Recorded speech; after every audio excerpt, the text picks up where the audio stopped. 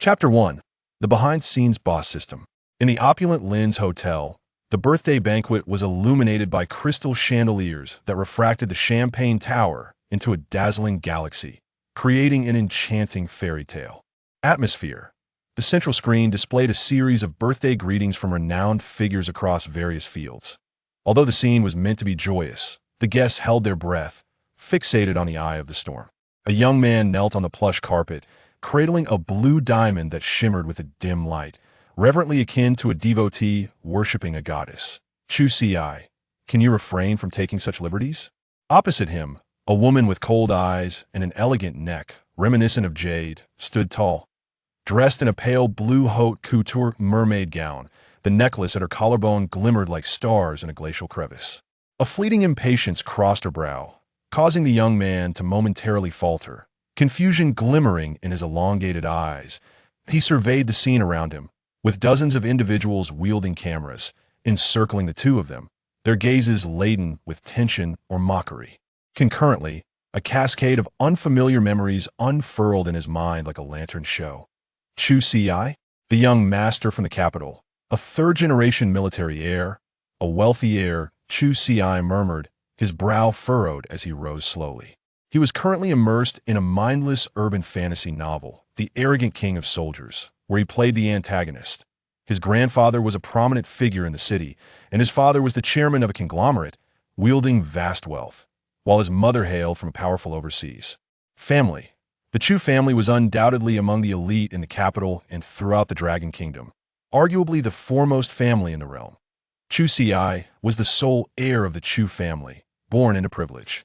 Yet, within the confines of the narrative, he was notorious for his debauchery, a sycophant to the female protagonist, Ling Xiao, harboring resentment towards the novels. Protagonist, Lin Dong, amidst jealousy and rivalry. Lin Dong, a man of African descent, was dubbed the African demon god, renowned for his decisive actions and unwavering loyalty. Despite his youth, he commanded the formidable dragon team. The reason this formidable figure returned to the country to serve as a mere security guard remained a mystery, leading to a series of humiliations for the wealthy heir, Chu Ci.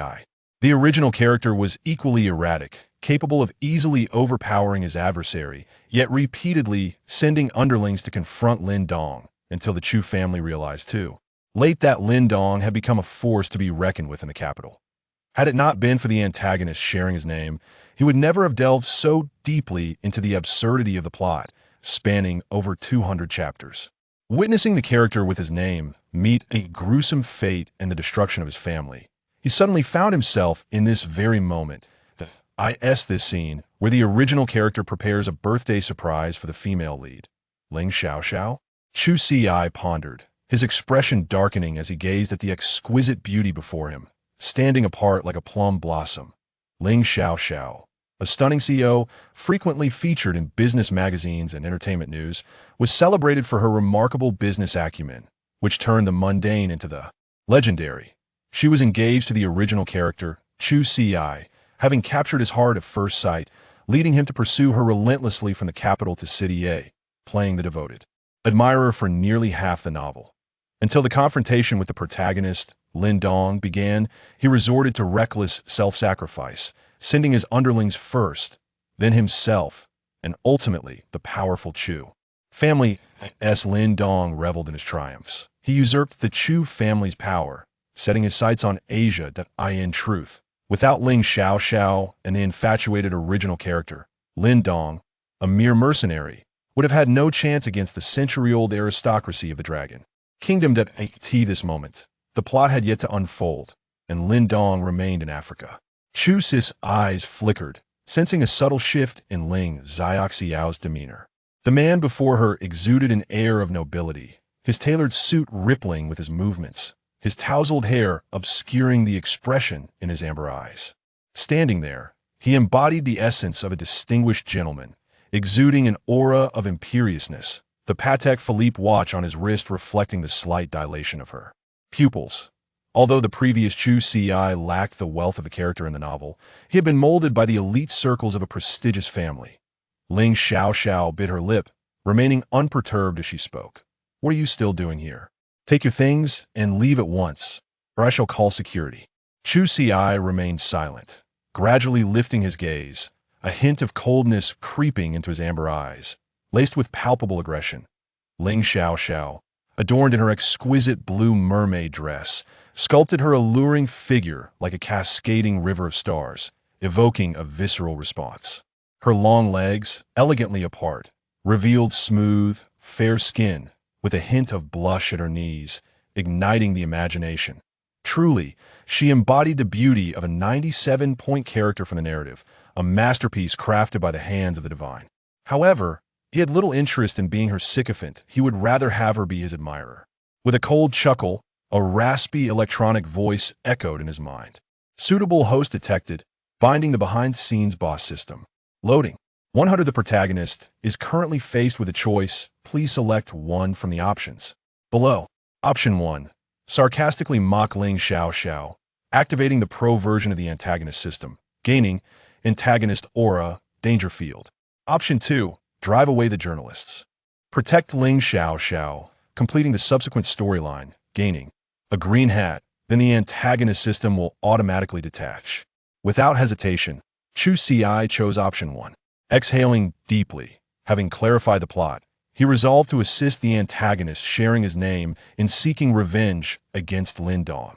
Upon making this decision, a sudden weight enveloped him. The original character's emotions surged within him. However, in a moment, Chu Ci regained his composure, his demeanor steady as he regarded Ling Xiao.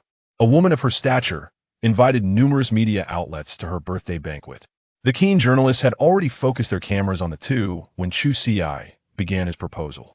Ling Xiao coldly stated, "We have no emotional foundation. This engagement was arranged by our parents, leading to your misconceptions that I must reiterate that I have never liked you. This is no longer an era dictated by parental arrangements. In truth, I cannot and will not fulfill this baseless engagement," she declared, ostensibly addressing the guests, yet truly speaking to the reporters. Throughout this exchange, Chu Ci merely flexed his muscles, coldly observing the graceful figure before him. With a scoff, he recalled her earlier demeanor when seeking loans and leveraging the Chu family's connections. Now, she feigned a role of a modern, independent woman. The cameras honed in on Chu Ci, eager to capture a moment of disarray on the face of this distinguished man. Chu Ci merely inclined his head, a low chuckle escaping his lips.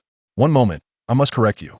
You claim this engagement was arranged by the Chu family and your father?" His chiseled features bore an amused expression as he snorted derisively. "The Ling family dares to make such claims? Your father camped at the entrance for 2 days just to meet Aunt Wang and serve tea with him. How could he arrange an engagement with my father? Wasn't this engagement something your entire family begged for from the Chu family? When your father came to propose with gifts, the attitude of the Ling family was far from what Miss Ling portrays now." Chu Ci's words were like hailstones, striking heavily against Ling Xiao's visage. A flicker of panic crossed her face. Chapter 2. The cancellation of the engagement. Ling Xiao was taken aback by Chu Ci's incisive remarks. Her face flushed with embarrassment, speechless. The normally proud expression was marred by a hint of discomfort as Chu Ci's words rang true. Lies may not harm, but the truth wields a sharp blade. If not for her having taken over the Ling Corporation, possessing 51 of its shares, her biological father would have stripped her bare and cast her onto the bed of the Chu family, all for the sake of profit. Yet before the cameras, she would never concede to such a notion, feigning indignation as she declared, "I do not comprehend what you are saying. No matter what you say, I shall never fall in love with you." Observing the peculiar expression on the woman's face, he stepped back slightly, a derisive chuckle escaping his throat as he produced a ring from the sleeve of his dark suit. The diamond, as large as a pigeon's egg, sparkled brilliantly under the flash of cameras.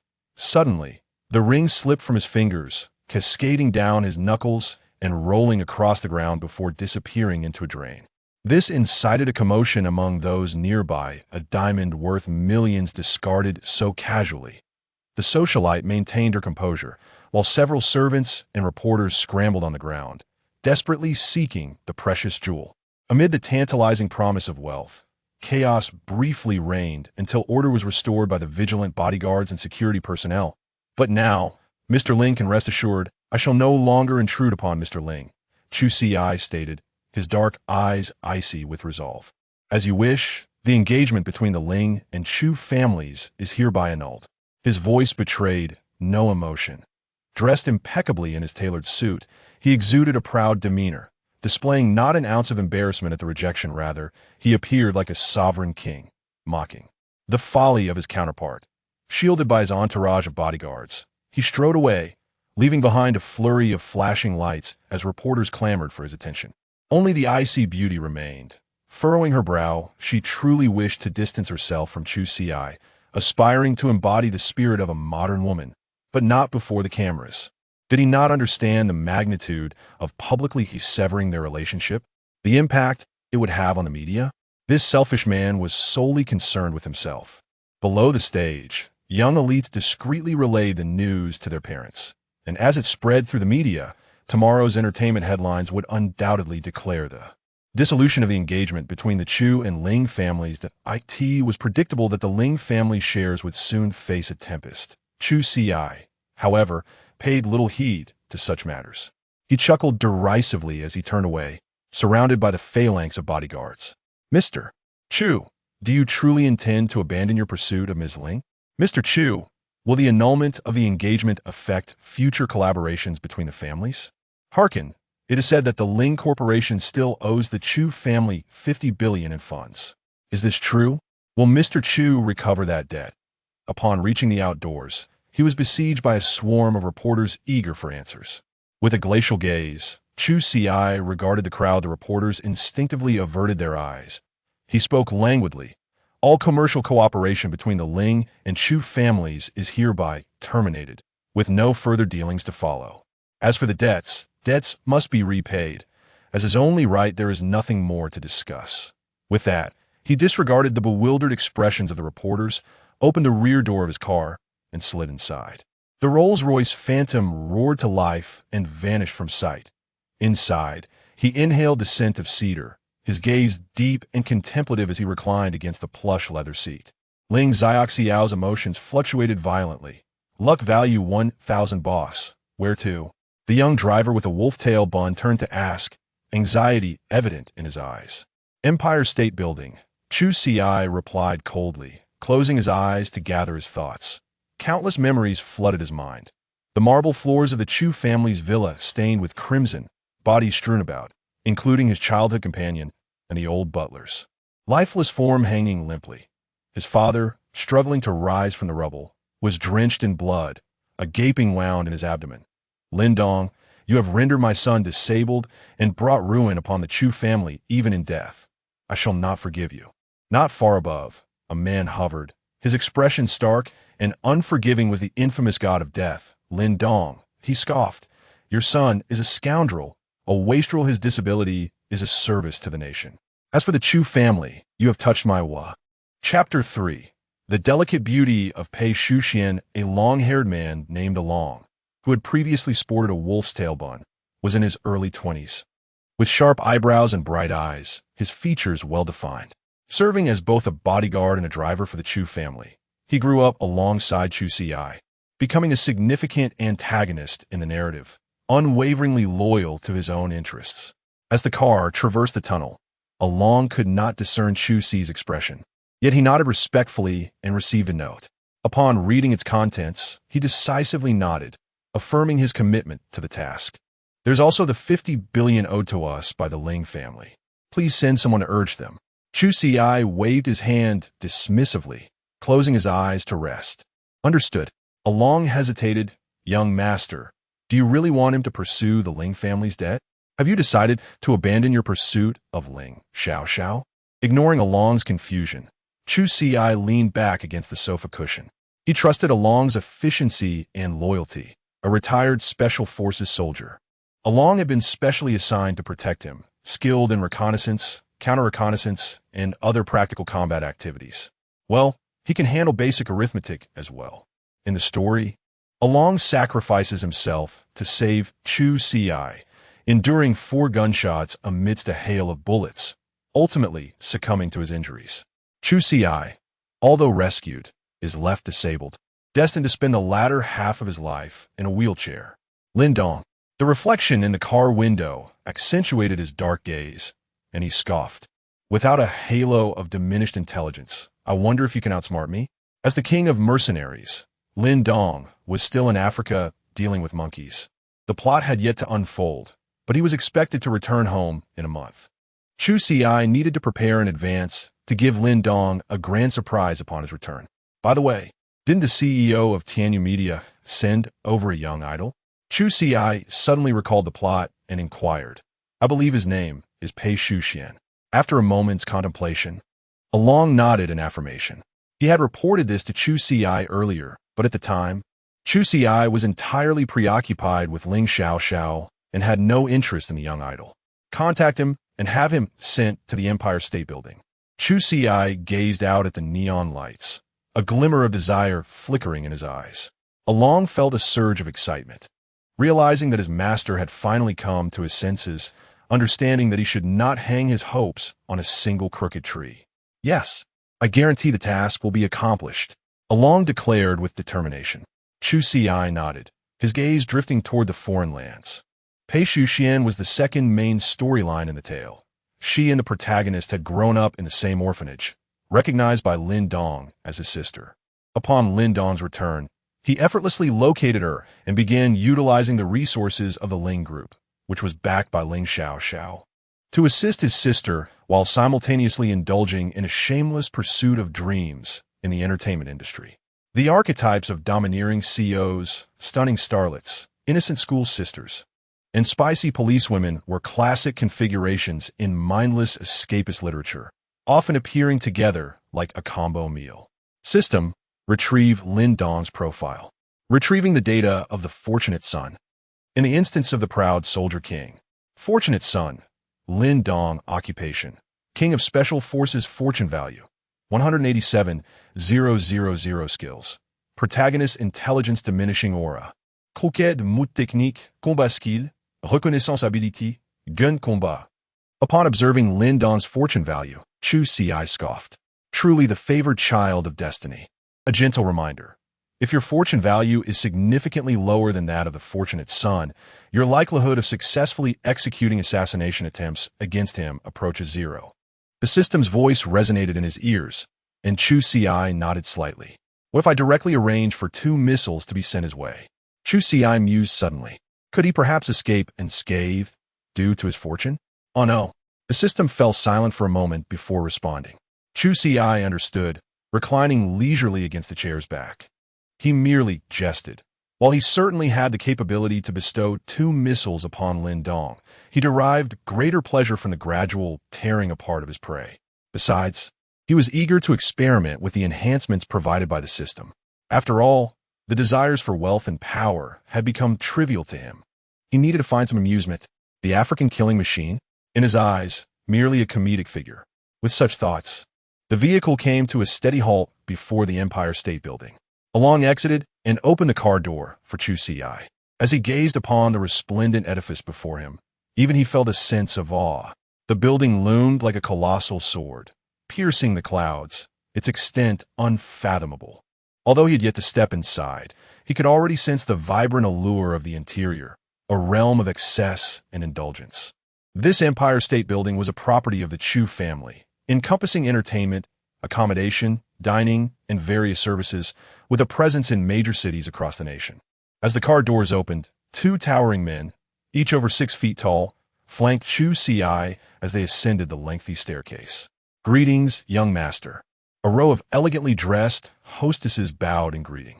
Chu Ci nodded in acknowledgement and followed the attendants toward the private elevator. Pei Shuxian sat on the hotel's sofa, cradling her forehead, feeling as though the world was spinning. She struggled to maintain her composure, her beautiful eyes warily scanning her surroundings. The finely crafted red satin fabric rippled with her movements, contrasting sharply against her fair, smooth skin. Her long, lustrous hair cascaded down, soft and gleaming, and her slightly intoxicated state gave her peach blossom eyes a glimmer of allure, the tear mole at the corner of her eye adding a touch of charm. After a brief attempt to move, she leaned against the hotel's floor-to-ceiling window, observing the traffic below, which appeared as tiny ants. She bit her lip in contemplation. Ultimately, She decided against escaping through the window and attempted to open the hotel room door, but without a key card, it remained steadfastly shut. She peered around, her anxiety barely concealed. Damn it, am I really going to meet my end here today? Chu Ci furrowed her brow, her amber eyes glinting with distress. Having grown up in an orphanage, she had always maintained her integrity. Leveraging her physical appearance, she chose to major in arts and media at university, hoping to break into the entertainment industry. Yet her knowledge of this world was scant, and upon signing, she found herself ensnared in Tianyu Media's web. With no autonomy over her choices, she could only endure being sidelined by the company, and breaking her contract would entail a penalty of hundreds of thousands. Though the CEO of Tianyu was tempted by her beauty, he had no intention of keeping her for himself. Rather, he planned to offer her to a wealthy patron in city A to extract greater value. However, to her dismay, Chu Ci had shown no interest in her, nor had he made any promises regarding the young idol. Naturally, he did not dare to send Chu Ci to anyone else, leaving her in limbo. Chu Ci had thought she had escaped catastrophe, only to find herself abruptly awakened and brought to the Empire State Building just days later. Damn it! Chu Ci gritted her teeth, hiding the scissors she had found beneath her. If he dares to lay a hand on me, I will ensure we both meet our demise.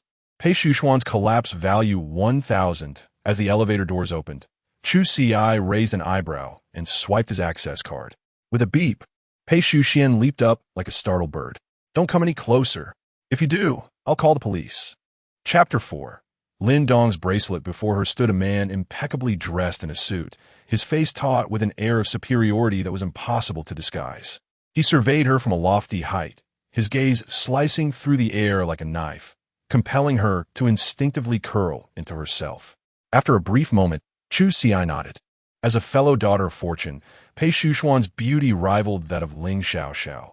However, their auras were strikingly different. Ling Xiaoxiao resembled a high mountain spring, cold, ethereal, and daunting to behold, while Chu Ci was akin to a blooming rose, dazzling and capable of captivating all eyes upon her arrival. Ding! Detected a daughter of fortune. Chu Ci, name, Chu Ci, attractiveness, 95-100, energy, 0, favorability, -10, special skills, dance, music. Your name is Chu Ci? Chu Ci tilted her chin upward, his voice smooth as he spoke. The aura of dominance emanating from him unconsciously suppressed the woman before him, who had yet to ascend to the heights of stardom. She was easily overwhelmed by Chu Ci's presence. Yes, Chu Ci replied, her head turned aside, unable to meet Chu Ci's gaze. At that moment, her face was devoid of makeup, her skin a flawless alabaster, and her expression one of innocent vulnerability, much like a frightened rabbit. Yet, the tear mole at the corner of her eye lent her an enchanting allure. Chu Ci felt a tightening in his abdomen. A creature of such exquisite beauty would stir desire in any heart. You must be aware of why your boss summoned you. Chu Ci's voice was icy, as if regarding his prey. I know. Chu Ci bit her lip. Please, spare me. She knelt on the plush carpeting, pleading, I am merely a minor idol. I surely do not merit your attention. If you could release me, I would be eternally grateful and serve you in any way you desire. Chu Ci couldn't help but chuckle. But I have no need for someone to serve me. He shrugged, his gaze playful as it rested on the tearful girl before him. Moreover, what capital do you possess that I might find useful? Chu Ci fell silent, her face ashen. She was merely an idol, a pawn in the hands of the CEO of Tianyu Media, utterly powerless against someone of such elevated status. She recalled Lin Dong, who had always protected her at the orphanage, standing resolutely before her in times of trouble. Emotions surged within her, and a crystalline tear slipped down her cheek. However, before she could dwell on her thoughts, a card was flung at her face, stinging her. She looked up in shock at the man before her, who softly stated, Now, you may leave. Chu Ci nodded eagerly, her excitement palpable. Thank you, thank you. She began to rise, but was interrupted by a cold snort from behind her. But contemplate the consequences carefully. If you leave today, the CEO of Tianyu Media will undoubtedly assign you to someone else. The affluent of a city are not as accommodating as I am. You might find yourself introduced to some lecherous swine or a vulgar nouveau riche. And that would be far from pleasant. Chu Ci continued. Most of the wealthy in a city are elderly men. He noticed Pei Shuxuan's shoulders tremble slightly. Rumors circulated that the infamous Shun of a city had a reputation for his cruel treatment of women.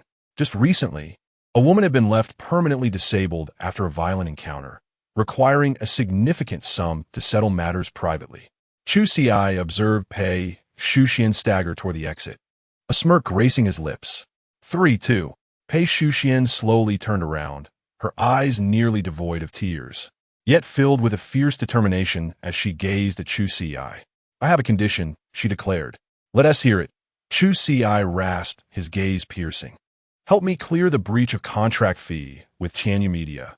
Pei Shuxian lowered her head, contemplating for a moment before adding, "And I want you to make me famous." She recognized that her second condition was somewhat audacious, closing her eyes as she awaited his judgment. Chu Ci snapped his fingers. "Deal." With a shift in tone, he added, "However, while I will fulfill your conditions, you must demonstrate your sincerity."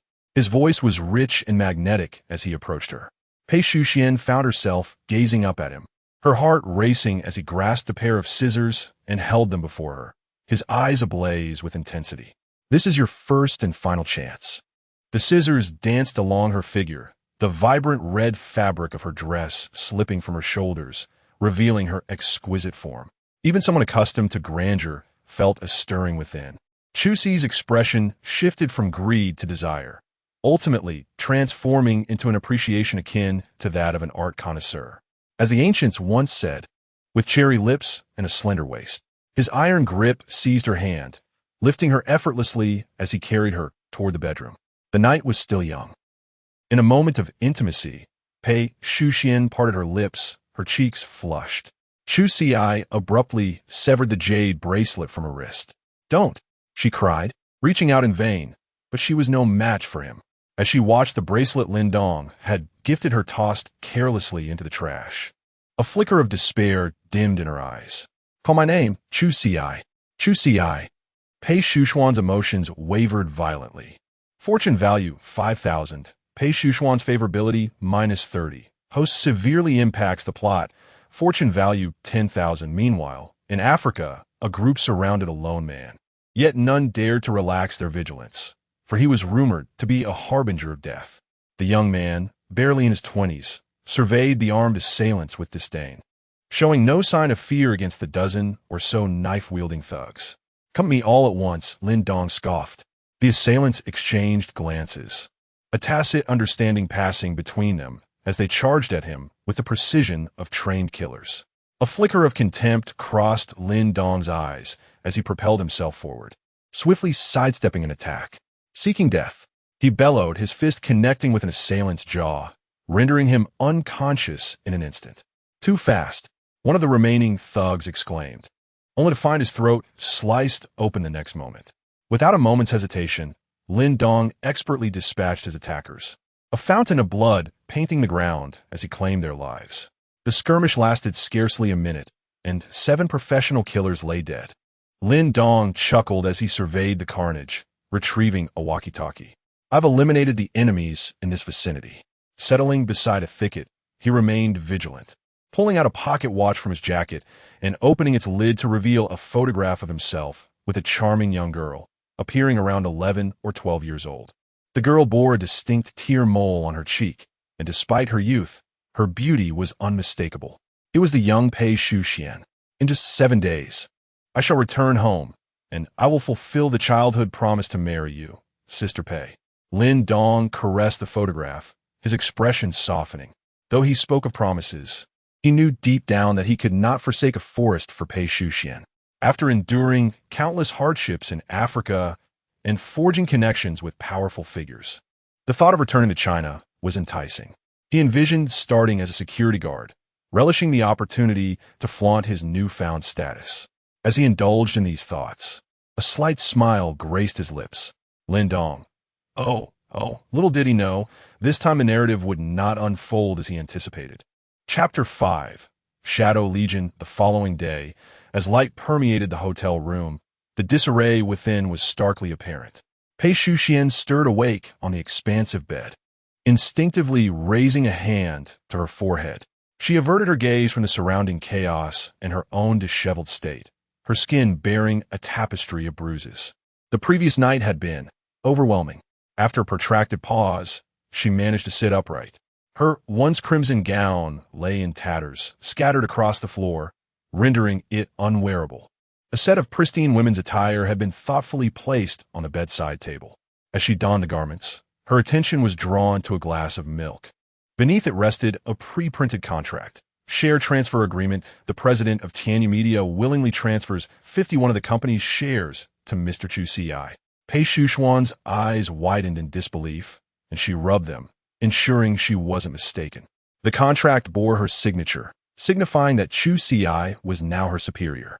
Recalling her demands from the previous evening, Pei Shuxian offered a rueful smile. It seemed she had merely exchanged one predicament for another. Despite its flaws, Tianyu Media boasted a market capitalization exceeding 10 billion yuan. This was the reason she had hastily signed with the company upon receiving the contract. Yet in a single night, the man from the previous evening had acquired it. Pei Shuxian chuckled bitterly as she noticed the meticulously cleaned trash receptacle, devoid of any trace of her bracelet. It represented her last hope of reconnecting with Lin Dong. Well, consider it a farewell to my former self, Pei Shuxian murmured, clenching her pale knuckles into a fist. Tianyi Group, amidst a forest of towering skyscrapers in a city's prominent business district, Tianyi Group stood as a preeminent landmark, a testament to the Chu family's influence. The Chu family reigned supreme as the foremost aristocratic clan. In the Dragon Kingdom, only a handful of entities could rival their power. Their vast holdings encompassed beauty, finance, heavy industry, real estate, and numerous other sectors. Tianyi, a corporation valued at trillions, was merely a fraction of the Chu family's vast empire. In the lobby, Chu Ci, impeccably attired in a tailored suit, strode purposefully toward the elevators. Wow, young Master Chu is so handsome and wealthy. I can't fathom what Ling Xiao doesn't see in him. Don't be ridiculous. The Chu family would never accept someone like you. Ignoring the surrounding clamor, Chu Ci, shielded by a Long, made his way to the executive elevator. Boss, these are the files you requested. I saw and decided not to bother you last night, Along said, handing over a thick stack of documents. Chu Ci acknowledged, then inquired, how is Pei Shuxian? She's already departed. She seemed a bit overwhelmed. Along responded, keep an eye on her. Chu Ci instructed, his eyes gleaming. As the heroine Lin Dong's confidant, Pei Shuxian was a crucial pawn. If played correctly, she could significantly diminish Lin Dong's fortune and shatter his resolve. Chu Ci intended not only to poach Lin Dong's allies, but also to fundamentally alter the heroine's perception, ensuring that Lin Dong experienced the sting of betrayal. Bro, let's get this done. The elevator doors glided open, revealing a fair-skinned man with open arms and a gentle smile. It's been half a month since you came to the city, and this is the first time I've seen you at the company. Chu Ci was intimately familiar with this individual. He was Jiang Ling, the original protagonist's confidant in the novel, a man of intellect, integrity, and exceptional character. The Jiang family had served the Chu family for generations, and Jiang Ling was his generation's appointed aide. In his absence, Jiang Ling managed the vast Tianyi Group. In the novel, Chu Ci's debauchery and excess increasingly displeased Jiang Ling, ultimately leading him to resign from Tianyi, where he was intercepted and killed by the protagonist, Lin Dong. Spare me the theatrics, Chu Ci waved dismissively. He strode into the president's office, slamming the door shut, isolating himself from the others. Jiang Ling and Along exchanged a knowing glance, shaking their heads in resignation. Surveying the brightly lit office, Chu Ci leaned back in the plush executive chair, stretching languidly, a look of utter satisfaction on his face. He found Pei Shuxian highly agreeable. Chu Ci opened a video on his phone, savoring the memories of the previous night with a profound gaze. The video was filmed from behind a potted plant. That's a bit much, the system chimed in weakly. What are you talking about? I'm a villain. Being a bit much is perfectly reasonable, Chu Ci retorted, silencing the system. Open the system panel, Chu Ci murmured. Instantly, a blue-tinged screen materialized before him. Name, Chu Ci. Age, 23. Charm, 95. astounding strength, 15, average physique, 12 aptitude, in a charge count, 3 luck value, 14, 0 skills, villain aura, menacing presence. Chu Ci shook his head, examining the data. Master, your villain value has reached 10,000 points. You've earned a beginner's reward, a 10-draw lottery, which has been placed in your inbox. With a thought, a sophisticated machine appeared before him. Its metallic frame displaying key phrases. Luck can't be forced. Fate can't be changed.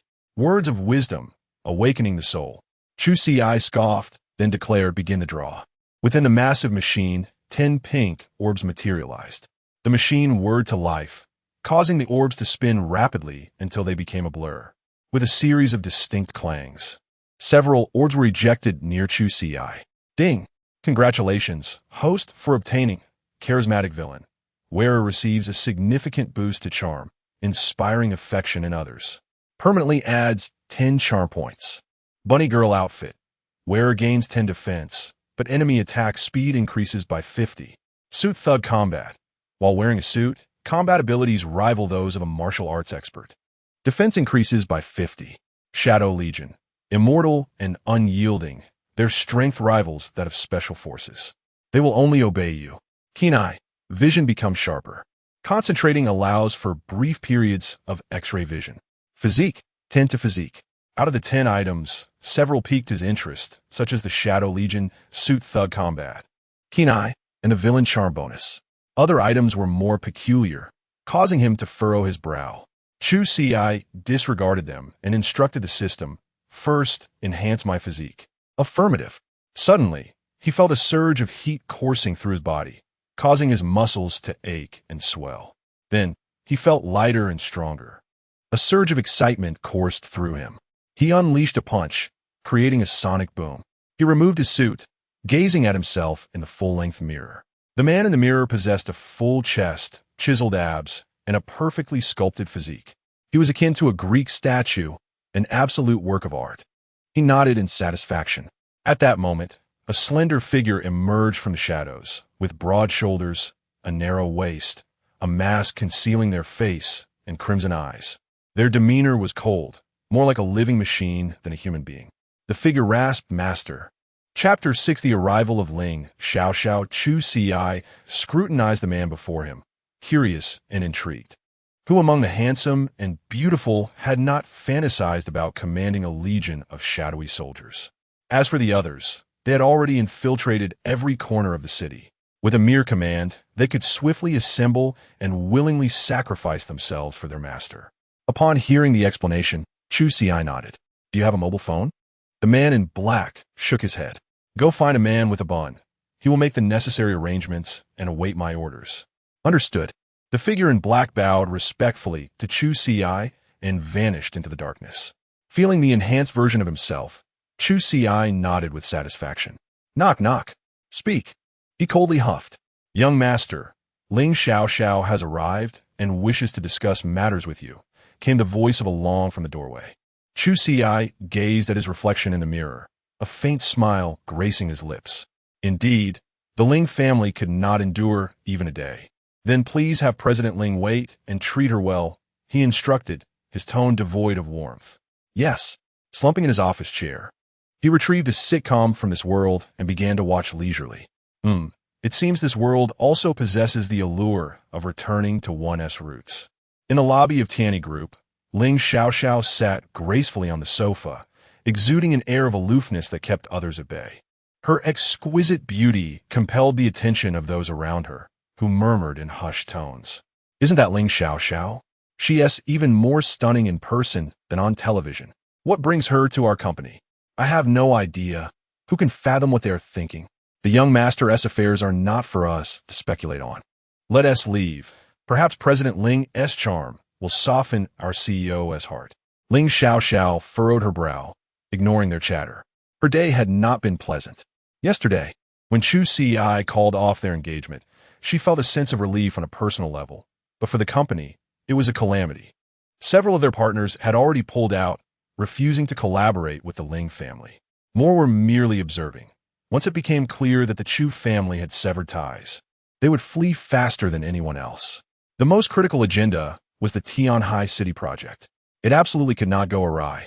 The land near Tianhai, originally situated at the outskirts of the city, was remarkably inexpensive.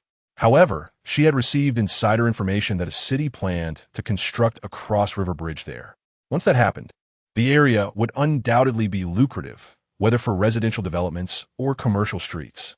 With her keen business acumen and insider knowledge, Ling Xiaoxiao had secured that plot of land early on. The Ling family had invested heavily in it.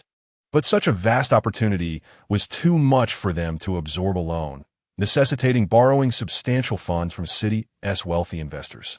The largest share of this debt was the 5 billion yuan that Chu Ci himself had lent. Now, that Chu Ci was demanding repayment. Many opportunistic enterprises had begun to follow suit. Despite the Ling family being a company valued in the hundreds of billions, producing such a large sum in liquid assets in an instant was still a formidable challenge. Regaining her composure, Ling Xiaoxiao realized that it was not merely the billions at stake, but rather Chu Ci's, or more accurately, the Chu family's, attitude that posed the real threat.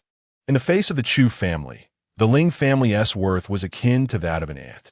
A century-old lineage merely showing its fangs could obliterate her 3 years of hard work, a reality she could not abide. Thus, the next day, she cast aside her pride and personally approached the Chu family, hoping he would not make unreasonable demands. Rubbing her temples, Ling Xiaoxiao recalled the previous night's turmoil at the company that had left her utterly drained. After working through the night, she rushed to Tianyi. "Miss Ling, the president is busy. Please wait here," Along stated, placing a cup of coffee on the table.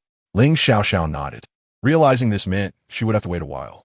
10 minutes passed, then 20, and before long, an hour had slipped by. Ling Xiaoxiao felt drowsy, forcing herself to drink cup after cup of coffee to maintain her composure. "President Ling, our young master has agreed to see you," Along announced, his expression unyielding. He certainly felt no sympathy for Ling Xiaoxiao, remembering how she had treated the young master with disdain despite his earnest affections. With her head held high, Ling Xiaoxiao finally rose and entered the elevator, making her way to the president's office. After what felt like an eternity, Chu Ci sauntered out, impeccably dressed in a cool gray suit, his every movement radiating nobility and elegance. "Ah, President Ling," Chu Ci feigned surprise. "Please come in, do come in." "Along. Stay outside." Following him inside, Ling Xiaoxiao noted how much taller he was than her, his broad shoulders instilling a sense of security. In just a day, his aura had transformed dramatically, exuding even greater charm. Ling Xiaoxiao frowned, suppressing her unease. "What brings President Ling to Tianyi?" Chu Ci queried, reclining casually on the opposite sofa, observing her with an amused glint in his eyes. Clad in a sharp office outfit and gold-rimmed glasses, Ling Xiaoxiao emanated an aura of competence and restraint. Even while seeking assistance, she held her head high, reminiscent of a cold plum blossom, igniting a desire within him to conquer her. He felt the urge to pluck that cold blossom and trample it into the mud. Chu Ci's gaze turned increasingly perilous. "I have come." She hesitated momentarily before continuing, to request that President Chu grant a brief extension, 1 month. Once the Tianhai project is completed, the 5 billion will be returned in full. Chu Ci remained silent, letting out a derisive scoff. "Miss Ling, you seem to have grand expectations. Why should I grant an extension? 5 billion in cash flow is no trifling matter." Ling Xiaoxiao met his gaze, sensing a shift in his demeanor. Yet, she was prepared. "This represents 10 of the shares in the Tianhai project." She placed the document on the table, looking at him with hope. "If President Chu agrees to delay for a month, the shares are yours." "Ha!" Chu Ci's eyes darkened with intrigue. He certainly recognized Ling Xiaoxiao's capabilities. The Tianhai land was guaranteed to yield profits. "You truly are generous, President Ling." Just as Ling Xiaoxiao breathed a sigh of relief, Chu Ci's tone shifted. "However, I have no interest in shares. What intrigues me far more is you." President Ling rising, he fixed her with an intense gaze, his possessiveness palpable. Ling Xiaoxiao took a step back, a hint of malice crossing her features. "Chu Ci, do not force me. I could never marry you." Mary? Chu Ci erupted into a fit of laughter, as if he had heard the most entertaining jest. You're overthinking things, President Ling. Do you know what a lover is? Just be my lover for a month, and I shall grant an extension on the 5 billion. His tone remained calm, as if discussing what to have for lunch. Chapter 7. Heaven on Earth You. Ling Xiao declared without hesitation, her voice cold. It seems I have intruded today. I shall take my leave. With that, she turned to depart. However, as she pivoted, fatigue overwhelmed her, and dizziness struck her mind, causing her to stagger. Chu Ci, who could have caught her, merely lifted his gaze coldly, allowing her to collapse onto the floor. The impact left Ling Xiao seeing stars. Chu Ci crouched beside her, surveying her disheveled appearance. If you change your mind, give me a call, he said, tossing a business card from his suit on her face, relishing her predicament. I shall await your plea. Along. See her out. Upon opening the door, Along found Ling Xiao sprawled on the ground, her clothing askew, her glasses askew, and buttons popping off her blouse. A sight of utter disarray. Young master is ruthless, discarding after use, he thought, yet he dared not defy Chu Ci's wishes. He approached Ling Xiao, giving a slight bow. Miss Ling, please. With trembling limbs, Ling Xiao rose, casting a furious glance at Chu Ci before leaving without a trace of regret. Chu Ci's smile widened. Along. How many days do you reckon it will take for her to call me? Along scratched his head, tentatively suggesting half a month, then quickly amended a week. Chu Ci chuckled softly, shaking his head. Within 3 days. He then picked up the documents on the table, his smile abruptly shifting as he noted the key characters that would significantly impact the unfolding narrative. Scarface Liu, the proprietor of Heaven on Earth, originally from City C, a ruthless figure who emerged from Ta family village. He is one of the largest underworld forces in City A, with a network of loyal subordinates. The headquarters being Heaven on Earth. In the subsequent plot, he would become Lin Dong's subordinate, aiding him in clearing the underworld forces in City A pivotal moment in Lin Dong's expansion. This man must not be spared, Chu Ci murmured, then spoke aloud. Bring a few more people. Accompany me to Heaven on Earth. Contact Pei Shu-xian and prepare accordingly. Tonight, join me for a drink at the bar. Yes. Along nodded in response. City A Music and Art Academy, a Rolls-Royce Phantom, came to a halt on the university campus. Onlookers regarded the unassuming vehicle with awe. While sports cars might ignite youthful passions, the Rolls-Royce Phantom bearing the plate, a 6666, inspired a sense of reverence, leaving them hesitant to approach, fearing that even a minor mishap could cost them dearly. Soon, a radiant young woman approached with graceful steps. Clad in a familiar red dress, her movements were light, revealing her snow-white thighs. Her clearly defined makeup accentuated her beauty, compelling passers-by to turn their heads repeatedly in admiration of the ethereal being that seemed to have descended from the heavens. A good makeup job could enhance the allure of an already exquisite beauty by 200%. The newcomer was none other than Pei Shu-xian. Even Chu Ci felt a stir in his heart, momentarily dazed before he opened the car door, waving to her from the window. Pei Shu-xian trotted over and slipped into the luxurious car. The young man who had intended to approach her for a WeChat contact froze mid-step, awkwardly averting his gaze. A sigh escaped his lips as he muttered about the materialistic nature of the world, as if riding a bicycle with a beautiful woman would guarantee happiness. Inside the car, Chu Ci dismissed the thoughts of others and instructed the driver to head towards Heaven on Earth. Casually, he rested his fingers on the smooth skin of Pei Shu-xian's thigh, only then noticing her head bowed, resembling a frightened little beast, her expression tinged with embarrassment. Has someone upset you? Chu Ci asked softly, reaching out to stroke her fluffy hair. No, not at all, Pei Shu-xian replied, shaking her head, too timid to pull away from his touch. The roughness of the previous day still lingered in her mind, and now, facing Chu Ci, she felt like a mouse in the presence of a cat, instinctively fearful. Is it that you dislike my attention? Chu Ci's gaze intensified, closing the distance between them.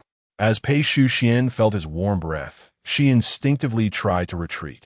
But his hand suddenly captured hers, and then a foreign male scent enveloped her lips, instantly silencing her. After a long moment, as Chu Ci kissed her until tears brimmed in her eyes, he finally pulled back, satisfaction etched on his face. Remember, the nature of our relationship is dictated by my will alone. Your refusal holds no weight. His voice, rich and magnetic, bore into her as his deep-set eyes met hers. Pei Shuxian couldn't shake the feeling that the man before her had become significantly more handsome. Blinking away the mist in her eyes, she lowered her head, wishing to conceal her emotions from him. Chu Ci smiled lightly, heaven on earth. The pulsating music reverberated through the air, as a kaleidoscope of men and women danced in the club, surrendering to their primal instincts. Sweat, alcohol, and inadvertent touches ignited a fervor within them. Heaven on earth was not merely a leisure venue. It was the grandest den of iniquity in City A, where it was said that if one had wealth, this place was indeed heaven. Chu Ci strode into the establishment, impeccably dressed in a suit, his tall frame accompanied by 6 imposing men towering over 185 centimeters. Yet, his regal demeanor set him apart from the throngs of youth, although his chiseled features still drew the attention of many women. Handsome, care for a drink? A drunken woman swayed toward him, her heavily made-up face exuding the scent of alcohol. Get away, Chu Ci replied, stepping back in distaste, dismissively waving his hand as he pulled Pei Shuxian along deeper into the bar. As they walked, numerous individuals dressed in plain clothing yet bearing a commanding presence surrounded them. These were the enforcers of heaven on earth. Unlike ordinary nouveau riche, Scarface Liu, despite his humble beginnings, possessed a profound appreciation for military discipline. His subordinates were subjected to rigorous militarized training, rendering them exceptionally capable. This was why he could comfortably sit alongside well-established merchants, controlling a significant portion of the market. Welcome to heaven on earth, sir, several receptionists greeted Chu Ci with bows. Do you possess a membership card? One inquired. Chu Ci shook his head. May I assist you in obtaining one? She asked sweetly. Would you prefer a consumption card or an entry ticket? A booth, Chu Ci responded, as Pei Shuxian curiously gazed around. Being a local, she had certainly heard of heaven on earth, where even the basic expenditure could run into tens of thousands. As a mere university student, she lacked such disposable income, limited to hearsay about its opulence. Booth minimum is 100,000. Thank you. The girl handed him a printed membership card. Pei Shuxian gasped internally at the figure. Chu Ci accepted the card and stated, I would like booth 01. The girl frowned, her expression betraying some hesitation. Chu Ci raised an eyebrow. Booth 01 has already been reserved, she explained. I was unaware that front row booths could be reserved. If they haven't arrived, we shall take a seat behind, Chu Ci said nonchalantly. But, the girl stammered, her urgency apparent as she leaned closer to him, whispering, the reservation is under young Master Shun of the Shun family.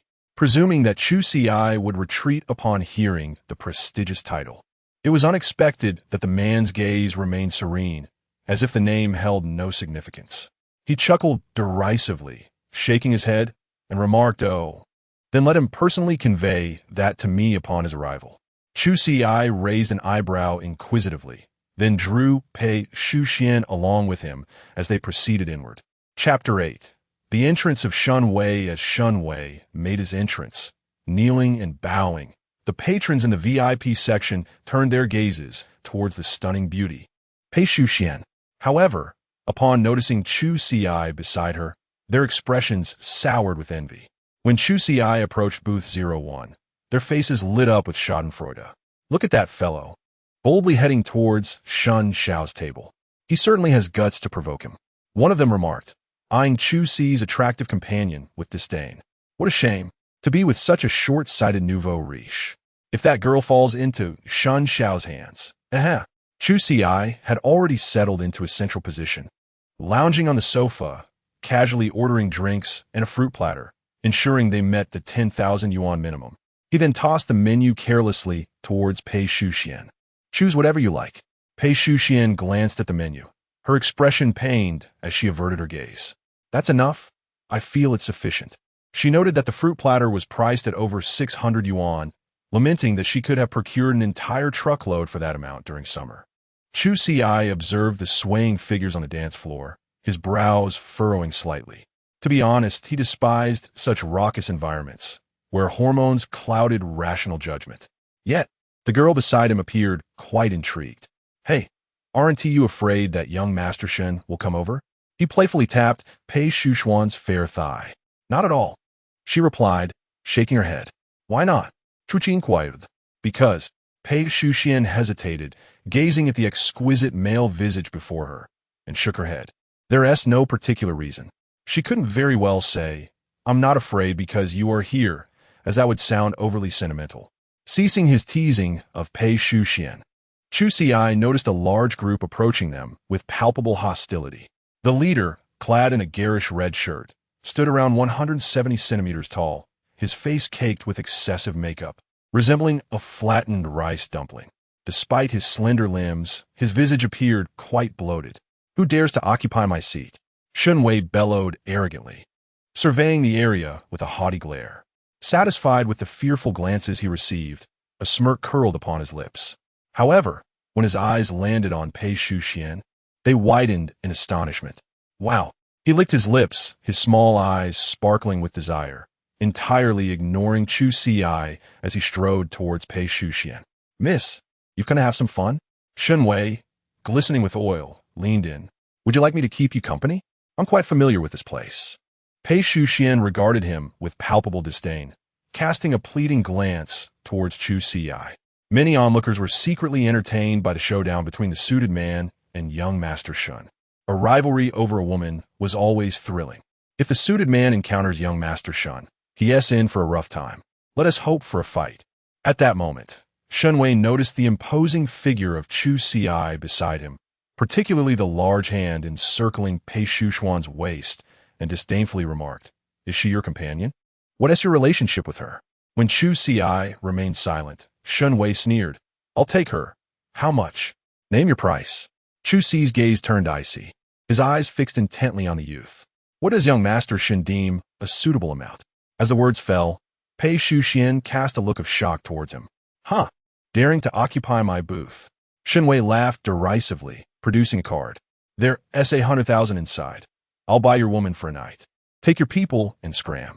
I'll have her sent back to you tomorrow. You can wash her up and use her again." He spoke, envisioning Chu Ci's defeated expression as he was cast out. What good was good looks if he remained utterly at Shun Wei's mercy? Shun Wei's arrogance stemmed from his father being the owner of Shun Materials, the largest materials company in City A, with a market value in the billions and the support of the notorious Lu, the boss of Tianshang Renjian. This ensured that as long as he did not cross paths with the powerful families of Ling, Li, and Shang, he could strut around freely. Shun Wei had already categorized Chu Ci as a mere nouveau riche from the outskirts. Chu Ci's gaze bore into him. Shun Wei's backing was precisely Lu, which was why he dared to provoke him. Contemplating this, Chu Ci slowly rose and sauntered to Shun Wei's front, towering over him. Shun Wei felt as though he was ensnared in a jungle, being eyed by a ferocious beast, his prior arrogance extinguished as if doused with cold water. A primal fear surged within him. The man before him genuinely seemed intent on tearing him apart. "What do you intend to do?"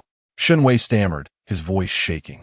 Chu Ci grasped his collar, exerting a slight force, lifting Shun Wei off the ground. "What are you doing?" One of Shun Wei's lackeys interjected. But the black-clad man behind Chu Ci surged forward, exuding a powerful pressure that left Shun Wei's companions exchanging nervous glances, none daring to step forward. "Young Master Shun, let us do this. You price your arm, and I'll offer 100,000. What do you say?" Shun Wei's pupils dilated, his legs flailing in midair. "The boss of Tianshang Renjian is my uncle. If you dare lay a hand on me, he won't let you off." He pronounced each word with deliberate emphasis. "Young man, please refrain." A robust voice interjected. From the staircase, a middle-aged man, his face a mass of flesh, waddled into view. Clad in a striking golden jacket, his excess flesh piled high, resembling an irate bulldog. Chu Ci narrowed his eyes at the man, recognizing him as Lu, the lackey mentioned in the story. Meanwhile, Shun Wei, perceiving Lu as his savior, wriggled free from Chu Ci's grip and leapt towards Lu. Uncle Lu, you must stand up for me, Shen Wei implored. It's that guy. He actually dares to. Before he could finish, he felt a sharp blow to his cheek. Absurd, Lu bellowed, then, disregarding Shen Wei, marched directly towards Chu Ci. My apologies. I was unaware of your esteemed presence. Young Master Chu. Lu attempted to gauge Chu Ci's reaction. This unworthy nephew of mine has offended you. Seeing Chu Ci remain stoic, Lu gritted his teeth and thundered. You little rascal, come here at once. Shen Wei shuffled over awkwardly. You ought to apologize to young Master Chu and bow your head. Upon hearing this, everyone gasped in astonishment. Who did not know of Lu's extreme fondness for his nephew? Countless misdeeds have been swept under the rug due to Lu's intervention. To witness Shen Wei yielding here was unprecedented, leading the onlookers to speculate about Chu Ci's true identity. There were few families with the surname Chu in the country, and to evoke such fear in Lu, it could only be. As the realization dawned upon them, the crowd fell silent. If he were indeed the individual from the capital, it would hardly be surprising. Chapter 9. The game of Do Diju. Shen Wei was utterly stunned.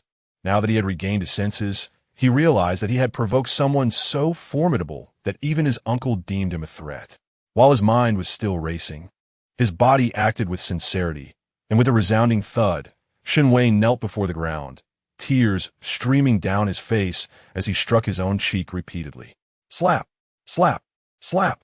He sobbed, It's all my fault for not recognizing the mountain before me, for offending young Master Chu and your companion. I truly deserve this.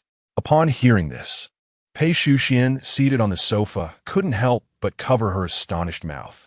She gazed at the back of the man in front of her, her understanding of his status crystallizing for the first time. She had initially thought that Chu Ci was merely a nobleman one tier above the head of Tianmei Media.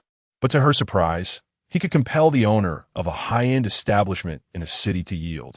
At that moment, she truly grasped the meaning of the saying, a strong dragon does not suppress a local snake, realizing that perhaps the dragon was not strong enough. Meanwhile, Chu Ci was oblivious to Pei Shuxian's change in attitude. His brow furrowed slightly. He had intended to leverage Shen Wei's conflict to confront Scar Lu, but was taken aback when Scar had already discerned his identity and capitulated so thoroughly. Indeed, he was quite the cunning old fox, as evidenced by his eagerness to ingratiate himself with Lin Dong in the original narrative. Just as Chu Ci pondered this, Scar Lu kicked Shen Wei, the force of which sent him sprawling 5 meters away, curling up in a heap. If you know you're in the wrong, why linger here and be an eyesore? Get lost. Seeing the expression on Scar Lu's face, Shen Wei's drunken companions hurriedly pulled him up, forcibly dragging him away. Scar Lu, noticing that Chu Ci had not turned hostile, chuckled awkwardly. Young Master Chu, it seems we have not been attentive. The arrangements inside are all set. How about I accompany you for some fun? That would be appreciated. Chu Ci nodded. Scar Lu paused momentarily, then bowed and led the way, instructing his subordinates, Go. Open a bottle of champagne at every table, and ensure we do not offend the guests. Yes, sir. His subordinates hurried off, and Pei Shuxian followed suit at a Long's gesture. The group, under Scar Lu's guidance, traversed the backstage, moving deep into the heart of Tianshang Renjian. They navigated through layers of winding paths until Scar Lu came to a halt at the end of a wall. He knocked lightly, knock, knock, knock, knock. 3 long, 1 short. Soon, a grand door rotated open, revealing a passage wide enough for 2. Scar Lu gestured, Young Master Chu, please. As Chu Ci beheld the opulent spectacle within, he was secretly astonished. He had not anticipated such hidden depths behind the raucous bar. Inside, people formed a circle, with cheers and screams echoing continuously. Chips and card were tossed about on the gambling tables, while the faces of the gamblers were etched with tension and excitement. Some had bloodshot eyes, others clenched their jaws, and many were shouting incessantly. The atmosphere in the casino starkly contrasted with the chaos outside, oscillating between terrifying silence and thunderous roars. Several girls clad in bunny costumes, revealing ample skin, drifted around the tables, selling drinks at exorbitant prices. Gamblers who purchased drinks often lavished them over the girls. The air was thick with a heady mix of hormones. Chu Ci surveyed the surroundings with burgeoning intrigue, his steps measured and discreet. This was indeed his first encounter with such a scene. Who could have imagined that behind the bar's clamor lay a vast casino? Behind him, Pei Shu-xian clutched the hem of Chu Ci's garment in fear, retreating behind him, while Scar Lu wore a self-satisfied expression, his jowls relaxing. Turning to Chu Ci, he asked, "Young master, care to play a few rounds?" Observing the frenzied crowd, now devoid of reason, Chu Ci concocted a plan and agreed. Scar Lu chuckled, instructing his subordinates to clear a table of guests, then courteously invited Chu Ci to take a seat. The two old foxes positioned themselves on either side of the table, with a young and beautiful dealer in the middle, her gaze lingering on the young and handsome Chu Ci, sending him flirtatious glances. Yet, Chu Ci ignored her entirely, pulling Pei Shu-xian onto his lap, half forcing her to sit there. Lighting a cigarette, he inquired, "Boss Lu, what shall we play?" "How about Dodiju?" Scar Lu suggested. Chu Ci nodded, signaling the dealer to deal the cards. The rules of Dodiju were quite simple. Each player receives 3 cards, and after inspecting their hands, the strongest combination is 3 of a kind, followed by straight flush, flush, pair, and the weakest being 3 single cards. Among equal ranks, cards are ranked from ace to 10 in descending order. Players may also choose not to look at their cards and bet blindly, known as dream, which can yield substantial multipliers, enough to lead a millionaire to ruin. This was Scar Lu's hidden agenda. He had summoned Chu Ci to win, believing that as long as Chu Ci enjoyed himself, he would not retaliate against him or shun Wei for the earlier incident, thus turning misfortune into fortune. However, the operation had to remain clandestine. He exchanged a knowing glance with the dealer as they took their seats, and soon a crowd of gamblers gathered around. Well aware that Scar Lu's guests would undoubtedly be affluent, the dealer began to distribute the cards. Slap, slap, slap. 3 cards were laid on the table in front of Chu Ci and Scar Lu. Chu Ci focused intently, activating his system's eagle-eye ability. The backs of the cards before him twisted and contorted, revealing several numbers. Before his eyes lay the bottom cards, Jack, Queen, and King. This was the system's gift of keen vision, capable of seeing through walls and discerning illusions. Discerning a few playing cards was trivial. Next, he glanced at Scar Lu's side, where the bottom cards were a straight flush, 7, 8, and 9. At that moment, Chu Ci understood his intentions and smirked, responding in kind. 100,000, 200,000. The first round concluded with Scar Lu losing 200,000. In the second round, the dealer dealt again. Chu Ci's bottom cards revealed 3 8s, while Scar Lu's were a straight flush, 4, 5, and 6, 250,000. 500,000. I raise you. Chu Ci stated. Scar Lu again lost, having evaporated 700,000 in just 2 rounds. He signaled to the dealer with his eyes, indicating that he needed to recoup some losses. Hearing Chu Ci casually ask, "Shu-xian, can you deal?" Pei Shu-xian, who had been merely spectating, was momentarily taken aback, then nodded in affirmation. Of course, what university student doesn't know how to deal cards? "Boss Lu, let my companion deal the cards. She seems quite bored just sitting there," Chu Ci remarked, inhaling his cigarette and exhaling rings of smoke. "Surely, you wouldn't mind, would you?"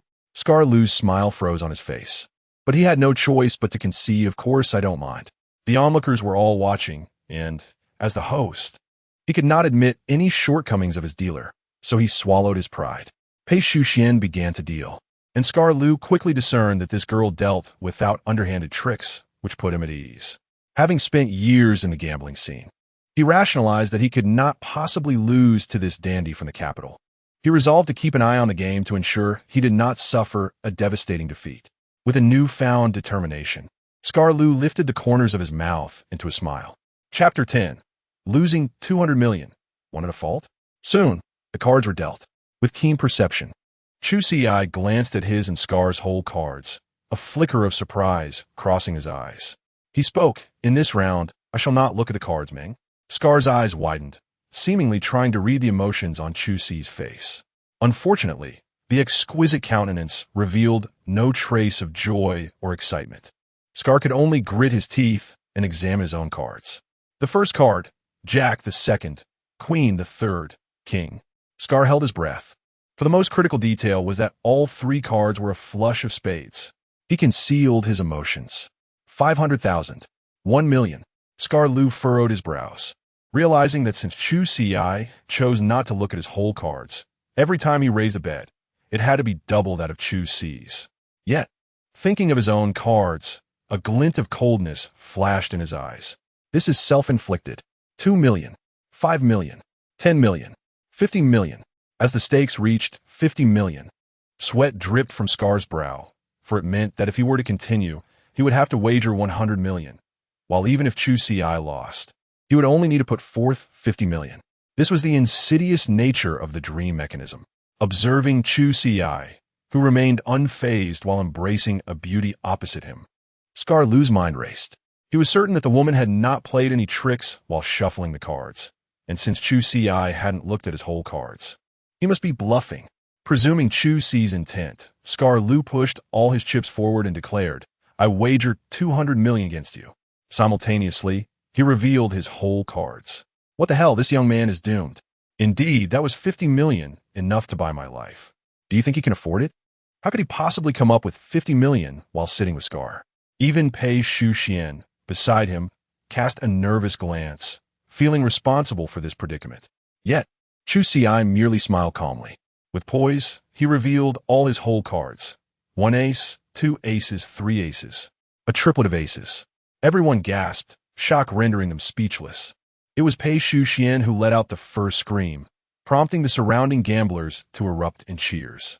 Watching the young lady bounce with excitement, Chu Ci shook his head and looked at Scar Lu across the table. "Boss Lu, it seems today luck is indeed on my side." Scar could only force a smile. Yet his eyes bore no hint of mirth. To lose 200 million in a single game was no laughing matter. Nevertheless, he gritted his teeth and swallowed his frustration, feigning a smile as he said, "Young Master Chu, it appears your fortune is quite remarkable." With that, he clapped his hands, and a subordinate brought forth a check. He scribbled the amount on it and handed it to Chu Ci. "This is 50 million. From now on, all your expenses in a city shall be covered by me." Scar. Chu Ci scoffed. "Boss Lu, you truly have a sense of humor. How did it go from 200 million to 50 million so easily?" As he spoke, he slowly rose, looking down at the man. "Boss Lu, you wouldn't be thinking of defaulting, would you?" Upon uttering this, the atmosphere grew tense. The surrounding subordinates rising and glaring at Chu Ci and his entourage. The black-clad bodyguards followed suit, rising in unison, their eyes behind sunglasses fixated on the opposition.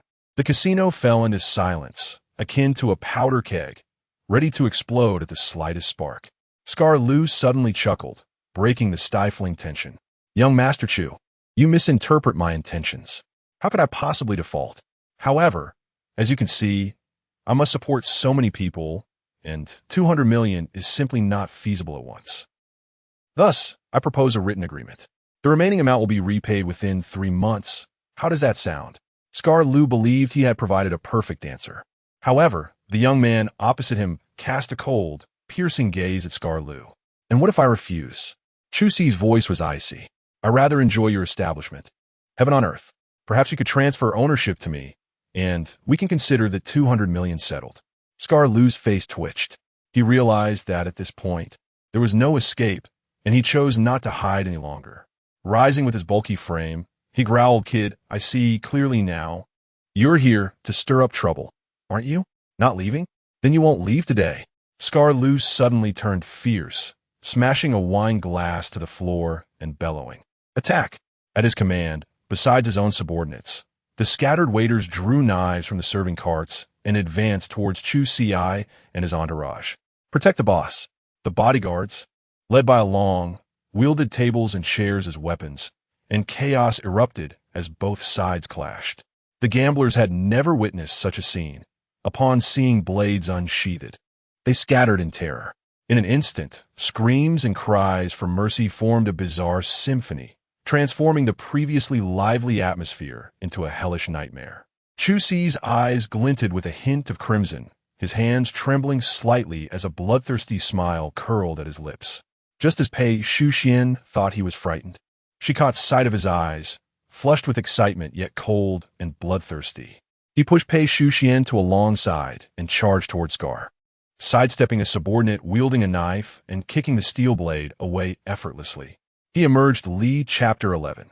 The affection of Pei Shuxian, well done. Chu Ci nodded in approval. The newcomer was none other than the leader of the Black Shadow Legion. After receiving the system reward, he had instructed his men to infiltrate the heavenly world. Before the incident occurred, some were extravagantly spending in casinos, while others were dancing in nightclubs. The moment Chu Ci walked alongside Scar Lu, they sprang into action, eliminating Scar Lu's subordinates stationed nearby. Scar Lu, realizing that the incoming individuals were not his own, felt a chill run down his spine. Chu Ci raised an eyebrow, playfully tapping Scar Lu's bald head as if it were a ball. Weren't you quite arrogant just now? Am I just a child to you? Scar Lu immediately shook his head, revealing a mouthful of gold teeth, and forced a smile. He understood the gravity of the situation and hastily spoke, "Young Master Chu, if you spare me, I will gladly relinquish control of the heavenly world." Chu Ci shook his head dismissively. It's too late. In his previous life, it was Scar Lu who had led his men to storm the Chu family, driving him to the brink of despair. He would never forget the souls lost from the Chu family, their faces twisted in agony. Thus, from the outset, he had no intention of letting Scar Lu off the hook. With a derisive snort, he turned to leave. "Make sure to treat Boss Lu well," Chu Ci added, patting his shoulder, "and don't let him die." "Yes," the assassin responded. Without hesitation, Chu Ci strode away. "Chu Ci, just you wait until I get my hands on you." Upon reaching Pei Shuxian, he waved his hand, testing the waters. "What's wrong? Are you stunned?" "Oh no." Pei Shuxian shook her head, but her pale face betrayed her. Just as Chu Ci took her hand, intending to leave, a figure dashed towards him, a glinting dagger in hand. It was one of Scar Lu's subordinates, having somehow freed himself from his restraints, charging directly at Chu Ci. The subordinate's eyes were filled with a crimson rage. Noticing the movement, Chu Ci instinctively shielded Pei Shuxian in his embrace. "Young master, boss." The horrified gasps of those around echoed as the knife plunged into Chu Ci's side, tearing through his suit and shirt, leaving a stark wound. Long reacted swiftly, kicking the assailant to the ground. "You scoundrel, perish!" Long stomped heavily on the man, still unable to contain his fury. "Take me to the hospital, and have Ling handle the aftermath." Chapter 12. Father's arrangement. On the other end of the phone, the thunderous cries of my father echoed. "Are you trying to drive me to my grave? That was the engagement with the Chu family. What were you thinking, ruining such a splendid opportunity?" Ling Zhangwo slammed the table in frustration. Ling's mother chimed in, "Indeed, Xiao, don't be foolish. Our Ling family is no match for the Chu family." Ling Xiao rubbed her temples and replied nonchalantly, "With me at Ling's, you need not worry, father and mother." Hearing his daughter's haughty tone, Ling Zhangwo waved his hand dismissively. "Don't think that just because I'm not at Ling's, I'm unaware of the company situation. With that unprofitable Tianhai project, how do you intend to compete with Chu Ci?" Ling Xiao was too weary to engage in idle chatter. "Let me handle this matter," Ling Zhangwo insisted. "In a few days, it will be your grandmother's birthday. We shall host a grand celebration. You must invite young Master Chu and sincerely apologize to him." Ling Xiao frowned. "I understand the man's feelings. After you publicly humiliated him in front of so many reporters, he is bound to react." Ling Zhangwo took a sip from his teacup. "Invite him to Ling's. Adopt a humble demeanor to save his face." Ling Xiao instinctively shook her head. But what?" Ling Zhangwo retorted with a cold snort, his brows furrowed. "He adores you. Even if he refuses to postpone, if he is present, it will still serve as a gesture of goodwill. Those who covet our Ling family should take heed. However, the prerequisite is that you must ensure young Master Chu attends the birthday banquet." Ling Xiao nodded silently, realizing that her father's insights were lessons she still needed to learn. At that moment, a flicker of hope reignited within her regarding the future of Ling's. After ending the call, she clenched her teeth and declared to the empty air, "Once the Tianhai project is revitalized, I will surely trample you underfoot." The following day, the young Dr. Ruan observed the stitched wound on Chu Ci's body with a furrowed brow. "Did I not mention that patients should not engage in strenuous activities?" Upon hearing her words, the room fell silent. Chu Ci calmly sipped his hot water, appearing indifferent, while Pei Shuxian blushed like a ripe apple, stammering, he, I. Her eyes pleaded for Chu Ci's assistance. Clearing his throat, Chu Ci interjected Dr. Wan. I got out of bed last night to fetch water and accidentally strained myself. The wound has been bandaged. You may take your leave now, as we have matters to discuss. The doctor, sensing the presence of the benefactor, ceased her inquiries and, after giving a few instructions, departed. How infuriating! This is all your fault, Pei Shuxian muttered softly, biting her red lip. Chu Ci smiled, teasingly mimicking a cat. It was the doctor who advised against vigorous exercise. I must respect her medical advice. Though my physical condition is quite dire, I could manage if it were for you. The girl quickly shook her head and retreated a few steps. After today, I can no longer take care of you. Why? Chu Ci frowned. I have work commitments. My agent has secured me a role in a web drama, Pei Shuxian explained. A web drama? Chu Ci's displeasure was evident. He had personally arranged for her to be promoted, and she was merely accepting a trivial web series? Noticing the change in his expression, Pei Shuxian shook her head. This was a mutual decision with my agent. If I were to start with significant resources, it may hinder my career. I have reviewed the web drama. Although the budget is modest, the team is reliable, the director is experienced, and the script is excellent, perfect for my debut. Do not involve yourself in this matter, she added, gazing at him with innocent eyes. No kissing scenes, Chu Ci stated coldly. Understood. Pei Shuxian nodded vigorously. Then I will go prepare my luggage. Chu Ci waved her off. As he heard the door close behind her, he sat up and activated the system, scanning host's bodily data. Name, Chu Ci. Age, 23. Charisma, 95. Remarkable. Strength, 22. Strength enthusiast. Constitution, 22. Robust. Root bone. None recharge count. 8 luck value. 24,000 skills. Villain aura. Dangerous presence. Suit thug combat. Enhanced villain charm. Eye of reconnaissance. Chu Ci nodded. Recently, through Pei Shuxian and Ling Xiao, he had accrued approximately 20,000 villain points. It was no surprise, as Ling Xiao had experienced numerous breakdowns, nearly losing her sanity at his hands. System, open to shop. Suddenly, the screen transformed, revealing a scene of item exchanges before Chu Ci's eyes. He gazed at the dazzling array of goods, most appearing dimmed, while several stood out for his consideration. Strength pill. Instantly increases combat power by 100, but after use, the male member's function becomes ineffective. The effect cannot be altered by any medical means. Price. 500 Catgirl Transformation Pill. Upon consumption, transforms the user into a cat-like form, complete with adorable ears and a tail. Price. 200 Bajiquan. An ancient martial arts manual comprising both external and internal techniques. When combined, it becomes a true killing art. Price. 1,000 Reverse Speech Potion. Upon consumption, the speaker's words are automatically transformed into their complete opposite, without the speaker's awareness. Price. 1,000 Healing Ointment. Rapidly heals bodily injuries without leaving scars. Price. 500 Considering his options, Chu Ci shook his head. Aside from the healing ointment, the other items held no utility for him. He decided to purchase the ointment, applying it evenly to his waist. Instantly, a miraculous scene unfolded. The previously swollen and inflamed wound began to itch intensely, visibly regenerating flesh at an astonishing rate until the wound vanished completely, leaving no trace behind. This occurred in less than half a minute.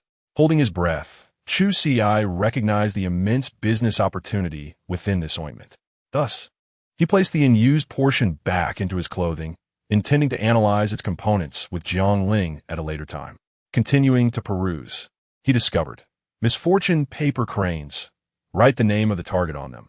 The individual will experience a 20 increase in misfortune over the next 24 hours. And this effect can stack. Price. 200. A glimmer of excitement sparked within Chu Ci. This is it.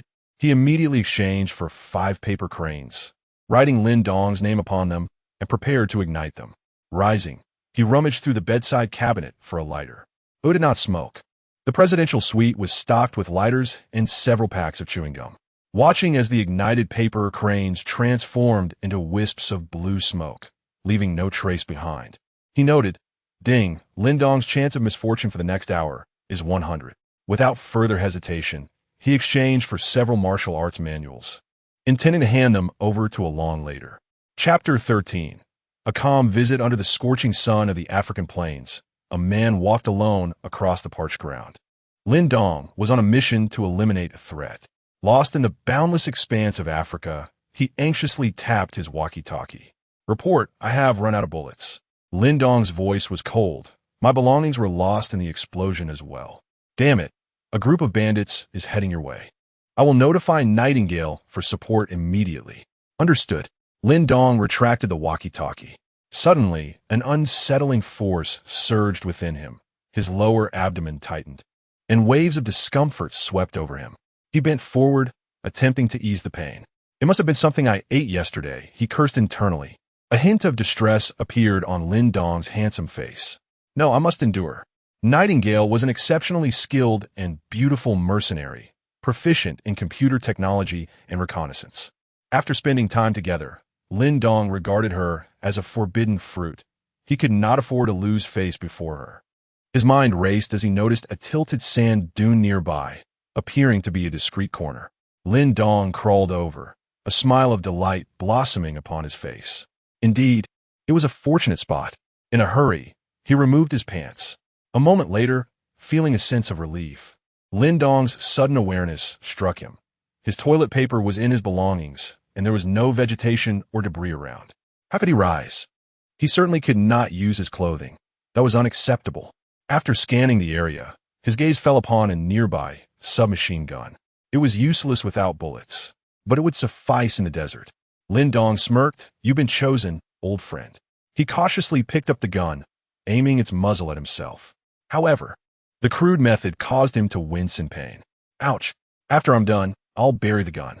Who knows what I've done?" He pondered. Suddenly, footsteps approached from the dune. Instinctively, Lindong grasped the firearm, knowing it was empty, yet still held traces of him. To his astonishment, Nightingale and several members of her team appeared, shock evident on their faces. "What the hell are you doing?" Nightingale seethed, each word laced with anger. "Beep. Villain narrative enhanced. Villain points 10,000. The voice in his mind surprised Chu Ci. The sports car sped forward, the scenery outside blurring by. Deep in thought, Chu Ci silently called upon the system. "System, I'd like to subscribe to a monthly service." His eyes flickered. The system responded with silence. "Each item has a daily purchase limit of 5. Chu Ci remained unfazed, continuing, "Then remember to purchase it for me each day." The elongated Lincoln slowly halted in front of the Tianyi Group building. At the entrance stood 2 tall young men, one resembling a refined gentleman from ancient times, and the other exuding an air of vigor with a wolf-tail bun. They were Ling and a long young master, they chorused. Chu Ci walked towards the Tianyi Group, lost in thought. "After a day of confiscation, and with the help of your friends, we have completely taken over most of the forces under Luscar." Ling paused before adding, "The share transfer agreement is on your desk." Chu Ci nodded. "Got it. By the way, how should we deal with Luscar?" Ling looked to Chu Ci. "He has been tortured beyond recognition. I even sent 2 strong men to pay him a visit." Ling studied Chu Ci's expression. "It's up to you. Make it clean." Chu Ci's voice was cold, his tone as calm as if discussing what to have for dinner. "Understood." Ling noted the unusual change in demeanor. Unknowingly, the young master had begun to handle matters with the meticulousness of a family head. "What about the Ling family?" Chu Ci inquired as the 3 entered the exclusive elevator, ascending to the upper floors. "Regarding the Ling family, your arrangements have been implemented. They are facing comprehensive suppression, and their shares have shrunk by 30%, Ling continued. Chu Ci's expression deepened, silently acknowledging. Ling was puzzled, unable to decipher the meaning behind Chu Ci's simple but pressed on. "Shall we continue?" "Continue." Chu Ci strode forward, heading toward his office. "Along. Arrange a meeting for me with an scion." As he pushed open the door, he found Along in silence, staring at him with confusion. Raising an eyebrow, he asked, "What's wrong?" "Boss, an XIN is in your office," Long stammered. He opened the door, revealing a young woman seated inside. Upon noticing the entry, she rose. Chu Ci observed her black high heels and followed the line of her legs up to her form-fitting, shimmering black stockings. She wore a professional outfit that accentuated her curves, and her short, stylish hair radiated an intellectual charm. With a carefully applied makeup, she was poised, her lips parting as her eyes glimmered with a hint of emotion. Though she might not possess the breathtaking beauty of Pei Shu Xian or Ling Xiao, she was undoubtedly a stunning woman, exuding an aura of vulnerability akin to a conflicted protagonist in an art house film. Beep. Key character detected. Name. An accent. Appearance score. 88. Specialty. Communication. Game theory. Young master. An XN gazed at Chu Ci, suppressing the emotions swirling in her eyes. Chu Ci's thoughts drifted to the plot. According to the narrative, both he and an XIN were villains within the story. He was destined to be a tragic figure, while an XN, a close friend of Ling Xiao, was to infiltrate her circle and act on her behalf. After Chu Ci's demise, an XIN would turn against Ling Xiao, leveraging her secrets to ally with the Ling family's adversaries, ultimately leading to Ling Xiao's heartbreak and her falling into Lin Dong's embrace. An XIN, however, would meet a far worse fate, being struck by a truck sent by Lin Dong as subordinates, ending up as mere fragments of skin. Looking at an XIN before him, Chu Ci nodded in approval. An XIN hailed from humble beginnings, her family unable to fund her studies in finance. During her university years, she received financial assistance from Chu Ci, whom she regarded as a benefactor. After brief interactions, she had developed feelings for the tall, handsome, and wealthy Chu Ci. Meanwhile, during this time, an XIN's grandmother fell ill with myocarditis, and it was Chu Ci who financed her surgery. This was the reason she had consistently aided Chu Ci. "Boss, I'll leave you two to talk," Jiang Ling said, discreetly closing the door as he led a bewildered Long away. The door clicked shut. "Did you need something from me?" Chu Ci settled onto the nearby sofa, casually crossing his long legs, nodding for an XIN to sit. Taking a sip of coffee, he lifted his gaze. "What brings you to Tianyi?" "The recent siege on the Ling family has left them vulnerable," and XIN paused for a moment. "So, President Ling sent me to inquire about Tianyi's stance." Chu Ci raised an eyebrow. "If President Ling sent you, it implies that it is not her genuine intention." Chapter 14. Collusion. Chu Ci waved his hand dismissively, no longer concealing his intentions. "You must have seen the news. Ling Xiao humiliated me at her birthday banquet. Our relationship has irrevocably soured, and my sole objective now is to bring down the Ling family, forcing Ling Xiao to bow before me." Auntie hesitated, then said, "You should inform Ling Xiao that her family's current predicament is of her own making." Chu Ci shifted the conversation. "Mr. Ling has indeed promoted you. Having graduated from university just 2 years ago, you have already become the head of the finance department at Ling Corporation." His slender fingers tapped lightly on the ceramic cup in his hand. Auntie shook her head. "Young Master Chu has been benevolent to me. In my heart, I will always support him," Auntie declared resolutely, establishing her stance. Leaning back against the sofa, Chu Ci spoke in a low voice. "With your words, I can rest easy." He nodded, a smile spreading across his face, though it did not reach his eyes. "I actually have a favor to ask of you. Since it's mealtime, why don't we grab a bite?" Chu Ci raised an eyebrow, casually tossing aside the documents on the table. Auntie had no reason to refuse, nodding in agreement. As they drove away from the Tianyi Group building, the scenery outside the window blurred past, the roar of the engine igniting a rush of adrenaline. After several accelerations, Auntie's expression turned pale, struggling to maintain her composure. Fortunately, the car came to a steady halt at the entrance of the Empire Hotel. "Young Master." The doorman smiled at Chu Ci, but his smile faltered when he saw him accompanied by a girl in black. This girl was strikingly different from the one in the red dress who had left 2 days prior.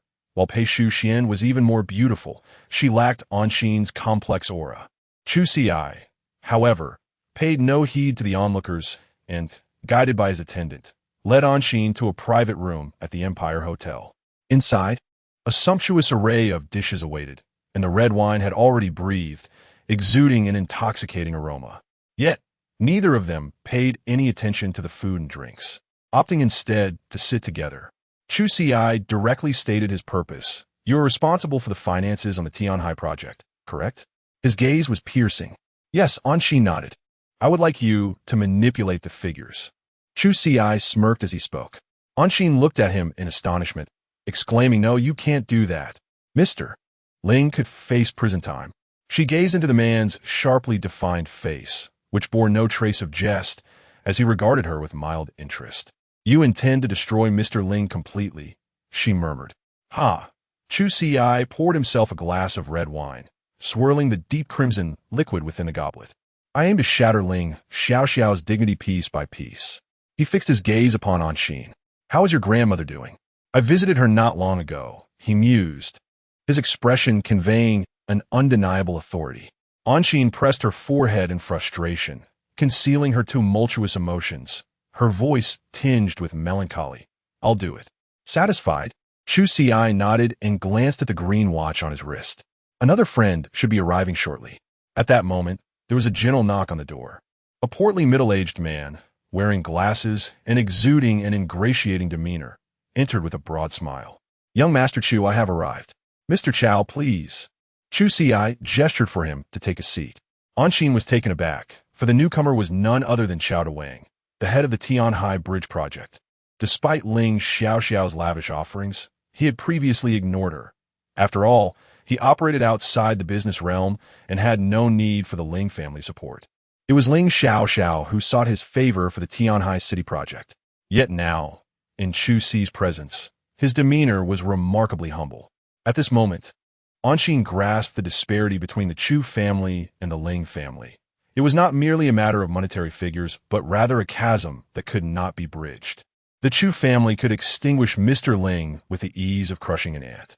"Youth Master, regarding the Tianhai Bridge project, why not proceed with this beneficial endeavor for the public?" Chu Ci's gaze flickered before he replied, "In my personal capacity, I will contribute 10 billion to assist the Federation. However, I would require Mr. Chow's assistance with certain matters."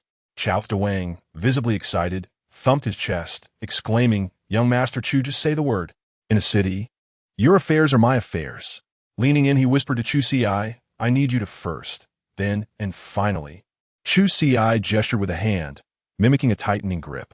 Both men chuckled in unison. As their conversation unfolded, Auntie felt increasingly alarmed, pouring drinks for both Chu Ci and Chao Wang, unable to interject a single word. According to Chu Ci's calculations, even if Mr. Ling had 10 lives, it would not suffice for his games. The three of them enjoyed a lively discussion and consumed a considerable amount of alcohol. Auntie, choosing to remain silent, drank a few more glasses, her fair complexion tinged with a rosy hue, her short, tousled hair adding an air of innocent allure, making her resemble a ripe cherry, enticing those around her. After 3 rounds of toasts, Chao Wang, unable to linger any longer, excused himself, the most sober among them. Auntie took it upon herself to assist the inebriated Chu Ci towards his room, swiping her card to access the elevator, ascending to the top floor of the Empire Hotel. The weight of the man was somewhat overwhelming, prompting her to remove her high-heeled shoes, bearing his weight on her bare feet. As she gazed at Chu Ci's stunning profile, she found herself gently tracing his brow, swallowing hard. After laying him on the bed and carefully removing his suit and trousers, she discovered the chiseled abdominal muscles concealed beneath his clothing, igniting a flicker of heat within her. Yet she hesitated to fully behold such a sculpted form reminiscent of ancient Greek statues. Just as she intended to depart, a strong hand seized her wrist. "Stay tonight," the man on the bed said, his eyes narrowed, his deep gaze fixed intently on her, showing no signs of intoxication. His eyes were ablaze, like a hunting leopard, eager to devour her whole. Her beautiful eyes darted away as she protested, "Young Master Chu, you've had too much to drink." "Huh, Auntie, we're in the same boat. Yet our connection remains tenuous." Chu Ci pulled her closer. "The Ling family is in turmoil, and only I can pull you out. You have 3 seconds to decide." Auntie's eyes flickered with hesitation, but ultimately she whispered, "All right." Before she could finish her sentence, a powerful force pushed her onto the bed, followed by the sound of tearing fabric as her delicate hands were bound to the headboard with a tie. "Please," she gasped as the intensity of the moment escalated, Chu Ci holding her tightly in his embrace, her breaths growing heavier from the fervor of their encounter. "I feel like such a scoundrel," she murmured. "Mr. Ling has been so good to me, yet don't fret. I'm no saint either." Chu Ci replied with a raspy voice, chuckling softly. "What we have here is merely collusion. Is that so?" she questioned as the night stretched on before them. Chapter 15. Ling Xiaoxiao's Ambition. The following day, gentle sunlight bathed the earth. Chu Ci, with a contented expression, bid farewell to an ex-scion. "I've left you a gift. Open it when you return to the Ling family," he said, patting an ex-scion's delicate shoulder with a smile. An ex-scion playfully bit her lip, casting a reproachful glance at Chu Ci. She had changed into a pristine, off-shoulder cream woolen sweater that exuded an air of refined innocence. The reason was simple. Her attire from the previous night was now in tatters, utterly unwearable. Thoughts of last night flooded her mind, on the sofa, the carpet, and even the balcony. Her cheeks flushed with embarrassment as she waved goodbye to Chu Ci and left. Watching an ex-scion's retreating figure, Chu Ci stretched lazily before returning to his room. He retrieved a camera from the corner and transferred the data to his phone. "System, hostborn. You know nothing." Chu Ci rolled his eyes. "If you had the capability to assess loyalty, would I need to resort to such measures for leverage?" "System," Chu Ci confidently retorted, "I'm merely compensating for your deficiencies at the cost of my own morals. How dare you blame me?" The whirring of the fan filled his ears. Presumably, the CPU was overheating. Chu Ci had intended to take a nap, but upon noticing the disorder in his surroundings, his drowsiness vanished. "System, display my panel." Scanning host's physical data. Name, Chu Ci. Age, 23. Charisma, 95. Impressive. Strength, 22. Enthusiast of weightlifting. Constitution, 22. Robust. Root, none. Charge count, 8. Luck value, 101,000. Skills, villain aura, dangerous presence, suited thug combat, enhanced villain charisma, eye of reconnaissance. Congratulations, your villain points have accumulated to 100,000. The system rewards you with a new 10-draw lottery. Shall we proceed? Chu Ci nodded. Let us begin. The luminescent screen before him displayed a spinning wheel, and soon several small balls descended. Ding! Congratulations. You have obtained immunity to all poisons. Ding! Congratulations. You have acquired 100 bullet evasion. Ding! Congratulations. You have received a power pill, X1. Congratulations. You have obtained a charming female disguise. Congratulations. You have increased your constitution by 10. The new 10-draw yielded several intriguing items, notably the immunity to all poisons and 100 bullet evasion. These two abilities would virtually guarantee his safety in Long Country. Chu Ci's gaze intensified as he scrutinized his data panel. Name, Chu Ci. Age, 23. Charisma, 95. Impressive. Strength, 22. Enthusiast of weightlifting. Constitution, 32. Robust. Root, none. Charge count, 10. Villain points, 100,000. Skills, villain aura, dangerous presence, suited thug combat, enhanced villain charisma, eye of reconnaissance, 100 bullet evasion, immunity to all poisons. He nodded in satisfaction. The enhancement in his constitution did not manifest in muscularity. Rather, he felt a warm current coursing through him, filling him with vigor, alleviating the emptiness of the previous night.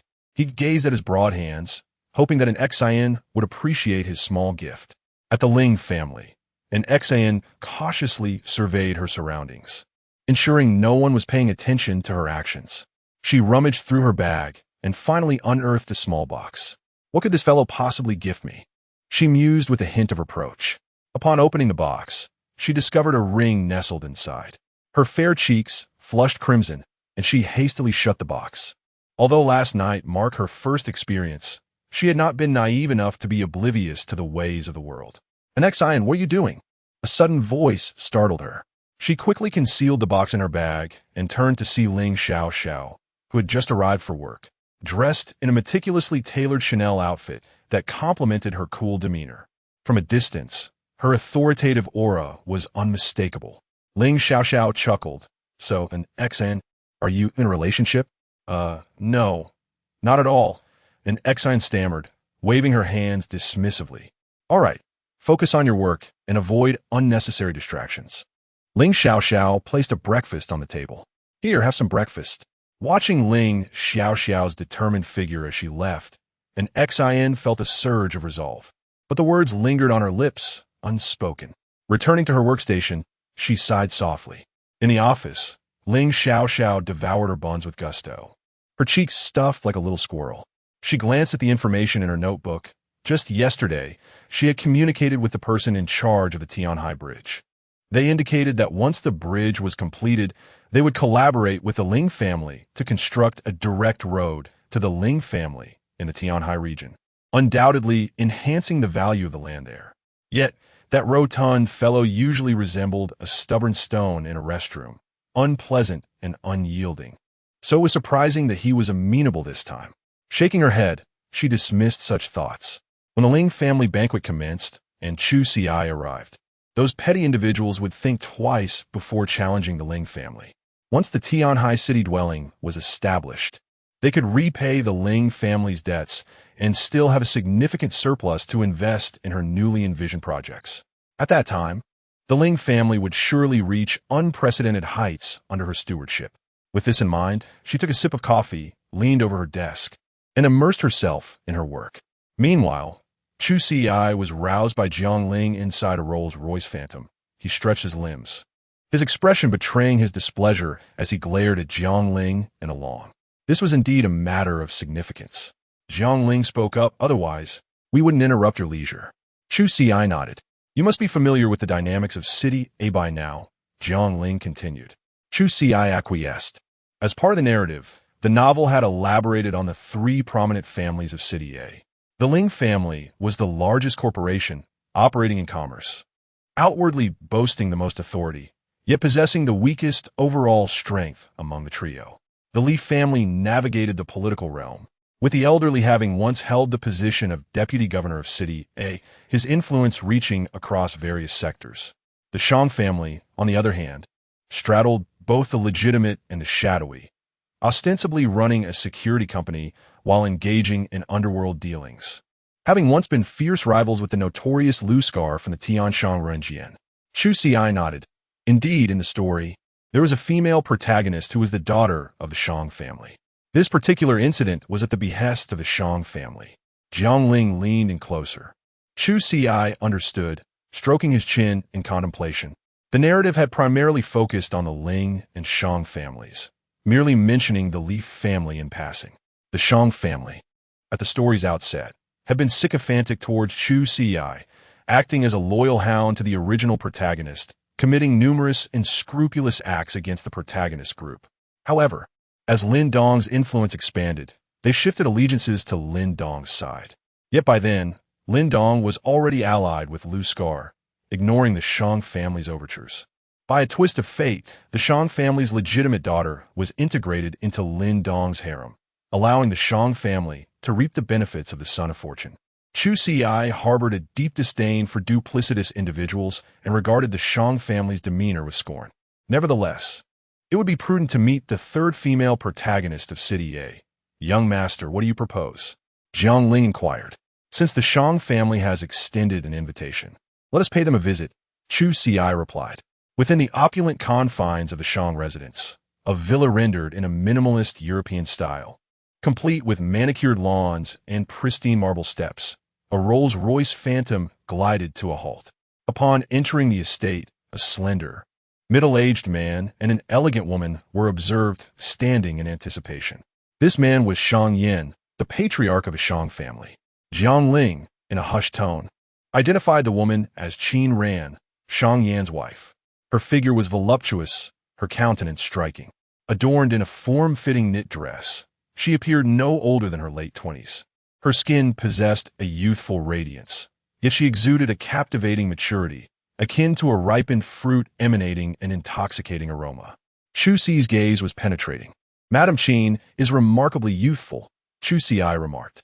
Madame Qin is already 36, Ling quickly clarified, sensing Chu Ci's thoughts. Chu Ci offered a subtle nod.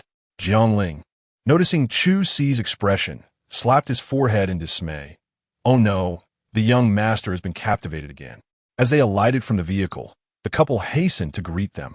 We have long heard of young Master Chu, a paragon of youth and talent. To meet you in person is truly an honor, Shang Yin proclaimed, scrutinizing the young man with practiced eyes. Chu Ci responded with a nod. Uncle Shang, you also appear more vigorous than the rumors suggest. Without further pleasantries, Shang Yin gestured. Young Master Chu, please come inside. Chu Ci's gaze lingered momentarily on Madame Qin's face before he nonchalantly strolled into the ancestral home. The interior of the living room was a revelation of understated luxury. The decor was predominantly white and gold, and the room spanned 3 stories. A winding staircase spiraled gracefully upwards, and an ornate chandelier cast a warm, amber glow, creating an inviting ambience.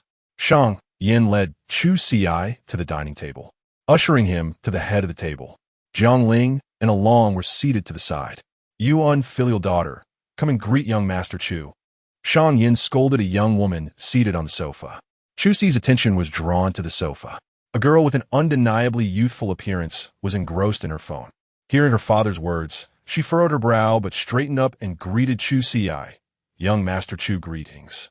Chu Ci raised an eyebrow as he observed the girl before him. She was barely 160 centimeters tall, with a delicate frame and a pretty face. Her fair skin was filled with collagen, and her doe-like eyes sparkled with moisture as she scrutinized Chu Ci. It was none other than Shang Xiaoyan, the 3rd female lead in the novel. In later chapters, she would fall into the water at a banquet, be rescued by Lin Dong, and develop an immediate infatuation with him, becoming one of the protagonist's harem members. She would assist Lin Dong in entering the school, where he would proceed to captivate several innocent school beauties. She must be an adult, Chu Ci mused inwardly. The system chimed in, Master, rest assured, no sane author would dare to write about underage characters. Chu Ci nodded in agreement. The host has discovered the female lead in the novel, Shang Xiaoyan. Name, Shang Xiaoyan. Appearance, 90 points, still developing. Charge count, 0 favorability, 0 special skills. Reading novels, browsing short videos, reading comics, watching dramas, playing mobile games, and a fondness for Genshin Impact. Chu Ci's lips twitched slightly. He wondered if these could truly be considered virtues. As Chu Ci studied Shang Xiaoyan, she in turn took in Chu Ci's features. She gasped inwardly. It was difficult to describe the impression he made. His features were sharp, his eyebrows were like swords, and his eyes were like stars. His cool demeanor was irresistible. Dressed in a tailored suit, he was tall and slender, as if a domineering CEO had stepped out of a novel. While Ling and Long were also handsome men, Chu Ci was the first person one noticed in the crowd. The young girl was overwhelmed. She felt a rush of warmth and hastily excused herself to the restroom, not wanting to appear flustered in front of her idol. Shang Xiaoyan's favorability 20. Chu Ci raised an eyebrow. This was the first time a female lead had gained favorability without any interaction.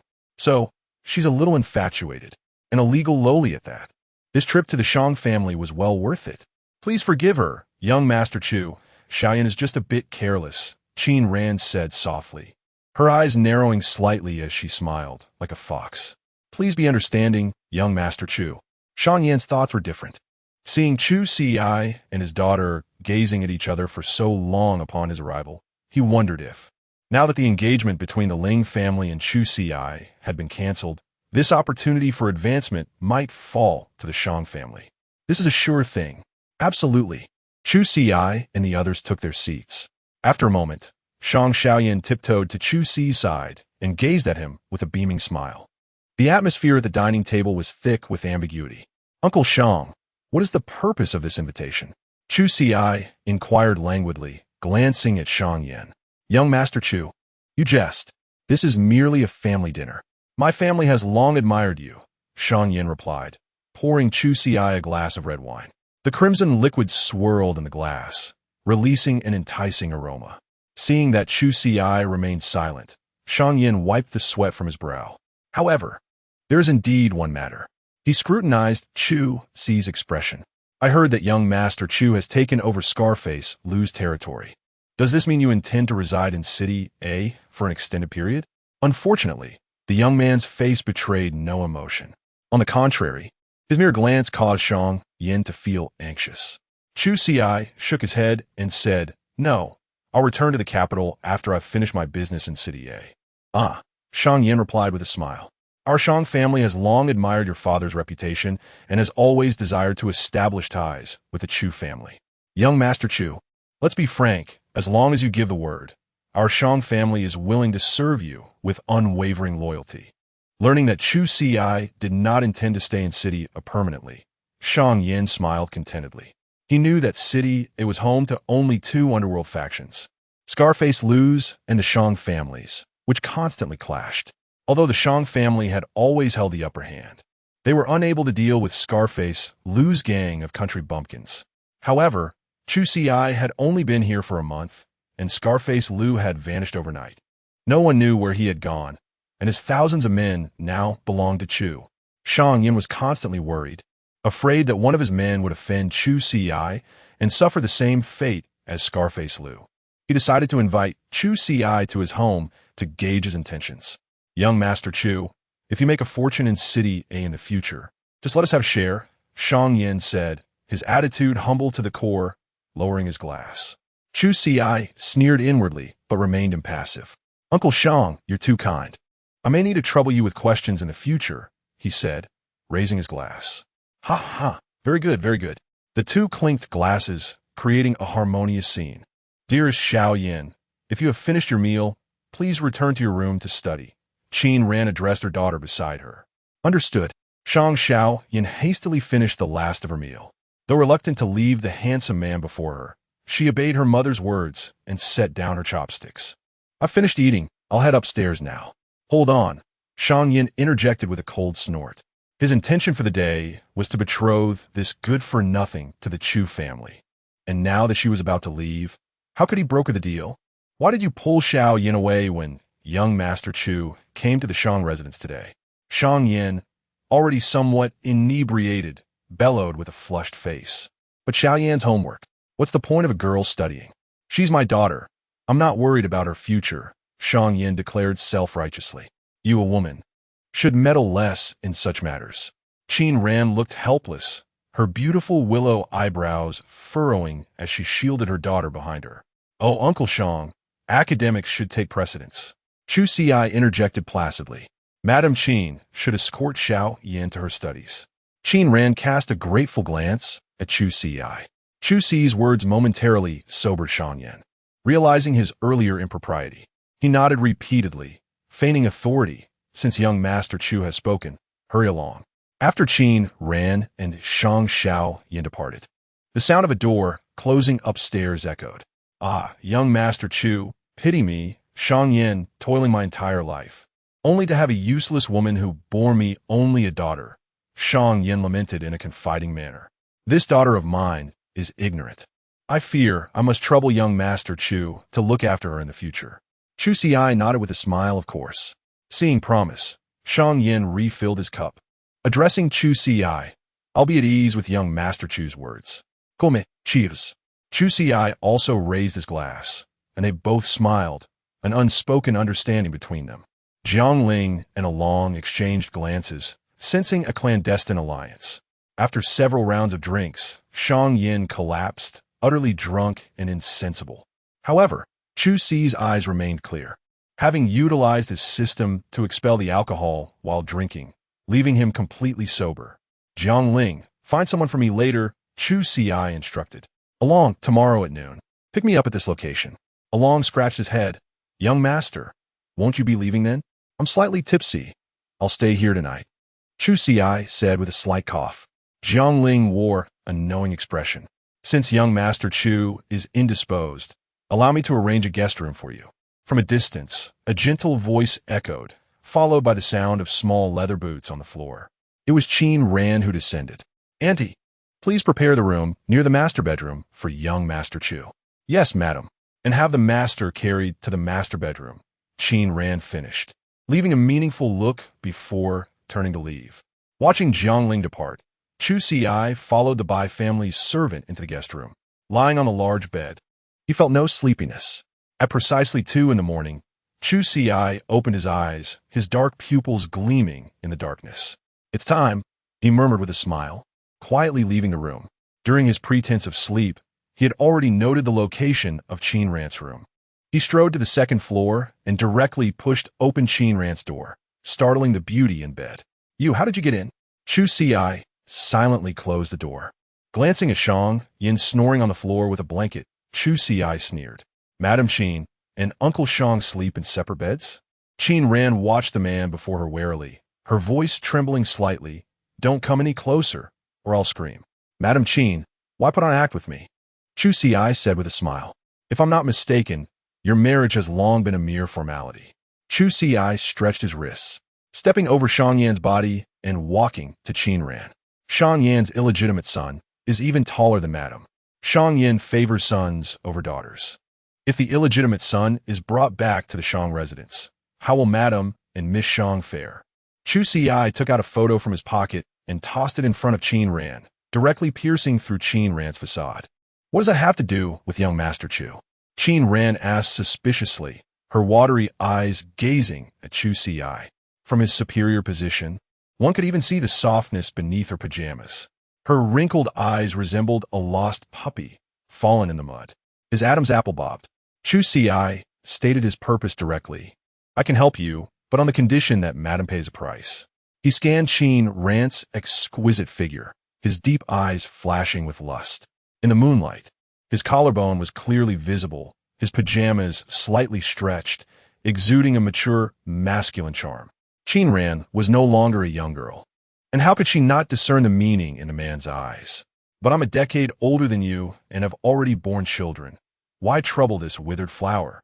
Before she could finish, Chu Ci interrupted, "But I just fancy Madam's type." Chu Ci's eyes turned lustful as he knelt on the bed. "Don't belittle yourself. Madam is clearly still charming." He leaned closer to the woman's ear, wickedly whispering, "Madam, you wouldn't want to see Xiao Yin bullied in the future, would you?"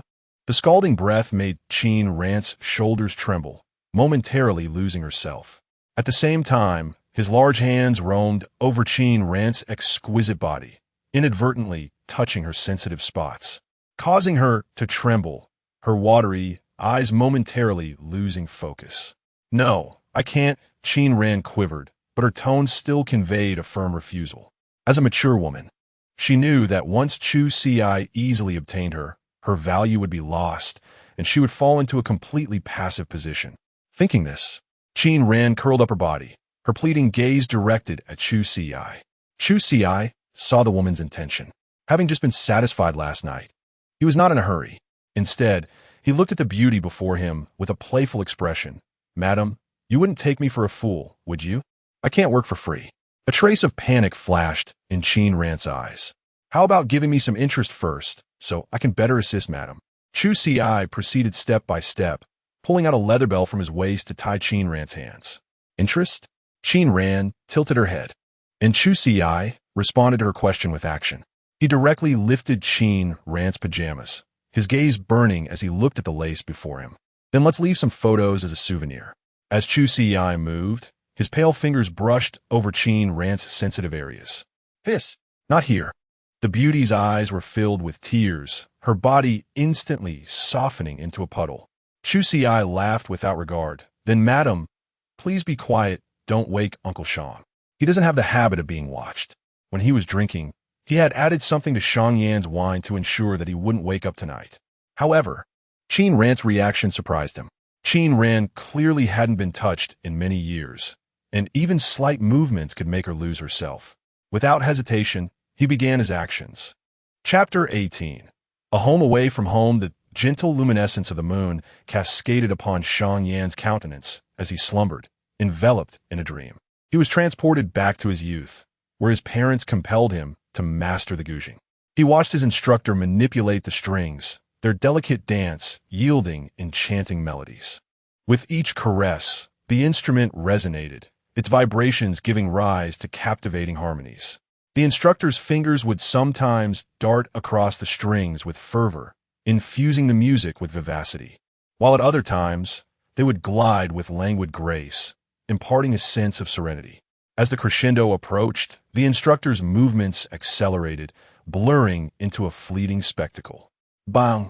With the music reaching its zenith, the instructor subdued the quivering strings, bringing the performance to an abrupt halt.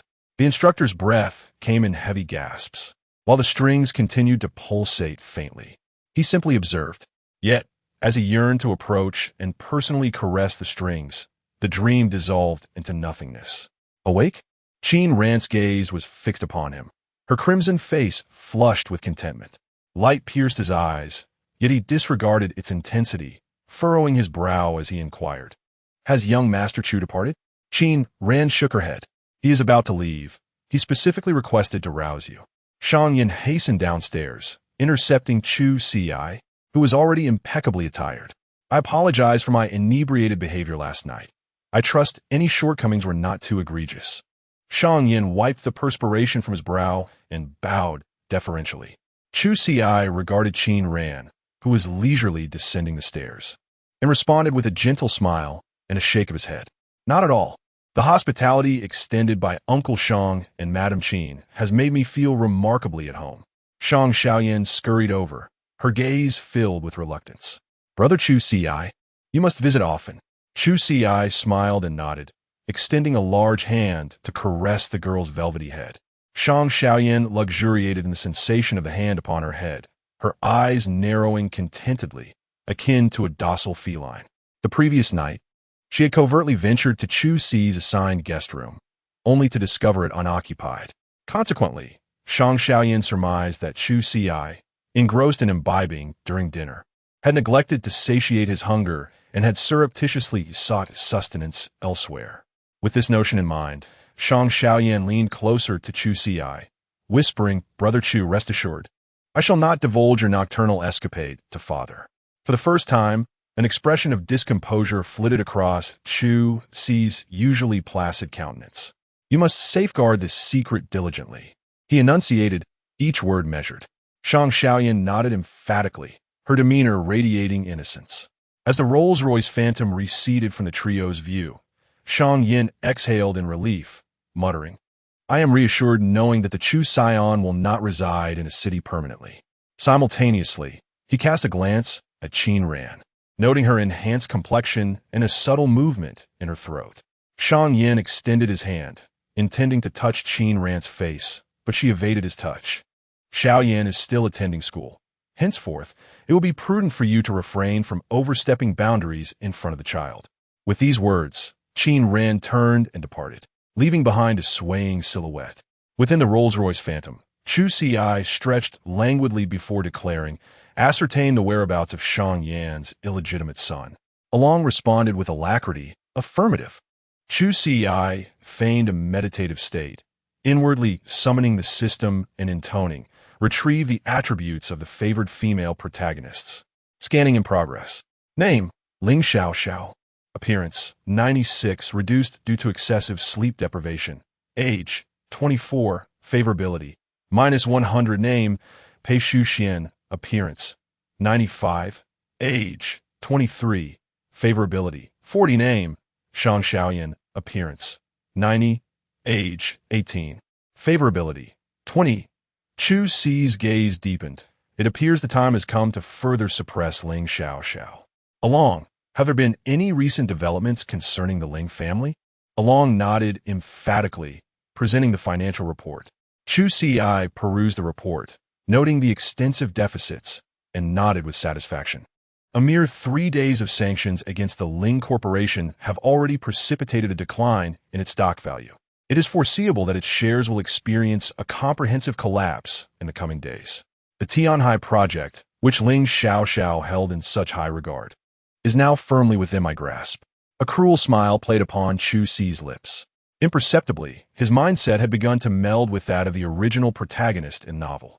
He now derived immense gratification from manipulating his former adversaries. Furthermore, young master, the Ling family has dispatched an invitation requesting your presence at the Ling matriarch's 70th birthday celebration. Jiang Ling announced, proffering the invitation to Chu Ci. Before Chu Ci could respond, Along erupted in indignation. That shameless Ling, Jiangwo. After repeated humiliations inflicted upon you, they dare to invite you to their festivities. Their audacity is astounding. Chu Ci chuckled softly and waved his hand dismissively. Since the Ling family has extended an invitation, we shall pay them a visit next week. Chu Ci leaned back in his seat, murmuring, Jiang Ling, what is the status of the matter I entrusted to you? Jiang Ling adopted a solemn expression, responding with gravity, Boss, he remains within the Shang family's underground boxing arena. Recent intelligence indicates that Shang Zhua is also present today. He then presented a file. Gu Renjia, a pugilist who arrived from Hong Kong via clandestine means, once sought by a prominent family there. A woman with whom he shares a close bond is suspected to be the daughter of a Hong Kong magnate. They reside together in a modest dwelling, subsisting on Gu Renjia's earnings from illicit boxing matches. Chu Ci's countenance remained impassive. In the subsequent narrative, Gu Renjia and Lin Dong would become acquainted, forging a fraternal bond. Gu Renjia had caused considerable vexation to the original protagonist, and his existence could no longer be tolerated. Chu Ci murmured. Eliminating Gu Renjia before Lin Dong's return would be akin to severing an arm. Chu Ci stroked his chin, addressing along. It appears we must make an excursion to the Platinum Pavilion. The trio promptly departed.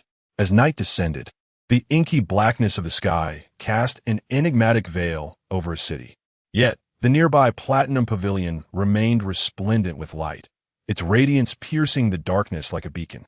It never closed its doors at night, catering primarily to nocturnal patrons. Chu Ci alighted from the vehicle, the Platinum Pavilion looming like a colossal edifice within the city. Even from behind its ornate gates, the clamor within was palpable. A long strode ahead, only to be intercepted by two attendants at the entrance. Greetings, sir. Entry requires presentation of identification. This establishment is not accessible to all and sundry. The taller attendant's tone was laced with mockery. He had clearly observed Chu Ci and his entourage emerge from the Rolls-Royce Phantom, relishing the opportunity to witness the discomfiture of such prominent figures. Chu Ci frowned, as no one had apprised him of the need for identification.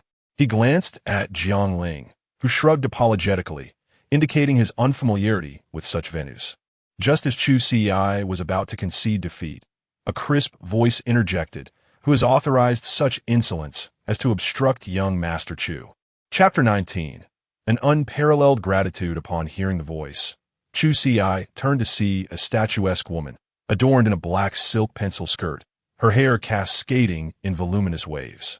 A conspicuous beauty mark graced the corner of her eye, further enhancing her enchanting allure. Her eyes, languid and captivating, framed a face of undeniable sensuality. Sister Gua. Two attendants receded deferentially. The captivating woman, however, paid them no heed, proceeding directly towards Chu Ci. Young Master Chu honors us with his presence. Has our humble establishment been remiss? She inquired with a smile. My name is Zhang Gua, though you may call me Gua. You recognize me? Chu Ci raised an eyebrow. Indeed, Zhang Gua responded. The proprietor has specifically instructed that should you grace his establishments with your patronage, you are to receive the utmost preferential treatment. Chu Ci nodded in acknowledgement. That old fox, Shang Yan, certainly knows how to ingratiate himself. No wonder he pleased the original owner so thoroughly in the previous timeline. Allow me to escort you inside, Zhang Gua offered, inclining her body slightly, the contours of her figure accentuated by the gesture. Truly, a slender branch bearing bountiful fruit. Chu Ci mused inwardly. Composedly averting his gaze, Chu Ci and his entourage followed the woman as she ushered them through the doors of the Platinum Villa. As they passed, Zhang Gua issued a curt dismissal. You two, collect your wages for the month. Your services are no longer required as of tomorrow. With a mere utterance, she sealed their fates. Navigating through a labyrinth of corridors, Chu Ci surveyed his surroundings. On the surface, the Platinum Villa bore a resemblance to any ordinary karaoke establishment, albeit more opulent. However, Chu Ci detected subtle nuances that set it apart. He could perceive intermittent tremors beneath his feet, indicative of a hidden realm within the villa's depths. As anticipated, Zhang Gua halted before an elevator, swiping a card and selecting the subterranean level. The elevator descended gradually, Chu Ci estimating a depth of approximately 5 or 6 stories before it came to a halt. Ding! The doors parted, unleashing an immediate surge of heat. The vista beyond assaulted the senses, accompanied by a wave of fervent warmth. A cacophony of deafening sounds erupted from the crowd, applause, screams, and cheers intertwined in a frenzied symphony. Agia! Agia! At the center of the arena, a blood-soaked colossus roared in triumph, brandishing the bandages that encased his hands. The pristine white fabric had been saturated with a crimson hue, indistinguishable as to whether it was his own or his opponent's blood. The crimson spectacle permeated the atmosphere, igniting the primal instincts of the onlookers, propelling them into a state of unbridled frenzy. Beneath him, a hulking figure lay prostrate in a pool of blood, resembling a discarded carcass, his fate uncertain. Stacks of currency were transported to a registration point via small trolleys, instantly igniting another wave of commotion. This constituted the primary revenue stream of the Platinum Villa. Through underground combat, the Platinum Villa had achieved a staggering daily revenue of 100 million. The blood-soaked gladiator at the center of the arena was on the cusp of securing his 50th consecutive victory in the underground fight club, assuming the mantle of a veritable war god. Many, having squandered their fortunes through gambling, were compelled to face the undefeated champion in the subsequent round. Chu Ci cast a cursory glance, then scoffed and withdrew his gaze. Gu Renjia was, after all, the renowned king of fist from Hong Kong, a champion who had garnered international acclaim. To pit him against the common fighters of a city's underground fight club was akin to a massacre. From the outset, it was a one-sided slaughter. Zhonghua guided Chu Ci and his retinue, "This way, please." She led them toward the staircase, which in turn led to a series of private rooms. Zhonghua directed Chu Ci to the most centrally located chamber. It offered a panoramic view of the entire underground arena, reserved exclusively for esteemed guests such as himself. Moreover, their room was conspicuously the most spacious and afforded the widest vantage point within the VIP section. Chu Ci and Long settled into their seats, while their bodyguards dispersed to either side, assuming their positions. Those below scanned the crowd, eventually locating the young man in question in a corner. His eyes bloodshot, he raised his arms in jubilation, celebrating Agia's triumph. That Zhongzhua is a frequent patron of the Underground Fight Club.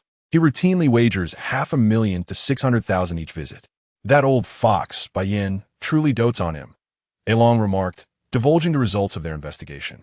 Chu Ci raised an eyebrow. Indeed, does the young master harbor aspirations to partake in the wagering? Chu Ci demurred, shaking his head and diverting the topic.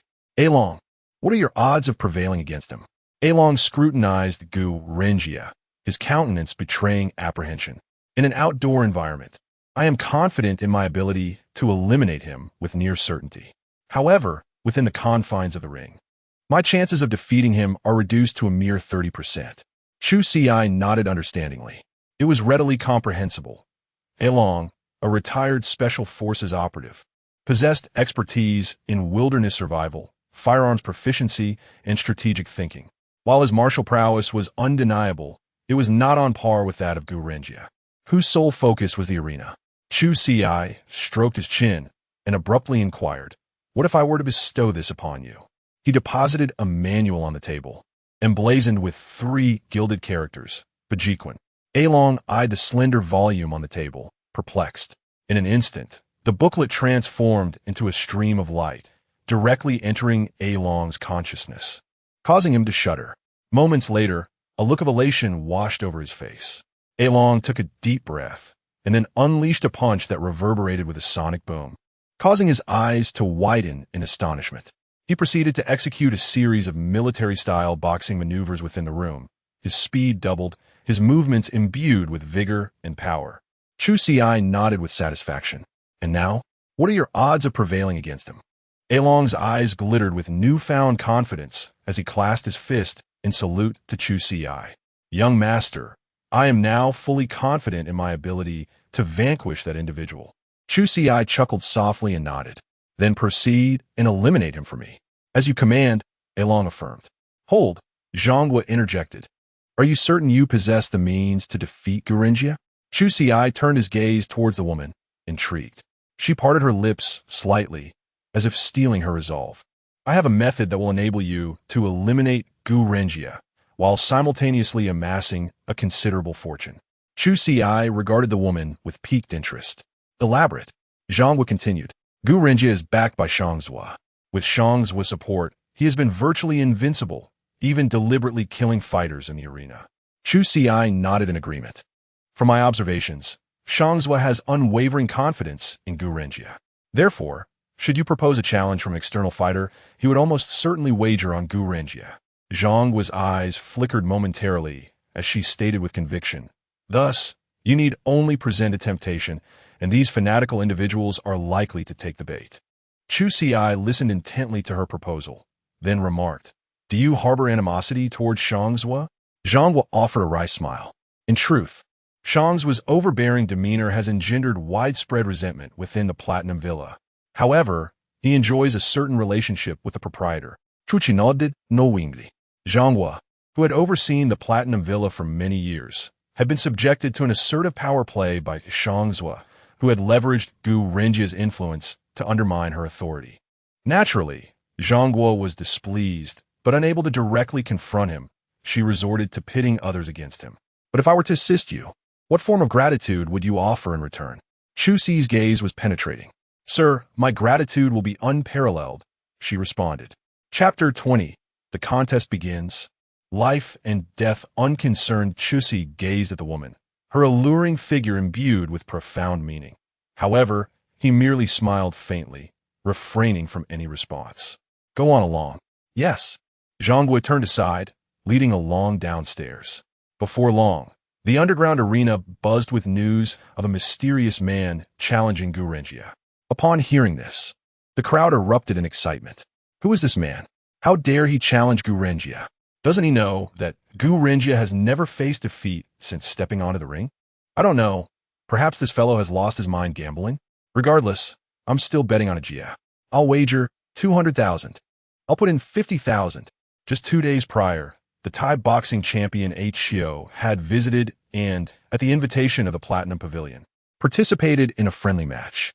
It was said to have ended in a draw, but anyone with discerning eyes could see that Gu Renjia had dominated the champion, strengthening the resolve of the gamblers. This sudden contender can't possibly surpass the Thai champion, can he? With this mindset, everyone placed their bets on a Jia. The odds skyrocketed to an astounding 101.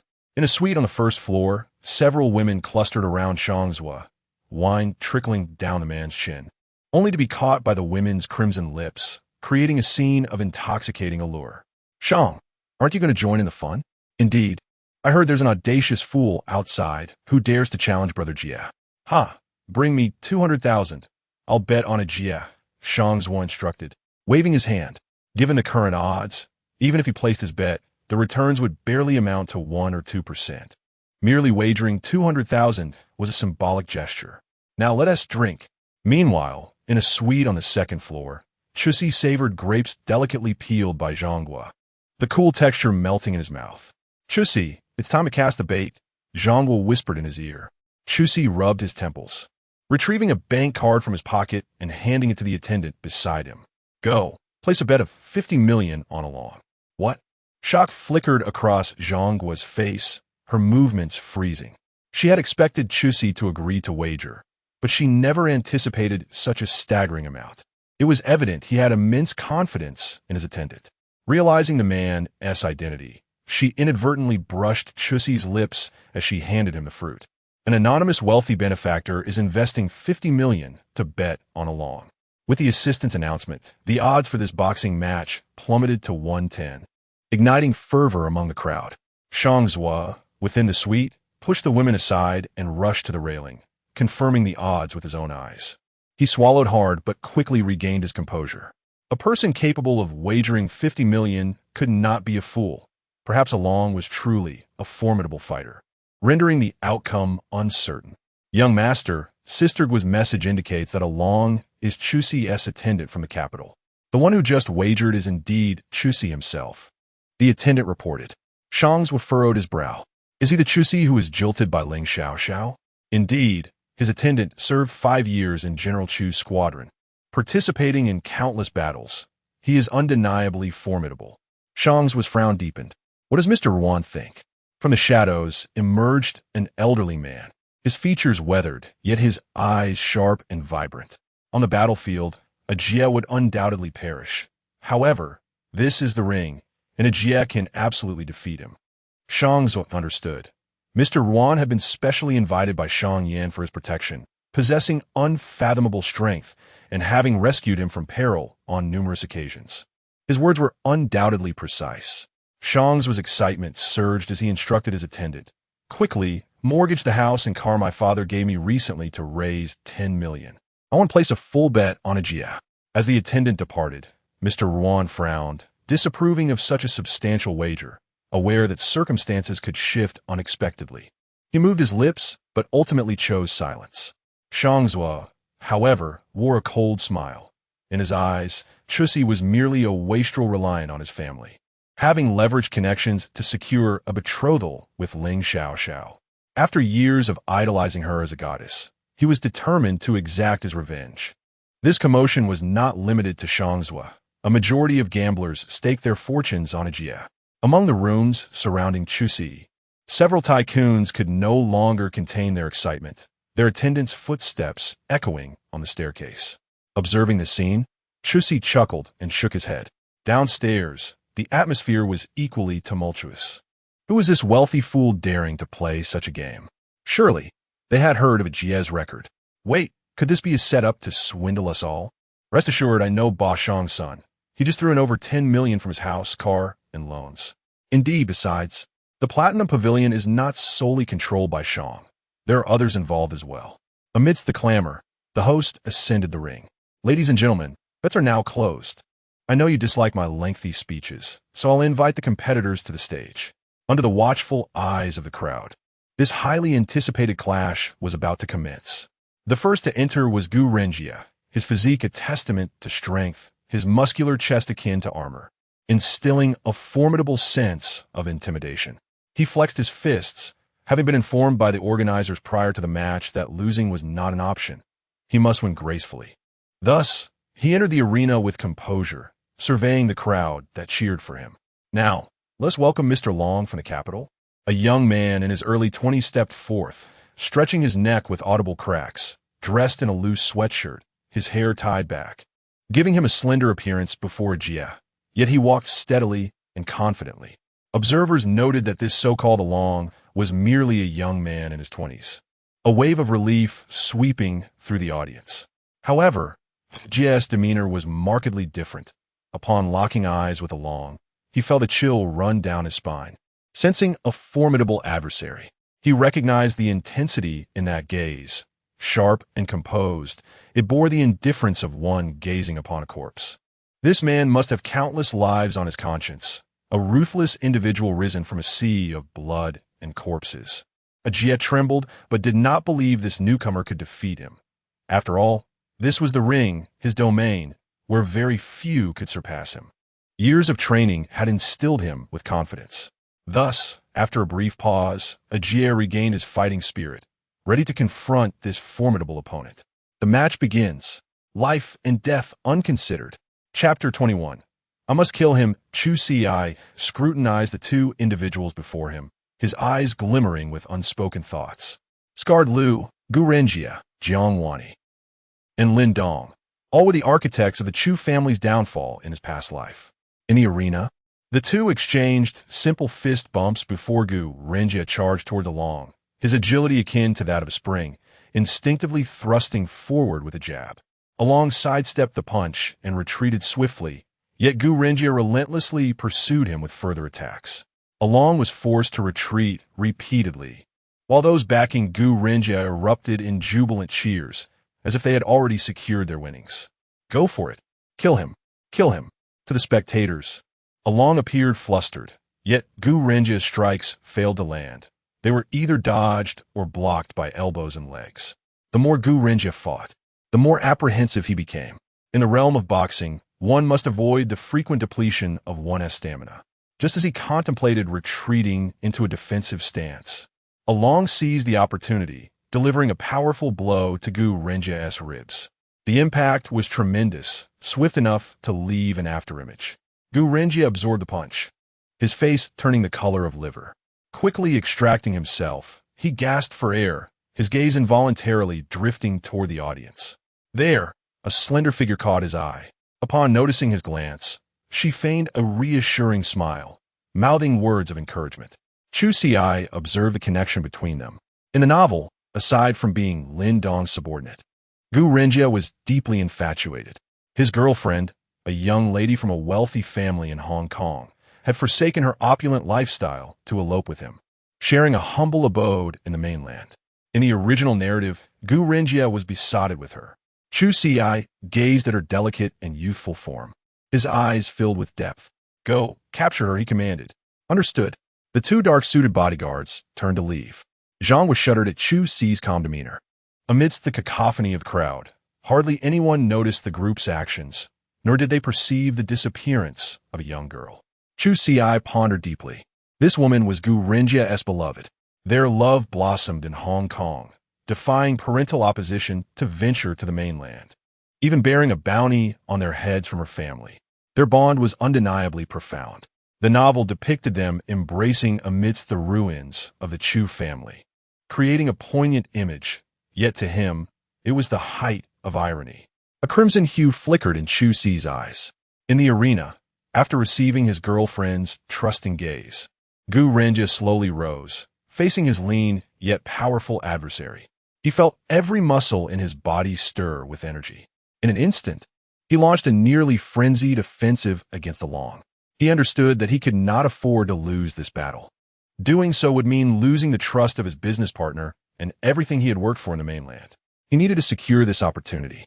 His eyes glowed with determination as he disregarded Long's fists, engaging in a life-and-death exchange of blows.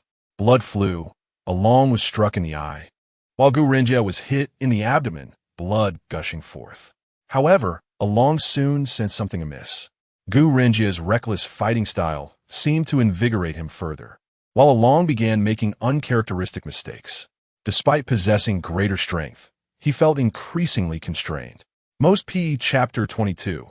Your girlfriend is in my hands. Silence engulfed the surroundings. And moments later, a cacophony of anguished cries erupted. In that fleeting instant, many individuals lost their life savings, their shouts stifled by the security personnel. Some had even borrowed from the casino, now indebted and dragged away, their faces ashen, destined to become fodder for the next match. The security staff, unfazed, methodically cleaned up the aftermath of this familiar scene. Shangs was slumped onto the sofa, silent, having just lost over 10 million. He grimaced as he pushed the beautiful woman beside him to the floor, his expression darkening. Mr. Wan, bring that useless fool to me, he ordered. From a shadowy corner, an aged voice responded, yes. A long-standing debt to Chu Ci weighed heavily on Long's mind as he approached the unconscious A Hui, his hand poised like a blade. Suddenly, a steel knife was hurled at him. Long was forced to retreat swiftly, his eyes blazing at the source. An elderly man emerged from the shadows, silver-haired and sharp-eyed. Young friend, why the hostility? Leave a thread of hope today, and we may meet again another time. Upon seeing the elder, Long's heart sank. This was a reclusive master of ancient martial arts. The previous movement alone could have cost him his life. He was undeniably outmatched. This man could not be killed today. At that moment, the sullen Shangs was stepped forward, his face a mask of displeasure. You have conceded defeat. Why the need to kill him? He cast a disdainful glance at Ajia, who had once seemed invincible in the city, now reduced to a pitiful state. If not for the potential value in bringing him back, Shangs would have relished the thought of crushing his head underfoot.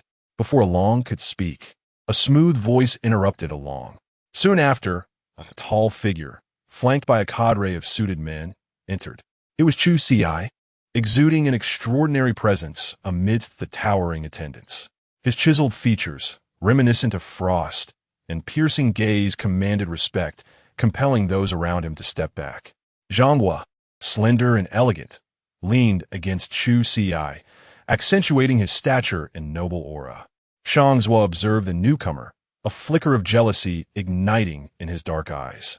He had considered himself exceptional, Yet the innate nobility of Chu Ci could not be rivaled by mere wealth.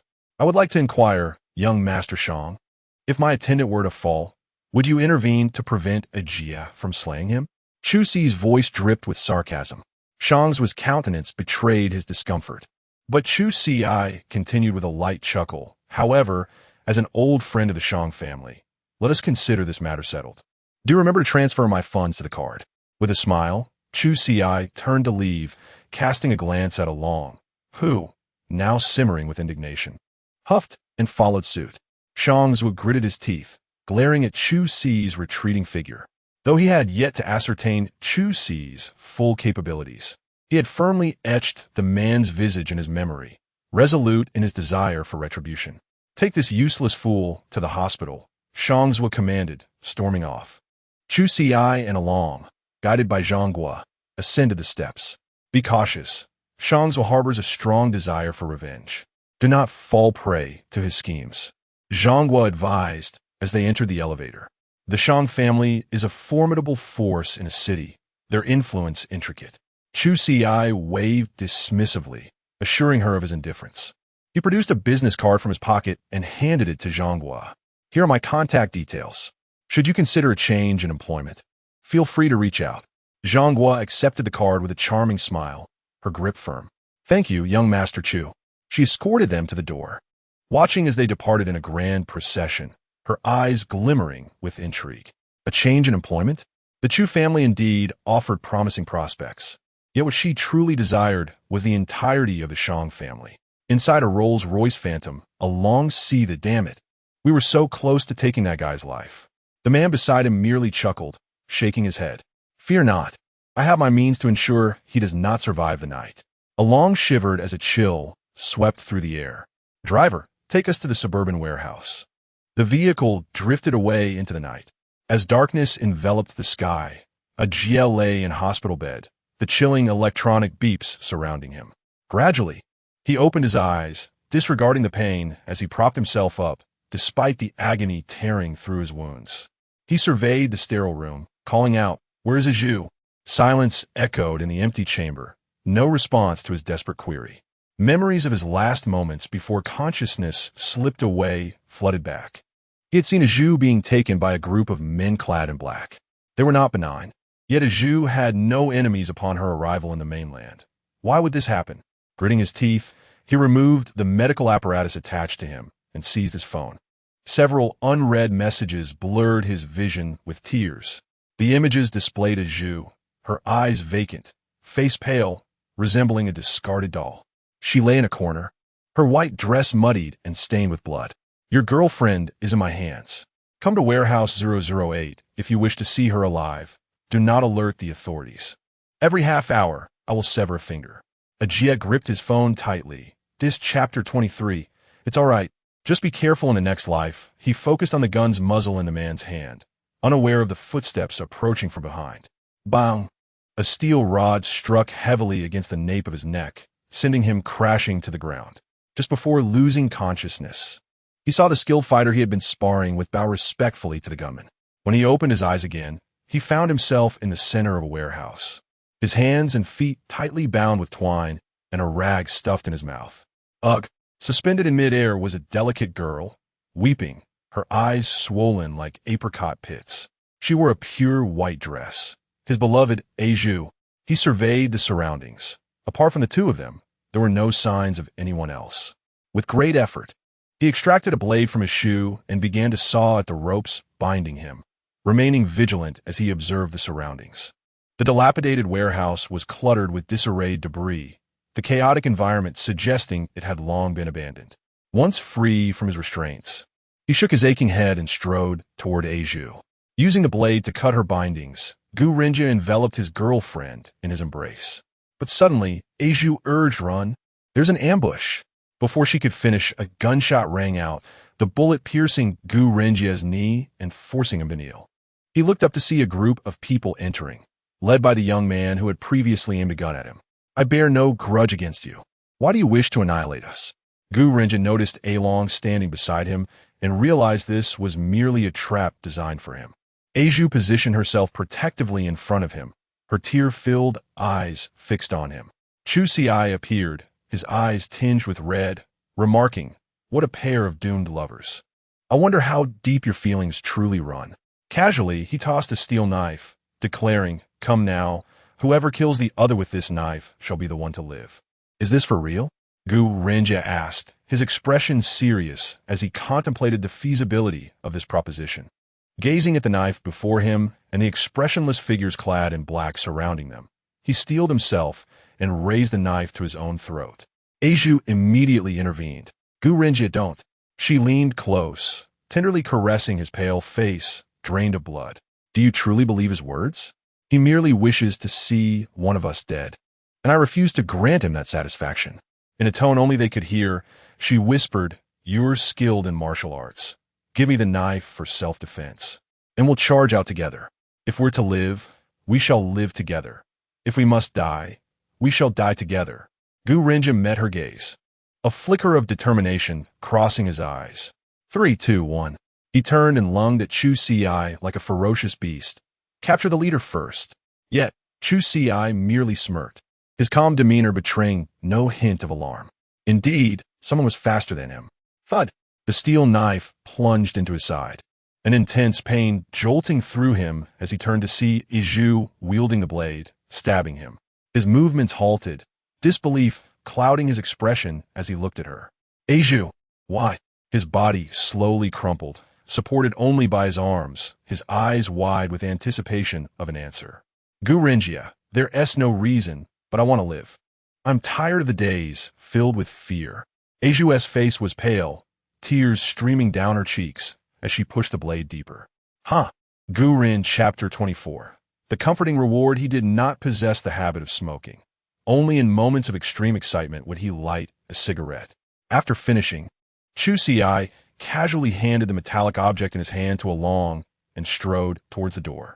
Ignoring the clamor outside, he slipped into the car. Observing the prominent veins on the back of his hand and his slender, smooth fingers, his gaze deepened. This indeed marked the first time in both of his lifetimes that he had taken a life. There was no thrill, no joy, nor was there regret or fear. It felt as though he had merely completed a mundane task. No wonder the system had taken the initiative to approach him. Perhaps he truly possessed a knack for villainy. A familiar voice echoed in his mind as the system announced, "Ding. Congratulations, host, you have significantly impacted the plot. Luck value 10,000. Congratulations, host. You have unlocked the Mad Villain achievement." Chu Ci raised an eyebrow. The damage inflicted on Gu Renjie and Sun Zhu is immense. Reward: Golden Treasure Chest X1. He gazed at the golden treasure chest that had suddenly appeared in his backpack, shaking his head with a smile. It seemed the system's process was designed to cultivate him into a merciless villain. Yet at times it exaggerated matters, as if he were a novice in the realm of systems. Rubbing his wrist, a thought crossed his mind. He was reluctant to return directly to the Empire building. An inexplicable sense of unease surged within him, a longing to have someone by his side. If only it could be a tall woman in black stockings. Pei Shuxian was in City C, which made back and forth travel inconvenient. Recalling the stir caused by the Ling family, he decided to send an Xian a message. "Where are you now?" "I'm here with General Ling in Tianhai, conducting a site inspection.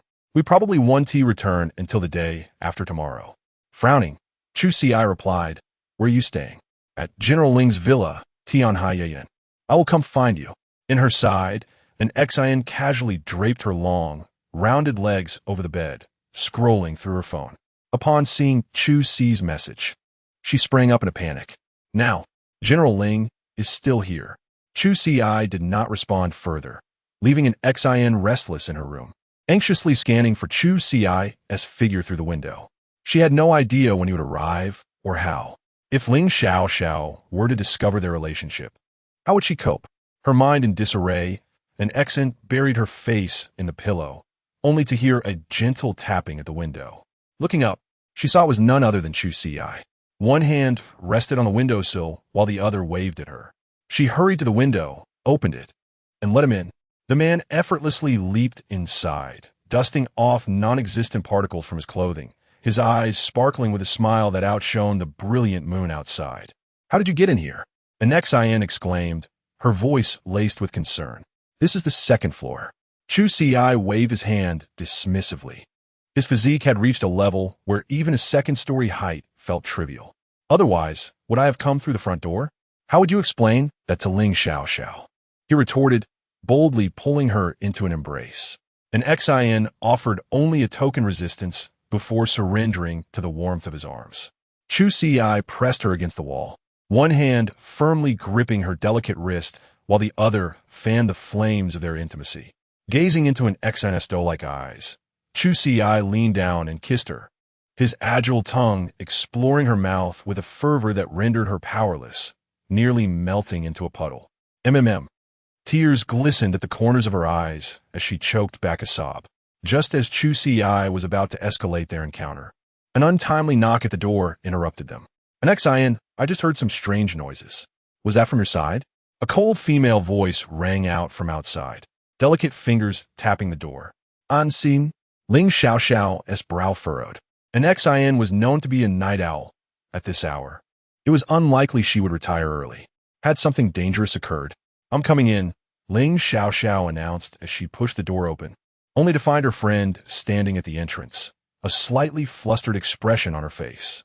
Cough, cough, what is wrong, Xiao? An scion laughed awkwardly, attempting to explain. I was just about to open the door for you. Ling Xiao raised an eyebrow, her keen observational skills kicking in. The girl before her had a flushed complexion, disheveled clothing, and slightly swollen lips, all indicators that something was amiss. I heard some strange noises, so I thought I would come check on you, Ling Xiao replied, her demeanor calm. May I sit inside? Of course, an scion stepped aside, allowing the two women to enter the bedroom. Once inside, Ling Xiao surveyed the room, ensuring no one else was present before relaxing. You startled me. The Ling family has been in turmoil lately, and there are many who covet what we have. When I saw your unusual expression, I feared an intruder had entered. Ling Xiao sighed in relief, collapsing onto the bed. You mustn't think I'm overreacting. How could I? An scion's gaze wandered, inadvertently glancing toward the wardrobe. Within it, the most coveted man in all of city, lay concealed. Chu Ci had been forced into the wardrobe by an scion just moments ago, with her promising him a worthy reward once Ling Xiao had departed. It was evident that she was genuinely concerned about Ling Xiao discovering their secret. Through the wardrobe slats, he observed the two women. Ling Xiao, clad in a blue silk nightgown, revealed her smooth, fair thighs, her long, black hair cascading around her, enhancing her luminous complexion. One of her legs swung casually, and from his vantage point, he could perfectly see her delicate foot, the toes evenly proportioned and a soft blush adorning her soles, the arch forming a perfect curve. To be frank, Ling Xiao's figure was a model of perfection, devoid of any flaw. Among all the women, only Pei Shu Xian could rival her beauty.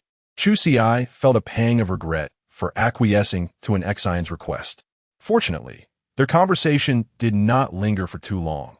After discussing the Tianhai project as concerns, Ling Xiao returned to her room to rest.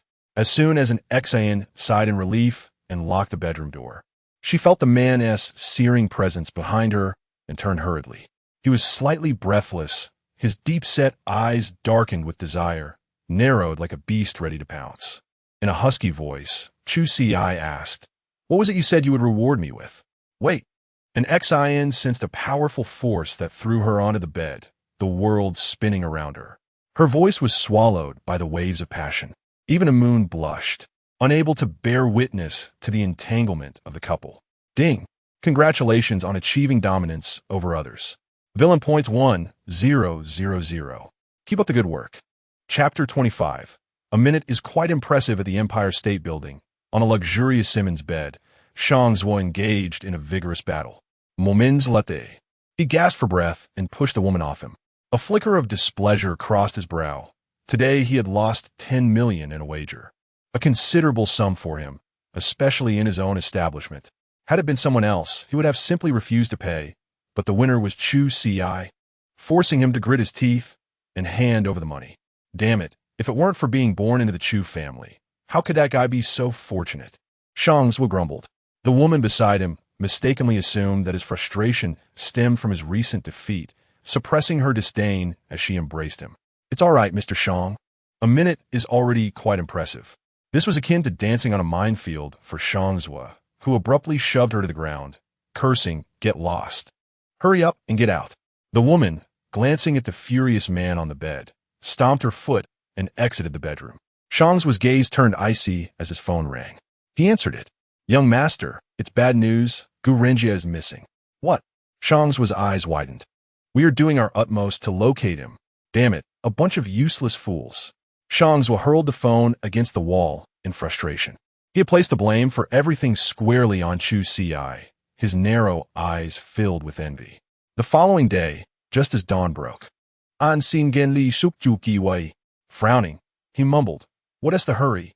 Get up quickly, President Ling will be here soon," an scion whispered. "Work today?" Chu Ci inquired. "No," she shook her head, "but we have to return to the city with President Ling. It would be awkward if we were seen." As she spoke, she playfully jostled Chu Ci's arm, as docile as a little kitten. Finding it difficult to ignore the woman beside him, Chu Ci propped himself up, looking at her with a feigned grievance. "You make it sound as if I'm here for an affair." An scion giggled.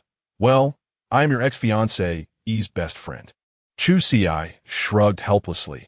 Her words were surprisingly stimulating. As he put on his clothes, he suddenly declared, "Living like this isn't ideal. I plan to buy a villa in City A for convenience." "You intend to stay in City A long term?" An scion asked, puzzled. "Aren't you coming with me?" Chu Ci teased, flicking her nose. Upon hearing this, an scion immediately sat upright, her face lighting up with anticipation. "Are you buying it for me?" Chu Ci nodded, and she leaped onto him, planting a kiss on his cheek, grinning mischievously. "Looks like the reward for last night was insufficient." Chu Ci chuckled and shook his head. "You better think carefully about how to reward me next time." "No need for next time. I'll tell President Ling I have something to attend to and will return early." An scion nudged him playfully, her brow raised in delight. This little girl, who had been so respectful and fearful of him just yesterday, was now acting coy. Clearly, she was adept at capturing hearts. After some intimate banter, an scion led Chu Ci stealthily out the front door. Before leaving, she called Ling Xiao to inform her that she would be returning to the city early and requested an extra day off. After a quick breakfast, they set off for the city. While en route, Chu Ci received a phone call. Noting the caller ID, he raised an eyebrow in confusion but answered nonetheless. "Hello, you little rascal. Why are you answering the phone so slowly?" A robust voice came through. An scion glanced over, curious. "I was busy," Chu Ci replied casually. "Oomph. You're quite the character. A major incident occurs in City A, and you don't even inform the family." The voice was calm, yet authoritative. "What major incident could happen in City A?" Chu Ci responded nonchalantly. "I'm abroad with your mother. Not dead," Chu Ci said, his brow furrowing. "You unilaterally decided to break off the engagement without consulting your mother or me. Do you not regard us at all?" An scion's eyes widened in shock as she silently mouthed, "Your father?" Chu Ci nodded. The voice on the other end belonged to his father, Chu Ci, head of the largest heavy industry conglomerate in the country, with vast interests ranging from dining to healthcare, apparel, beauty, and hospitality. His wealth was immeasurable, and he was the patriarch of the first family of Longhua, the Chu family. This was a person one could only see on television, and an scion gasped, afraid to make a sound. However, Chu Ci did not respond warmly. His tone remained steady. "What is the purpose of this call?" "Ahem," Chu Ci cleared his throat. "It's your grandfather. He is worried about your safety in City A and has sent a skilled person to assist you." Chu Ci sat up straight, recalling that this part was also in the main storyline, where the original owner believed everything would be fine with a Long-S presence and dismissed his grandfather's envoy. "A skilled person? If you don't want him, I'll send him to your mother." "Leave him with me," Chu Ci replied. The two had nothing more to say, and when the phone was handed over to his mother, an scion watched in anticipation. On the video call was a gentle woman, despite being in her 40s. Her face bore no wrinkles, and her youthful beauty still shone through. Upon seeing Chu Ci, she smiled warmly, causing tears to well up in his eyes. He brushed them away with his fingertips, sighing softly. These tears were not his but belonged to the original owner. "Auntie, pursue whatever you wish." You are a grown man now. You need not rely on your father and me for everything. Gaining some experience in City A is beneficial, the woman spoke softly. Chu Ci stiffly managed a response, yes. After some idle chatter, Chu Ci, feeling jealous, interrupted and hung up the call. An scion observed Chu Ci's dazed expression and remarked, "Your mother's truly a gentle person." "Indeed," he replied, "yet such a gentle soul has faced a tragic fate due to the original owner's foolishness. Rest assured, I will protect your family in this lifetime." Chu Ci murmured softly. After a moment, he reassured the original owner's spirit, feeling the weight lift off his body. With his cold gaze fixed out the window, they arrived in the city. To Fuyuan, Chu Ci instructed. Before long, the car came to a stop at the Fuyuan sales office. This area was somewhat remote, yet the renovations, landscaping, and environment were among the best in City A. Most importantly, it was not far from Ling's and Tianyi's, making it an ideal choice for their new residents. "What are you daydreaming about? Get out of the car," Chu Ci called. Oh, and Xan nodded, slightly dazed, before stepping out. Chapter 26. The tank driver. She lifted her gaze to the profile of Chu Ci, her cheeks involuntarily flushing with embarrassment. Little did she know, the residence before her was one she had long admired. Its proximity to the Ling Corporation was ideal, and the surrounding environment was pleasant. She had passed by several times, yearning to step inside, yet her meager finances had held her back, as she believed that a property of this caliber was far beyond the reach of someone of her modest background. For a time, she had even dreamt of curing her grandmother's illness and purchasing a home here before turning 30, even if it meant settling for a second-hand option. To her astonishment, everything seemed to be unfolding with remarkable swiftness. It felt as though she had been struck by a pie falling from the heavens, leaving her in a daze. Chu Ci, oblivious to her thoughts, took her hand and strode directly into the sales hall. "Good day, sir and madam. Please step inside," greeted a delicate-looking young woman in her 20s, who approached them with a slight bow. Chu Ci entered confidently, inquiring, "What styles do you offer?" The girl replied gently, her face adorned with a professional smile. "We categorize our properties into 3 styles: large, medium, and small, based on size, ventilation, and transportation, though prices vary accordingly." With that, she presented a brochure highlighting the most expensive areas that were not yet sold. Chu Ci nodded. While the most expensive was not necessarily the best, the cheapest would invariably be the least desirable. "This way, please," the saleswoman beamed even more brightly. Unseen, a voice rang out, drawing Chu Ci's attention. There approached a man clad in a white suit, exuding an air of arrogance. His heavily made-up face was startlingly pale, and he gazed at an scion with an intense fervor, causing her to retreat repeatedly, her countenance racked with discomfort. Chu Ci remained where he stood, his expression cold as he observed the two. "It's been a while," the man said, extending his hand towards an scion's cheek. "I didn't expect you to become even more beautiful after graduation." "Don't touch me." An scion swatted his hand away, her elegant brows furrowing in displeasure. "Yang Fan, how disgusting can you be?" Yang Fan, unfazed by her rejection, merely chuckled, his finger tracing his lips lewdly. "Disgusting? Have you forgotten the good times we shared during our relationship?" He feigned a deep affection as he stepped closer to her, testing the waters. "Now that you're a high-ranking executive at Ling Corporation, you think you can sever ties with me? How long has it been since we broke up? Can you stop trying to gain attention from me?" An scion replied with disdain. "Whether I work at Ling Corporation or sweep the streets, it has nothing to do with you." Yang Fan, taken aback by her refusal to engage, felt a surge of excitement upon realizing that she had indeed ascended to a high position within Ling Corporation. Had he known that breaking up would lead to such regret, he might have chosen differently. During their university days, under the influence of his friends and a few drinks, he had foolishly ended things due to her repeated refusals of his advances, convinced he could find someone better. Yet, reality soon taught him the harsh truths of life.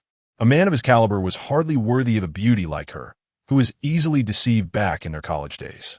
Now, with an scion's rise to prominence, he was left to lament his past decisions. An scion, feeling the weight of her history exposed before Chu Ci, made her way back to him, desperately hoping he wouldn't be upset. Otherwise, the the opportunity for a home would slip away. Chu Ci, having grasped the situation, remained silent, recognizing the man as merely an ex-boyfriend. He couldn't help but think that an ex-ion's taste in partners had indeed been poor. Whether this man had always been like this or had devolved into this state post-breakup. "And you are?" Yang Fan asked, noticing an ex-ion nestled close to Chu Ci, his irritation rising. Upon seeing the man, whose striking features and cool demeanor contrasted sharply with his own, Yang Fan felt a pang of jealousy. Chu Ci's appearance was undeniably striking, and his aura was imbued with an air of sophistication and restraint. Yang Fan's limited perspective led him to mistakenly believe that a high-ranking executive at Ling Corporation could not possibly be of greater status than himself. "You didn't hear me speaking, did you?" Yang Fan glutted at Chu Ci. Ignoring him, Chu Ci turned to an ex-ion, gesturing towards Yang Fan. "Do you know this fool?" "Yes," an ex-ion replied, covering her face. "Yes, my ex-boyfriend." "What poor taste," Chu Ci remarked coldly, casting a disdainful glance at the ostentatious hairstyle of the man. "You," Yang Fan fulmed, failing humiliated. Though he had initially considered rekindling their relationship, the sight of Chu Ci made him realize that mere words wouldn't suffice to win an ex-ion back. "An ex-ion, don't blame me for being meddlesome. I'm merely concerned that this smooth-talking fellow might deceive you. Come here, let me share my experiences from all these years." He reached out to pull an ex-ion closer, but his wrist was suddenly gripped by a powerful hand. "You!" Yang Fan exclaimed, astonished at the strength of the man before him. Despite their similar builds, he found himself unable to break free. Chu Ci let out a cold snort, his deep-set eyes revealing a hint of displeasure. Noisy, with a slight exertion, he sent Yang Fan sprawling to the ground, rolling twice before he managed to lift his head in embarrassment. Onlookers, drawn by the commotion, gathered to witness the scene unfold. "What's happened here?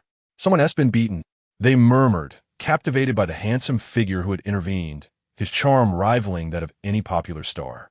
Nearby, a rotund woman, having just exited the restroom, approached, her eyes widening in shock as she spotted Yang Fan amidst the crowd. "Oh, darling, are you all right?" she cried, her voice piercing the air. The woman was towering at nearly 6 feet tall, dwarfing both an ex-ion and Chu Ci, her tear-streaked face a sight to behold. Chu Ci exchanged a glance with an ex-ion, piecing together the reason behind Yang Fan's desperate demeanor. It was clear he was eager to escape his predicament, seeking the comfort of someone who could extricate him from his troubles. "So, it's you two who laid hands on my precious boy?" The stout woman glared at them. Chapter 27. He will no longer disturb you. Chu Ci gazed at the stout woman before him, subtly shifting his body to shield an ex-ion from her penetrating gaze, casting a sympathetic glance at Yang Fan, who lay on the ground. What a tank driver. The moment the woman spotted the man who had struck Yang Fan, her eyes glimmered with intrigue. The man before her had a cold demeanor, tall stature, broad shoulders, and long legs. His impeccably tailored suit accentuated his perfect physique, resembling a reclusive, handsome character stepped out of a novel into reality. Her fiery expression softened slightly, her small eyes darting as she contemplated targeting Chu Ci. However, she was well aware that he had just assaulted one of her associates. "Do you know who my sister is?" the woman declared sternly, surveying the gathering crowd. "My sister is the manager of the Platinum Pavilion." The onlookers exchanged glances, having heard of the notorious establishment, and began to empathize with Chu Ci and his companion. Rumor had it that dealings within were often shrouded in gray, and this young couple had undoubtedly stirred a troublesome hornet's nest. An ex-ion's eyes flickered with anxiety. Unbeknownst to her, Chu Ci had already subdued the influence of Scar Lu. In her mind, provoking such individuals was a grave affair. Yet, Chu Ci remained unfazed and instinctively remarked, "Zhonghua?" He scrutinized the woman before him, noting that she bore no resemblance to Zhonghua, as both were so corpulent it was hard to discern human form. Nevertheless, her garish makeup stood in stark contrast to Zhonghui's appearance. Boldly, the woman exclaimed, "How dare you utter Zhonghui's name?" Chu Ci raised an eyebrow. "My sister is Zhang Jia's capable assistant, overseeing the entire North District branch of the Platinum Pavilion," the woman proclaimed arrogantly. Go ask around. In the whole of City A, who isn't her to my sister, May Lucy? If you apologize to Yang Fan now, I might consider letting you off the hook. After the hefty woman finished speaking, her gaze burned with intensity as she regarded the handsome man before her, convinced that once she revealed her identity, even the most virtuous man would melt like wax before her. Chu Ci scoffed softly and dialed Zhang was number. Hello? A respectful voice answered on the other end. Chu Sao? Chu Ci fixed his gaze on the stout woman. I hear you have an underling named May Lucy? Zhang Guo confirmed. Indeed, such a person exists. I warn you, her sister is far too arrogant. Chu Ci replied coldly. Understood. Zhang Guo's eyes flickered. After parting from the Platinum Pavilion, she had thought Chu Ci's promise to spare Gu Renjia was merely a jest to save face. Yet, the following morning, she received news of Gu Renjia's disappearance, sending shockwaves through her. The sudden vanishing of such a prominent figure spoke volumes about Chu Ci as formidable connections and ruthless nature. Such a powerful individual's words were to be heeded. One could never afford to antagonize him. Having received Zhang Guo's response, Chu Ci hung up and turned to discuss the house layout with the saleswoman. Meanwhile, the stout woman, feeling ignored, simmered with rage. Just wait until my people arrive. You won't maintain that icy demeanor then. She pulled out her phone, only to receive a call from her sister. Upon answering, her sister's voice boomed. What the hell did you stir up? The stout woman was caught off guard. A major project of hers had been handed to someone else by Zhang Guo, and she was warned to keep a low profile and avoid attracting trouble. The stout woman stammered, trying to respond, but was interrupted. Your allowance for this month is gone. Go seek sustenance from your male companions. With that, the call ended abruptly. The crowd observed the stout woman's darkening expression before she suddenly erupted in fury, delivering a swift kick to Yang Fan's waist. Ouch! Yang Fan, taken by surprise, was sent flying 2 or 3 meters away. The stout woman, cheeks flushed, angrily turned to leave. The onlookers scrutinized Chu Ci and an Xan, contemplating their worth, especially considering Chu Ci's authoritative tone just moments ago. Yang Fan slowly rose, still in a daze, only to witness Chu Ci wrapping an arm around an Xian's waist, declaring, I want that one, buy it for me. An Xian's eyes widened in astonishment, while the saleswoman smiled gently. Sir, you truly have an eye for quality. This villa boasts exceptional lighting and space. It's fully furnished, and I'll take you for a tour shortly. Please proceed with the payment. Chu Ci instructed, patting an Xian's shoulder and signaling her to check her bag. She opened her wallet to reveal a dark card adorned with a dragon motif. Understanding his intent, an Xian handed over the black card. The transaction was completed successfully, the amount totaling 55 million yuan, and the room fell silent. Although others had come to view the villa, most were interested in lower-end properties, while an Xian's nonchalant payment of the full amount marked her as a formidable individual. It was no wonder she dared to provoke businesses. Yang Fan's face turned ashen as he witnessed the once ordinary girl effortlessly acquire something he could only dream of. In that moment, an overwhelming sense of regret washed over him. That should have been mine. All right, let us go take a look at the house, Chu Ci said coolly, leading an Xian away. As they exited, he cast a cold glance at Yang Fan, akin to gazing upon a corpse. Once inside the car, an Xian finally noticed the stormy expression on Chu Ci's face. Don't be angry, an Xian said, shaking his hand gently. I had nothing to do with it. We were just young and busy caring for my grandmother, and I hardly even held his hand. She buried her face in Chu Ci's chest, her large, glistening eyes pleading with him. Please don't be upset. Let me show you my old photos. As she rummaged through her phone, she presented a picture to him. Chu Ci glanced at it coldly, frowning. Is this you? The girl in the picture appeared to be around 18 or 19, riding a carousel, her face radiant with youthful joy. However, at that time, an Xian sported a blunt fringe that obscured her features, her mouth wide open in a grin that concealed her large eyes and high nose, giving her a somewhat awkward appearance. In contrast, the present Xian, despite having similar features, lacked the fringe that had previously masked her charm, revealing a smooth, full forehead. One side of her hair tucked behind her ear, her sparkling, wet eyes imbued her with a sense of narrative, resembling a delicate Korean star. All right, I've shown you my embarrassing past, so please let me off the hook. Ansin plit piti fuli, Chu Ci's norted, akaye mipiaka. An XN beamed brightly, saying, "You truly saved my face just now." You should have seen his embarrassed expression. He probably thought that 55 million was from my pocket. Though, now that he knows I have money, he might cling to me again. An Xion's small face scrunched up in concern. Chu Ci chuckled softly. Don't worry, he will never bother you again. Chapter 28. The reward of the golden treasure chest. The two soon arrived at the villa complex in the estate. Their villa was closer to the entrance and larger in size. The vehicle slowly rolled in, coming to a stop in the underground garage. They alighted from the car. Their curiosity piqued. The villa stood 4 stories tall, embodying a quintessential European town style. A vast lawn enveloped the exterior, featuring a grand swimming pool at its center, along with a backyard and a plot adorned with blooming roses, resembling a sprawling garden. Chu Ci was the first to push open the door, revealing an exquisitely furnished interior. The lights in the hall activated automatically upon sensing their presence. The decor primarily consisted of shades of gray and white, with thick wool carpets laid over the black and white tiled floors, guiding them into the foyer.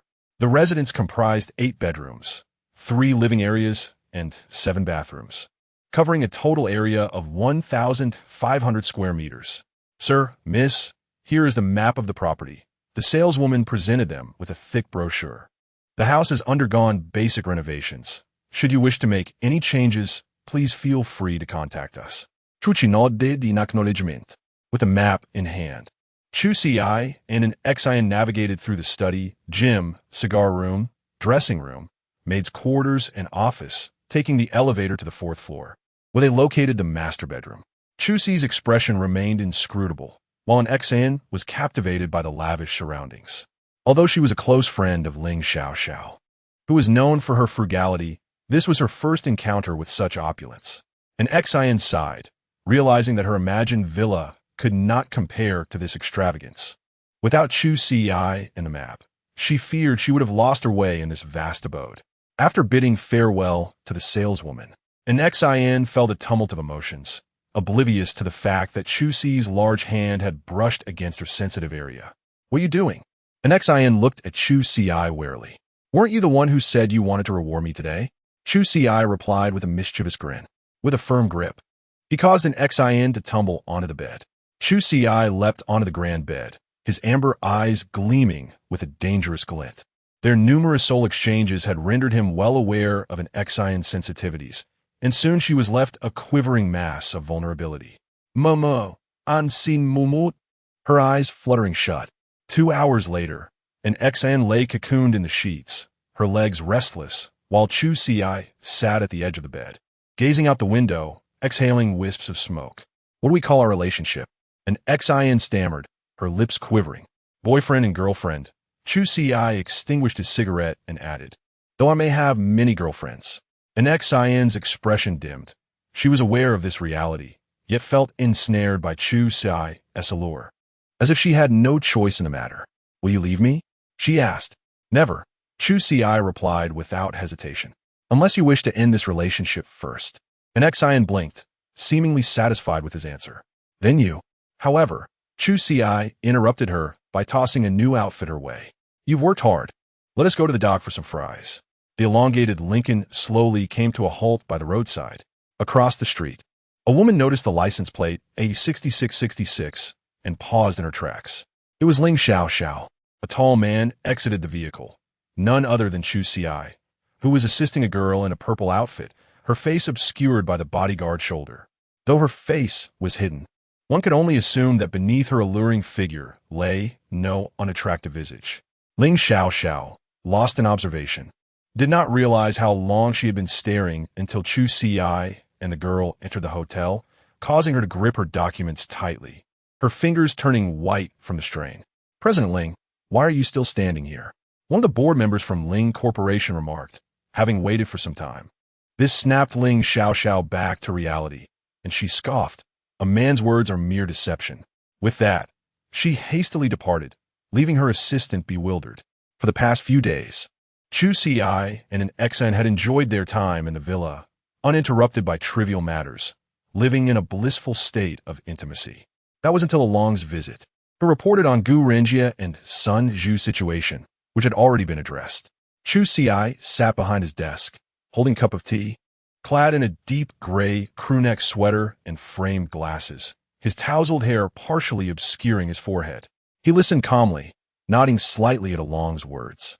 Tomorrow is the birthday banquet for the matriarch of the Ling family. We, of course, will attend. Chu Ci's expression shifted. It's time to refine the main storyline. Also, Mr. Liao has arrived. Should I have him meet you? Ling inquired. Chu Ci nodded, and shortly after, a well-dressed, middle-aged man entered, walking with a purposeful stride, his eyes bright with intensity. One could discern from his gait that Uncle Liao was a formidable figure. Chu Ci had learned from the system's prompts that this world possessed varying levels of martial prowess, categorized into 6 tiers. Beyond that, one would have to contend with ancient masters, of whom there were none in modern China. Uncle Liao undoubtedly surpassed the 4th tier. Thank you for coming to a city. Uncle Liao, Chu Ci said, rising to greet him. Uncle Liao waved dismissively. No need for formality. Chu Xiao. I am here on General Chu's orders to ensure your safety. Just call me by my name. Chu Ci chuckled inwardly, fully aware that it would be unwise to directly address Uncle Liao by his first name. In the future, I will rely on your assistance. They shook hands, and after a long briefed Chu Ci on the Ling family's recent developments, he too took his leave. Beep! Congratulations on achieving the milestone. Recruitment of allies. Villain points 5,000. With his villain points increased, Chu Ci summoned his personal interface. Name: Chu Ci. Age: 23. Charm: 93. Astonishing. Strength: 25. Constitution: 22. Root bone.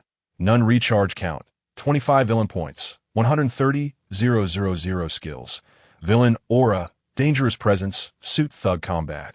Enhanced villain charm: Eye of investigation. As Chu Ci surveyed his interface, he nodded approvingly. With his current physique augmented by the suit thug buff, he could unleash a 3rd-tier strength, which pleased him. Open the marketplace. System, please assist me in purchasing a key for the golden treasure chest, Chu Ci instructed. And with a thought, a pale blue light curtain appeared before him. Redemption successful, the system announced. With the key in mind, Chu Ci unlocked the golden treasure chest in the warehouse. In an instant, a brilliant golden light flashed forth, and he shielded his eyes from the blinding radiance. Congratulations, host. You have acquired a semi-divine artifact, Slave Seal. In his hand appeared a square jade seal, its icy touch sending a torrent of information flooding into his mind. The Slave Seal could influence the thoughts of those marked, allowing for complete control over their actions, as the cold electronic voice stated. However, he was cautioned that it could only accommodate a maximum of 6 subordinates at any given time. Chu Ci exhaled deeply, a glint of excitement flickering in his eyes. This is indeed a remarkable item. Most importantly, if the golden treasure chest could yield such a valuable item, he found it entirely reasonable to expect that future diamond chests might produce even more miraculous treasures. Chapter 29. The Ling family's birthday banquet. The following day, at the Ling family's villa, a steady stream of guests arrived, with the Ling family adorned in festive decorations to welcome the various clans. Given the ambiguous stance of the Chu family, the Ling family, as one of the 3 prominent families in a city, drew almost all notable figures to attend the celebration for the elder Ling. Those unable to attend still sent gifts. Ah, Mr. Shang has arrived. Please come in, Ling Jiangwo greeted at the entrance, as Shang Zuo and Qin ran exchange pleasantries before entering the banquet.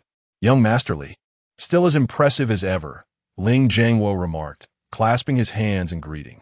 The young man from the Li family responded, My father intended to attend, but unfortunately, my grandfather's health has worsened, so I am here to represent him. I hope you won't mind, Uncle Ling. Not at all, Ling Jiangwo replied with a smile, watching as the Li family members entered the banquet. Now that both the Li and Shang families were present, there was only one person he awaited anxiously. His gaze flickered with concern. Although Chu Ci had accepted the invitation, if he chose not to attend, Ling Jiangwo would be left helpless. This sentiment was shared among the Ling family members as well. Everyone had gathered not only to celebrate, but also to witness whether the rumored Chu would personally grace the occasion, which would ultimately influence their perceptions of the Ling family. In the back garden, the affluent and powerful figures of a city mingled, with Ling Xiaoxiao overseeing the guests. Each person harbored their own motives, and beneath the surface, currents of tension ran deep within the Ling family. The front rows were filled with the youthful elite and distinguished ladies, inadvertently creating a matchmaking platform, where young men toasted and young women laughed, their melodious giggles occasionally punctuating the air. However, Shang Xiaoyan stood in a corner, her face a picture of discontent. She disliked such gatherings, believing it far more pleasant to be at home, scrolling through short videos or reading novels. Moments later, a crowd surged forward, revealing a young man entering. It was indeed Chu Ci. Though he appeared to be of the same age as the others, he exuded an aura of icy aloofness, with sharp, deep-set black eyes and thin lips that remained impassive, embodying the essence of a brooding, handsome figure. Is this really the legendary young Master Chu? He is remarkably handsome. I wonder what Ling Xiaoxiao thinks, someone whispered. Chu, keep your voice down. As everyone's attention turned to Chu Ci, a slender figure finally emerged from the throng, exclaiming, "Brother Chu Ci, you've come." It was Shang Xiaoyan, her cheeks flushed. Chu Ci nodded slightly, offering a gentle smile. Shang Xiaoyan's eyes widened, retracting her previous thoughts. Indeed, attending the Ling family's birthday banquet was worth it. Ling Jiangwo spoke up, "Young Master Chu, we have prepared a seat for you in the back garden. Please join us." However, Chu Ci subtly waved his hand, declining Ling Jiangwo's invitation. Feeling awkward, Ling Jiangwo could only leave sheepishly. Chu Ci stood there, accepting a glass of champagne from a nearby attendant and taking a delicate sip, his amber eyes betraying no emotion. Shang Xiaoyan continued to engage him. Her heart fluttered further with each of his indifferent replies, earning her another 10 points of affection. Chu Ci smiled faintly. He understood that he could not always indulge in Shang Xiaoyan's whims, for she had been the cherished princess of the Shang family since childhood. In contrast, he preferred the cool detachment and enigmatic allure of someone who knew how to maintain a delicate distance. Aside from Shang Xiaoyan, a few other socialites approached him, yet they bore no significance to the main narrative and were not as attractive as Qin Ran. Chu Ci responded perfunctorily to their advances. Others, despite their curiosity about him, hesitated to approach, mindful of the potential embarrassment of rejection. Suddenly, a sharp noise shattered the tranquility, followed by the sound of something crashing to the ground. Many guests shifted towards the back hall, and Chu Ci, intrigued, decided to investigate, with Shang Xiaoyan trailing behind. In the back, a young man lay on the floor, glaring at another youth who appeared quite ordinary, dressed in short sleeves and oversized slippers. Nearby, a towering wine tower had toppled, spilling crimson liquid everywhere. Chu Ci raised an eyebrow. The one who had been struck was none other than Shenwei. Suddenly, a raspy electronic voice echoed in his mind. "Host, it's bad." Due to the inability of the heavenly path to maintain order, the world of the novel is beginning to merge. What does that mean? Chu Ci thought to himself, knowing only the system could hear him. Previously, you only had to face one child of destiny. Now, you may face multiple at once. Chu Ci frowned. Before you is Xiao Chun, the protagonist of the flirtatious young master in the Flower City. Before him, a vision flickered, revealing. Name, Xiao Chun. Fortune value, 525. 000 skills, slanted mouth technique, ancient martial arts heritage, medical immortal heritage, master of poisons. In his mind, a summary of the word played out. I have 3 grandfathers. The eldest is the former leader of the martial arts world, unmatched by anyone. The second is a peerless healer capable of reviving the dead. The third, a renowned poison master feared by all. Chu Ci's lips twitched slightly. The ancient healer theme was rather overwhelming. Ding! The host is facing a choice. Choice 1. Opt for a dual-instance scenario, simultaneously confronting both Xiao Chun and Lin Dong, and upon selection, receive a platinum treasure chest. Choice 2. declined the dual instance scenario, opting to remain passive. Upon selection, the behind-the-scenes boss will take action. Without a moment's hesitation, Chu Ci declared, "I choose option 1. As soon as the words left his mouth, a torrent of memories filled his mind, all related to the novel's plot. In an instant, he assimilated nearly 10 million words of web fiction, and a glimmer of clarity shone in his eyes. What a gratifying reading experience! In this tale, his character was absent, with the main storyline revolving around the ailing patriarch of the Li family, the young Xiao Chun struggling for recognition and eventually healing the elder Li, deepening his relationship with the Li family's legitimate daughter, Li Bingwan. This birthday banquet was also organized by young Master Li, who had brought Xiao Chun along. Then followed an endless stream of convoluted narratives. The most astonishing being that although the book was titled The Flirtatious Young Master, its protagonist had maintained his virginity despite the presence of over 20 female leads across more than 10 million words.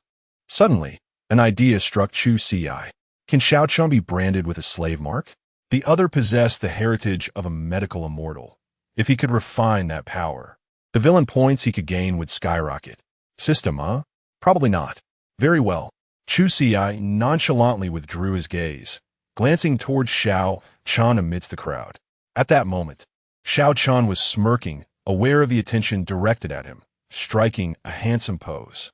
After a while, Shang Xiaoyan finally managed to push through, her large, watery eyes surveying the chaotic scene. Brother Chu Ci, why is there an idiot fighting? Chapter 30. The debauched quack. Xiao Chun. Upon hearing this, Xiao Chun faltered, nearly collapsing.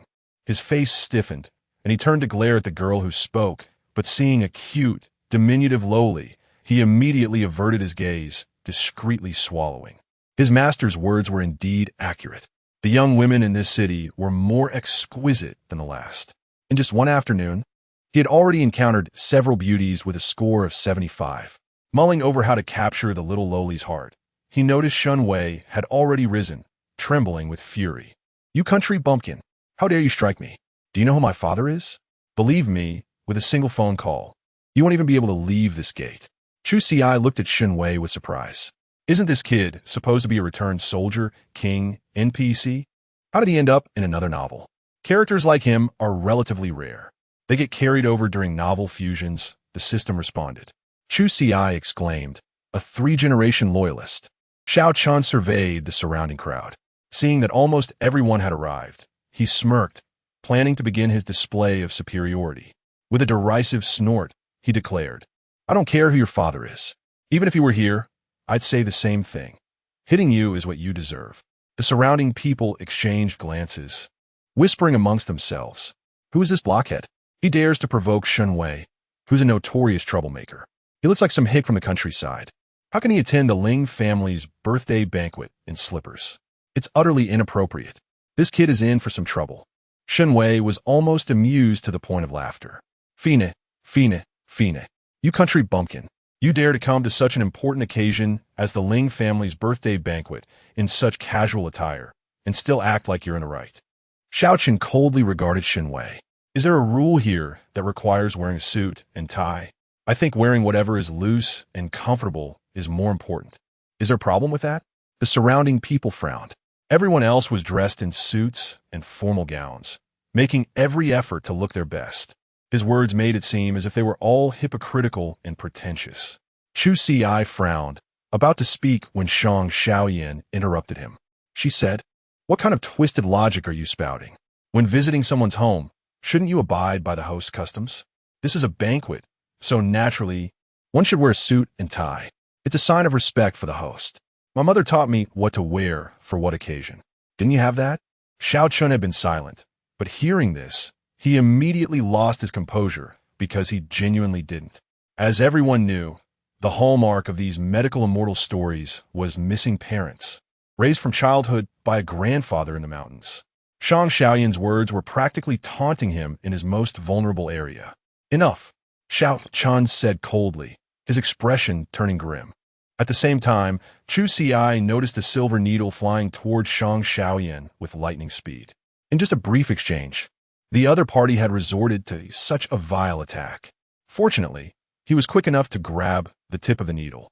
"So, You dare to launch a sneak attack in front of everyone. Chu Ci shouted, stepping forward. Chu Ci and Xiao Chun made eye contact. Xiao Chun was shocked. Instinct told him that if he didn't eliminate the man before him, it would definitely hinder his plan to show off.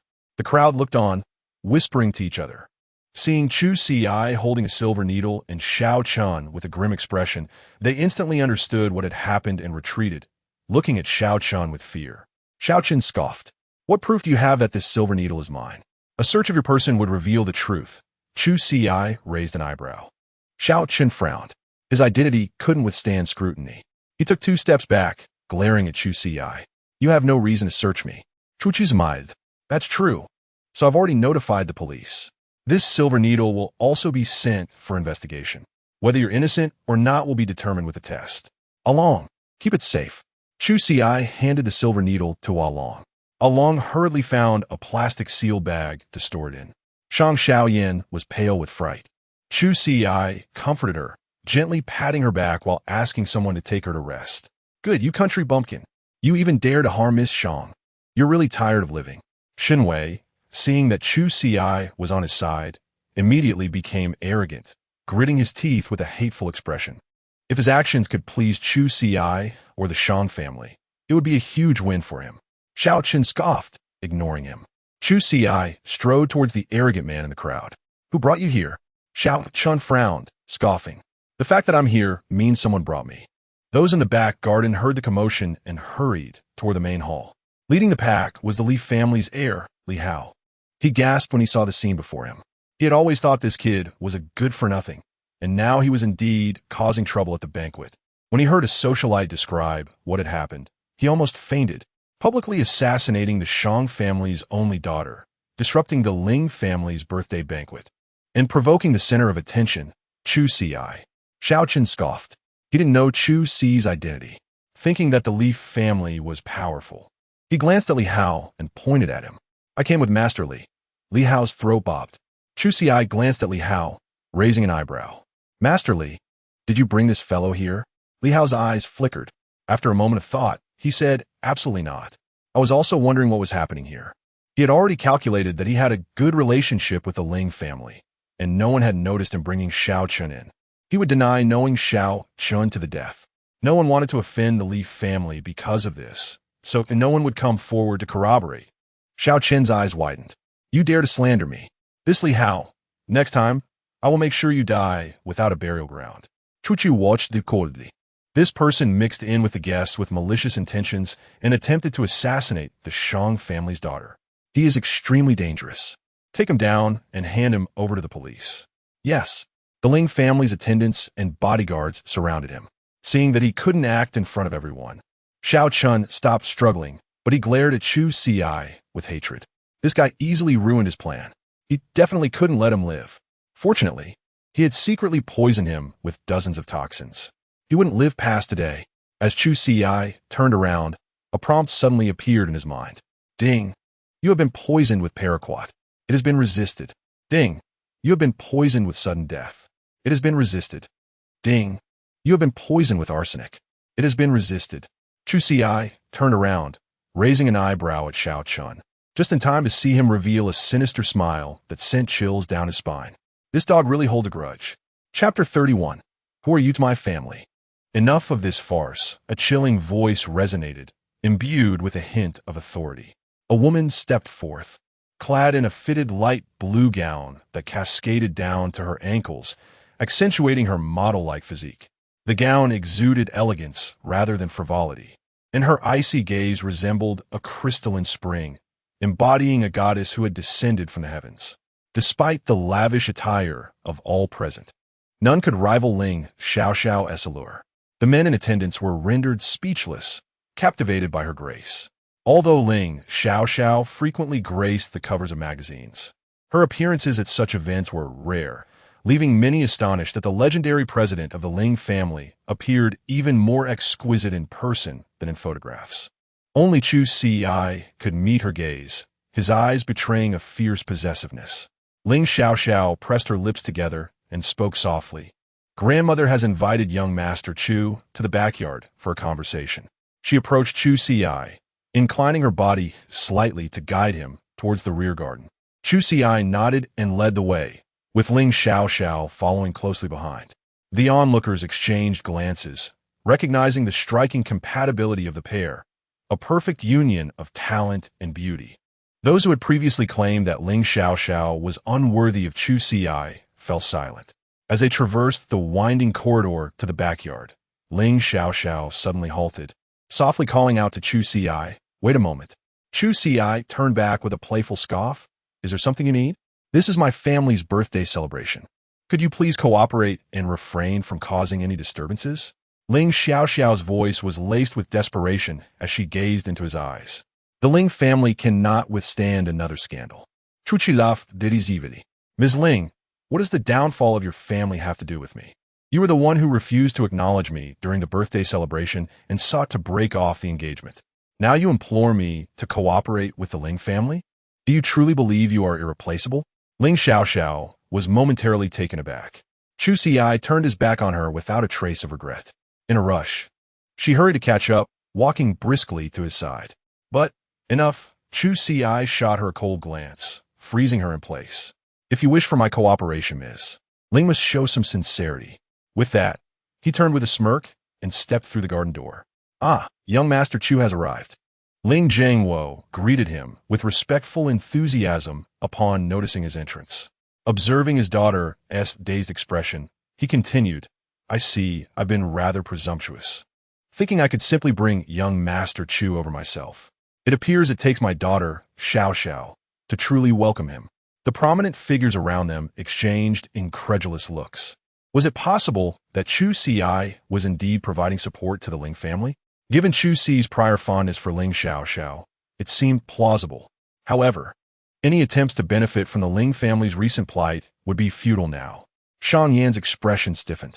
He had intended to arrange for his daughter to be sent to the Chu family, only to be thwarted by Ling Xiao's unexpected intervention.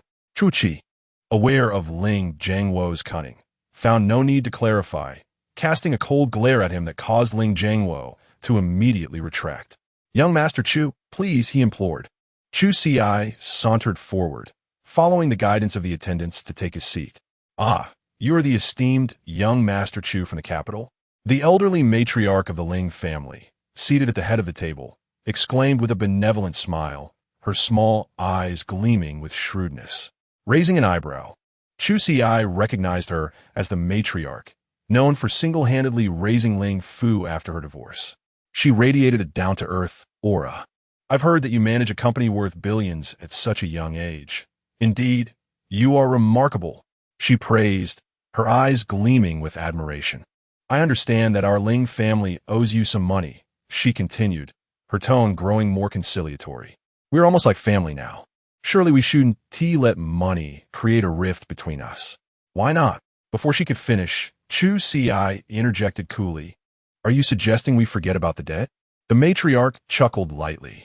Chu Ci couldn't help but smirk, recognizing their attempt to use her to gauge his stance.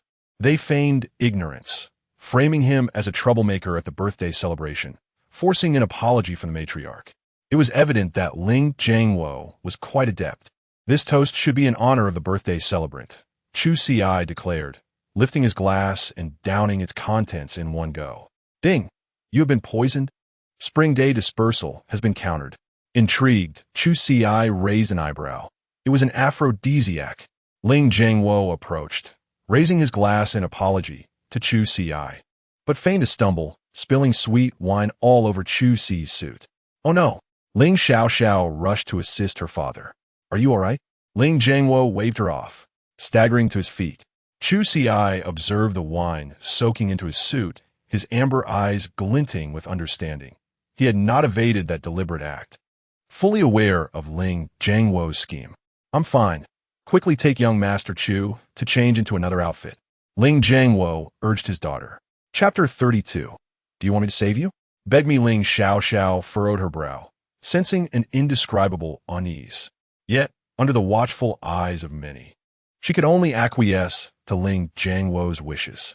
"This way, please." Chu Ci nodded coldly, and the two turned to leave, navigating through the winding corridors of the back garden. Ling Jiangwo watched their retreating figures, secretly relieved. This entire scene did not escape Shan Yan's notice, who murmured softly, "Boss Ling is truly generous." However, as Ling Xiaoxiao walked, an increasing sense of discomfort enveloped her. She felt a surge of heat rising in her abdomen and thought it ill-fated, quickening her pace towards the room. Chu Ci followed closely behind, admiring her graceful silhouette, her slender arms, the delicate curve of her waist, each step a dance of elegance. They traversed the intricately layered corridors until they reached the guest room of the Ling residence. It was only upon arrival that Ling Xiaoxiao finally exhaled.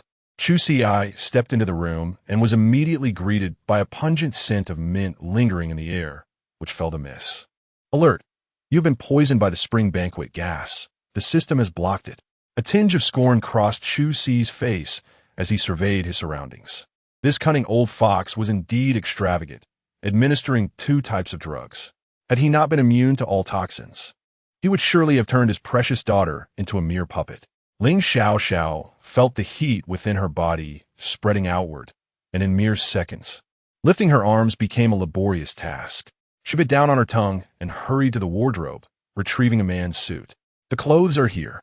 I will step out for a moment."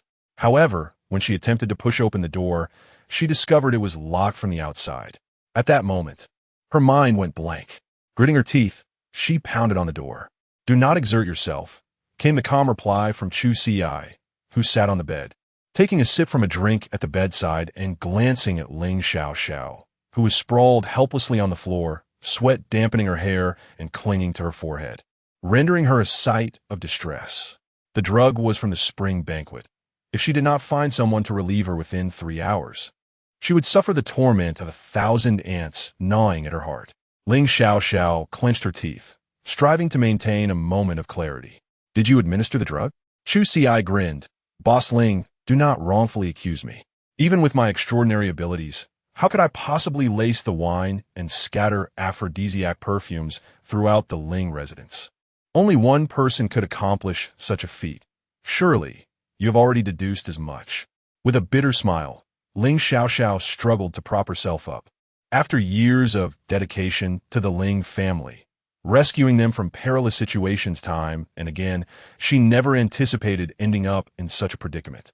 If Chu Ci were to tarnish her, she would rather shatter like jade than remain whole like a tile. Observing Ling Xiaoxiao's expression of unwavering virtue, Chu Ci merely chuckled, shedding his suit and perching himself on the edge of the bed, crossing his legs and reveling in her embarrassment. From her initial resolve to her dilated gaze, her legs trembled slightly before she collapsed to the ground, almost crawling to his feet. Chu Ci scrutinized her fallen form, tilting his head. Ling Xiaoxiao's typically icy countenance was now tinged with desire. She gritted her teeth, attempting to fight back with sheer willpower, but it was a futile endeavor. Gradually, she lost her senses, grasping at Chu Ci's pant leg, only to be kicked away. "You?" Chu Ci observed her body from a superior vantage point, his gaze sharp as a blade, glimmering with a dangerous light. "If you wish for my assistance, kneel and beg me." At this juncture, Ling Xiaoxiao was already under the drug's influence, her cheeks trembling slightly. With a thud, she knelt on the ground, bowing her head in supplication. "I beg you." These words seemed to unlock something within Chu Ci. His eyes turned predatory, akin to a swift leopard pouncing on its prey. The sound of fabric tearing filled the air as the once exquisite blue dress was effortlessly shredded in his hands. With a swift motion, he hoisted her into the bathroom and cast her into the hard bathtub, turning on the shower to let the water flow. The icy water cascaded over her body, causing Ling Xiaoxiao to shudder. Yet the fiery heat within her could not be extinguished by mere water. Her doe-like eyes brimmed with a pleading expression.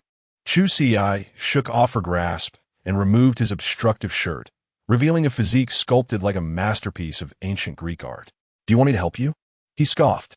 Ling Xiaoxiao nodded vigorously. A bloodthirsty glint shone in Chu Ci's eyes as he observed her widened gaze. She could hardly believe the man beside her, veins bulging, wore a serious expression as if contemplating a complex problem.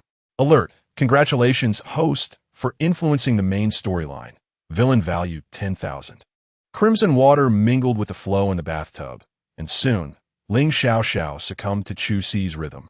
This absurd act persisted for an hour, leaving her pale and lifeless in the bathtub, the cold water enveloping her entire being, yet failing to alleviate the chilling desolation within her heart. She could not remain in the tub indefinitely. The Ling family's birthday banquet was still underway, and her absence would surely raise suspicions. Chu Ci, having dressed meticulously, was now ready, while Ling Xiao rose unsteadily from the bathtub, her steps trembling as if treading on cotton, her gaze complex as it fell upon Chu Ci. She never anticipated that Ling Jiangwo would resort to such underhanded tactics. His meticulousness suggested that he would not merely allow her to approach him helplessly. Recalling her father's strange demeanor at the banquet, she surmised he must have drugged the wine, igniting a blaze with a mere spark. Yet, Chu Ci managed to maintain his composure and humiliate her. She understood the allure her body held for men. His restraint was fueled by a deep-seated hatred for her. Ling Xiao shook her head, trying to clear her mind of the chaotic thoughts, but the drug side effects left her dizzy. Chu Ci, now fully dressed, his eyes bright and mocking, remarked, "The Ling family's tactics truly opened my eyes." He surveyed the gown on the bed, now in tatters, remnants strewn across the floor, undoubtedly unwearable.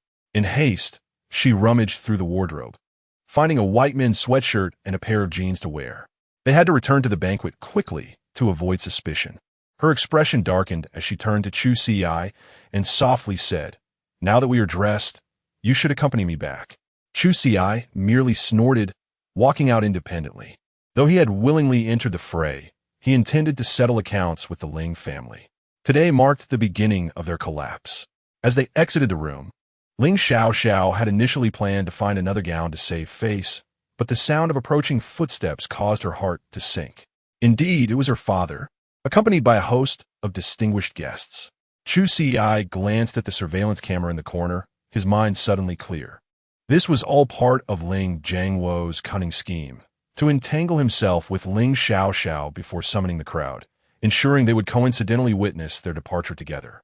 Thus, the incident would be solidified, and Ling Jiangwo could dismiss his earlier remarks at the banquet as mere words spoken in anger. With Ling Xiao bound to him once more, the Ling family's predicament would swiftly unravel. Chapter 33. The commotion at the Ling family's birthday banquet. Upon learning of Ling father's scheme, Chu Ci remained unperturbed, for he had long been prepared with a countermeasure. Along, upon seeing Chu Ci, hurried over, but his expression turned awkward upon noticing Ling Xiao, clad in a hoodie, standing behind him. "Young master, Mr. Ling," a long stammered, clearly flustered. Following closely, Ling Jiangwo and others arrived, with Ling Jiangwo feigning shock as he raised an eyebrow. "Ah, we were just looking for you, Xiao. What were you doing with young Master Chu?" The guests behind them, having witnessed Ling Xiao and Chu Ci emerging from a room after spending over an hour alone together, exchanged knowing glances, silently cursing Ling Jiangwo for being a cunning old fox, while also envying the Ling family for their connection with young Master Chu. Something came up while changing clothes. So, Ling Xiao maintained her composure, determined not to falter in the face of the situation. Just as she finished speaking, Ling Jiangwo's gaze pierced through her. "Ha, my Xiao is still young and shy to admit it. You all can disperse now," came the voice of the elderly matriarch of the Ling family, imbued with a sense of triumph. Her words effectively confirmed the implication of a relationship between Ling Xiao and Chu Ci, tearing apart her facade.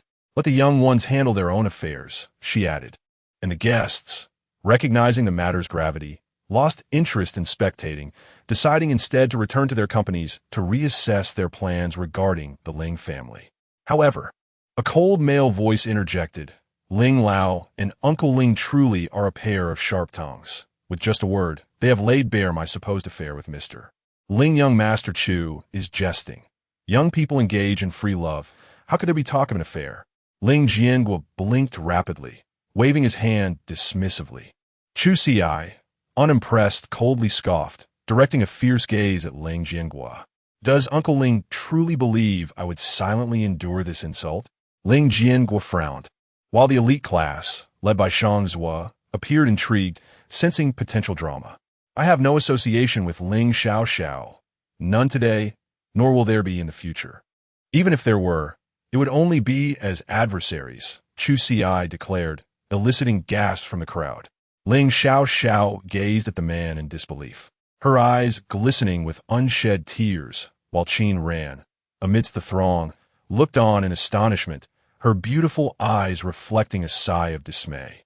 Ling Jianguo's expression twitched, his eyes widening in shock. Ignoring the crowd's scrutiny, Chu Ci strode confidently towards Ling's father, raising an eyebrow.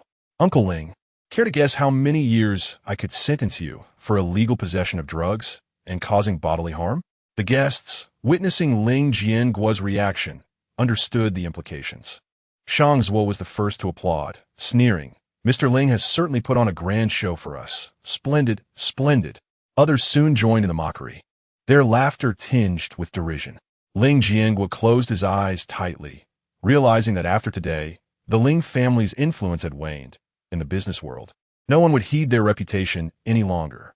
Do not play these tricks with me, or I will ensure you vanish from city forever. Chu Ci's words struck like ice, sending a shiver down Ling Jianguo's spine. He knew Chu Ci meant every word. In a city, the young man could make anyone or any enterprise disappear with a mere command. It was laughable that he still believed he could manipulate Chu Ci into submission. Thank you for your warm hospitality, Uncle Ling, Grandmother Ling. My company has matters to attend to, so I must take my leave, Chu Ci said, offering a slight bow. His gaze briefly flicked over Ling Xiao and Qin ran before he turned it apart. Outside, the sound of police sirens pierced the air as Xiao Chun was led away in handcuffs, casting a furious glare at Chu Ci, who merely smiled indifferently in return, mimicking a throat-slitting gesture. Ding! Congratulations to the host for significantly altering the plot, earning 10,000 fortune points. Ding! Congratulations to the host for significantly altering the plot, earning 10,000 fortune points. A faint smile graced Chu Ci's lips, realizing that with dual instances of plot modification, his fortune points accumulated at an accelerated rate. Miss Auntie just texted to say she won't be coming back tonight. Long leaned in to inquire, where to now? To the Empire Building, Chu Ci replied. As the two departed, the Ling family's banquet concluded hastily, leaving the guests to vacate, rendering the Ling family a laughingstock within the aristocratic circles of the city. In the eerily silent hall, Ling Xiao knelt on the floor, her posture straight as she met the furious gaze of Ling Jianguo, still clad in the same men's hoodie. Her expression was inscrutable, as if the turmoil around her held no relevance. She regarded her father with a gaze akin to that of an observer watching a jester. She understood Ling Jianguo's avarice, his craving for power, and his preference for sons over daughters. Yet she had never anticipated he would stoop to drugging his daughter. Ling's father, seething with rage upon witnessing his daughter's defiance, stormed towards her, seizing her collar and dragging her to the table. Incompetent fool! Ling Xiao remained passive, refusing to resist or react. Ling Jianguo detested her impassive demeanor. It reminded him of the day her mother passed away. Wretched girl! Ling Jianguo surveyed the surroundings, lifting an ashtray and smashing it against Ling Xiao's forehead, shattering glass and spilling blood. Ling Xiao winced but gritted her teeth in silence. Blood trickled down her forehead, staining her fair cheeks, and within moments, her delicate features were marred, a ghastly sight that left Ling Jianguo momentarily stunned. Have you had your fill? Ling Xiao spoke, producing a piece of paper from behind her and handing it to Ling Jianguo. Ling's father opened the paper, the headline glaringly reading severance of relations. In disbelief, he looked at his daughter as she continued. The Ling family is currently a weakened bowstring. If not addressed soon, bankruptcy will ensue, potentially dragging the entire Ling family down with it. I will transfer 10 billion from my personal accounts to Chapter 34, the last stand of Ling Xiao. So it is. Auntie sighed softly. As she listened to Ling Xiao recount the events of the day, she grasped the unfolding circumstances, her heart sinking, particularly when she heard how Chu Ci had used his fingers to assist Ling Xiao, which stirred an inexplicable pang of sorrow within her. "It will be all right, Xiao Xiao. This too shall pass," Auntie spoke gently. Ling Xiao Xiao gazed out of the car window. With Auntie's help, her head was now bandaged. Her azure eyes wore a hint of fatigue, the dim light casting a melancholic beauty upon her face and through her hair. "Take me to the Ling Corporation. There is an important matter I must attend to," Ling Xiao Xiao suddenly declared. "But it's already past 9. Auntie blinked in surprise. Ling Xiao Xiao waved her hand dismissively. "If the Ling Corporation collapses, I will have more opportunities to rest in the future." The car came to a steady stop outside the Ling Corporation. Ling Xiao Xiao opened the door and stepped out. Auntie hesitated briefly before swiftly parking the car and following her. Upon entering the company, the sound of keyboards clicking resonated in the air. Ling Xiao Xiao curiously peered inside, noticing 3 or 4 young people working at their desks. She approached them and inquired, "It's past working hours. Why are you still here?" "Huh?" The young interns blushed upon seeing Ling Xiao Xiao up close. Ling Xiao Xiao raised an eyebrow. "Because if interns like us can secure a position at the Ling Corporation, our futures would be assured," one of them stammered, scratching his head. "Our supervisor left us some tasks, and if we complete them today, we might earn their favor." Only then did Ling Xiao Xiao notice their intern badges. She nodded and encouraged the hard-working young individuals. "Keep it up. Diligence will be rewarded." Taking a deep breath, she turned and walked away, the dim glow from the desk lamps illuminating her path. Looking back at Auntie waiting for her, Ling Xiao Xiao reflected on the diligent efforts of the executives at the Ling Corporation, which had contributed to their current standing. If she were to indulge in her selfish desires, the potential downfall of the corporation would undoubtedly devastate thousands of families. At that moment, she resolved that she would do everything in her power to protect the Ling Corporation.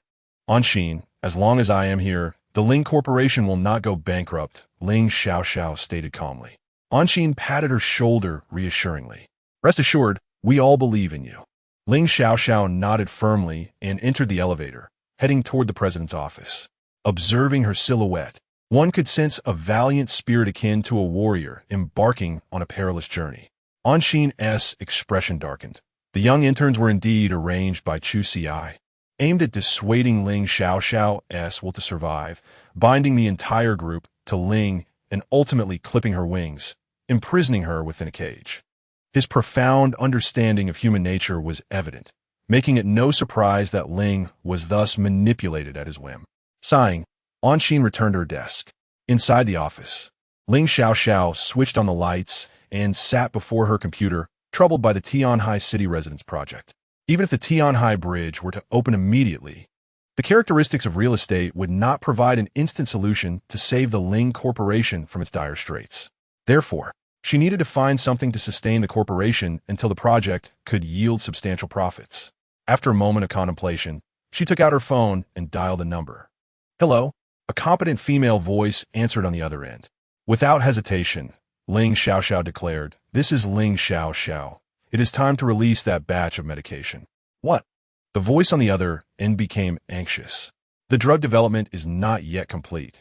Give me 5 months. No, 3 months. And I assure you, you will profit immensely, okay? You wouldn't deny me even 3 months, would you?" The voice sounded dejected. Ling Xiao Xiao remained silent for a moment before slowly responding. "It's not that I am unwilling to give you time. It's that the Ling Corporation does not have 3 months left." "All right, I can provide you with an initial batch of drugs. They have passed federal inspection, though their efficacy is not comparable to the finished product." Ling Xiao Xiao nodded. "Thank you. I will transfer this quarter-S research funding to the Institute." After hanging up, she contemplated the new skincare medication she had prepared, a potent weapon capable of elevating the Ling Corporation to new heights. However, for now, it would merely serve to buy some time for the Tianhai project. Relaxing, she gazed at the luminous moon outside, her thoughts drifting. The following morning, in the early light, Chu Ci stood upon a lush green lawn, swinging a golf club. Bang! The strike sent the ball soaring through the air in an elegant arc, landing perfectly in the hole. Uncle Liao and Along stood on either side. As Chu Ci removed his glove, Along presented a document before him. "Recently, several families from City A have extended olive branches to you. How shall we proceed?" Let Ling assess the situation. Retain those who can generate profit. I need not be informed of the company's affairs, as I am not well versed in them. Chu Ci replied, taking a swig from a nearby bottle of water. Yesterday, that Xiao Chan was released, Long remarked, gauging Chu Ci's expression. I hear a Jiangnan family vouched for him. Could this be leveraged to our advantage? Rather than display anger, Chu Ci merely chuckled lightly, dismissing the matter. No concern. Have someone follow him.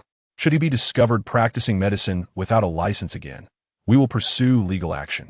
It was understandable that Xiao Chan could evade capture for the time being, given the powerful connections behind him. Yet relationships are finite and will eventually be exhausted.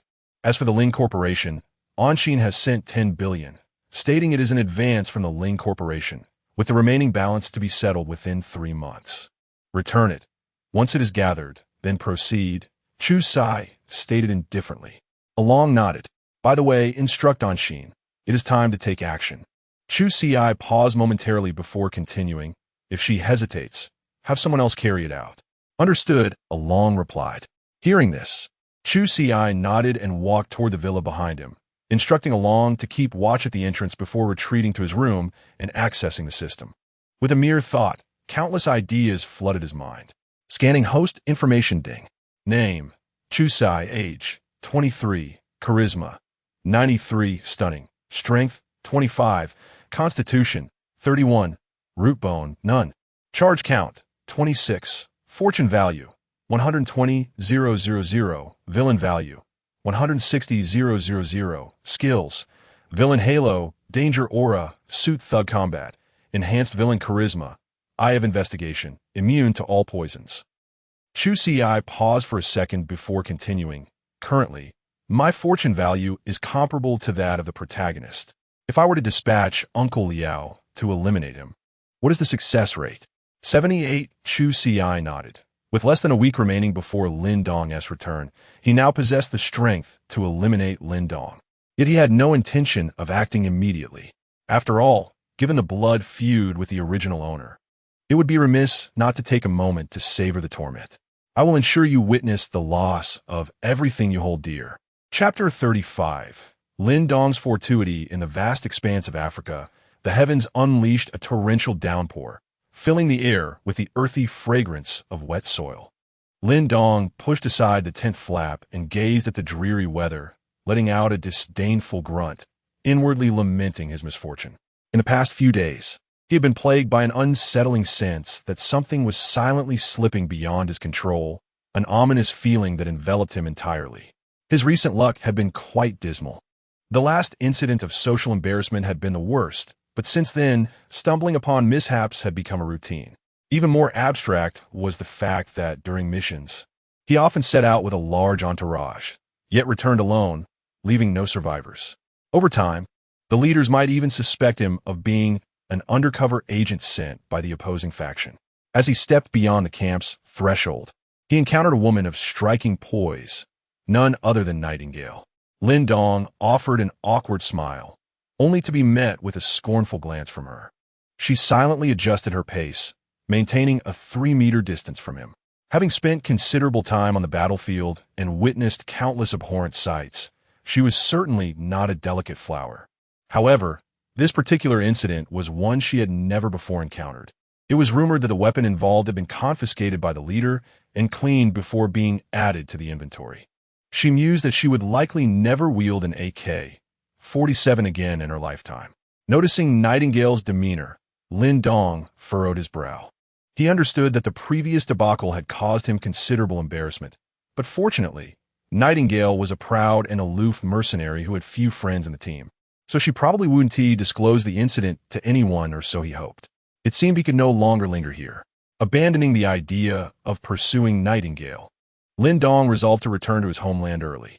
For days, he had felt as if something was subtly slipping away from him, and his dreams were often haunted by a voice urging him that a monumental change was unfolding in Longhua. So be it, today, he would propose his withdrawal from the organization to the leader. With that thought, he donned a bright, sunny smile. Suddenly, the hardships he faced here seemed trivial. After all, once he returned to Huaxia and reinvented himself, who would remember the deeds of Lin Dong. He could easily fabricate tales of arduous training and serving his nation with honor, ultimately adopting the persona of a ruthless warrior. Who could possibly unveil the truth? Lost in his reverie, Lin Dong strolled toward the leader's tent, even humming a tune. Gourd baby, 7 flowers on one vine, undaunted by wind and rain, la la. Inside the leader's tent, 2 mercenaries were idly chatting. I heard that guy, went on a mission, was a total disaster, terrifying my girlfriend in the process. Are you serious? One exclaimed. Absolutely. The entire team saw it. And he even cleaned up with the gun's muzzle. The foreign mercenary replied earnestly. A chill ran down the spine of the Longwa man, furrowing his brow. My girlfriend was utterly frightened. The foreigner, with a comical expression, mimicked his girlfriend's frightful look. Lord of Death, please don't drag me in. I'm scared. The Longwa man chuckled, his shoulders shaking, only to be playfully nudged by the foreigner. Gazing into the distance, he spotted Lin Dong approaching with a face clouded with gloom. Lord of Death. They both bowed in reverence. As the protagonist of the tale, Lin Dong possessed senses far beyond the ordinary, and thus overheard their conversation. Infuriated at their audacity to speak ill of him, he coldly snorted and entered the tent. An elderly man sat in a chair, his murky gaze fixed on the strategic map before him. Upon hearing Lin Dong's footsteps, he smiled faintly. Ah, little Lin, you've arrived. Lin Dong bowed respectfully and spoke. Leader, I wish to discuss something with you. No need for elaborate explanations. The elder waved his hand, his weathered face etched with wrinkles. I am already aware of your intentions. It was then that Lin Dong noticed a phrase inscribed on the table before the elder. Golden scales are not mere pawn creatures. A flicker of joy illuminated Lin Dong's features. At that moment, he felt an overwhelming urge to laugh with abandon. Indeed, only the most discerning leader of the mercenary group could recognize his true capabilities. Nightingale and the watchdogs were merely a cadre of inconsequential NPCs. Unbeknownst to him, the stage had been set for his destiny. I can arrange for your early return to Longwa, but there is one task you must complete first, the elder began, retrieving a small ornate box from the side table and handing it to Lin Dong. As Lin Dong opened the box, he found a piece of smooth, warm jade nestled within. Take this jade to Paris. Someone will be there to meet you. You must assist him in eliminating a target, and in return, he will provide you with what you seek, the elder murmured. Lin Dong's eyes brightened. Was this not an obvious boon? As the protagonist of the narrative, he was well versed in the archetypes of storytelling. Whenever there were secrets to uncover, challenges to face, or reckless ventures to undertake, a substantial reward awaited him at the end. Perhaps even a beautiful woman would fall into his arms. He had heard tales of the allure of European women, with their fair skin and long legs, and their remarkable openness. With his looks, he would surely not be at a disadvantage. Lost in his fantasies, Lin Dong experienced a euphoric surge within his mind. Chapter 36. Did you hear that? The night enveloped the earth as the elongated Lincoln cruised down the highway, the scenery outside blurring past. Chu Ci lounged on the sofa, leisurely perusing a business newspaper. The headline proclaimed the farcical banquet of the Ling family, declaring war on them by Chu Ci. With a scoff, Along remarked, young master, we will soon arrive in S-City. Chu Ci's eyes glimmered. His purpose for coming to S-City was none other than Pei Shu-xian. Yesterday, the system had alerted him that achieving a favorability rating of 60 or above from the female lead would grant him a romantic gift pack, with any lead rated above 60 considered in a relationship status, thus preventing Lin Dong from stealing her away. After observing the favorability ratings, Chu Ci resolved to pursue Pei Shu-xian first. The vehicle gradually halted outside Hengdian, capturing the attention of onlookers. Inside, the scene featuring Pei Shu-xian was being filmed. Once I capture you, I need not fear the Emperor's army. A woman with a clouded expression bit down her teeth. I will not let you succeed, Pei Shu-xian. Donned in a flowing red ancient costume, paced along the city wall, a sword resting against her delicate neck, leaving a trace of blood. Tears streamed down the face of the woman, and after a moment, glistening droplets cascaded down her cheeks. Wait, are you on? A furious shout echoed as a young man clad in a dark dragon-patterned costume rushed forward. A flicker of resolve crossed Pei Shuxuan's face as she coldly declared, Meeting you is the greatest regret of my life. I wish for us to be separated for eternity." With that, she leaped from the city wall, her crimson skirt billowing. The stunning second princess met her fate amidst the chaos. No, this moment was forever etched in the hearts of the director and the crew. Action. The director rose and began to applaud, soon followed by thunderous applause. The presentation of this scene was simply remarkable, and with the dynamics between the lead characters, the director sensed an overwhelming response of acclaim. Meanwhile, upon the city wall, Pei Shuxian hung in an imposing manner, still immersed in the somber atmosphere. In this web series, she played dual roles, a valiant heroine and the opulent second princess. This was a test of her acting prowess, a key reason for her choice of this project. It was evident that the second princess had exited the scene. Shuxian, that was truly remarkable. The director expressed with reverence, giving a thumbs up. Pei Shuxian nodded respectfully, smiling modestly. Choosing silence. Shuxian, are you all right? A handsome youth rushed over, dressed in a black dragon-pattern costume, concern etched upon his face. It was Li Jin, the male lead who had just recently entered the industry. Observing the bloodstain on Pei Shuxuan's neck, he exclaimed, "Sister Pei, you're hurt." He reached out, but withdrew his hand upon receiving a stern glare from the director. He hastily grabbed a medical kit from an assistant, awkwardly offering, "Sister Pei, I have some iodine. May I apply it?" Pei Shuxian met the youth's concerned gaze, nodded, and replied, blinking, "No need. This minor injury is manageable on my own." A flicker of disappointment crossed the youth's eyes, yet he feigned composure, saying, "All right, I will leave it on your table then." A nearby actress observed the gathering around Pei Shuxian with a flash of resentment. The atmosphere in the set was filled with laughter and joy, as the most challenging scene had been successfully completed, and the next steps involved post-production editing and reshoots of minor scenes.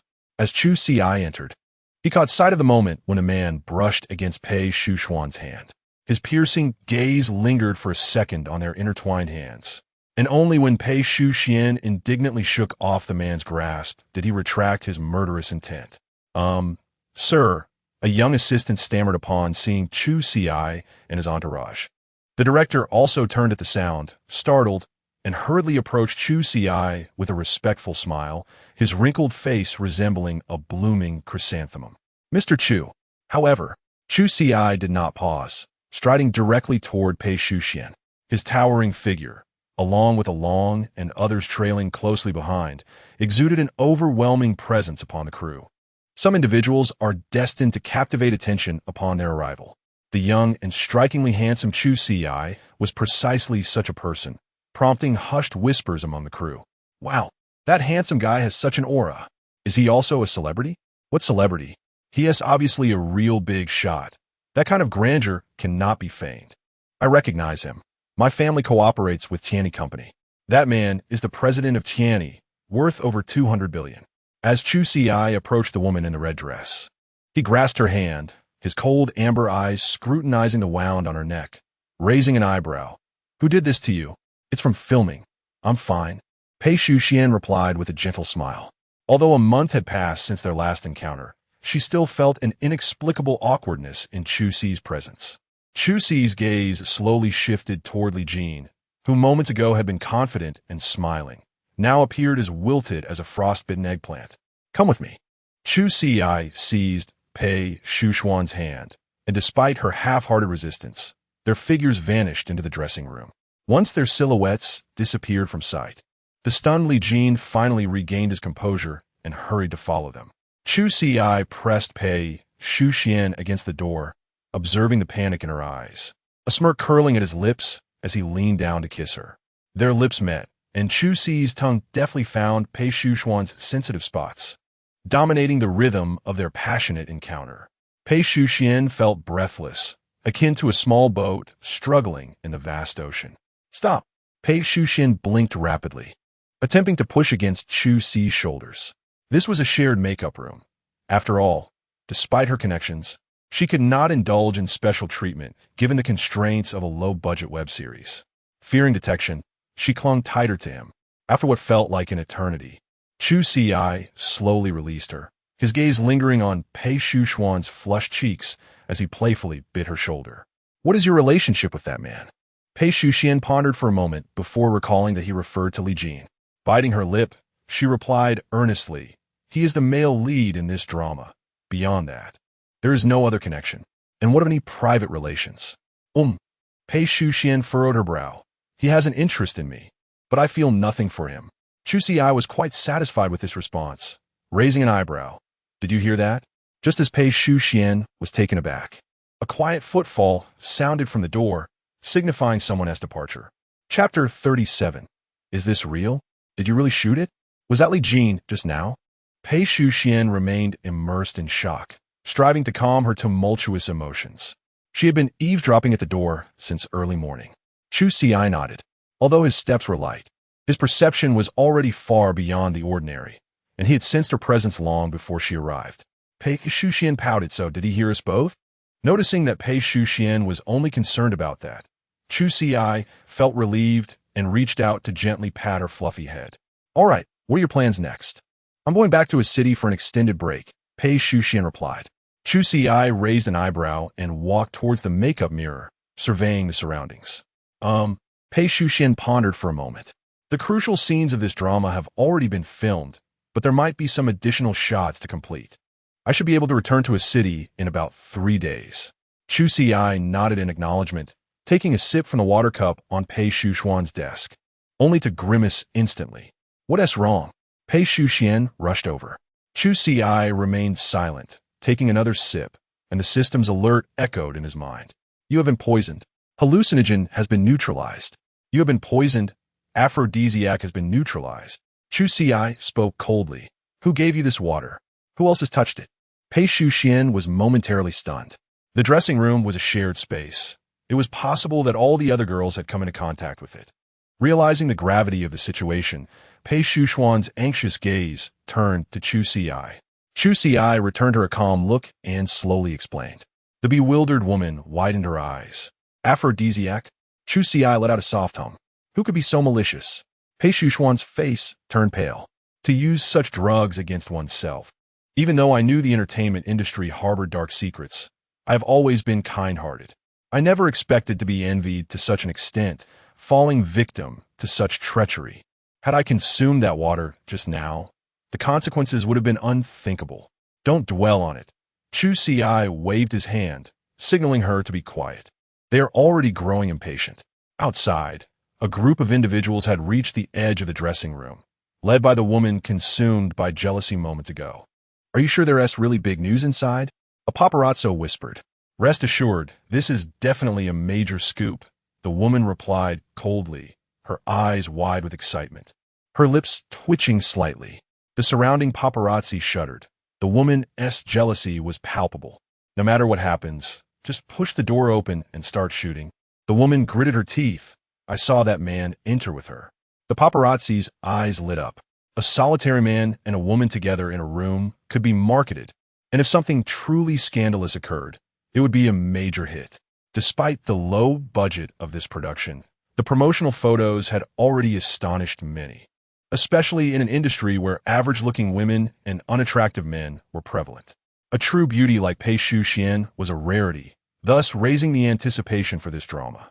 If news broke about the female lead being supported by a wealthy benefactor at this moment, it would undoubtedly explode, just as the paparazzi resolved to break down the door. They were taken aback as the door swung open on its own. What greeted them was a refined, yet austere face, cold eyes scrutinizing them, as if they were ensnared by a giant serpent, their breaths caught in their throats. Chu Ci elegantly stepped out, the sound of his polished shoes echoing on the floor, resonating like a rhythmic beat upon their hearts. The leading woman also hushed. A woman in a fiery red dress emerged from behind a man, her voice hoarse upon recognizing her. Hinyan, is that really you? Pei Shuxian had a strong impression of this senior, having noticed Hinyan's hard work and even suggesting to the director to give her more screen time. Little did she know, jealousy could truly cloud one's judgment. Hinyan, regaining her composure, gritted her teeth. What are you all waiting for? Start shooting. You witnessed them together in that room for so long. As the paparazzi reached for their cameras, the man raised his hand dismissively, taking Pei Shuxian's slender, delicate hand in his. "Come, shoot here," he said with a mischievous grin, raising his hand for the camera, his smile devoid of warmth. The paparazzi were intimidated by the man's imposing presence, hesitating, for he was clearly a figure of wealth and influence, someone they could not afford to offend. Click! A shudder sounded as a flustered, gray-faced paparazzo pressed a button, his hands trembling, nearly on the verge of tears. Chu Ci, astonished, removed his glasses and raised an eyebrow. "No way. Are you really taking pictures?" He looked incredulously at the portly paparazzo. At that moment, the director arrived with the male lead and the screenwriter, hurrying over upon seeing the paparazzi encircling his principal investor. Hey, what are you doing?" the director exclaimed, his face turning crimson as he positioned himself protectively in front of Chu Ci and Pei Shuxian, glaring intently. These two were his financial backers.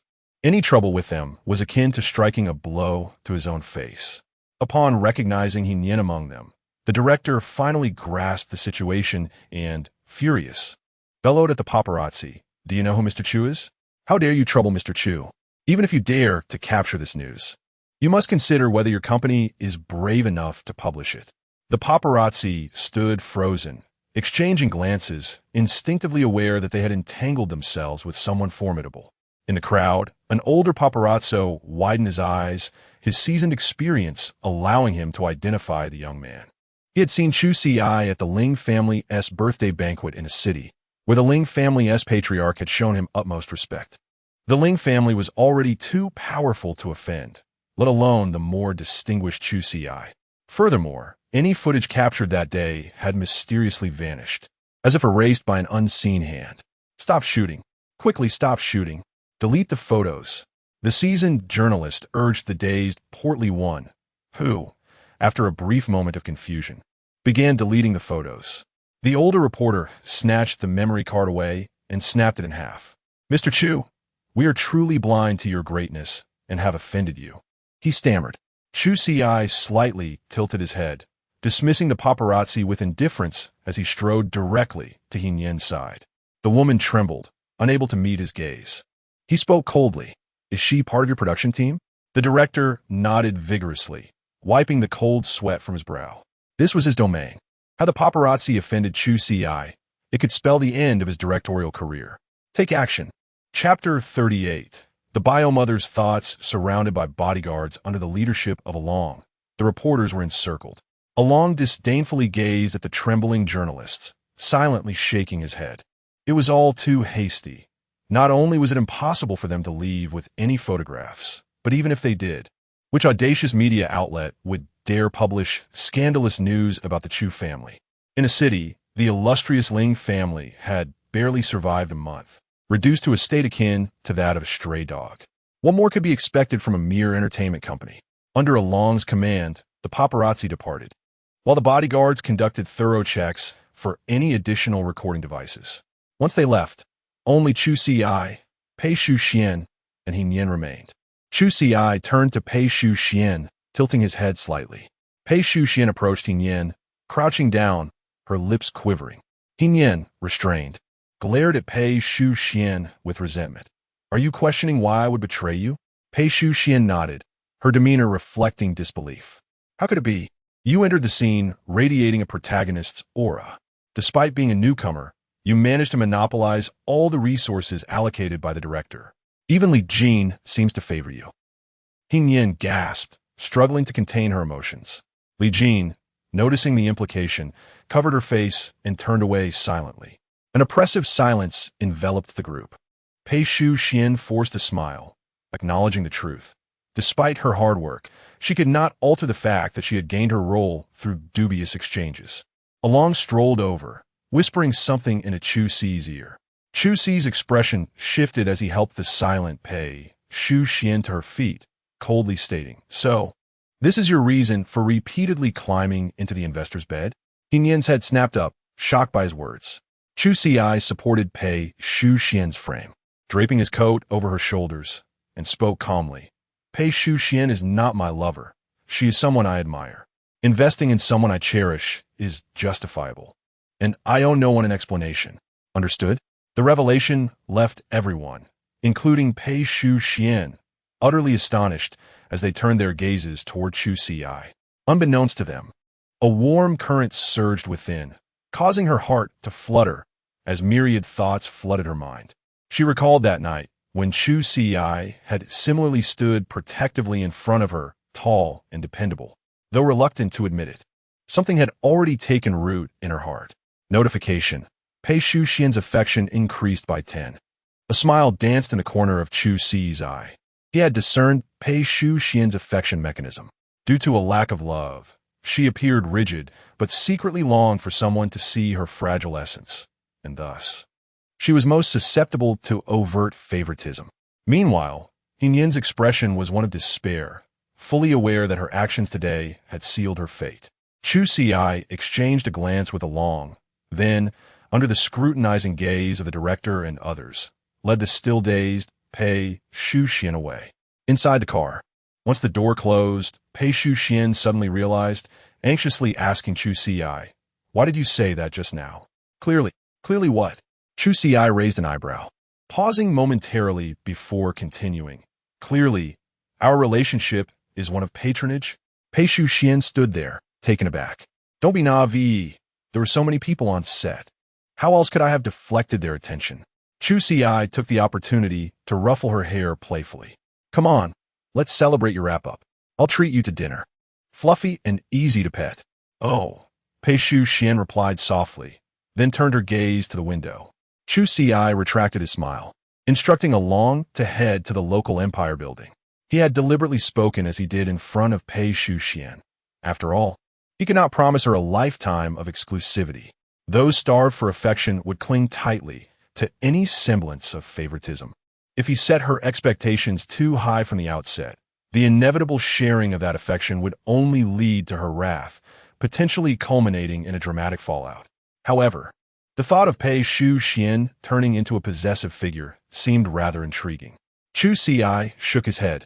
He didn't wish to replicate Cheng Ji's tragic fate. As Chu Ci's mind wandered, the vehicle glided into the Empire building. He and Pei Xian reminisced, and, after a few drinks, she began to loosen up, sharing stories from the set. Chu Ci listened attentively, occasionally chiming in, becoming the perfect confidant. Eventually, the moment they had both anticipated arrived, leading to a passionate encounter. During this intimate exchange, Chu Ci's eloquence swayed Pei Xian completely, drawing tears from her eyes. It was only at 1 o'clock in the morning that their conversation drew to a close. Notification. Pei Xian's affection increased by 10. Just past 1 in the morning, Chu Ci observed the slumbering beauty beside him. He quietly rose from the bed, stretching and feeling invigorated. Notification. Pei Xian's affection reached 60. Reward. Intimacy gift pack. With a smile, Chu Ci exited his private booth, glancing around before entering the adjoining room. The atmosphere was sufficiently dim, where a stunning woman was bound to a chair. 2 burly men stood beside her, bowing to Chu Ci. "Remove the gag from her mouth," Chu Ci commanded, taking a seat on a distant sofa. The cloth was removed. Chapter 39. Chu Ci after departing from the room.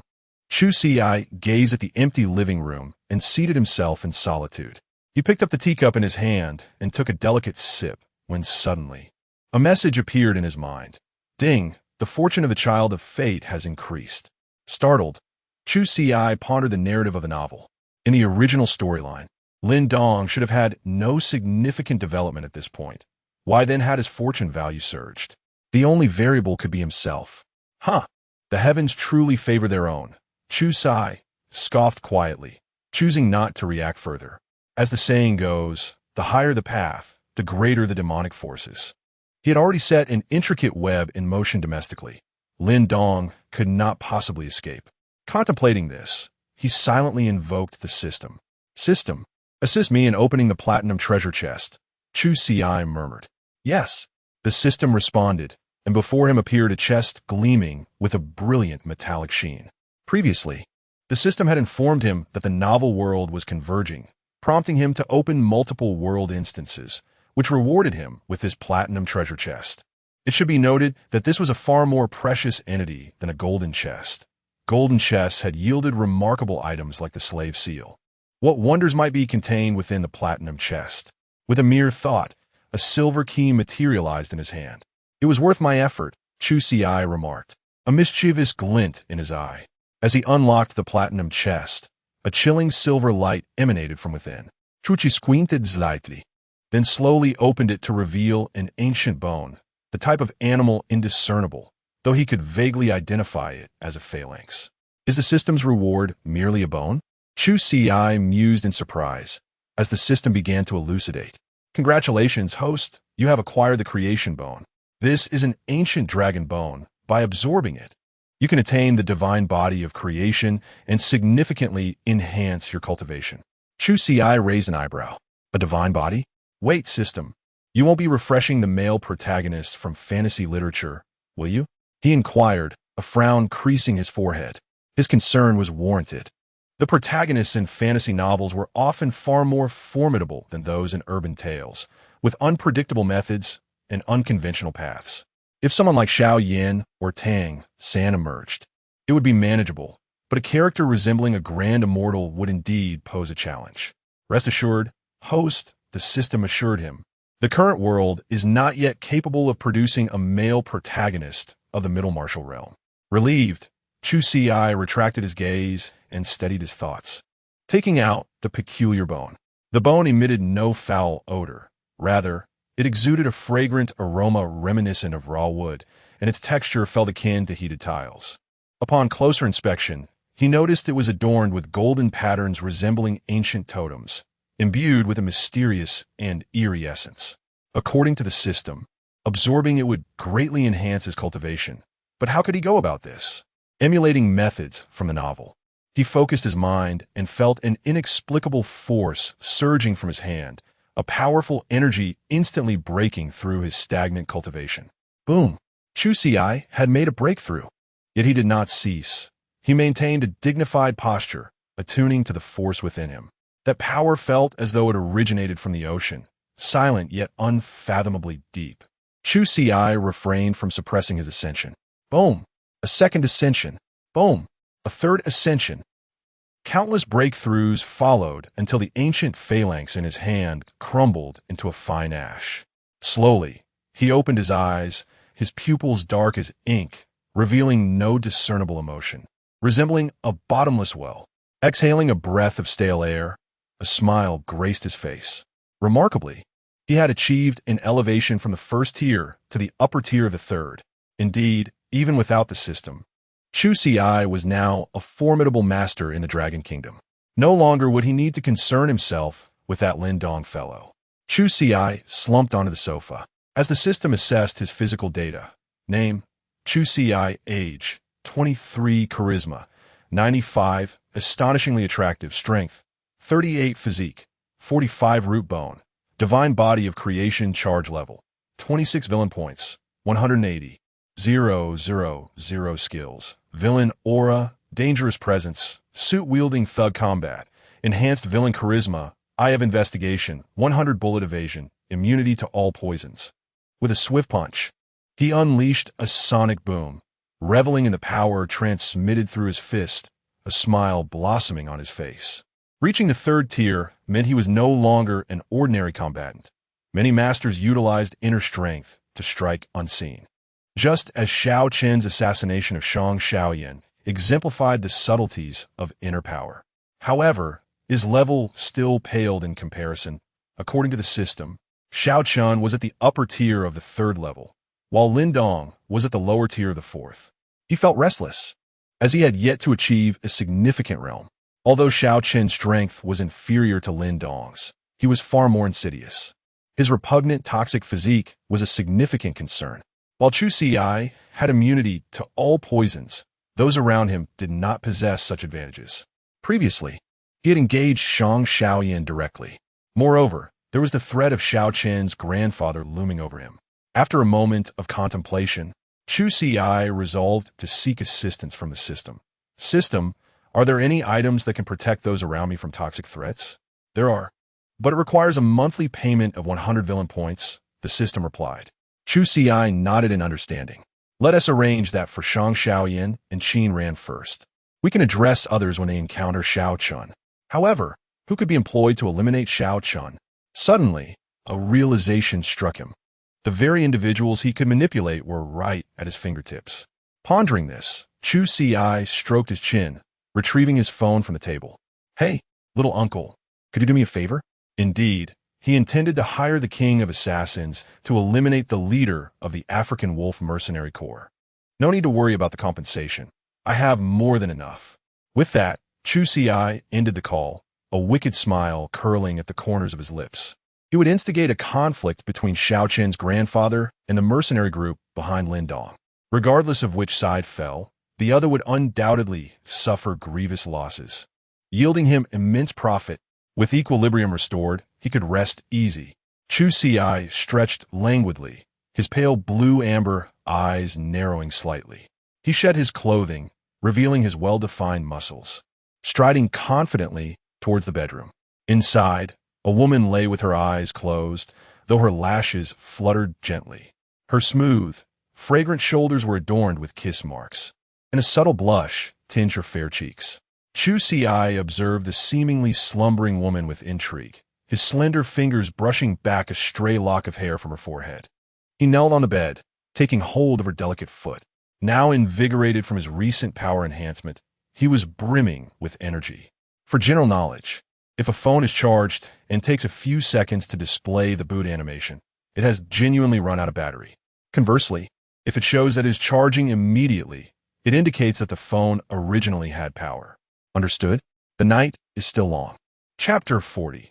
Ling Xiaoxiao's marketing strategy. The following day, a ray of sunlight filtered through the gaps in the curtains, illuminating the hotel room and awakening the man on the large bed. His elongated frame, bathed in sunlight, appeared almost sacred, akin to a magnificent piece of art. Chu Ci slowly opened his eyes, the depths of his gaze reflecting the hues of the night sky. He propped himself up and glanced at the woman beside him. Still in slumber, she lay with her back to him, revealing a flawless back, her dark tresses cascading down, creating a striking contrast with her fair skin, stirring a primal hunger within him. Yet, he knew she could not endure another bout. Last night, amidst the elevation of his physical prowess, he had unleashed his fervor, leaving Pei Shuxian to bear the brunt of it. He had not anticipated the overwhelming dominance of the divine body. Chu Ci shook his head, observing his slender fingers, and summoned 2 breakfasts via the hotel's room service. He then settled onto the sofa, striving to organize his thoughts. Now in City Ye, he had firmly established his presence, commanding half of the underground world, with merchants bending to his will, afraid to defy his decisions. With Qianni at his disposal, he was suppressing the Ling family, who were barely surviving. It could be said that he held the very lifeblood of City A in his grasp. On the female lead side, Pei Shuxian had already made her move. It was merely a matter of time before Ling Xiaoxiao would follow suit. Strangely, the most easily conquerable, the Xiao family mother and daughter, had recently grown complacent. And then there was Jiang Yuan, the beautiful doctor who had indirectly caused the demise of the entire Chu family in his past life, a close friend of Pei Shuxian. In a fleeting moment, Chu Ci gathered his thoughts. As he turned on the television, he was greeted by a familiar, melodious voice. President Ling, do you truly have such immense confidence in this skincare cream? The female host inquired. The woman on screen, clad in a black strapless gown and silver heels, had her long, dark hair cascading down, accentuating her snow-white skin. Her expression was taut, her beautiful arched brows, luminous black eyes, and high-bridged nose complemented by her delicate lips that slowly formed a soft emblem. She appeared as though she were an ethereal spirit lost in the urban darkness. Her appearance enough to drive any man mad. Chu Ci raised an eyebrow, his thin lips curling into a smile as he appraised her figure. This was indeed Ling Xiaoxiao's first public appearance in the media. Previously, she had only participated in private interviews, her photographs often featuring her in a black suit and trousers, her expression stern, revealing only a fraction of her beauty. Even so, Ling Xiaoxiao could easily overshadow a plethora of popular stars. Now, she was fully unleashed, radiant as a fairy. Yes, speaking of this, it is indeed the latest research product developed by Miss Jiang's laboratory. I personally tested it, and it would not be an exaggeration to say it surpasses all products currently on the market. We have secured this opportunity and plan to unveil it to everyone next month. I am genuinely looking forward to it. The woman on the television spoke slowly, her tone crisp as she introduced Ling Corporation's latest skincare cream. Truly an ingenious marketing strategy, Chu Ci mused, narrowing his eyes slightly. He opened his phone, scrolling through online information. Indeed, whether on short video platforms or long-form videos, Ling Xiao dominated the charts. Trending topics: Ling Corporation skincare cream, divine beauty, sister. Save the entertainment industry. Ling Xiao. The comments below were a colorful array. Beauty worship. Wow. Sister has already mastered a 100 billion company at 24. While I'm 24 and still arguing with my mom over takeout. President Ling, don't be too rigid about gender. Sister Ling, please step in and rectify the entertainment industry. Don't joke with Sister Ling's strength. Ultimately, the last comment simply exuded astonishment. In just 2 words, it expressed a heartfelt sentiment, vividly illustrating the profound depth of Chinese culture. Such overwhelming attention, aside from Ling Xiao's innate beauty and undeniable talent, surely required a powerful backing to propel this news into the spotlight. Ling Xiao, you truly are remarkable. Chu Ci set down his phone, observing the woman on the television, a glint of sharpness flickering in his eyes. He remembered that in his past life, Ling Xiao's public debut occurred only after the launch of the Ling Corporation skincare cream. And even then, the media had only captured her profile, lacking the current fervor. Shaking his head, he dismissed further thoughts. Knock, knock, knock. A series of knocks resonated from outside.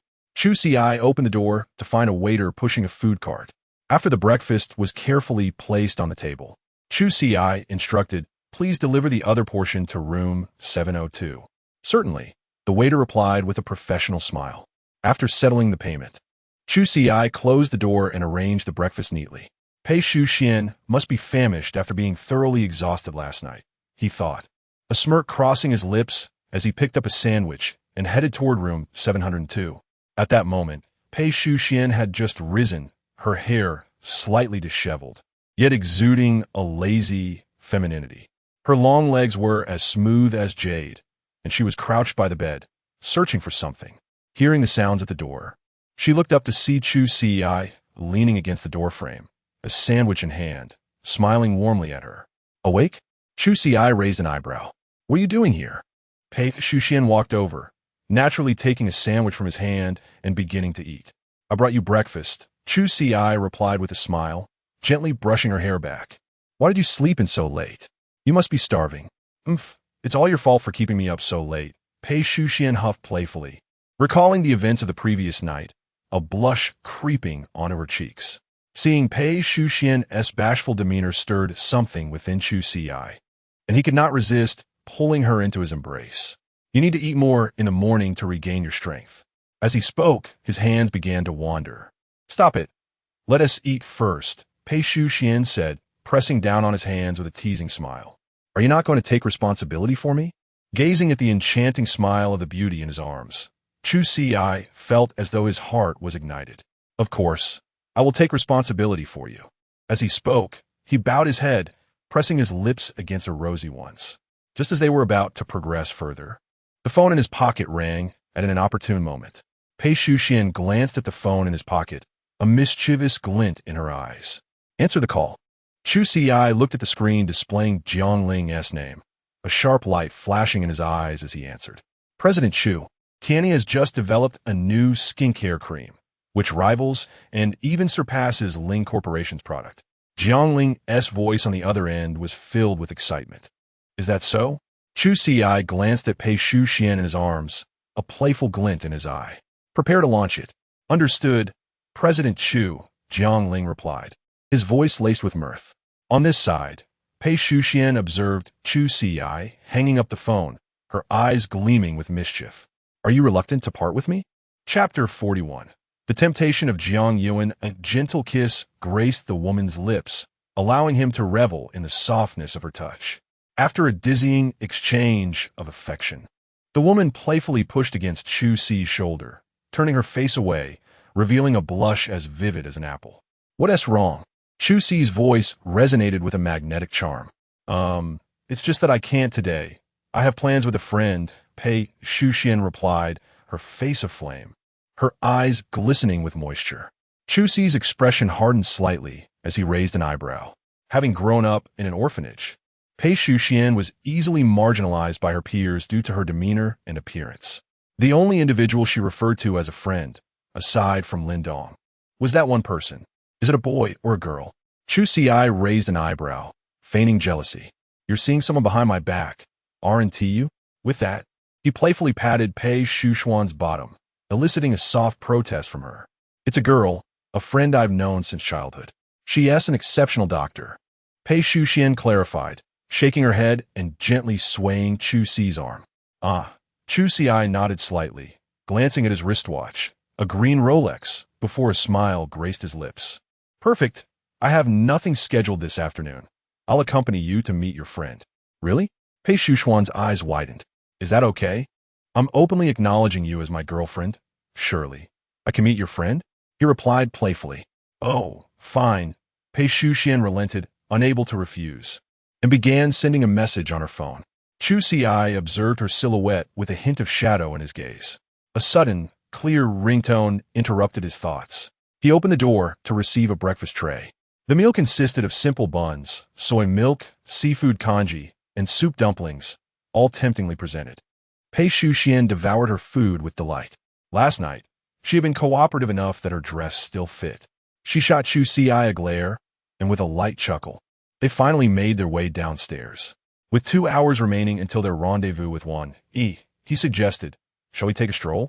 The beauty initiated the invitation. Chu Ci's expression darkened slightly, memories of that person surfacing in his mind. Jiang Yuan.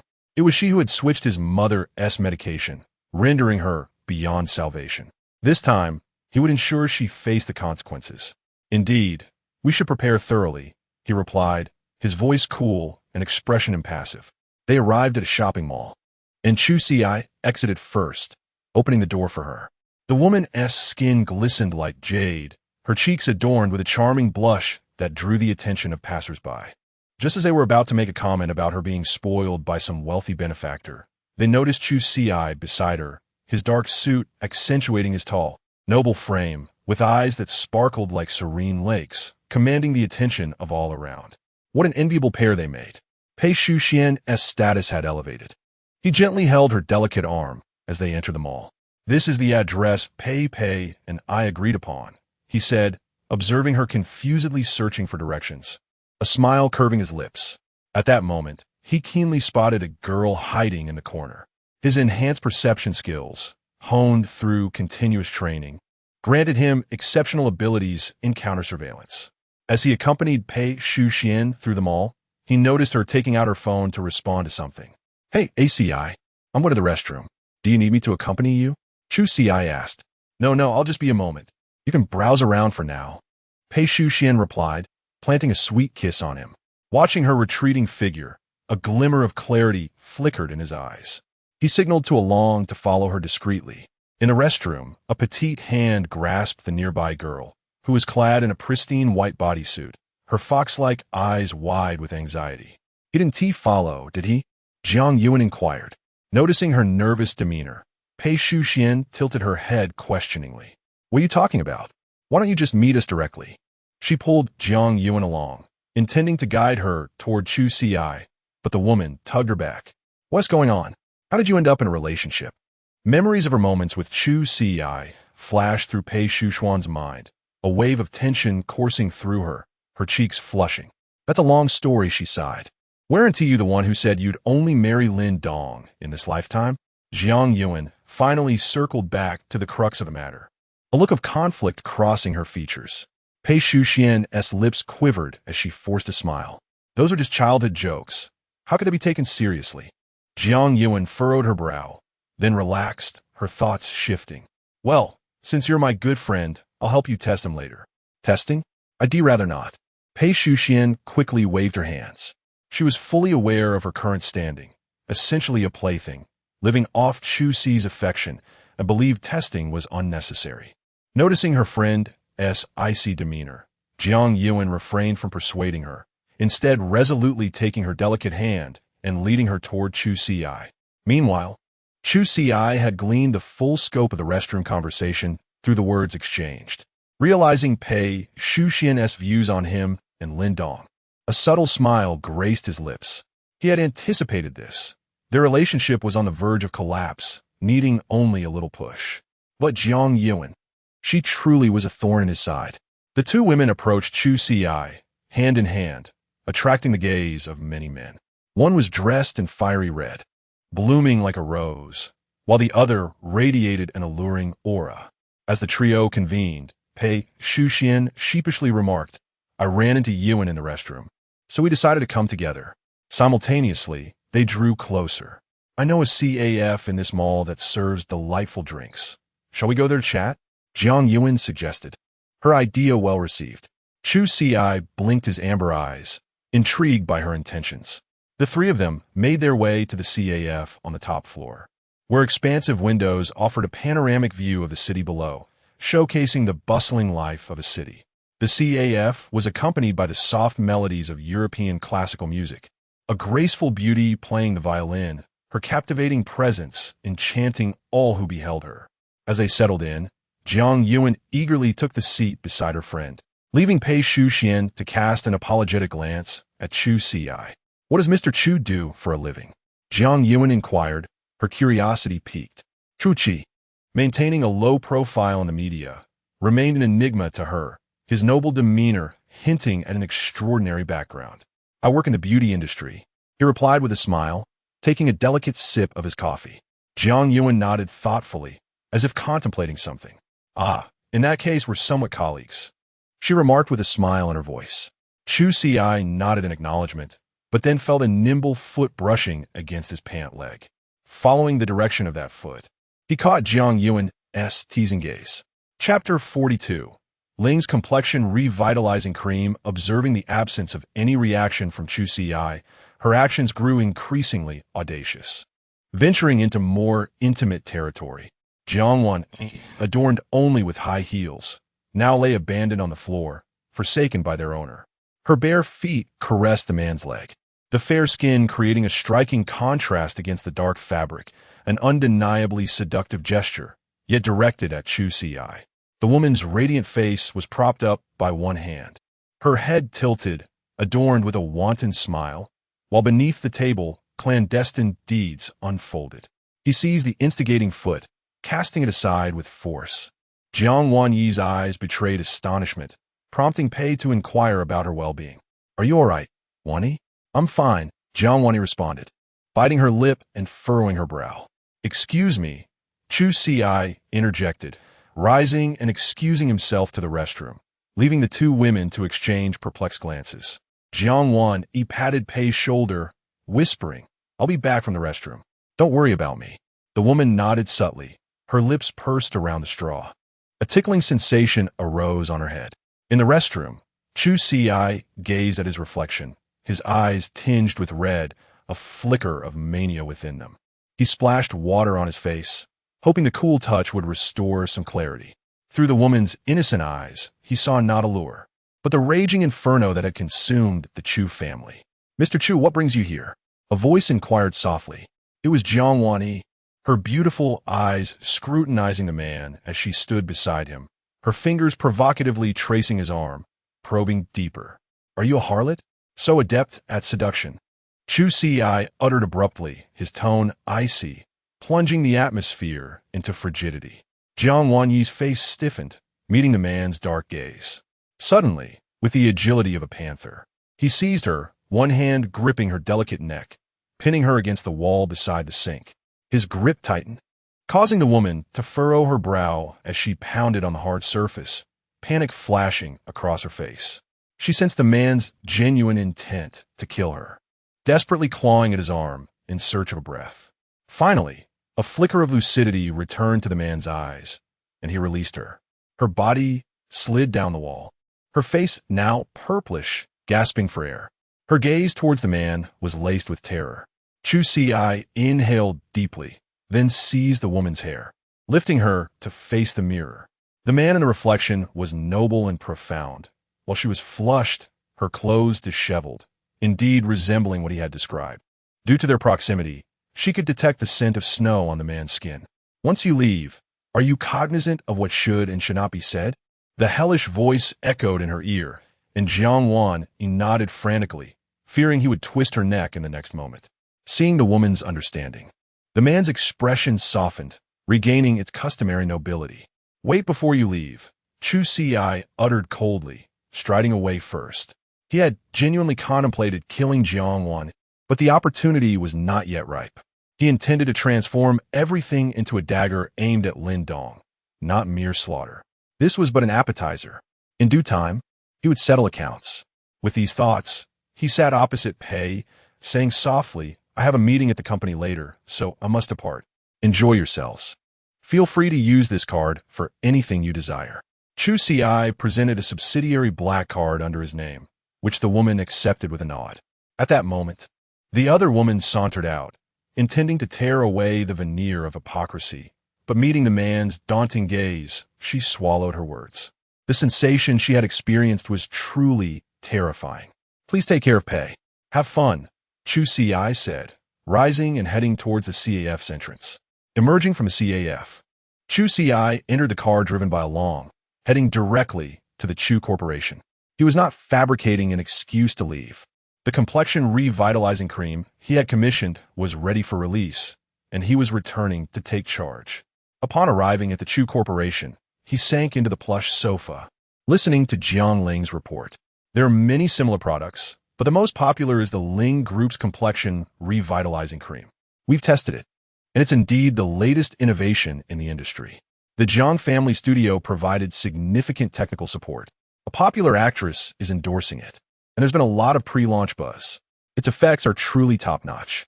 Jiang Ling handed over a small tube with the Ling Group's logo, obtained through clandestine means. Chu Ci gave him an appreciative look, accepting the small porcelain bottle. "Know thy enemy," Jiang Ling responded with a smile, opening the cream for Chu Ci. The cream was a white gel with a faint scent of snow, reminiscent of Ling Xiao Xiao. His expression darkened as he rubbed his chin. Ling's has generated considerable buzz, and Ling Xiao Xiao is personally promoting the product, clearly aiming for a comeback. Unfortunately for her, she's up against the system's healing balm, which, even diluted 10,000 times, surpasses current Earth technology. At that moment, a portly executive stood up, saying, "Boss, I have great confidence in our product. The quality will undoubtedly crush the competition. We just need to be mindful of the launch date." Chu Ci nodded, his amber eyes gleaming with excitement. "When is Ling's launching?" "Next Monday," the executive replied. "We'll launch on the same day," Chu Ci declared. "But Ling's is coming on strong and has already captured a significant portion of the market. If we rush in, I'm afraid." The executive hesitated. However, Jiang Ling shook his head, saying, "We'll do as the president says," then leaned in and whispered, "Should I bring up what happened at Ling Xiao Xiao's birthday party?" Chu Ci nodded, giving him an approving look. They were of one mind. That evening, a trending topic appeared on Weibo. Mr. Chu disrupts Ms. Ling's birthday party. Chu Corporation's new product, Chu Corporation, to compete with Ling's. At the Ling Corporation, Ling Xiao Xiao, exhausted from the day, had taken 3 melatonin pills and finally drifted off to sleep. She was awakened by an exine, her sleepy eyes betraying annoyance. She took the phone and opened the video, which showed Chu Ci's defiant words at her birthday party, when your father brought gifts to propose. The Ling family's attitude was not as arrogant as it is now. Her heart sank. Although the incident had caused a stir, it was quickly suppressed due to the political sensitivity surrounding the Chu family's heir. Now, it had resurfaced, and she knew who was responsible. Mr. Chu is so handsome, more so than current idols. Goodness, what status does the Chu family possess that they can forge a marital alliance with the Ling family? The layout above is far too limited. One ought to inquire about the significance of the Ling family. For the elder, the Chu family stands prominently atop the city walls. As time progresses, more and more details about Chu Ci and her identity are being uncovered, leaving Ling Xiao on the verge of grinding her silver teeth in frustration. Chapter 43. The Press Conference Heavens, the Scions of Military and Wealth. This Xiao is truly celestial. I woke up early, gazing at the prince. Am I the only one truly enamored with these two? Handsome men and beautiful women. How splendid. Up above, I wish to see the scene of chasing love amidst ashes. Ling Xiao's expression grew darker with each scroll, and there were even edits of their couple videos on certain platforms, not to mention the overwhelming promotion of their skincare products, all siphoned off by the Chow family. Has the Chow family also ventured into beauty? Their pricing is astonishingly low. Are they aiming to compete with a neighboring Ling family? How thrilling. This is the first time the Chow family has developed in this direction. Being a century-old enterprise, I must keep a close eye, and when they launch, they must not forget to include me. With a thud, Ling Xiao slammed her phone onto the table, the exquisite device shattering into pieces, causing Auntie to gasp in shock as she stepped forward to comfort her. Chu Ci's maneuver directly tied the products of the Ling and Chow families together. Any news regarding the Ling family would inevitably mention their products. She had unwittingly spent over 100 million on marketing, crafting a wedding gown for Chu Ci. Ling Zong, calm down. Do you not have faith in Miss Zhang's products? When both products launch together, the discerning consumer will know the truth. Rest assured, even if Chu Ci wishes to trample you, he must first possess the capability. They have been deeply rooted in the beauty industry for over a decade, possessing a complete supply chain and distribution. Ling Xiao suddenly came to her senses. Indeed, how could it be reasonable for her to think she would lose? The Ling family had been immersed in this field for years, with few rivals in the market. No matter how powerful the Chow family is, can they dictate what consumers choose to purchase? Recently, she had truly been obsessed. Just mentioning Chu Ci made her heart race uncontrollably. Auntie, transfer funds to Miss Jiang. This time we must achieve a glorious comeback. As she spoke, her eyes sparkled with determination. 3 years ago, when she took over the Ling family, it was a mess, and she revitalized that billion-dollar empire. If she could do it 3 years ago, she could do it again 3 years later. With that thought, she took a stronger sip of her coffee. Meanwhile, Jiang Yuan, who had accompanied Pei Shu Xian all day, lay languidly on the large bed. Upon seeing the transfer notification on her phone, her face turned pale. She had also stumbled upon news about the Chow and Ling families, realizing her opponent was that terrifying man. Yet, the ghostly figure of that man lingered in her soul, refusing to dissipate. The Chow family? Chu Ci. I shall repay today as humiliation. She deleted the already edited text, adjusting her white socks as she prepared to rewrite her words. Ling Zong, rest assured, girl help girl. Time flew by, and in just a week the moment arrived. Chu Ci stood on stage, preparing his speech. As the head of the Chow group, he certainly wouldn't be the one to speak, so he remained vigilant, monitoring the online dynamics. On a certain platform, there were even edits of him and Ling Xiao as a couple. What had originally been a news segment of less than a minute had been stretched into 3 minutes of footage by the audience. Watching this, a faint smile played on his lips. Boss, everything is ready on the Ling side. Good.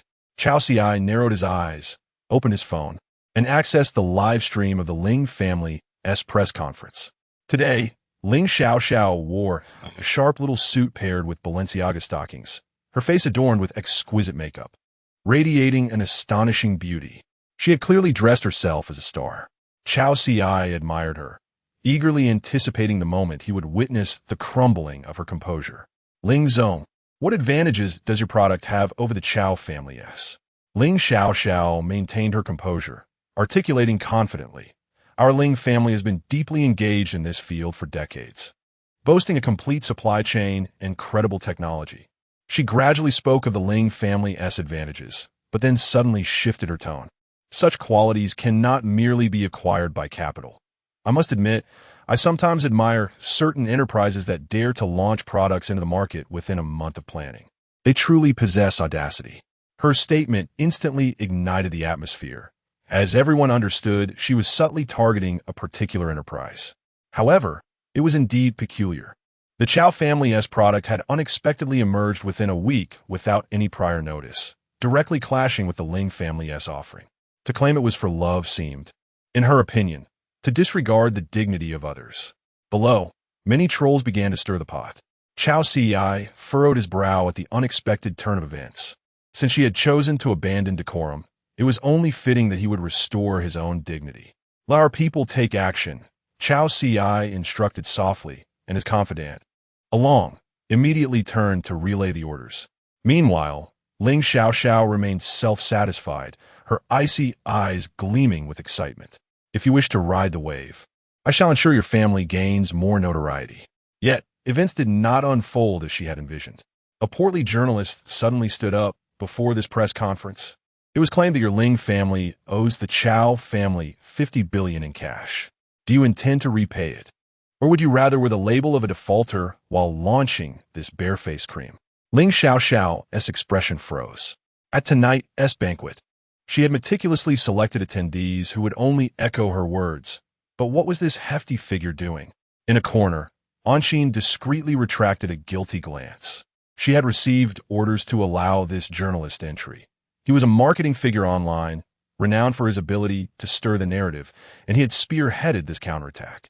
Seeing the chaos unfold at the press conference, Chu Ci smirked, observing Ling Xiaoxiao's panicked expression.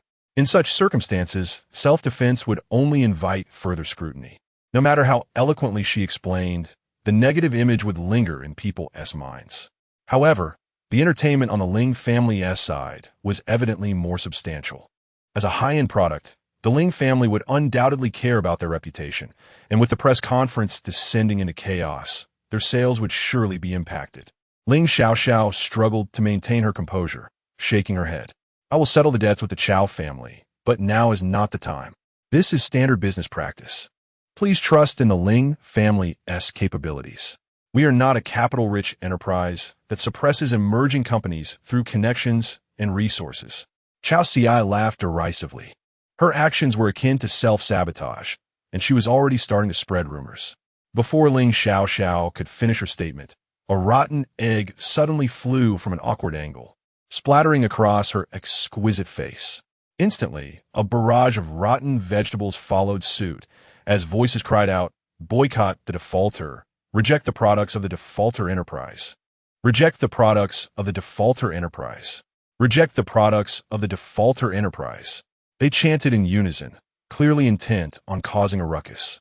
Ling Xiaoxiao gritted her teeth in fury, and Auntie, seeing the commotion, rushed over to shield her, successfully escorting her away from the chaos at the Ling family's press conference. With a crash, the computer was knocked to the ground, shattering into fragments. Ling Xiaoxiao gasped for breath, her chest heaving violently. Still feeling unsatisfied, she swept aside nearby items, turning the office into disarray. Auntie stood frozen, her lips moving, yet no words escaped. "Please leave. I need some time alone." A chilling voice resonated as Ling Xiaoxiao observed Auntie's departing silhouette, her lips tightly pressed together. Although today's scene was chaotic, she remained composed, yet Auntie had proven herself unworthy of trust. Chapter 44. The Fallen One. Ling Xiaoxiao, both products have been launched into the market, and now they await the scrutiny of the public. The Ling family continues to persevere in their marketing efforts, with Ling Xiaoxiao personally engaging in frontline sales. During this period, the most sensational event undoubtedly revolves around the feud between the Ling and Chu families. Given that the Ling family controls a significant portion of the sales channels, their products are consistently showcased in prime display areas.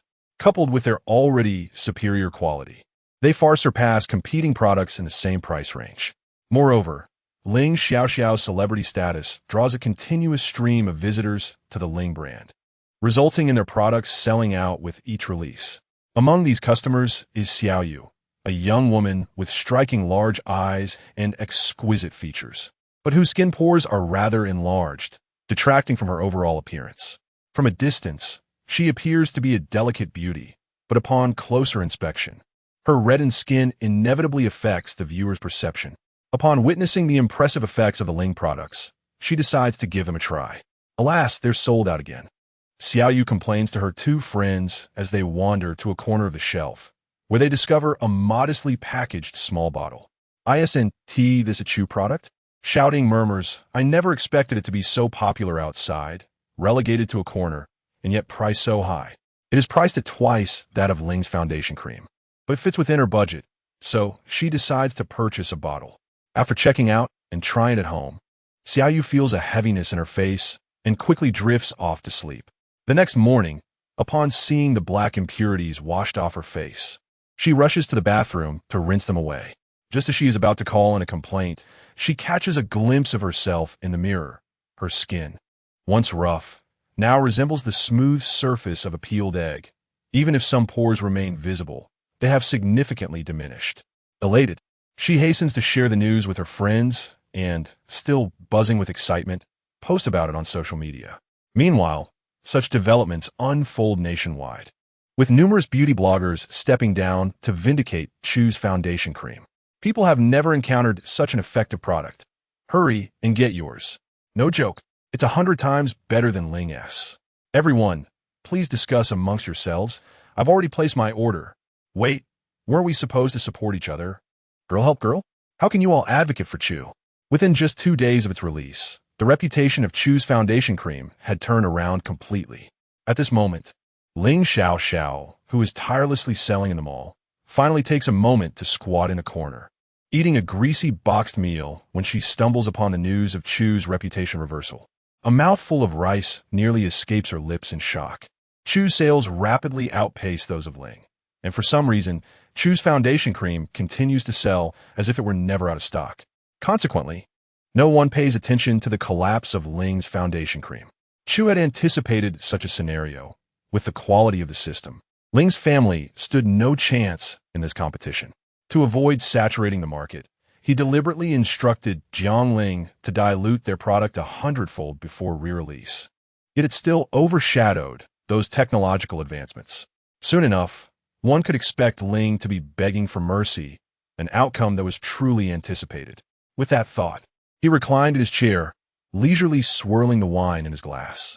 On the other hand, the Ling family was caught in a whirlwind of chaos. That night, Ling Xiao slumped at the table, pouring wine into her mouth, the crimson liquid streaming down her cheeks, mingling with her crystalline tears. The hope of a turnaround for the foundation cream now seemed impossible. Such a vast corporation was on the brink of collapse due to her decisions, and countless individuals would lose their jobs because of her. She could hardly bear to think about it. Clenching her head in frustration, she angrily tossed the wine bottle aside, the glass shards cutting into her ankle, but failing to pierce her skin. Watching the droplets of blood roll down, she felt an unsettling sense of pleasure. If extinguishing everything in its infancy could resolve the matter, perhaps it was for the best. Yet, Chapter 45. The slave seal, what are you doing here? You are not welcome, Ling Xiao said in a flustered tone, but Chu Ci paid no heed to her frantic words. Instead, he smiled slightly and settled himself beside her. President Ling, your demeanor grows increasingly unapproachable. It is through my connections that you are even able to stay in this A-grade ward. Have you forgotten the favor I did for you at the old Lady Ling's birthday banquet? Chu Ci's voice was sultry and magnetic, his deep-set eyes drawing one into a reverie, recalling the scene from before. The bathtub, the intoxicating atmosphere, cries for mercy, and splashes of water. Ling Xiao's face flushed with both shame and anger. You despicable wretch. She shot him a fierce glare, desperately curling her body backward, as if the cold wall could offer her a semblance of safety. Her slender fingers trembled incessantly. Seeing her in such a state, a smirk crept onto Chu Ci's lips. You cannot withstand this. Did you think that if I let you go, I would release you from my grasp? I tell you, Ling Xiao, there's no escape. You owe me, and you will repay that debt with your dignity. With that, he seized her neck and pressed her against the frigid wall, greedily inhaling the aroma of cedar that clung to her. His voice, akin to that of a demon, whispered in her ear, I want you to remain within my palm for eternity, repaying your sins across lifetimes, unable to seek life or death. Releasing her neck, he observed her astonished expression. Chu Ci straightened his suit jacket, turned indifferently, and commanded, without my permission, she cannot step out of this room. After saying this, he grasped Anshin's hand and exited the room. This is house arrest. I will report this. Ling Xiao shouted furiously, yet her protests could not halt the man's departing steps. A few middle-aged women remained behind, picking up the fruits that had fallen to the ground and silently gathering the knives before leaving the room. As she glanced at the soundless walls, now wrapped in sponge, fear began to creep into Ling Xiao's heart at the echo of Chu Ci's words. Unable to seek life. Unable to seek death. Her previously steadfast mental defenses crumbled in that moment. When had everything changed? Sensing the emotional turmoil of the girl, a notification chimed. Congratulations, host. You have gained 10,000 fortune points. Feeling a long-lost power surge within him, Chu Ci shook his head in surprise. Reflecting on the task of capturing Ling Xiao's affections, he realized it was merely a matter of time. However, he had a swifter method in mind. A cruel smile graced his lips as a plan materialized in his mind. Noticing the pensive expression on the woman beside him, he inquired, "What troubles you?" Auntie met his gaze and shook her head. "I have betrayed President Ling. She was the one who pulled me from hardship, yet I." Chu Ci teased. "So you regret it?" The woman shook her head again. "I do not regret it. I'm glad to do something for you, even at the expense of my best friend." Seeing the glimmering light in her eyes, as though she regarded him as a deity, Chu Ci nodded in satisfaction. "This is our fate, the destiny of a villain." He softly captured the woman's lips, pushing her against the wall behind them. "Chu Xiao, you cannot. This is a hospital. They dare not look." Chu Ci nibbled on the woman's ear, which had turned a delightful shade of pink, enticingly alluring. Along skillfully coordinated the staff, blocking the passageways on either side of the ward. Chu Ci did not disclose to Auntie that this hospital was merely a facade, a front for the production of his concealing cream, and there were no actual patients here. This thrill was intoxicating. Sensing the girl's tension, Chu Ci comfortingly patted her shoulder. "Relax, dear child." An hour later, Auntie hesitantly exited. Along drove them to the Empire Building. The hotel was enveloped in an enchanting atmosphere, and as they sat across from each other, Chu Ci, observing Auntie's pale face filled with concern, gently shifted the topic. "What are your plans now?" His voice was magnetic as he watched her. "I will arrange a suitable position for you at Chu Corporation," he offered. "Is Chu Corporation planning to acquire Ling Corporation?" Auntie suddenly asked. To be honest, acquiring Ling Corporation would not yield significant benefits for Chu Corporation, but witnessing President Ling's breakdown would certainly pique my interest. With that, Chu Ci downed his glass of red wine, and they enjoyed their meal. Suddenly, Along leaned closer, whispering in Chu Ci's ear, "Lin Dong is returning to the country. Chu Ci's traitant, aying allons." Is the information accurate? Along nodded, and Chu Ci waved a hand toward Auntie, saying, "I have matters to attend to. Please excuse me." As he rose, Auntie stood as well, her expression filled with concern. "Please take care." "Do not worry," Chu Ci replied, kissing the corner of the girl's lips. They parted ways, and once turned away, he concealed his emotions behind a calm facade, his voice distant. "Take Auntie home." Pushing open the bedroom door, he glanced at the messages on his phone, his expression sharp. He had previously dispatched Xiao Chen's grandfather to eliminate the leader of Lin Dong's faction. Though unsuccessful, Xiao Chen's grandfather had been severely injured and could only recuperate. Xiao Chen could now only bide his time, awaiting his grandfather's return to his city for justice. Unfortunately, he would not live to see it. And the most pressing matter affecting his upcoming rendezvous was that Lin Dong had achieved remarkable feats in the Eagle Nation and had captured the princess's favor. He was soon to return. Lin Dong. A smile crept onto Chu Ci's lips as he casually embedded a dart into the wall. "I have prepared the perfect trap for you. Now, we await your return." With the Ling family now fallen and the business landscape dismantled, the pain of Lu Dao and the tragic demise of Gu Renja left Jiang Yuan so frightened that she dared not even leave her room. "Lin Dong, could you still thrive in this city?" Contemplating, Chu Ci commanded the system to open his status panel. Scanning host's physical data. Name, Chu Ci. Age, 23. Charm, 95. Breathtaking. Strength, 39. Constitution, 31. Root bone. None charge count. Villain points, 210,000 skills. Villain aura, dangerous presence, suit wearing, thug combat. Enhanced villain charm, eye of detection, immune to all poisons. Gazing at his physical data, he nodded in satisfaction. Recently, Ling Xiaoxiao had yielded a considerable amount of villain points, while Jiang Yuan contributed a smaller amount. Clearly, he was now poised to support the next investment of his alter ego. Let the 10 consecutive draws commence. Chu Ci closed his eyes as the radiance before him flickered fleetingly, and he felt the sensations wash over him. Congratulations, host. You have obtained a misfortune paper crane X1. Congratulations, host. You have obtained metal handcuffs X1. Congratulations, host. You have obtained soft girl cushion X1. Congratulations, host. You have obtained a boundary-breaking pill. This can directly break through a major boundary without any side effects. Looking at the boundary-breaking pill in front of him, his eyes sparkled with delight.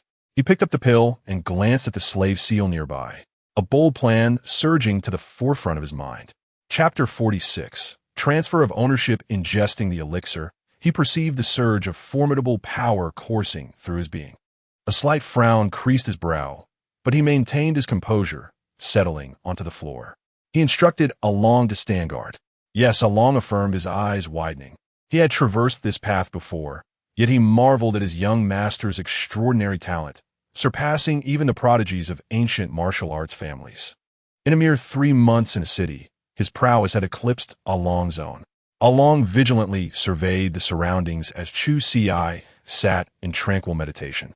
He sensed the innate spiritual energy coursing through his veins, fortifying his meridians and bones with an invisible force. Incredible, he exclaimed inwardly. His spiritual energy had already reached the initial stage of the 3rd tier, and it continued to ascend rapidly, soon reaching the intermediate stage.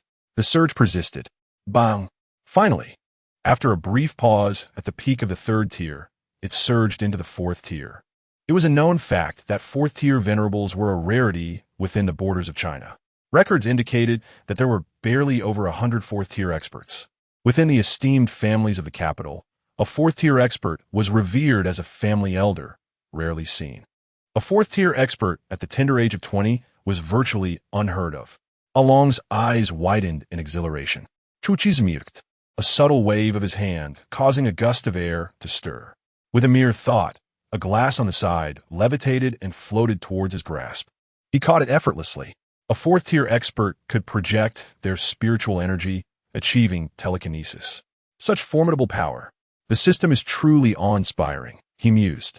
At that moment, an elderly man entered, none other than Mr. Liao, dispatched by Chu's father. Congratulations, young master, on successfully breaking through to the 4th tier. Even Mr. Chu did not possess such strength at the age of 20. Truly, the student has surpassed the master. Chu Ci remained grounded, aware that Lin Dong was also at the 3rd tier of the innate realm. With the aid of the British royal family, he would likely reach the peak of the 4th tier soon. That favored son of destiny is indeed extraordinary. Even with such meticulous planning, his talent cannot be diminished. Even if he is rejected by the assassin organization, he can still find fortune. Inform me when Lin Dong returns to the country, he commanded. Yes, came the reply. Chu Ci suppressed his aura, rendering his presence unassuming. Yet his eyes gleamed with a sharp light, like dazzling obsidian. He pondered, then proceeded towards Ling Xiaoxiao's hospital room. In the room, the woman sat listlessly on the bed, her eyes shadowed with fatigue and her hair disheveled. Untouched food lay nearby, indicating that she had not eaten all day. Her face was pale, resembling a dying beauty, yet it added to her delicate charm. She wore a rigid expression, turning her head away to reveal her smooth neck as he entered. "Ha!" Chu Ci scoffed, stepping inside. The room reeked of hospital disinfectant mixed with stale food, creating a nauseating atmosphere. Chu Ci's face remained impassive at Ling Xiaoxiao's disheveled appearance. "What, are you going to kill me?" Ling Xiaoxiao sneered, glaring at the man. Although she could not access the news, she could anticipate the impending collapse of the Ling Corporation. Gritting her teeth, she refused to look at the enemy who had ruined her. Trapped and unable to communicate with the outside world, she was resigned to her fate, determined to exact some form of revenge. She would not give the man any quarter. Observing her stubborn defiance, Chu Ci approached the table where cold fried rice sat. The caretaker had followed his instructions, providing only a disposable plastic fork, hardly capable of causing serious harm. He picked up the plate and dumped it in front of Ling Xiao. "Eat it," Chu Ci commanded coldly, his voice laced with authority. "Are you ordering me?" Ling Xiao retorted disdainfully. "Huh." Chu Ci tossed the plate to the ground, scattering the fried rice. He then produced his phone and played a video. It depicted a young child tied to a pillar, surrounded by menacing figures. "Save me," the boy cried, his large, tearful eyes filled with fear. "Chu Ci, are you even human? He's only 5 years old," Ling Xiao exclaimed, her eyes blazing. She did not know how Chu Ci had discovered this. Chu Ci waved his hand dismissively. Ling Xiao believed she had concealed her weakness, her younger brother, perfectly. But Chu Ci, aided by his system, knew better. He switched off the phone, his expression still icy. "Now, eat it," he commanded, pointing to the rice on the floor. "Leave a single grain, and I will sever one of his fingers." Ling Xiao stared at the man, her eyes filled with animosity. "Release my brother, or I will haunt you for eternity. You couldn't defeat me in life. What makes you think you can as a ghost?" Chu Ci scoffed, dismissing her threat. He grabbed her hair and dragged her to the ground, placing a leather boot on her back, his eyes gleaming with cruelty. "Eat it," he repeated, his voice magnetic, demanding obedience. Realizing her helplessness, Ling Xiao shed tears, like a plum blossom in winter. She had no choice but to abandon her pride. Everything she had worked for, her dream of being an independent female CEO, was gone. A twisted sense of pleasure arose within her as she acknowledged the man's absolute dominance over her. Her eyelashes trembled. Chu Ci savored the woman's wretched state. With a flourish, a square seal appeared in his hand. He pressed it against her smooth neck, then lifted her shirt and pressed it against her slender waist. The cold sensation startled Ling Xiao. In that instant, a flash of bewilderment crossed her eyes. In the mirror, the woman was on all fours, a bizarre flower blooming on her waist, crimson and vivid, captivating yet sinister. "Stand up. Squat down." Chu Ci surveyed his handiwork with a smirk. Half an hour later, Ling Xiao stared at the man, her eyes scrutinizing him. Her arms were crossed, and a bead of sweat trickled down her face. Chu Ci held the equity transfer agreement for the Ling Corporation. Ling Xiao had sold the company to Tianyi for $5 billion, with Chu's corporation providing financial and resource support. Ling Xiao would serve as the president's secretary.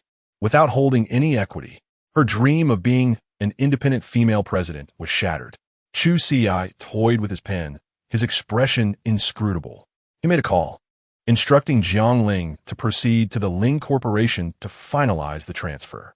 As the Ling Corporation owed Chu's corporation $5 billion, a debt Ling Xiao had incurred herself, he would acquire absolute control of the Ling Corporation without spending a single penny.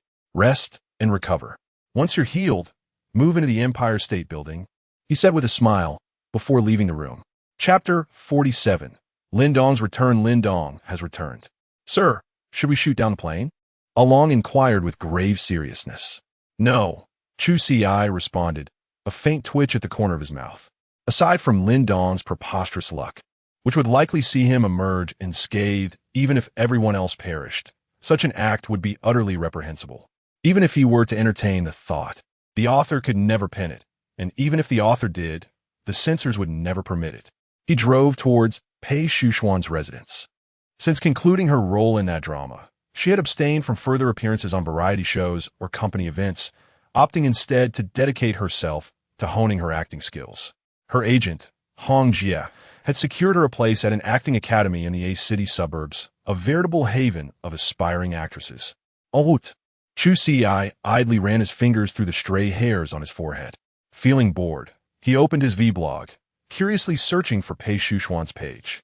She currently had only tens of thousands of followers, primarily drawn from her previous online drama, and captivated by her beauty. Undeniably, Pei Shuxuan's face was a rare gem in the entertainment industry, her striking features perfectly filling a void in the domestic scene. Coupled with her humble upbringing and diligent work ethic, she had garnered the attention of numerous industry insiders, even without his support.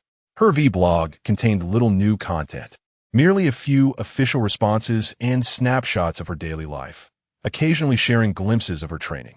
The comment section was a vibrant mix of adoration. Sister, you're so beautiful. When will you grace the entertainment world with your presence again? I miss you terribly. Her face is her empire, and I'm tired of saying it. If it's sister, manicured nails are also acceptable. Evidently, she was receiving considerable opportunities, and without a massive influx of resources, her current following was genuine and engaged. Chu Ci observed, his gaze inscrutable. Once her new drama aired, Pei Shuxian would undoubtedly ascend to unparalleled heights, becoming inaccessible. Before his plan reached fruition, he needed to minimize any chance encounters between Pei Shuxian and Lin Dong.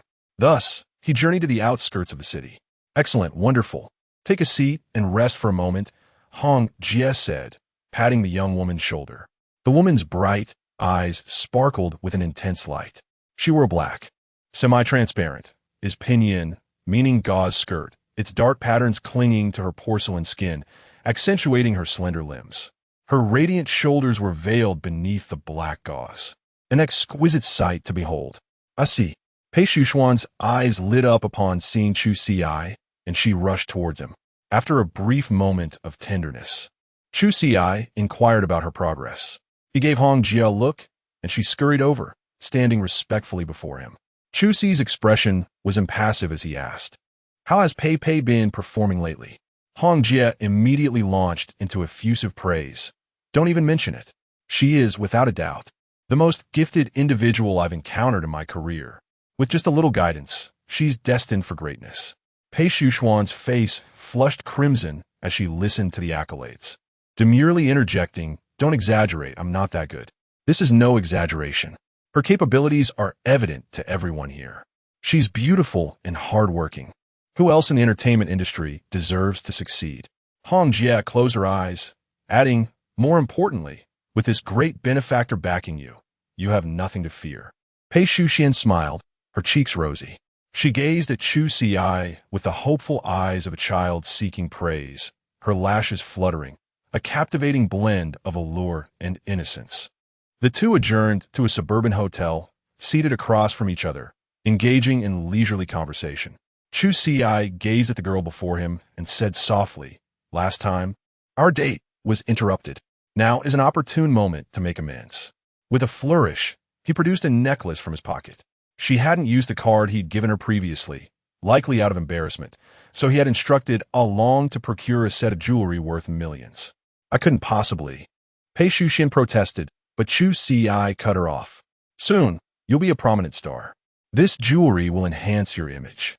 The man's eyes were profound. He rose deliberately and fastened the necklace around the girl's neck. His fingers gently parted her flowing hair, sending a shiver down her spine. Pei Shuxian obediently exposed her alabaster neck, allowing the man's touch. A surge of unfamiliar electricity coursed through her veins, and Pei Shuxian's face flushed crimson. At that moment, dinner was served. As they dined, their conversation grew more animated, perhaps fueled by the wine. "Do you remember Yin, the girl who slandered us last time?" Pei Shuxian murmured, pouting. "She's incredibly popular now. I don't know how she got so lucky." Her eyes sparkled, her gaze languid.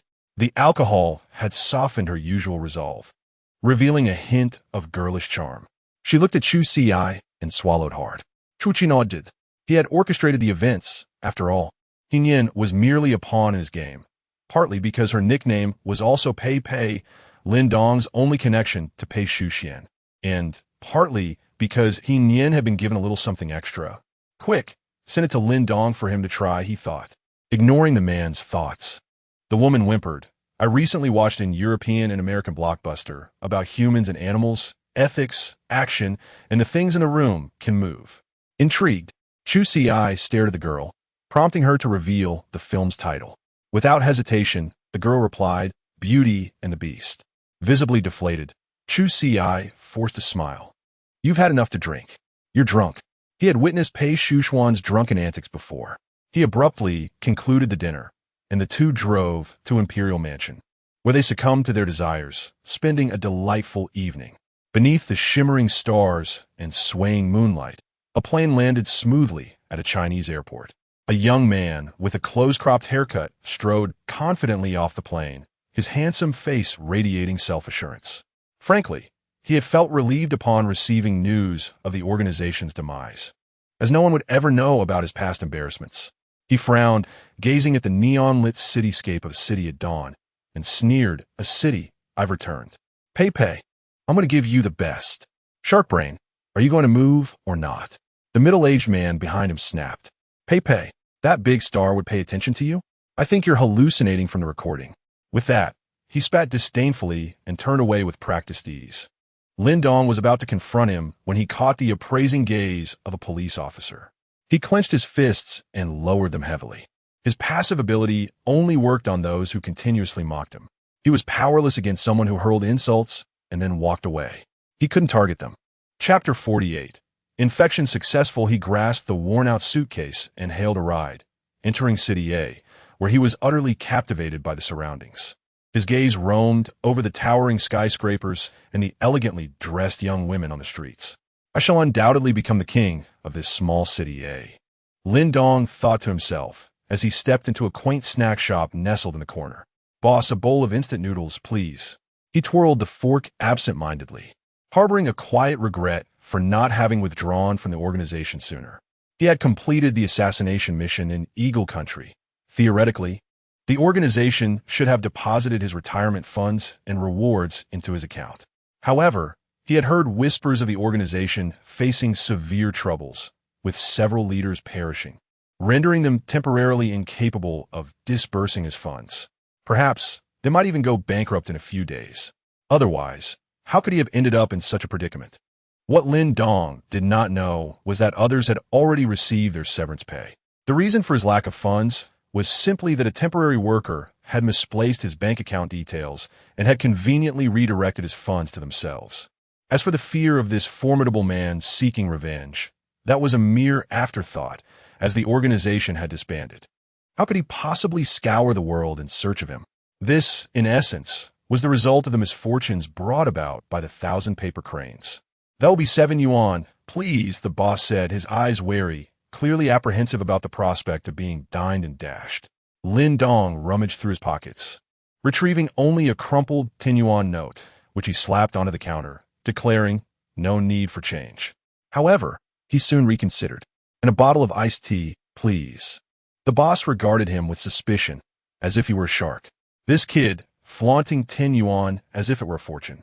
Though the others could not hear his mutterings, how could he escape the keen eyes of a fourth-tier expert? Just as he was about to lose his temper, he caught sight of a woman on the television screen. Yin was seated at a question-and-answer table, adorned with a jade bracelet on her wrist. Her radiant smile illuminating the television as she answered the reporter's inquiries. Pei, I heard you have a long-lost relative." "Indeed, I have a brother, who is someone very important to me." Lin Dong's eyes spa. The following day, Lin Dong rose from his expansive, plush bed, nodding in satisfaction. This was the life he was meant to lead. The events in Africa were merely an anomaly, for he was indeed a formidable figure. After planting a gentle kiss on the cheek of a woman, he gazed at his reflection in the mirror and resolved to establish himself in this city. He donned his worn half-sleeve shirt and departed the hotel. What kind of work should he pursue? After much contemplation, he considered overseas employment with a monthly salary of 30,000, seeking senior technical talent. Alas, he deemed himself inadequate for such roles. Perhaps a position as a typist, or a stay-at-home parent, or a university student was more fitting. Yet, these options seemed equally uninspiring. Then he stumbled upon an announcement from the Ling Corporation, which was in need of security personnel.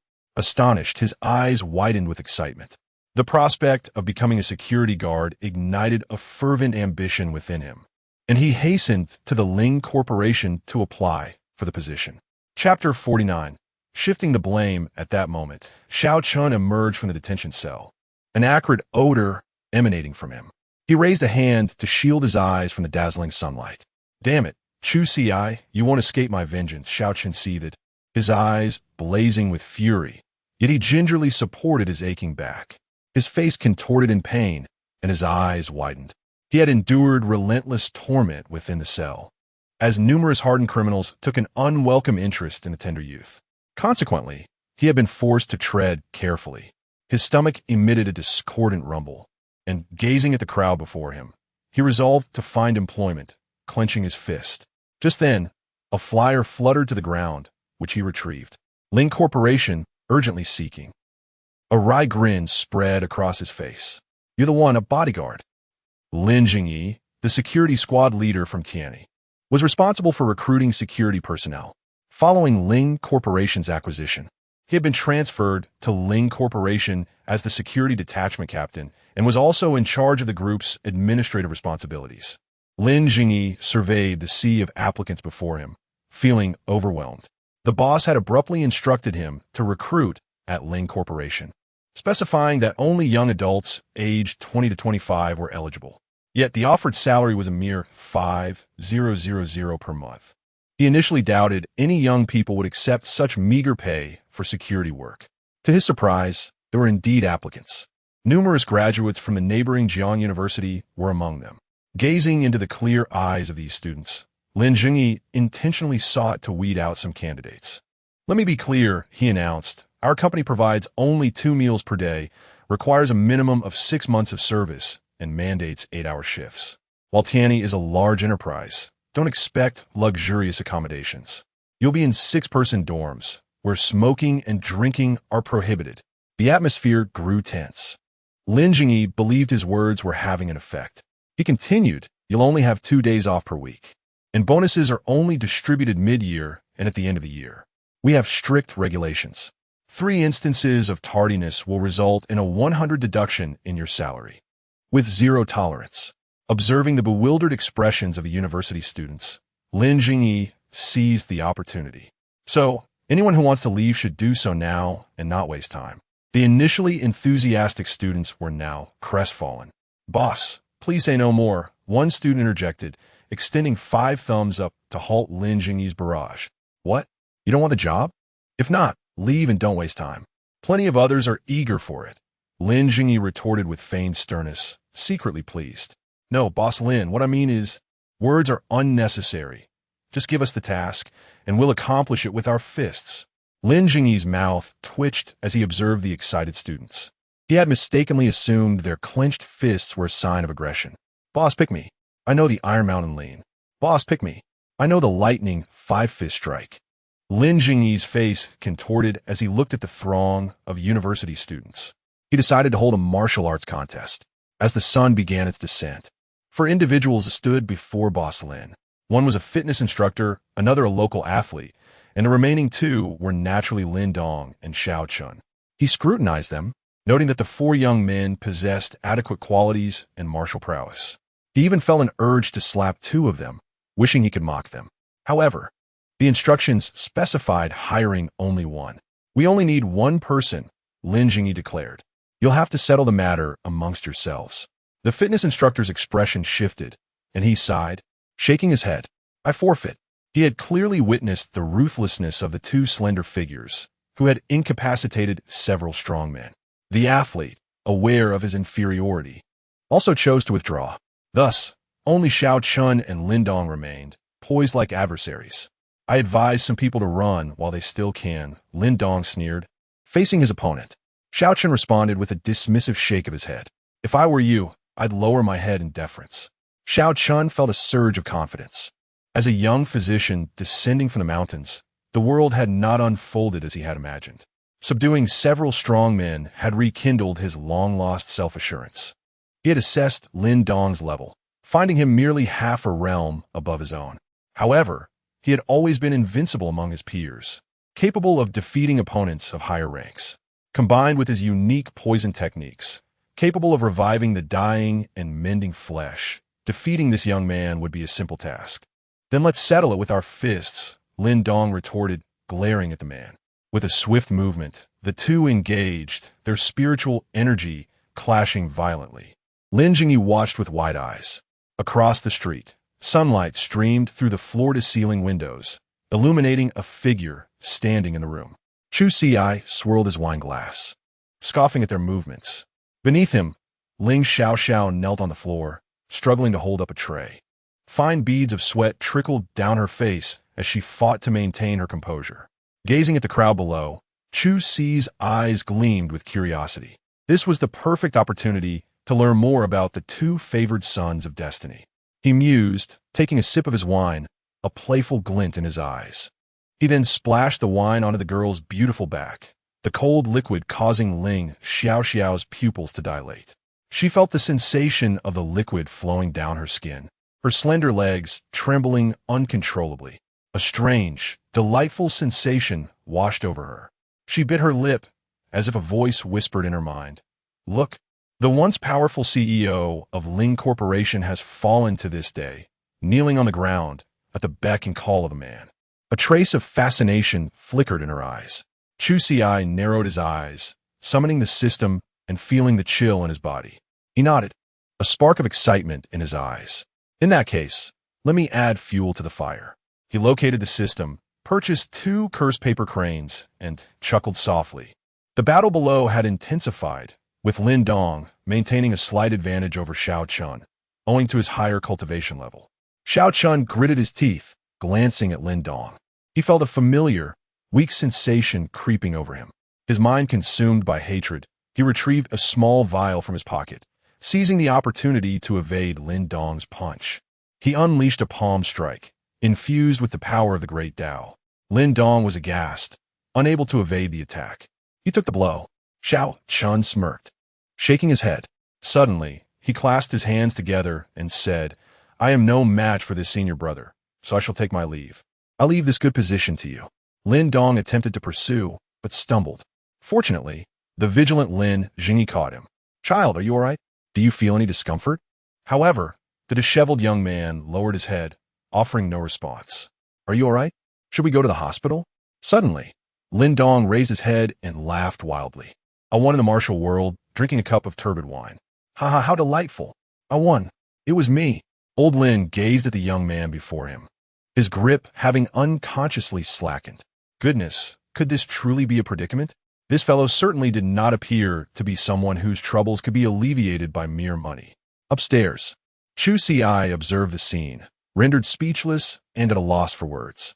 Fortunately, he had drawn the invulnerability card early on. Otherwise, Xiao Qin's actions, while not fatal, were undoubtedly repugnant. Chapter 50. Lin Dong's illness. Old Lin refrained from utilizing Lin Dong, as the security faced high-caliber talents and the elite of City A, who could be considered the face of the Ling family. Such erratic behavior could not afford to offend the dignitaries. Nonetheless, he still reached into his own pockets to send him to the hospital for a checkup, feeling pity for the young lad. Xiao Chen administered a half-crazed, smile-inducing drug, aptly named, which could render one looking akin to a shark's fin.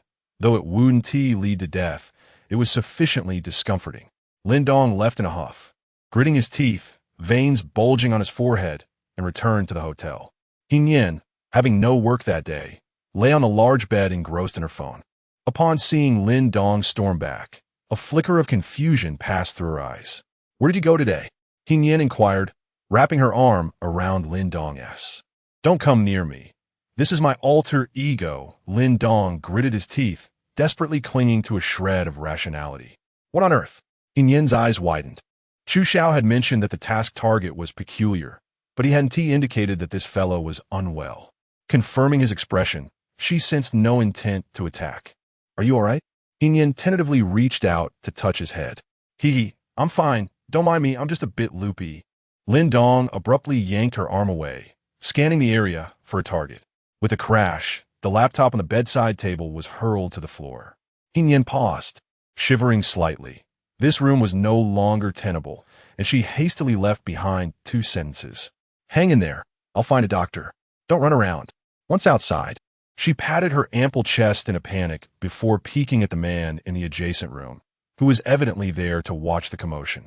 He was quite handsome, and most notably, he appeared well-groomed and appropriately attired. Upon seeing his chiseled profile, her cheeks flushed. Having recently risen to fame, she had purchased this residence in a well-known affluent district of City A, where the inhabitants were either wealthy or noble, making it an ideal spot for her to attract suitors. The man clearly recognized her. "Your boyfriend?" "Of course not." Yin quickly waved her hands, frowning. "This person is actually a distant cousin of mine. He has some issues." She pointed to her head and shook it regretfully. The man instantly understood, inhaling sharply. Yin lowered her head, unleashing her finest acting skills. It's a pity, I've just moved in, and now I'm left without a place to stay. Alas. The man smirked, his voice gravelly. Then how about Miss he come my place? Really? It would be an honor to accept. They exchanged glances, and the man led the woman inside, shutting the door behind them. For individuals like them, the authenticity of the story mattered little. Shortly thereafter, the room echoed with dull thuds, accompanied by the muffled sounds of a man and woman in throes of passion. Since it was a 2-unit building, Ling, who resided next door, was busy dealing with the distribution issues of a facial cream at his company. After a long day, he intended to return to his room for a restful sleep, having been disturbed all night prior. Yet, he soon heard the cacophony of giggles and banging from the left room, interspersed with peculiar cries. Dead yet still in love, too beautiful to not feel the pain. Am I not a free spirit? Ling, sporting dark circles under his eyes, ground his teeth, contemplating that surviving in this building required divine intervention. Shifting perspectives to Chu Ci, though not as disheveled as Lin Dong, he too faced a day of hunger. He casually entered a small eatery, ordered a plate of food, and devoured it ravenously, grease smeared across his mouth. The owner, witnessing his state, patted him on the back and offered a glass of water. Young man, are you all right? I'm fine, Chu Ci choked out. Ah, young man, take it easy. This society is tough, money is hard to earn, and food hard to come by. Chu Ci nodded slowly, recalling the chaotic events of the day. Frustrated, he slammed his bowl onto the table. It's all Chu Ci's fault. If it weren't for that guy, I would have long been working at the Li family, marrying their eldest daughter. Why should I be here, struggling to survive? The Li family, knowing he had a falling out with Chu Ci, had ceased all contact with him. I need money. I need it in abundance. Chu Ci lamented, convinced that his financial struggles led to being looked down upon. With his capabilities, earning money should be a breeze. At that moment, the man in the black suit sitting across appeared to overhear his lamentation and turned his serious gaze toward the young man before him. You need money? Yes, Chu Ci replied, eyeing him warily. Growing up in a village, he harbored a strong disdain for the wealthy and powerful, viewing those in suits as inherently privileged. Can you give me money? What do you need me to do? I'm quite skilled in medicine, Chu Ci proudly asserted, puffing up like a victorious rooster. Observing the confident man before him, the suited man momentarily displayed a look of disdain, though it vanished as quickly as it appeared, replaced by a broad smile. You don't need to do anything. Come, hand me your phone. Perhaps it was the man's overly dazzling smile that left Chu Ci wide-eyed as he passed over his phone. The suited man tapped a few times, manipulating the device. There you go, young man. Chu Ci stared at the additional figures on his phone, his face a mask of shock. 10,000.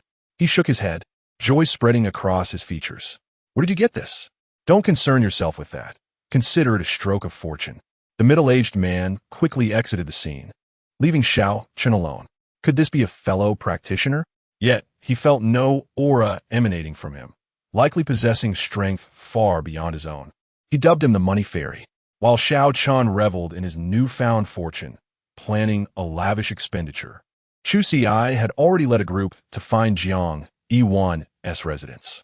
The surrounding crowd, sensing the ominous approach of the men in black, hurriedly vacated the area, avoiding direct eye contact with the strikingly enigmatic man at the forefront. Inside the room, a woman frantically packed her suitcase, hastily booking a flight abroad on her phone. Having found a flight that would take off in an hour, she hastened her movements, perspiration beading on her forehead. Quickly, faster. The girl struggled, shoving clothes into her suitcase. She had just received the alarming news about Ling Xiao's confinement, sending her heart racing, especially at the thought of Chu Ci's sharply defined features. Fortunately, Ling Xiao had settled a portion of the payment for the potion before leaving. That sum was enough for her to escape abroad, a fortune she could never exhaust in a lifetime. Soon, she finished her packing, grabbed her suitcase, and headed toward the door, only to hear a gentle knock. Cautiously, she peered through the peephole to find a neighbor from next door who always greeted her warmly. Relieved, she opened the door, only to find the young man with a sorrowful expression, seemingly relaxed, yet a gleaming metal was aimed at the back of his head. A tall figure stepped in, his face exuding an air of cool detachment, a blend of indifference and languor. His tailored suit accentuated Jiang Yuan's shoulders trembled like a sieve, a shiver coursing down her spine as if she were plunged into an icy cavern, akin to being ensnared in a dense jungle, with a fierce beast fixated upon her. The voice of Chu Ci was magnetic, laced with danger. Dr. Jiang, what do you think you are running off to? Chapter 51.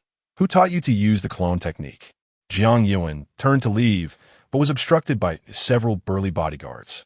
I merely wished to take a stroll, she protested, clutching her suitcase. Chu Ci nodded, his gaze dangerous and enigmatic. Jiang Yuan sensed the impending danger and dared not meet the man's eyes, hastily lowering her head to evade his gaze.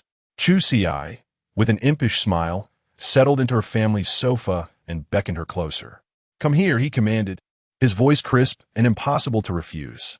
She paused for a moment, taken aback, but soon found herself approaching him, her eyes meeting his exquisitely handsome face. The man possessed striking amber eyes, shrouded in mystery and danger, his slender fingers resting on his chin. Dr. Jiang, do enlighten me. You assisted the Ling family in troubling me. How shall we settle this score? Upon hearing this, she immediately shook her head in denial. No, that is not true. I was unaware beforehand. I never harbored any ill intentions towards Master Chu. Jiang Yuan shook her head, gazing up at his chin, her eyes betraying a flicker of guilt.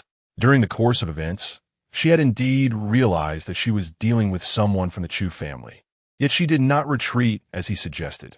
Rather, she became even more fervent in her work. However, this was a sentiment she could not disclose. Master Chu, you must believe me, Jiang Yuan implored, her expression a tapestry of distress. Ah, but Mr. Ling has already spoken to me about you. Chu Ci replied, his demeanor unchanged. And with that, he seized her hair. It's all that Ling Xiao's doing. She has wronged me. That wretched woman dared to accuse me first?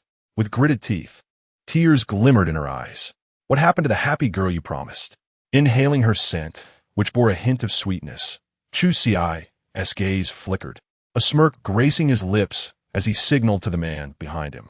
The man immediately understood and beckoned the bodyguards to exit the room. Suddenly, a series of dark figures emerged behind them. Their eyes glowed ominously, their expressions blank but resembling Chu Ci closely, their muscular forms radiating an unsettling aura. Jiang Yuan trembled, her smooth calves quivering beneath her skirt at the sight of them. Chu Ci, however, placed a reassuring hand on her shoulder and leaned closer to whisper in her ear, "Isn't this your chance to prove your loyalty?" With that, the shadowy figures seized the limp Jiang Yuan, who struggled futilely against their iron grip. Chu Ci watched as she was dragged away, turning on the television to play the song Die for Love. Lin Dong awoke, feeling as though he had endured a nightmare, his body aching as he surveyed the chaos around him. Finally, is it over? He attempted to utter a syllable, his eyes widening in confusion as he caught sight of his disheveled reflection in the mirror, resembling a failed loser. I am supposed to be a formidable figure. Just then, Hin Yin entered, accompanied by a man. Are you all right, Donga? Hin Yin's cheeks flushed with feigned concern as she embraced him. Feeling her soft warmth stirred something within Lin Dong, but he couldn't help but glance at the stranger beside her. Who is he? Oh, he's our neighbor who came to help after hearing the commotion, Hin Yin replied, exchanging a knowing glance with the man. Fine, Lin Dong said, dismissing the thought as he patted Hin Yin's delicate hand and vowed. Pei, I swear I will give you the best. Ah, good. Lin Dong's curiosity piqued as he studied her profile, questioning, why does your voice tremble? Are you ill? What? Hin Yin's face momentarily displayed panic, but was quickly masked by a blush, making her look as radiant as dawn. No, it's your fault. I spent the whole night waiting in the stairwell for you, and you never came. I was so scared. Hearing her words, Lin Dong felt a wave of regret wash over him. Don't worry, Pei, I will ensure you live a good life.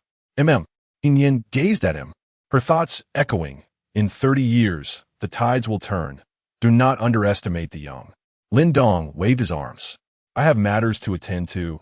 Pei, please entertain our neighbor.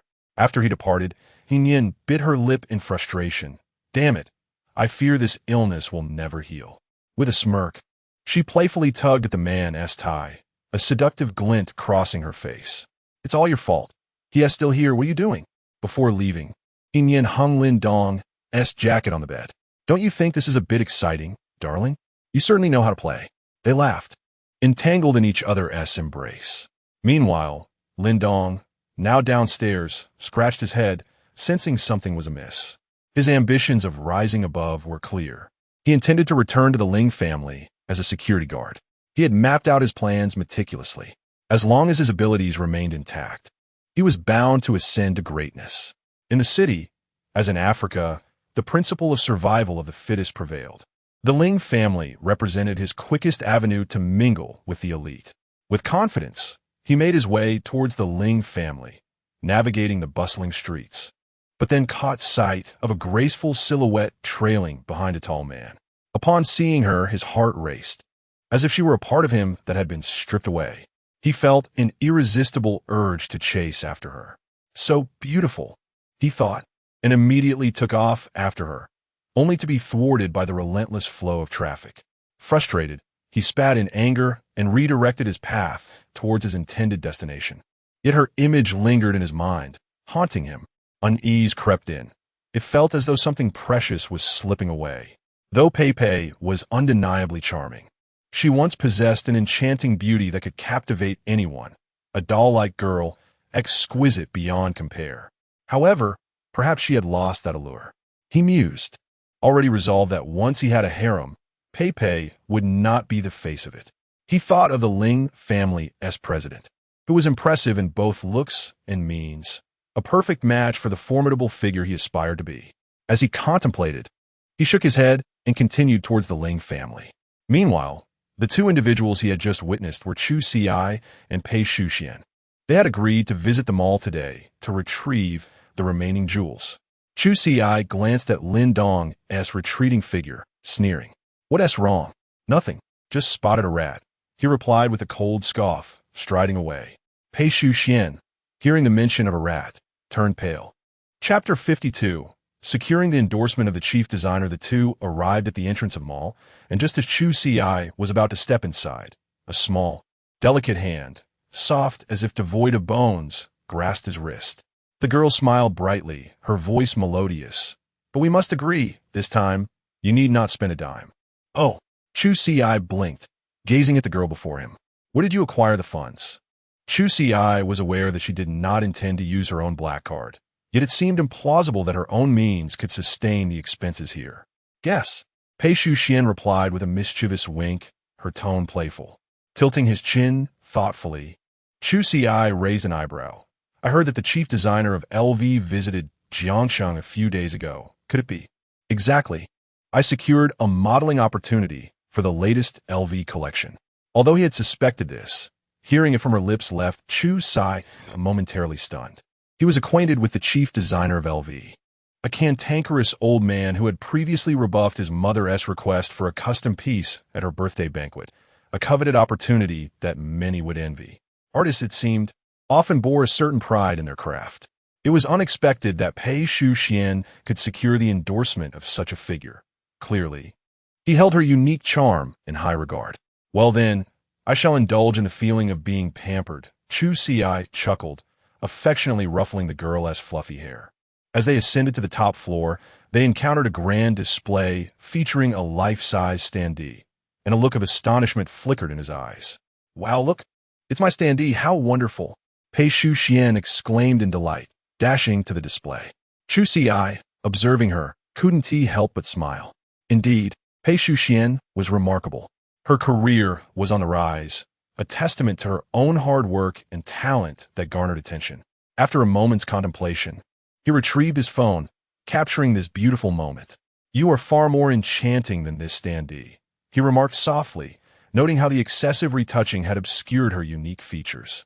Flatter, Pei Shuxian teased, her cheeks tinged with a rosy hue. Suddenly, a voice rang out from nearby. Hey, brother Chu Ci? Followed by the sound of hurried footsteps. The girl approached with a beaming smile, and Chu Ci was taken aback to recognize Shang Xiaoyan, one of the story's fated heroines, a charmingly innocent high school girl. She wore a sky blue outfit, her youthful face still round with baby fat. Wow, what a coincidence. Wait, is this your girlfriend? She exclaimed, glancing between the two. They exchanged looks, and her eyes widened as she gazed at the radiant girl beside Chu Ci. Pei Chu Xian. Recognizing her, the girl was even a fan. She had spotted this stunning newcomer while browsing online and had even campaigned for her on social media. Is it really you? I can't believe this. Pei Chu Xian said softly, her voice filled with wonder. Yes. Look, I'll show you my Weibo. I've posted so much about you. Shang Xiaoyan replied excitedly. This was the first time Pei Chu Xian had encountered a fan in person, and it left her feeling incredulous. The two girls quickly became immersed in conversation, while Chu Ci wiped the sweat from his brow, relieved that the situation had not turned into a battleground. The trio proceeded to the top floor to collect jewelry, stopping at the entrance of Patek Philippe. Chu Ci guided the two girls inside, while Shang Xiaoyan, familiar with the scene despite her distaste for such venues, appeared nonchalant. For Pei Chu Xian, however, it was a genuine first, her gaze transfixed on the crowd below. While Chu Ci conversed with the familiar store manager, Shang Xiaoyan's excitement bubbled over. This place is so dull. I know somewhere fun. Would you like to check it out? She suggested, her big, sparkling eyes glimmering. She took Pei Chu Xian by the arm and led her downstairs to the food court. Upon entering, Shang Xiaoyan picked up a comic and exclaimed, "This is for you." The moment I saw it, I thought you were a perfect match for this character. So beautiful and alluring. Teacher, you truly are the epitome of a comic book heroine. Shang Xiaoyan continued, brimming with enthusiasm. Pei Chu Xian opened the comic, and indeed, the protagonist bore a striking resemblance to her, both in style and manner. Thank you, Xiaoyan, I adore this gift. Just as the two girls were about to turn back, they were intercepted by two women approaching with malicious intent. Pei Chu Xian noticed their unfriendly gazes. Isn't that her? That scheming little witch. Get rid of her. The leader of the group shouted, waving her arms. At her command, the others began making phone calls to summon reinforcements. As they approached, Shang Xiaoyan positioned herself protectively in front of Pei Chu Xian, gritting her teeth. What do you want? This is illegal. Pei Chu Xian, we suspect you're a fan of Li Mengran, said one of the approaching girls, causing Pei Chu Xian's mind to race. Just days prior, rumors had circulated about Li Mengran donning the new LV designs. But that kind old man had chosen her instead. The memory of that idol's piercing gaze, filled with malice, lingered. Unbeknownst to them, the fans of Li Mengran had come with a vengeance. Pei Chu Xian and Shang Xiaoyan stepped back, acutely aware that any confrontation here would only lead to their suffering. Yet, the hostile group pressed closer. Chapter 53. Li Mengran's breaking point. A few misguided fans attempted to make a move, only to be met with the swift slap of a bodyguard, each cry echoing like a pig being slaughtered. The cacophony of screams filled the air, and before Pei Chu Xian could fully comprehend the situation, she found herself enveloped in a broad embrace. The finely tailored suit exuded a unique scent of cedar that belonged solely to the man. Under the harsh light, she hazily discerned the contours of his face, chiseled jawline and striking features, his eyes obscured by shadow, yet the powerful grip on her shoulder betrayed an uncontrollable intensity. ACI. Tears brimmed in her eyes. Chu Ci's voice was icy, his gaze indifferent as he surveyed the scene, his expression darkening as he bellowed, "Intentional harm. Hold them legally accountable." Along wiped the cold sweat from his brow. It was the first time he had seen the young master so furious. That orphaned wench. How dare she flaunt luxury brands like LV and steal our sister's endorsement? She deserves to perish. The enraged woman broke free, glaring defiantly. Chu Ci regarded the frenzied woman, an aura of danger emanating from him that momentarily halted her in her tracks, fear flickering across her features. "You mean Li Mengran, don't you?" His voice was sharp as he addressed her. An unsettling realization dawned upon the woman, as if she were facing not a mere youth, but a deity capable of determining her fate. The familiarity of his face struck her, and a chilling answer surfaced in her mind. By the time she collected herself, he had already waved his hand, and the bodyguards shielded the scene from prying eyes. "Handle this." Only then did Shang Xiaoyan snap out of her stupor. She too had been shoved aside, but the assailant's focus had not been on her, so she had merely felt a couple of tugs on her arm. The sight of the man cradling the woman dazzled her senses. How exquisite, like a celestial being from a comic. A stunning beauty whisked away by a towering magnate, so breathtakingly beautiful that it inspired a fantasy of a 100,000-word novel within her mind.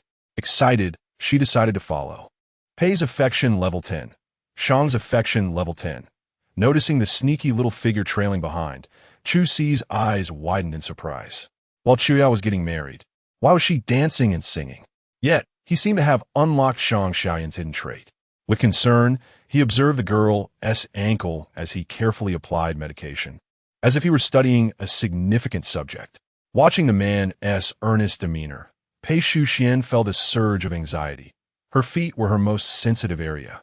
Now under his control, she could feel the thin calluses gliding over her delicate skin, causing her heart to quiver. Surveying the surroundings cautiously, Chu Ci noticed the expression on the woman's face and pursed his lips. As Pei Shuxian's affection for him grew, her demeanor towards him became increasingly peculiar, truly perplexing. Detected Pei Shuxian's affection level at 80. Second reward activated. Congratulations, host, on gaining a new opportunity. Chu Ci observed the faint blue light visible only to him. His heart raced, and excitement danced across his face. If a platinum treasure chest could yield such formidable tools, what wonders would a diamond treasure chest unveil?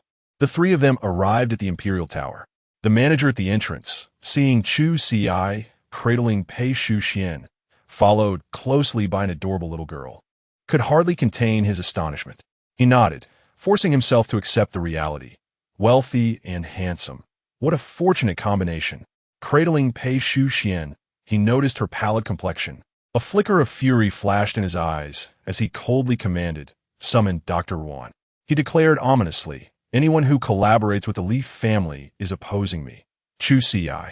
His voice resonated with an intensity that sent a shiver down a long spine. Understood. They hurriedly nodded, while the man composedly stepped into the exclusive presidential elevator. Watching the numbers light up, he sighed and turned to the little girl beside him, asking, "What brings you here?" To be honest, if he weren't aware that Shang Xiaoyan was the protagonist of fate, he might suspect her involvement in this coincidence. However, considering her character was defined by being well-endowed yet dim-witted, it probably wasn't her doing. "I want to see Sister Pei get better before I leave." Feeling the girl tugging at his shirt, Chu Ci nodded in agreement with her request. As he pushed open the door, the cool air from the air conditioning enveloped them. Pei Shuxian blinked, entirely familiar with the surroundings. She recalled their first encounter, hiding a pair of scissors behind her, only to be effortlessly subdued by him. From initial skepticism and fear to being embraced repeatedly, her feelings toward Chu Ci had evolved into a mixture of reverence, jealousy, and an underlying sense of dependency. As she felt the warmth of his presence, he gently laid her on the soft bed and placed a tender kiss on her forehead before turning to leave. With each stride, the pressure around him seemed to diminish. Observing the neatly seated girl on the sofa, he softened his tone. "You should keep her company. I'll contact Shang Yin to take you home shortly." "All right." A glow of excitement lit up Shang Xiaoyan's face as she ventured inside to accompany Pei Shuxian. Chu Ci took a deep breath and dialed Ling, immediately investigate the relationship between Ling Gran and the Li family. Understood. Ling responded, though puzzled. He refrained from probing further. Moments later, a notification chimed on his phone. Upon opening it, he reviewed the basic information regarding Ling Gran and the Li family. In City A, there are three prominent families: Ling, Shang, and Li. The Ling family thrives in commerce, having recently allied with the Chu family, extending their influence across much of the province. The Shang family operates in both light and shadow, but is currently weakened due to Shang Yan's lack of prowess. The Li family remains the most enigmatic. The elder Li was once a professor at Jiang University before entering politics, overseeing personnel matters within the province. Today, half of the local administration comprises individuals nurtured by the Li family, wielding slightly more power than the Ling and Shang families. Yet the Li family maintains an exceptionally low profile, akin to a tiger hiding its fangs. Chu Ci offered a fair assessment. Indeed, Ling concurred. Ling Gran is the second daughter of the Li family, a sideline member who has leveraged her family's connections to rise in the entertainment industry. Ling chuckled. If we capture the second daughter of the Li family, Uncle Chu and Auntie must be kept in the dark. Chapter 54. System update. Chu Ci gazed at his phone, his expression darkening. What on earth is happening? Is my reputation in Ling so poor? To inquire about a woman requires. Shaking his head, his voice turned icy. Now, mobilize all resources to suppress this Ling Gran. Ling suddenly snapped to attention, smacking his forehead. I've been rather sleep-deprived these past few days and got muddled. Although I haven't voiced it, Chu Ci could discern the hesitation in his eyes. After all, there was no real justification for sidelining a leading actor, especially considering the potential ire of the Li family. It simply wasn't worth it. Rest assured, I will support you wholeheartedly, Chu Ci said softly. The Chu family stands firmly behind you. Yes, Ling replied, his gaze resolute.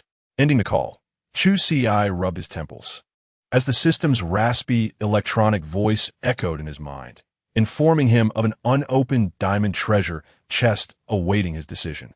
Nodding, he realized he would have forgotten this without the system's reminder. Excitedly, he straightened his posture and addressed the pale blue light screen before him. Open the diamond treasure chest for me now. As his words fell, the edges of the chest radiated a dazzling light, revealing a vibrant red glow within. As countless strands of spiritual energy converged before him, coalescing into a solid form that entered his brow. Congratulations, host. You have activated the system's hidden feature. You may spend 10,000 luck points to gain the body rights of the luck child. This ability cannot overlap with others, and self-harm is prohibited. The villain points acquired will be credited to the villain's account. Feeling the surge of power within, Chu Ci's eyes sparkled with intrigue. With a mere thought, a new page materialized before him, presenting two options. Lindong, required luck points for body rights, 10,000. Xiao Chun, required luck points for body rights, 20,000. Indeed, Lindong was somewhat more advantageous, at least in price. However, he had nearly secured Lindong's essence, only needing a final push without expending excessive villain points. In contrast, Xiao Chun had yet to inflict any substantial harm upon him beyond a single encounter with the authorities. After a moment's contemplation, he chose Xiao Chun. As his consciousness began to float, it soon settled into a soft, cotton-like embrace. Observing the scene before him, he swayed his head slightly. The gentle breeze carried the sounds of bustling pedestrians, with the focal point of discussion being Xiao Chun and a weary-looking girl beside him. Suddenly, a memory flickered to life in his mind. Xiao Chun's thoughts leading up to this moment. Driven by hunger and cold, Xiao Chun had ingeniously decided to head to the A-City train station, a place eternally warm like spring, where a cardboard box would serve as a perfect little nest. Thus, he spent the night there, and upon awakening that morning, he witnessed a disturbance. A young girl had just alighted from the train and collided with an elderly man. The old man, feigning injury, dramatically fell to the ground, crying out as if to extort the girl. Feeling the warmth coursing through his body, Xiao Chun realized he no longer felt the urgency he once did. With his exceptional medical expertise, he could see the man was merely pretending to be hurt. A villain at heart. The girl, with a pristine appearance, had her bangs obscuring half her face, yet her eyes sparkled with clarity like a brook, revealing no hint of emotion. Standing there, she resembled the refreshing spring waters, exuding an endearing contrast typical of a two-dimensional character. If not now, then when? Xiao Chun decisively stepped forward, intending to speak on the girl's behalf. Sensing the hostility around him, he blinked, feeling the cold touch of reality akin to a slap across the face, along with the faint fragrance emanating from the girl. He hesitated, realizing he had arrived at a pivotal moment. Nightingale furrowed her brow, surprised that upon her return to the country, she encountered such a situation. Detection of a new luck-bearing girl. Analyzing data. Name, Xia Qingzhu. Codename, Nightingale. Age, 19. Attractiveness, 96. Favorability, 0. A look of astonishment flitted across Chu Ci's face as he blinked. It had been a while since he interacted with a luck child. The last one had been that young rascal, Shang Xiaoyan. Although Qin Ran and an Xan were both strikingly beautiful, they did not belong to the realm of luck-bearing girls. It seemed this time, careful maneuvering was indeed necessary. With this thought, Xiao Chan allowed a mischievous smile to break forth. "Hey, you there. You knocked over that old man. Hurry and get him to the hospital." A young man stepped forward, tattoos adorning his arms. "Don't think just because you're pretty, you can commit a crime. I have it all on video." Nightingale's icy gaze shifted. How coincidental. It appeared he was merely attempting to extort her, a girl, in this situation. "Let me tell you, little girl, if you call the police, you can expect to spend some time in jail." As he spoke, the young man winked and began dialing his phone. Facing such a clumsy lie, Nightingale lowered her head, her eyes flashing red. With her identity still unestablished, it seemed she would have to swallow this bitter pill today. Just as she was about to speak in acquiescence, she was interrupted by the man's sweeping gesture. Xiao Chun smirked, coolly interjecting, "Wait a moment. I see your injuries are feigned, and your true intent is extortion." Upon hearing his words, the crowd turned to look. The newcomer wore a once white coat now faded to yellow, a roguish grin on his face, and his hair clearly unwashed for days.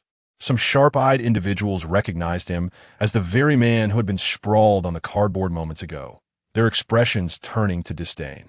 "What would a beggar like you know?" Nightingale regarded the man before her, instinctively furrowing her brow.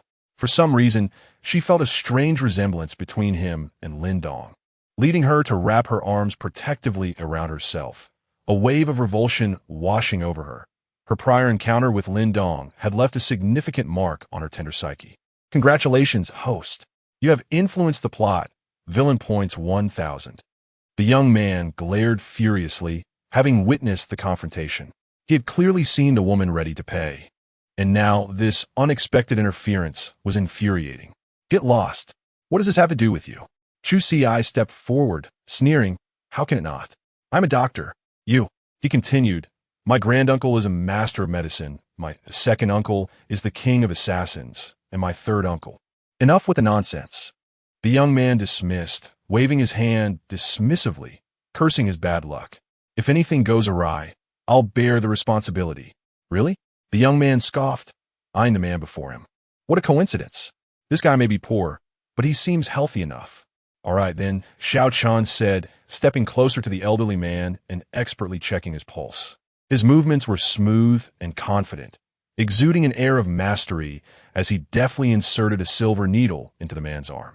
As he exerted force, the needle trembled slightly, causing the old man to widen his eyes in surprise. Onlookers whispered among themselves, secretly impressed by the young man's prowess. Yet the young man, filled with excitement, exclaimed, "Wonderful! It's a favorable pulse."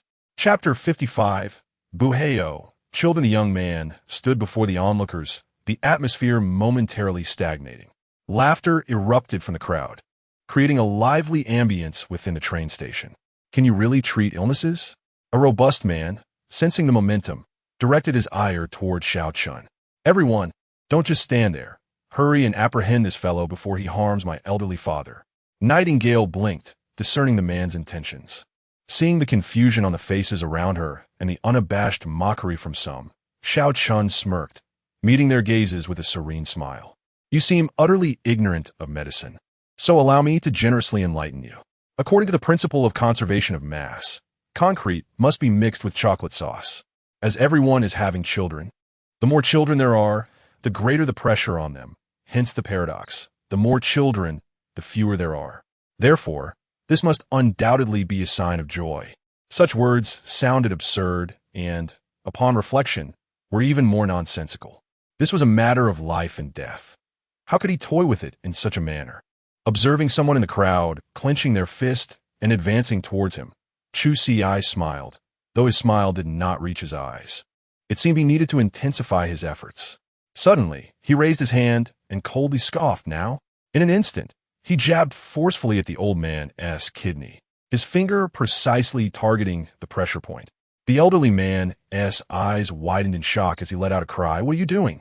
"See, the illness is cured," Xiao Chun retorted with a haughty snort, a glimmer of wisdom illuminating his face. "Lo and behold, he truly is a divine healer. It turned out he was merely attempting to swindle them. He had worried for nothing, a moment of folly. But the young man had indeed resolved the old man's ailment. Could it be they had misjudged him? A wise fool indeed. Chu Ci's lips twitched. This was a greater folly than anticipated. The youth attempted to defend himself, but was interrupted. I see you were trying to con us. I've already called the police. Don't you dare leave. However, before he could finish, another voice chimed in. Wait, look at the old man. Something seems off. They turned to see the elderly gentleman suddenly pale, white foam spilling from his lips. His previously restored complexion visibly darkening, fingers convulsing as they clawed at the ground. Anyone would react similarly to such a jab. Nightingale finally spoke. Her voice icy and devoid of emotion, yet it jolted everyone back to reality. It is indeed logical. If that beggar truly possessed medical knowledge, how could the old man end up like this? No, he is undoubtedly insane. Trouble is brewing. He is about to flee. As the situation escalated, Chu Ci swiftly took control of Xiao Chan's body, propelling him toward the door. Nightingale moved her feet slightly, raising her arm as waves of spiritual energy surged forth. Xiao Chan shouted angrily, unleashing his third-tier strength as his palm struck a man's face. Nightingale's gaze sharpened. Just as she suspected, the adversary was skilled, stealthily approaching her with ulterior motives. Contemplating this, she scoffed softly. Within her being, energy surged forth, and invisible silver threads erupted from her body. With a mere gesture, she retracted the threads, her eyes flashing with a violet light. Xiao Chan's body suddenly plummeted, crashing onto the marble floor. Chu Ci's eyes widened. This marble slab was an incredibly solid object, and a fall onto it could easily be fatal. Realizing this, he relinquished control, his form lightening as he exited Xiao Chan's body. Yet, the latter's momentum carried him downward, and, as the stone approached his face, Xiao Chen's eyes widened in horror. Bang! In an instant, dust erupted, and Xiao Chan's head tilted at an unnatural angle, falling silent. At that moment, 6 officers hurried to the scene, surveying the chaos and immediately launching an investigation. It was clear that the elderly man had attempted to swindle them. And what of that girl? The onlookers murmured praises for Nightingale, astonished that such a strikingly beautiful girl possessed such immense strength and had incapacitated the young man. Where did the girl go? The officers wondered, but upon realization, they discovered the coolly beautiful girl had vanished without a trace. Meanwhile, Xiao Chun slowly rose, his head spinning from the fall. Hello, please accompany me to the hospital for an examination. You're implicated in causing bodily harm and practicing medicine illegally. Please come with us. With that, they restrained the distraught man. Xiao Chun gritted his teeth, bewildered at how events had unfolded. The host has significantly influenced the plot, gaining 10,000 villain points. The host has encountered a new fated woman, unlocking a new challenge quest. A man lounging on the sofa gradually opened his eyes, a flicker of relief glimmering in his otherwise calm gaze, a faint smile gracing his lips. Observing the familiar surroundings, he exhaled a heavy breath, a glimmer of clarity flashing in his eyes. What a marvelous sensation. The surprises brought by the system were indeed plentiful. As for Xiao Chun, let him deal with his own troubles, he mused, a smile playing on his lips. This operation had netted him 10,000 villain points, a mere fraction of what it took to seize Xiao Chen's body. He had even acquired a Lin Dong, and, as always, Lin Dong was a nuisance. Just then, the doorbell rang. Upon opening the door, he was greeted by a poised young woman, Dr. Wan. I heard Xu Xian has been injured again. Her delicate brows knitted slightly, her beautiful eyes sparkling with concern, her professional attire exuding an air of competence mixed with determination. Dr. Ruan, originally named Ruan Yen, was from a prestigious medical family in the capital. Having grown up together, she had become the attending physician at a hospital in City A at a young age. Leveraging their childhood ties, Chu Ci had recruited her to serve as his personal doctor. Go ahead and take a look, Chu Ci gestured, leading the way as they entered the bedroom. Inside, 2 girls were animatedly chatting, their faces flushed with excitement. Wow, was it really that dangerous? Shang Xiaoyan exclaimed. her eyes wide as she lay on the floor, her petite feet lifted in excitement. Chu Ci nodded, her dark eyes sparkling like obsidian as she playfully blinked. The two girls were engrossed in recounting a thrilling encounter they had experienced, during which Shang Xiaoyan clutched the blanket tightly, oblivious to the man watching them. Wow, that sounds exhilarating. That thug was formidable, managing to injure brother Chu Ci. Shang Xiaoyan's eyes twinkled mischievously. Then she shifted the topic, her big, watery eyes glinting. So, I want to know, have you two? Chapter 56.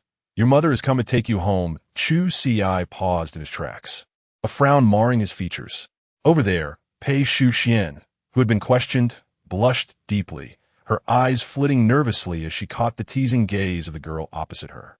She blinked in confusion, seeing her stammering and at a loss for words. Shang Xiaoyan suddenly waved her hand, exuding an expression that seemed to convey, "You need not say more. We all understand," her lips stretching into a grin that reached her ears. What does that expression mean? Who would dare to ask such a question? Pei Shuxian retorted, her cheeks aflame. Hey, we're sisters, after all, Shang Xiaoyan said, playfully shaking her arm, her voice delicate. Besides, I promise I won't tell anyone. She extended 4 fingers as if making a vow. Clearing her throat, she subtly indicated their presence, feigning anger at the girl. But Shang Xiaoyan quickly shook her head, avoiding the man's gaze and gesturing that she would not speak further. Chu Ci observed her antics, silently noting her inability to learn from past experiences. Were you hurt? Let me take a look, Dr. Wan said, picking up her medical kit and approaching the two. Dr. Wan, Pei Shuxian addressed her respectfully, leaning forward to reveal her ankle. After a prolonged moment of relief, it was already bruised, reminiscent of a flaw on exquisite porcelain, evoking a pang of sympathy. Gazing at this sight, Chu Ci's expression darkened. How is it? A slight sprain of the wrist. You just twisted your ankle. And for the time being, you must rest and refrain from filming, Dr. Wan replied, her tone laced with concern. She hesitated before adding in a hushed voice meant only for them. Her body can't withstand much more. Chu Ci remained indifferent, unable to counter her words. However, Pei Shuxian shook her head, insisting it was merely a twisted ankle, deeming the matter overly exaggerated. Before her debut, she had sprained her ankle and still worked in a convenience store after undergoing an appendectomy. Don't worry, I'm here for you, Chu Ci reassured, accepting the medication from Dr. Wan and sharing a meaningful glance. Dr. Wan turned to leave. As the phone chimed, Chu Ci glanced down at the message. Xiaoyan, I'll take you downstairs. Your mother is here to pick you up. Oh, Shang Xiaoyan said, fluttering her eyelashes wistfully as she glanced at the man nearby. If Qin Ran learned she had been fighting them all, he would surely lecture her. With that thought, she reluctantly slipped out of bed. Waving goodbye as she descended the stairs with the two, her attention abruptly captured by a Bugatti Veyron parked nearby. Beside the sports car stood a woman clad in a golden chiffon dress, her jet black hair cascading like a waterfall over her shoulders and gently brushing against her fair skin. Exuding a healthy glow, her slender waist was accentuated, and her ample bosom was enveloped in a golden strapless top, her astonishing proportions rendering her figure captivating, rivaling even the sleek lines of the car itself. This woman was none other than Qin Ran. If the sports car represented a brilliant crystallization of heavy industry, then this woman was undoubtedly a masterpiece meticulously crafted by Nuwa herself. Already alluring, Qin Ran now emanated an even more beguiling charm, akin to a ripe peach. Juicy and irresistible. Though her external beauty played a considerable role in her appeal, it was the unique aura she radiated, a subtle air of mystery that truly enchanted those around her. Chu Xiao, the woman called gently, her voice melodious and her gaze captivating. Feeling the allure of her presence, Chu Ci blinked and inclined his head in acknowledgement. Xiaoyan, you go ahead and get in the car. I have something to discuss with Chu Xiao, Qin Ran said softly. All right, Shang Xiaoyan replied, not daring to oppose her mother-esque wishes, as she waved at Chu Ci and climbed into the sports car. Chu Xiao, a troubling matter has recently arisen, the woman said quietly. Chu Ci tilted his head, encouraging her to continue. Taking a deep breath, her eyes shimmering, she spoke in hushed tones, Zhang Guo has gone missing. These gentle words unleashed a torrent of turmoil within Chu Ci's heart, conjuring memories of a striking woman with cascading waves of hair and glistening eyes. His expression tightened involuntarily. Her gaze seemed to pierce through him as she shook her head slightly. My resources within the Shang family are limited. Shang Yin wields considerable power there. Thus, I must ask for your assistance in locating her. Zhonghua is one of your people? No, Qin Ran replied firmly, her eyes glimmering. She is my benefactor, and I must find her. This situation may involve Shang Yin and his son. Seeing her expression, it appeared she was recalling something from the past. Chu Ci refrained from questioning further, nodding in agreement. Very well, I shall help you find her. Grateful, the woman nodded, watching as the car gradually pulled away. Chu Ci gazed out at the street scene, squinting slightly, his brow furrowing. Everything lately had been unfolding according to his plans. Yet he couldn't shake the feeling that something was subtly influencing his judgment. Beneath the calm exterior, he sensed an undercurrent of turmoil. Suppressing his discomfort, he shook his head. Find Zhonggua's whereabouts, particularly concerning that hotel manager who was reprimanded. IW Chapter 57. The whereabouts of Zhonghua after a night spent entwined with Pei Shu Xian, feeling the girl's gentle breaths and her slightly cool body temperature. Chu Ci found himself unable to fall asleep. In the early hours of the morning, he stood before the floor-to-ceiling window, gazing at the brightly lit city. For reasons unbeknownst to him, he suddenly craved a drink. At that moment, his phone vibrated. Young Master Chu, we have located Zhonggua's whereabouts. Where? At the Bai Ma Biguan. She is unharmed, but... The voice of a Long came through, accompanied by a cacophony of sounds in the background. In any case, please hurry. All right, I will be there immediately. Glancing back at the small figure curled up on the large bed, he withdrew his tentative hand and descended the stairs, receiving Along's location details. The Aston Martin roared to life and surged forward. The engine thundered as he raced towards the Bai Ma Biguan, arriving with a steady stop. Exiting the vehicle, he was met by Along. The cold wind whipped past his coat, rustling ominously as the man's eyes glimmered with a dangerous light. She is inside, Along said coldly, but she has been taken hostage. We found her in the basement. The two men stepped forward, venturing deeper into the establishment. Inside the Bai Ma Biguan, the door stood wide open, revealing an empty interior. Several servants from the Chu family were positioned outside, looking tense and alert. Upon seeing the bloodstains on the floor, Chu Ci's gaze hardened until he spotted the woman in the basement. Her hair was disheveled, her clothes tattered, and she was restrained. A man held a knife against her slender neck, his eyes gleaming with malice, clearly a hardened criminal. This man was undoubtedly a trained fighter. Chu Ci's hands clenched tightly, his nails digging into his flesh. His keen eyesight assessed the situation. The man was evidently a specialized assassin or an elite mercenary. His physical prowess was estimated to be above level 3, likely at level 4. Don't come any closer. One more step and I'll kill her. As he spoke, the blade edged closer, the metal threateningly grazing the woman's fair neck, causing her eyes to well with tears, her proud demeanor reminiscent of a dying swan.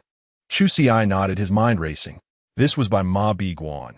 It was hard to believe that the merchant and his son were not involved in this affair. However, the situation had not yet come to light, and certainty remained elusive. This assassin was clearly a pawn in a larger game.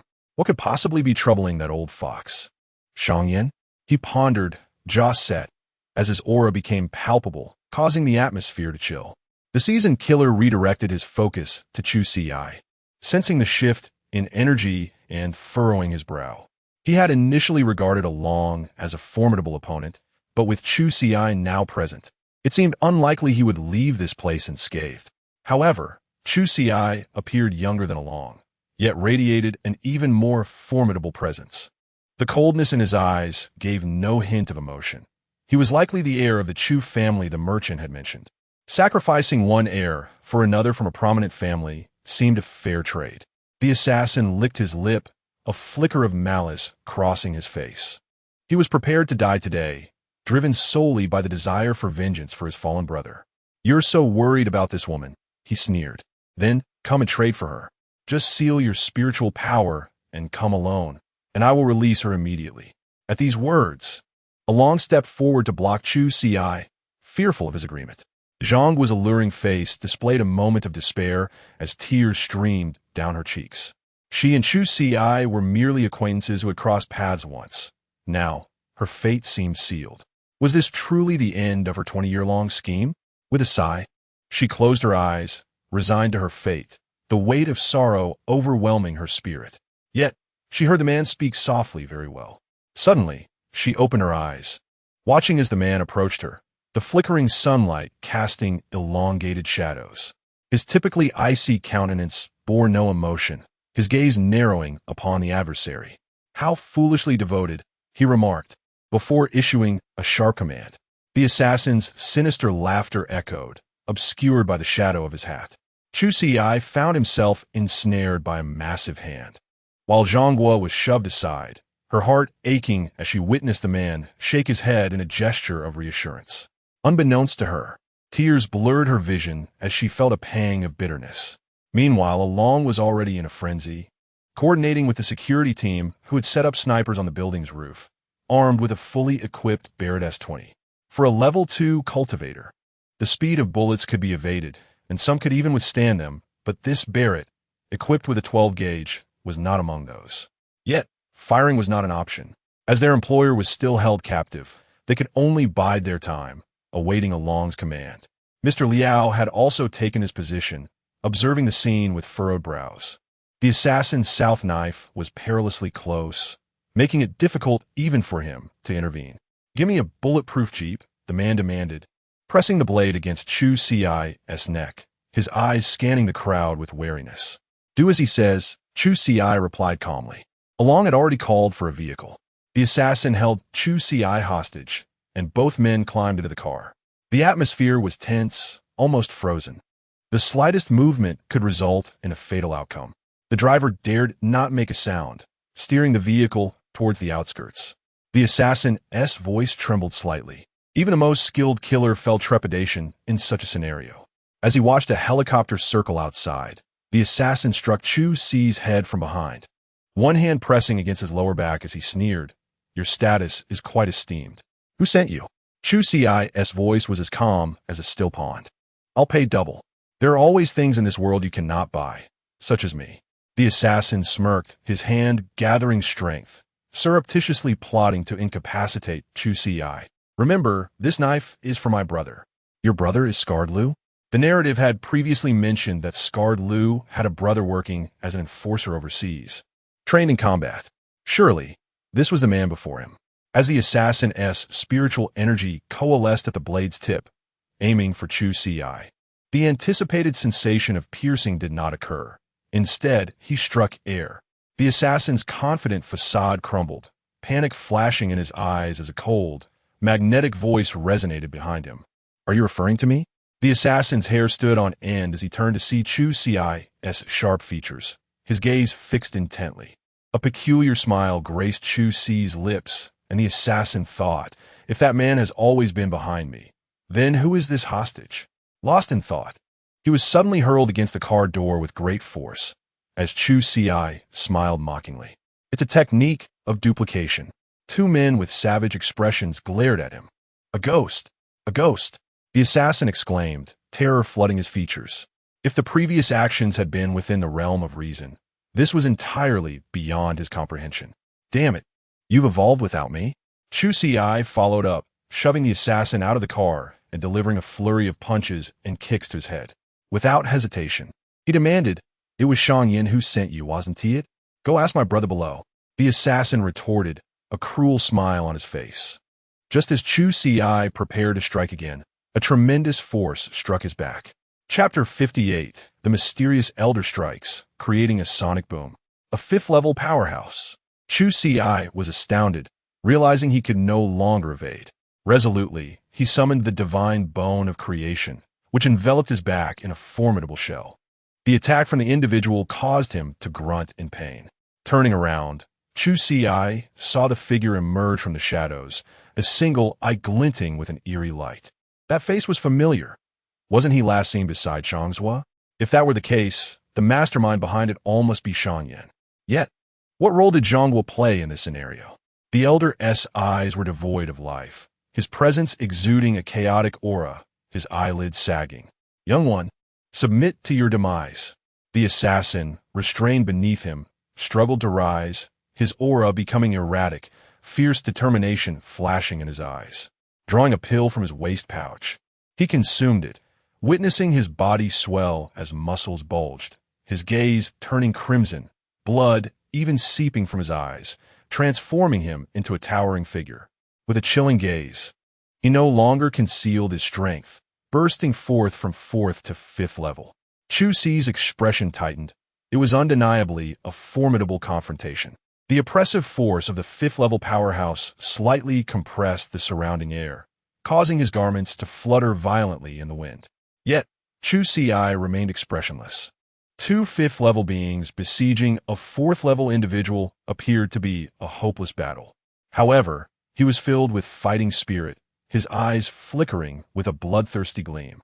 Whether encircling Lin Dong or toying with Xiao Chun, he had always relied on leveraging strength against strength.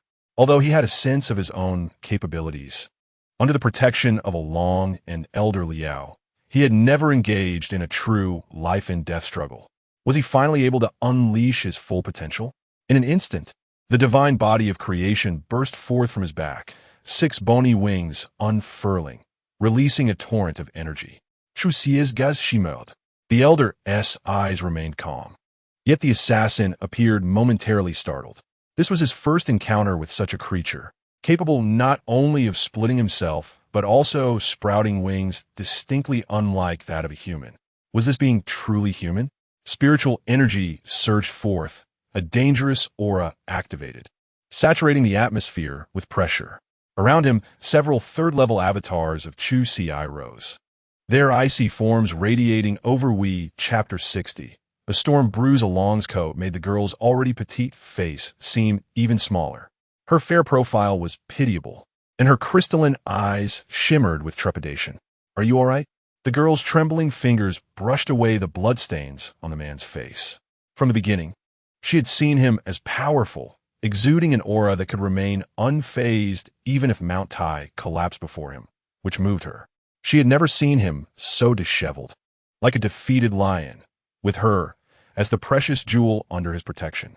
Her eyes darted about, and her throat was already hoarse. They all fear me. It's all my fault. As she spoke, tears welled up and cascaded down, glittering in the light. Chu Ci shook his head, offering a wan smile. He could feel the surging energy within him. The old man's attack had not been without effect. After all, it was a full-force assault from a 5th-level expert. He felt pain emanating from his torso and limbs. He placed his large hand on the woman's face, feeling the dampness of her cheeks. Then, his head lolled to the side, and he lost consciousness. Quick, call a doctor. At the Li family villa, Elder Wan, who had been missing for over half an hour, collapsed to the ground, spitting blood. His heart meridian had been severed, and his face was gaunt. Li Changxian, the head of the Li family, immediately stepped forward to assist him, listening intently.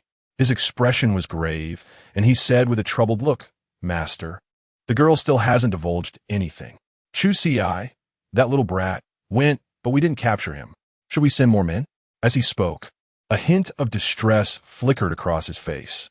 Such a powerful puppet as Elder Wan was rare in the entire Li family. This loss was considerable. However, the old master of the Li family curled his lips into a smile, which tugged at the wrinkles on his face. He said coldly, It doesn't matter. I've already learned what I wanted to know from other sources. As he spoke, he poured scalding water onto a tree, which withered and turned yellow at a visible rate. Continue to keep an eye on that illegitimate son of the Shang family. He's very important. The Li family has been lying low for too long. He turned his aged face, half of which was covered in a charcoal-like darkness, while the other half featured an unmoving prosthetic eye. As he moved, his smile appeared eerie. On his side table lay a scroll with vigorous calligraphy. To repay your grace on the golden platform, I offer my life for you with a jade flute. In the hospital room, the man slowly awoke. He looked at the beauty beside him, her face pale, as she slept soundly by his bedside. Chu Ci stretched his limbs, blinking his eyes. Congratulations, host, for successfully rescuing Zhonghua. Successfully obtained 1,000 luck value. Congratulations, host. The Genesis Divine Body has progressed from entry-level to rudimentary mastery in combat. Checking the host body data. Name, Chu Ci. Age, 23. Charisma, 95. Astounding. Strength, 45. Constitution, 46. Innate ability. Genesis Divine Body Charge Count, 26. Villain value, 230. 000 skills. Villain aura, dangerous presence. Suit and tie brawler, enhanced villain charisma, eye of investigation, immunity to all poisons. He nodded in contemplation as he examined his body data, then averted his gaze. His movements seemed to have awakened Zhonghua, or perhaps she had only been dozing uneasily. She looked at the man in the hospital bed and said in a panic, "How are you? Do you need water?" "No, thank you." Chu Ci shook his head. He turned his attention to the woman, and a large information box appeared beside her. Name, Zhonghua. Age, 23. Beauty, 91 points. Affection, 0. Chu Ci smiled wryly. If he couldn't see the information box, he might have truly believed that Zhonghua was deeply in love with him. In reality, her affection hadn't increased at all. Was it all just guilt? Creak. The door opened, and Sheen Rant's eyes flickered as she looked at the man in the hospital bed. Her lips trembled slightly, and she said softly, "Are you all right?" "Not dead yet." Sheen Rant shook her head at him. Zhonghua stood in place for a moment, then decided to leave, giving the two of them some private space. "What is Yin doing?" Chu Ci asked, a fierce glint flashing in his eyes. "He's not at the Shang family. Just now, he received a phone call and left in a rage. I have a bad feeling." Sheen Rant hesitated. Chu Ci sighed. He also felt as if an invisible hand was trying to push him away. He stroked Sheen Rant's soft hair and comforted her. "Don't worry, my dear. I'm here. With me here, you, Xiaoyan, and Zhang will be safe." Sheen Rant's eyes glistened, and she proactively placed her hand on his slightly calloused one. Her information box appeared beside her. Name, Sheen Rant. Age, 36. Beauty, 93 points. Affection, 35. Chu Ci's eyes darkened as he embraced Sheen Rant. Sheen Rant's affection has increased by 10. About to reach 60. "Host, please continue your efforts." They parted ways. After all, Sheen Rant was still the lady of the house, and with Xiangyan absent, she had to oversee the situation. This was also a great opportunity for her to sideline Xiangyan, one she couldn't miss. Chu Ci watched the woman's departing figure, then stretched languidly on the bed. He took out his phone and dialed his home number. His mother, Yin, answered the phone. The noblewoman said with concern, "Are you all right? Along told me everything.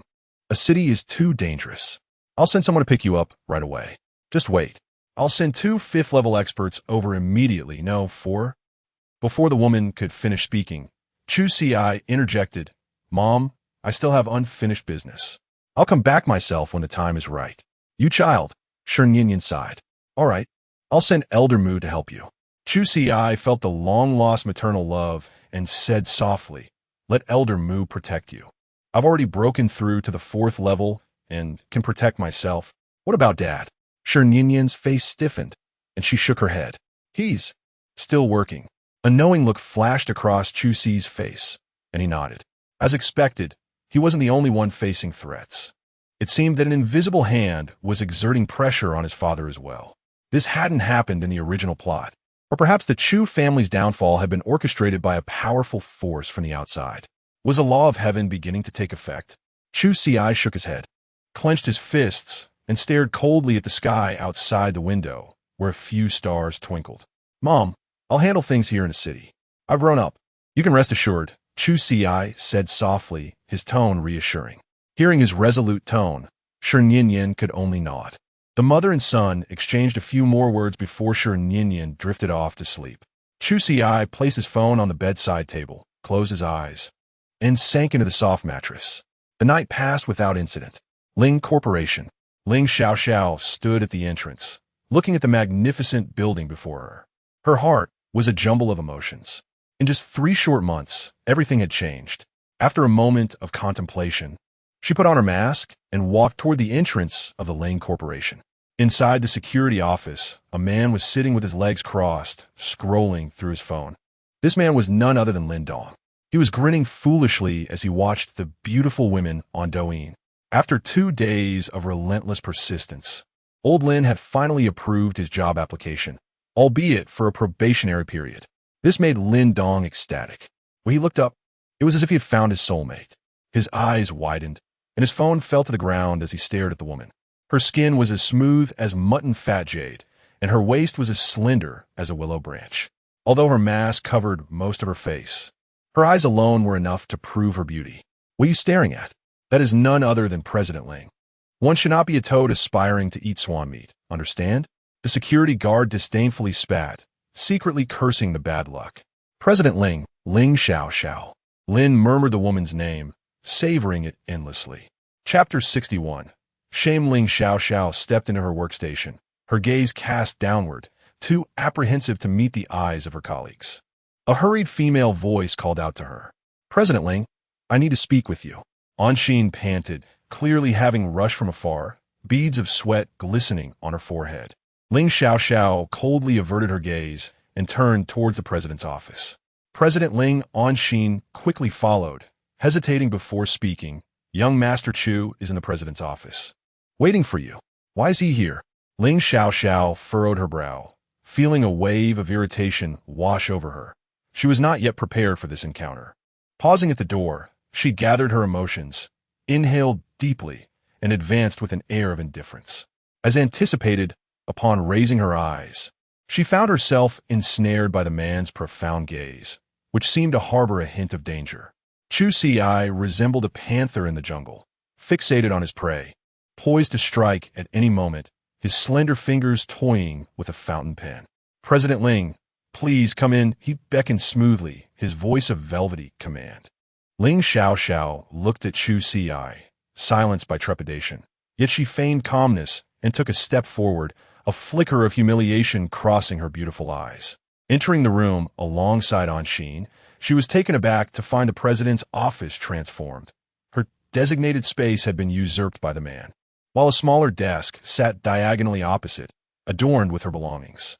Clenching her teeth, she suppressed her frustration. Before she could even settle into her chair, the man's languid voice broke the silence. Has no one informed President Ling that in order to work at Ling Corporation, one must don the appropriate attire? Oh, how silly of me. You are no longer President Ling, but rather Secretary Ling. His tone was teasing, and his eyes sparkled with amusement as he pointed at the flimsy fabric before her. Looking at the insubstantial garment, Ling Xiao Xiao's lips twitched in disbelief. Who would wear such a thing to work? It felt as though it would constrict her. It seemed she had more to endure in her new role. Grasping the outfit, she finally exhaled in relief. At least it covered the essentials, albeit a tad snug, with certain areas revealing a hint of skin. As she attempted to leave with the clothing, a large hand seized her wrist, and she met the depths of the man's eyes, hearing his magnetic voice command, "Change here."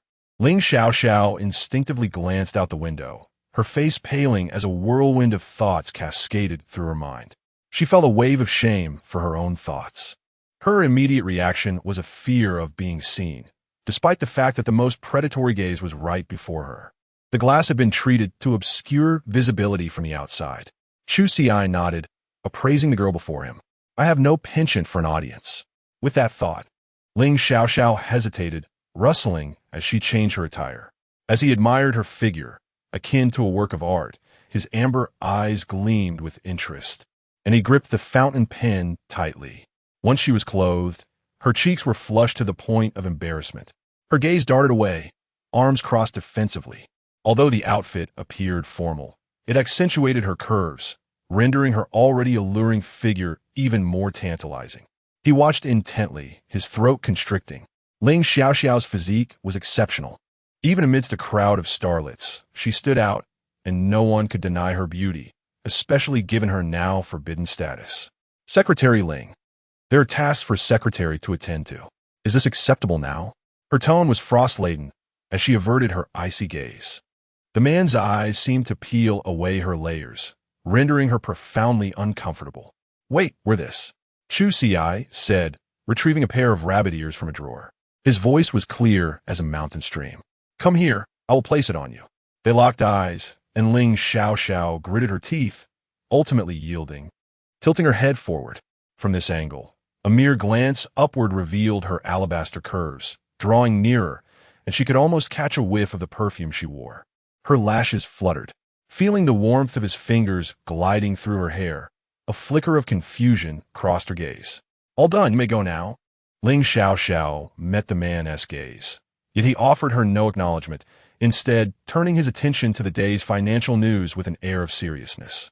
With her attire, it almost appeared as if she were the one initiating seduction. Suppressing her mounting frustration, she withdrew her gaze and returned to her desk. Observing the mountain of documents before her, she massaged her temples. In her absence, Ling Corporation's affairs had accumulated significantly, and she began tackling the tasks at hand. Before long, a young girl gently knocked at the door, anxiety etched on her face. "President," she stammered, pushing the door open.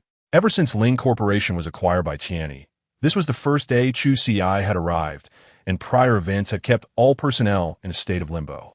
Xiaowan, a member of the secretarial department, had been engulfed in a climate of fear these past few days. With Chu Ci's arrival, she was terrified of provoking the new president. Risking her hard-won position. "Risking it all, let us do this, ladies," she thought, gathering her courage. "President, here are our financial reports for this week. Please review them." Before she could finish, her eyes widened, catching sight of the former president adorned with rabbit ears, seated beside the current president, still as striking as ever. Ling Xiao exhibited no trace of embarrassment. Having entered a trance-like state, she declared, "Hand it over." She paused, glancing at Chu Ci, noticing his indifference, and softly added, "It's fine, just give it to me." "All right." Xiaowan handed the documents to Ling Xiao, her face reflecting despair as if the world was crumbling around her. How would she face the two presidents engaged in such playful antics? Would she be dismissed for merely stepping into the office with the wrong foot? Ling Xiao accepted the documents, repressing her feelings of shame as she continued her work. However, the office soon became a hive of activity, with colleagues entering, all heads bowed, avoiding her gaze, which only amplified her discomfort. First came the HR department, then engineering, security, PR, and eventually Auntie arrived as well. With the new president's first day, everyone needed to report in, but they seemed to flee, terrified of being caught in the crossfire of the two formidable figures. Ling Xiao's demeanor grew, increasingly numb. So what if they looked? It wasn't tea, as if they were taking a piece of her with them. Auntie placed a cup of ginseng tea on the table. "President, you should take care of your health." Ling Xiao no longer declined. Looking on the bright side, at least Chu Ci had kept his word. No one had been dismissed, and she had merely endured a bit of humiliation. Now, Ling Xiao no longer held on to the hope that Chu Ci would fall for her again. From the banquet at the Ling family, or perhaps even earlier, perhaps from the moment of her birthday, everything had shifted.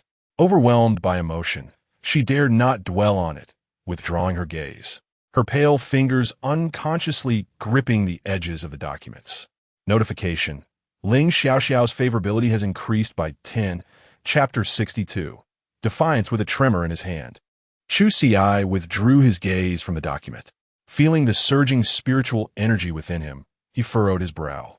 Remarkably, after merely a night of recuperation, his body had healed significantly. Wan Yin, observing his physical data nearing normalcy, stared in astonishment, wishing she could dissect him for research. She couldn't help but marvel at the astonishing regenerative abilities of the divine body, yet the aftereffects of the earlier assault still lingered painfully.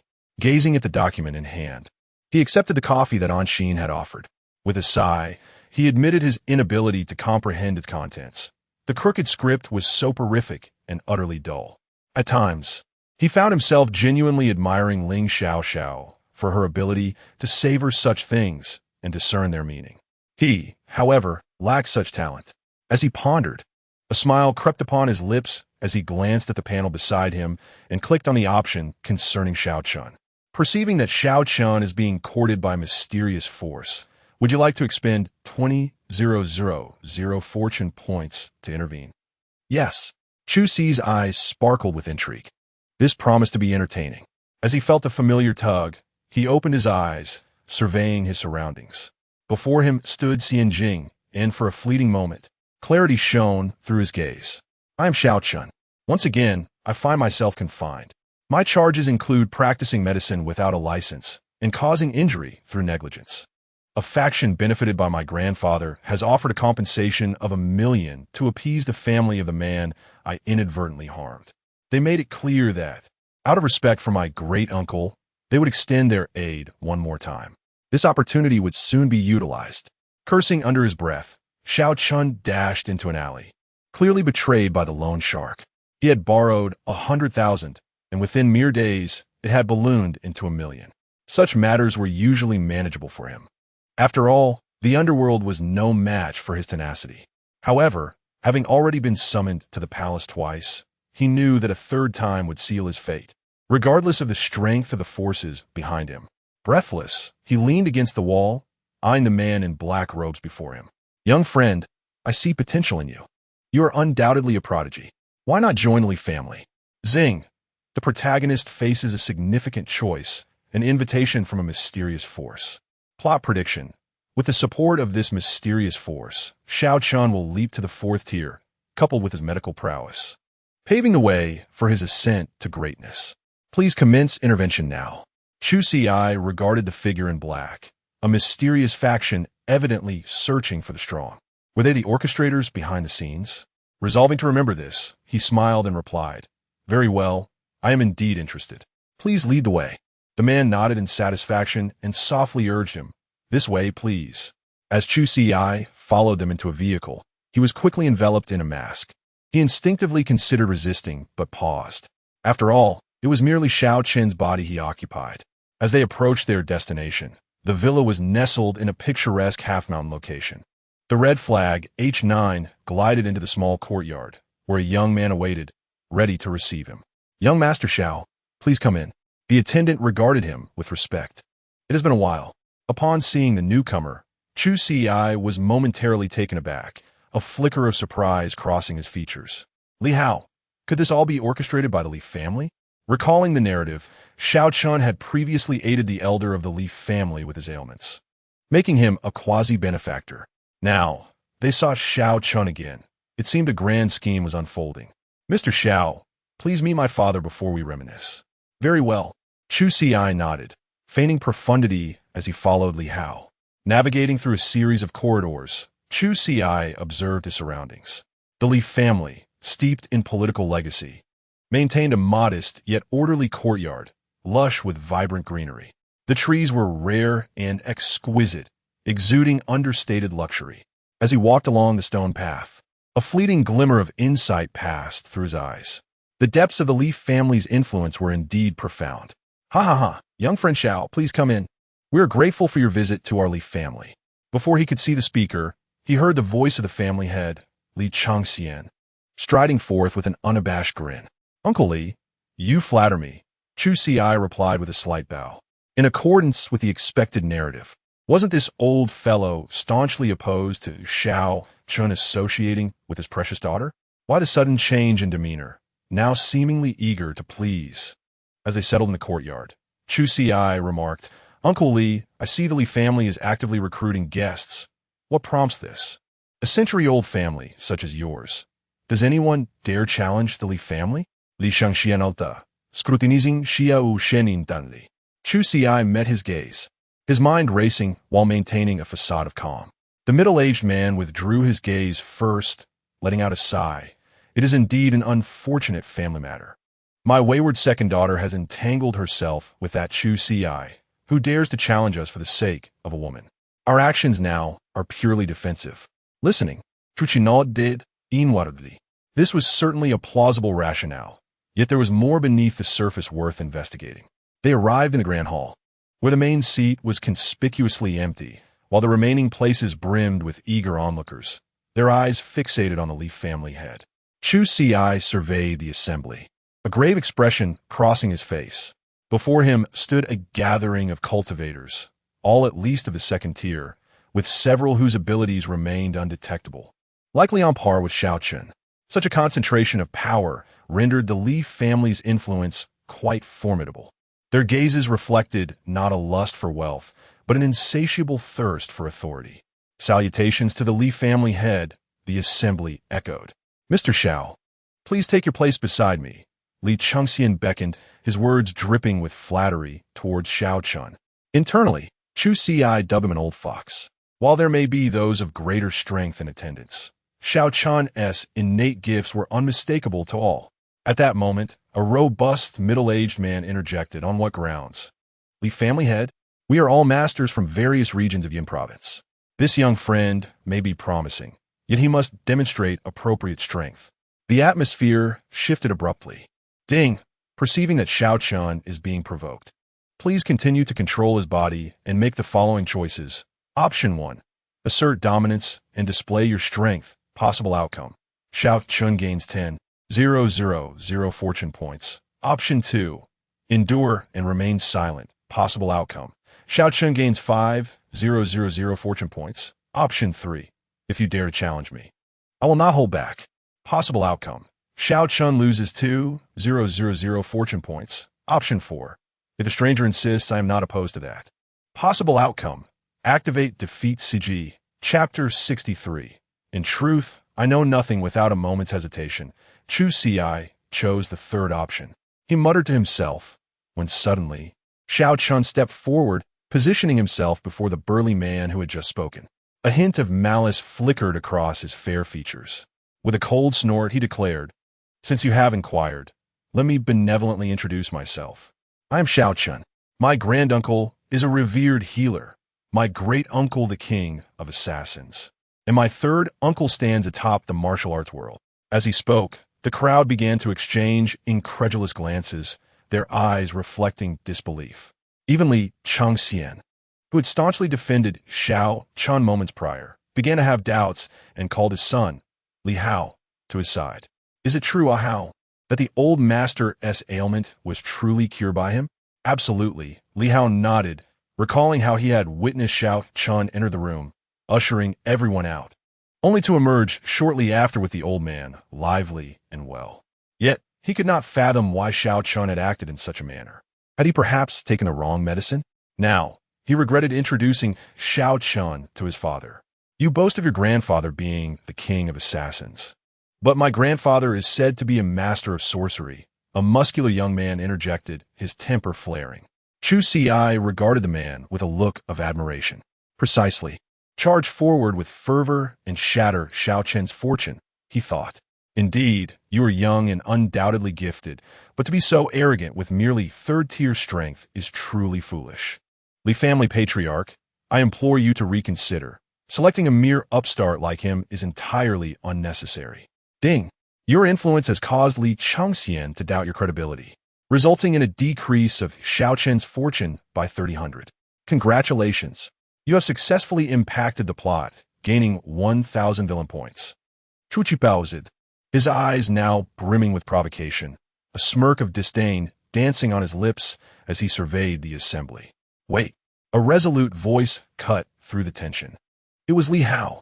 If the individuals he had brought along jeopardized the family's significant plans, the patriarch's favor towards him would surely wane, putting his hard-won position as the legitimate heir in jeopardy. The Li family was not solely reliant on him as the third generation. Thus he felt compelled to step forward.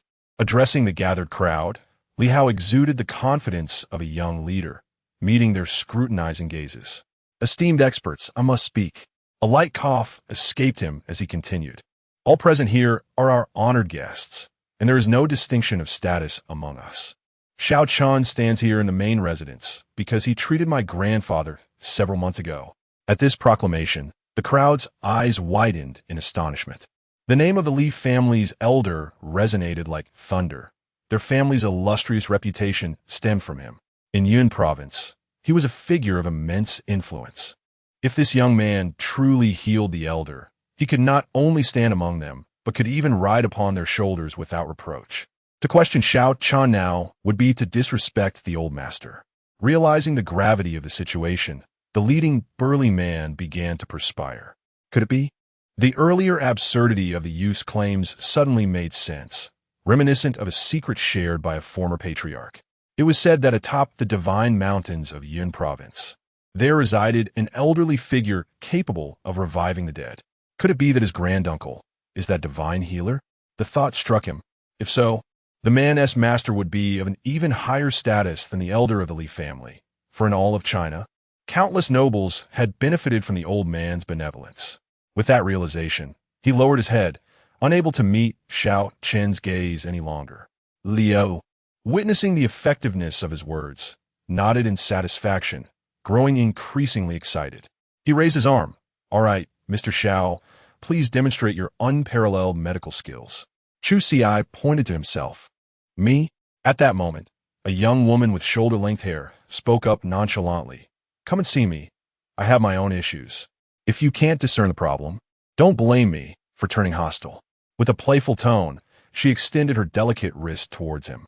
Xiao Qian examined the porcelain-like wrist, scrutinizing it from fingertips to knuckles, as if deciphering a complex puzzle. "I've seen seasoned doctors merely take a pulse. Why is he holding on her arm so tightly? Is he taking advantage?" Despite the murmurs from a few onlookers, none dared voice their suspicions in front of the two. Skin as smooth as cream, flawless and delicate. Chu Ci feigned profundity as he spoke. Li Hao nodded, his complexion flushed. "Truly remarkable, if I am not mistaken. This is indeed a hand," Xiao Qian asserted decisively. Li Hao, feeling the heat rise in his face, stammered. "No. Do you even know what you're doing?" The girl, fiery as a little pepper, knitted her brows. "It's just a jest," Chu Ci continued. "Well, all right. I shall confess, I truly know nothing of medicine." Leaning close to the girl's ear, he whispered deliberately, "But I did search online. I read that pressing certain acupoints can awaken someone, so I used a pen from the table." Who knew the old man would actually wake up? Silence enveloped the room. No one dared to speak. Li Hao was so enraged he spat blood. "A storm has ruined my dreams of leadership. Who will speak up for me?" Chapter 64. Puppet? The surrounding crowd stood in stunned silence, goosebumps prickling their skin. They had initially believed that Li Hao had exaggerated the prowess of this individual, expecting genuine skill, only to be confronted with this. As they pondered, they dared not engage with the young scion of the Li family, awkwardly averting their gaze, fearful of witnessing his comical demeanor and laughing out loud.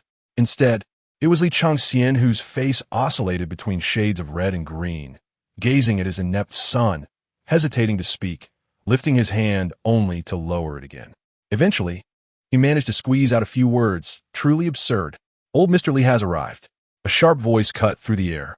A bodyguard clad in a black suit strode forward, followed by a frail old man, dressed in traditional Tang attire, his eyes concealed behind dark glasses.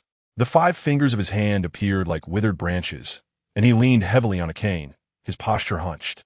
Yet, none present could overlook the elder's presence. He surveyed the crowd, his gaze pausing momentarily on Xiao Qian before retracting. "Father." The head of the Li family attempted to assist the elder, but was waved off. The old man ambled to the main seat, and the martial artist present felt a palpable drop in atmospheric pressure, a testament to the formidable aura of an elevated being, irrespective of strength. "Professor Li," the crowd chimed in unison, bowing in respect. The elder, originally named Li Jian, though holding the title of Deputy Commander of Yin Province, preferred not to be addressed by his official title, instead favoring the identity he held during his tenure at Jian University, that of Professor Li. Only Chu Ci dared to meet the elder's gaze, standing undeterred before his commanding presence, while the others quickly averted their eyes. He even managed a confident smile in return. What is this trivial deputy commander smiling about? Without the title of deputy, even the official commander of Yin Province would need to march in place before his grandfather. Li Jian, merely a pawn in the game. The piercing gaze akin to that of a youthful lion evoked a flicker of trepidation in the elder entrenched in political affairs. A glint of murderous intent flashed in Li Changxian's eyes. However, the elder waved his arms, cheerfully declaring, "No need. I see that this young friend possesses remarkable talent. Having reached the 3rd realm at such a young age, surely he must be a prodigy nurtured by a prominent family. Has someone from the Li family unwittingly offended you? Allow me to apologize on their behalf." This seemingly offered an escape for Xiao Qian, yet in truth, it was a probe into his identity and background. He remained wary of what Chu Ci had mentioned regarding the elder. If he were indeed a disciple of that esteemed figure from the Immortal Mountain, it would be akin to digging his own grave. As he smiled, the expression did not reach his eyes. A cunning old fox, he meticulously calculated each step, ensuring that the Li family vessel continued to navigate the turbulent waters of officialdom. He could not fathom that anyone would disregard their own life. Thus, he leaned towards the notion that the youth possessed some underlying strength. If someone merely sought amusement at his expense, they were sorely mistaken for daring to provoke him. Beep. Host has activated options. Please make a selection. Option 1. Yes, the divine doctor is my grandfather, and I will present evidence. Possible outcome. Xiao Qin's luck value 100,000. Gain protection from the Li family. Option 2. Yes, the divine doctor is my grandfather, but I will not present evidence. Possible outcome. Xiao Qin's luck value 10,000. Option 3. I don't care if you are a divine doctor or not. I will insult old Mr. Li. Possible outcome. Xiao Qin's luck value minus 1,000. Option 4. Fool. You actually believe me? Possible outcome. Xiao Qin's luck value minus 10,000. Sever ties with the Li family. Confronted with these 4 choices, Chu Ci hesitated for the first time, feeling an urge to select option 3. I choose option 4. He cleared his throat. To lewdly insult the elders seemed too far-fetched, impractical, and disproportionate in terms of gains and losses. With a smile creeping onto his face, he raised his brow, his gaze piercing into the elder of the Li family. No, old Li, you truly believe what I said? I was merely jesting. You're the only one here who takes me seriously. In fact, I am your grandfather. Did you know that? You seem like an old turtle, half buried in the ground. Cackling echoed as these words left his mouth. Li Chengxian's eyes widened in disbelief. For the first time in his extensive political career, he found it hard to trust his own ears. Behind the crowd, Li Hao's face turned ashen, his eyes vacant. It was over. Everything was lost. The onlookers began to regret their presence, having witnessed the elders' humiliation. They truly questioned whether they would make it out of the Li residence alive. The elder's expression shifted through various hues as he regarded the reckless youth before him, gritting his teeth. Young friend, you are quite amusing. Yet, it seems you're also unaware of your impending doom. With a cold huff, he declared, let us not waste time. Let us begin now. Upon hearing this, the crowd exchanged puzzled glances. What do you mean begin? Suddenly, a steel seal appeared in Li Chengxian's hand, which he hurled skyward. Dark energy surged from a corner where the Li family descendants stood.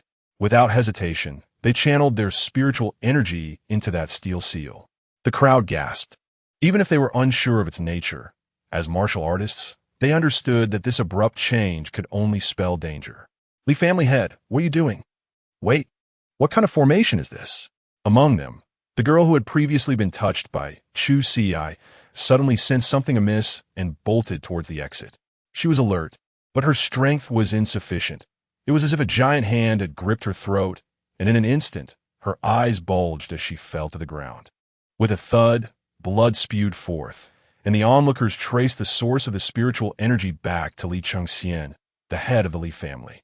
However, his power was strangely ominous. Spiritual energy, by definition, refers to the essence of nature nurtured by the earth, which humans, as nature's finest creation, naturally feel an affinity towards. Yet, Li Chengxian's spiritual energy seemed imbued with a deathly aura, instilling fear in all who beheld it. In the throng, Chu Ci narrowed his eyes. This tainted spiritual energy bore a striking resemblance to that which had enveloped Elder Ruan at the time. It appeared that the mastermind behind the ambush was undoubtedly the Li family. Almost forgot about you. Feeling the youth's gaze upon him, Li Chengxian scoffed. Dark energy swirling around him. The spiritual energy surged forth, crashing towards Xiao Chun. Chu Ci braced himself with all his might.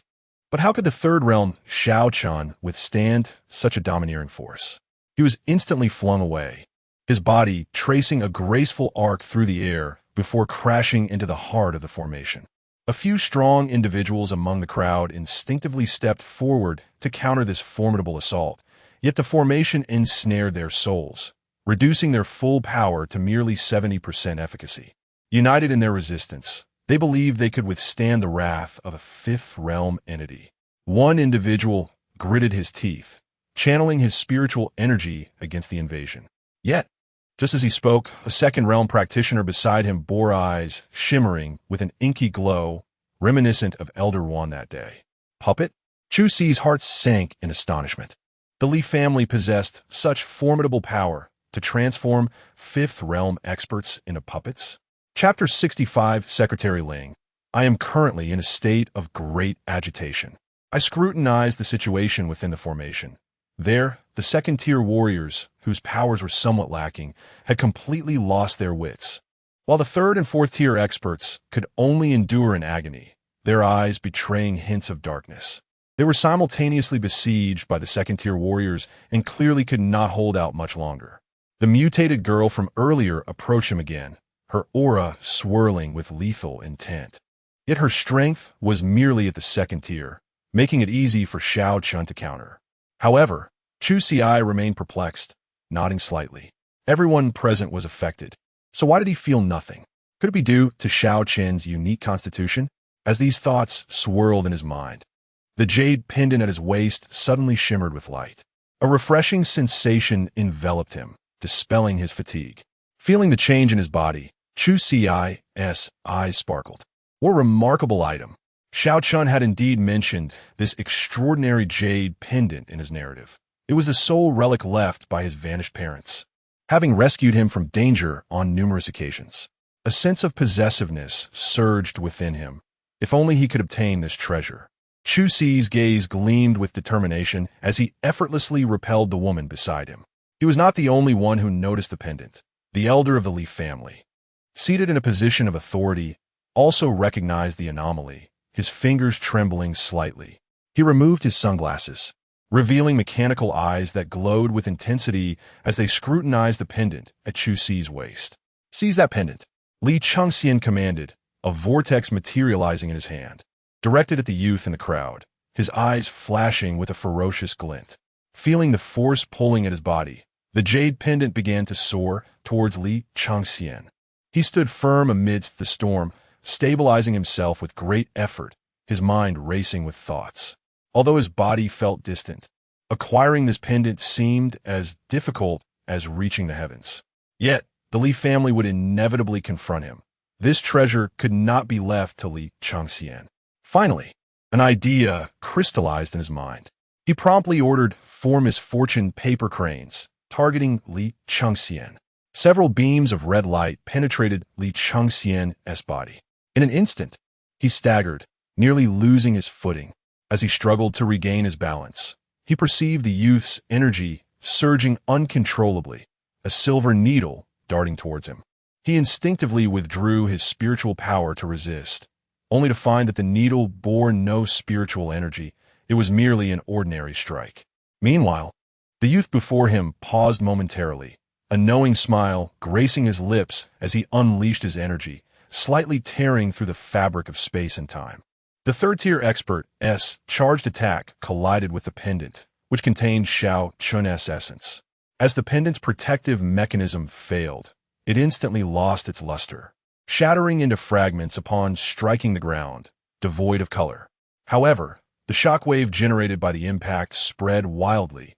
In an instant, light exploded outward, overwhelming everyone with tremendous force. The moment the light touched Chu Ci, he was the first to detach from Xiao Chen's body, his soul swiftly retreating back to the Ling family. In the eye of the storm, Xiao Chen suddenly awoke, witnessing the aftermath of the explosion rapidly encroaching upon him. His internal energy had been completely expended. Facing the storm now, he feared the worst.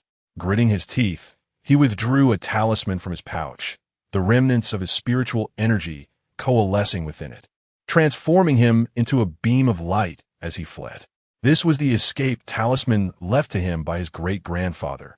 It could instantly extract him from any perilous situation, though even his grandfather had only possessed one. Having used it now, he had no means left to safeguard his life. Contemplating this, he felt a pang of anguish. Today, he had lost the jade pendant, a relic of his parents, and also consumed an escape talisman, marking a significant loss. He could not fathom why he had been so confrontational with the Li family, acting as if possessed, engaging in various reckless behaviors. The memory of touching delicate hands lingered, bringing a sharp throb to his head, prompting him to cease his thoughts and struggle to rise from the debris. On the Li family's side, the losses were equally grievous. Mr. Li had narrowly escaped under his son's protection, yet as he surveyed the devastation before him, his family's ancestral courtyard reduced to rubble. With bodies strewn about, he felt his heart constrict. Mr. Li's face tightened, the surrounding atmosphere thickening with tension. This was a significant catastrophe, and with so many experts from Yun province aware of his disgrace, the consequences would be dire. Li Chengxian unearthed the steel seal from the ruins, panic flashing across his face. "Father, the soul-releasing seal brought from above is shattered. What shall we do?" Li Jian felt the breeze and chuckled softly. Yet anyone could discern the chilling cold lurking within his smile. "Dispose of everyone. Not a single fly shall escape." With that, he turned to leave, flanked by his bodyguards. At the Ling family, in the president's office. "Congratulations, you have significantly influenced the plot. Villain points 10,000. Congratulations. You have successfully dealt a heavy blow to the Li family, impacting the mysterious event. The system has rated your actions as S level. Villain points 10,000. The man seated in the main position opened his eyes, bloodthirsty ferocity flashing in his amber gaze, his chest heaving heavily. He rubbed his tightly furrowed brow. The situation regarding the Li family had become clearer. Someone above was deliberately engaging in a contest of power with the Chu family. And this small city of A was merely a residual effect of the battle in the capital.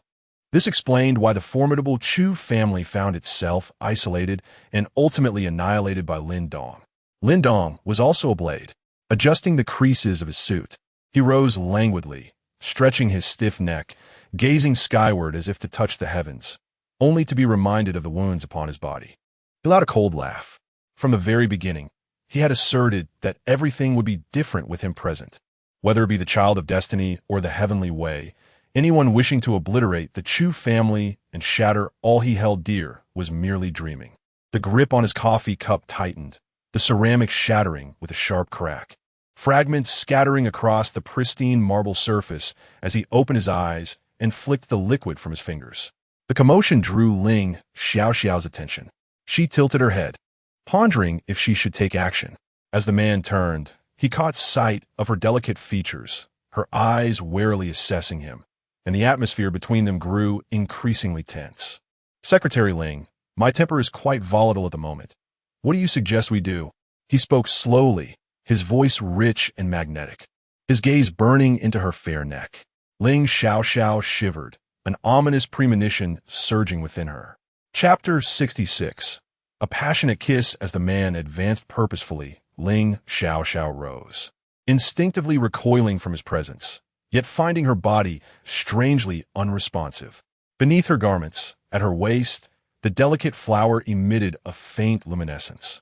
A surge of warmth coursed through her veins as she felt the heat intensifying upon her skin.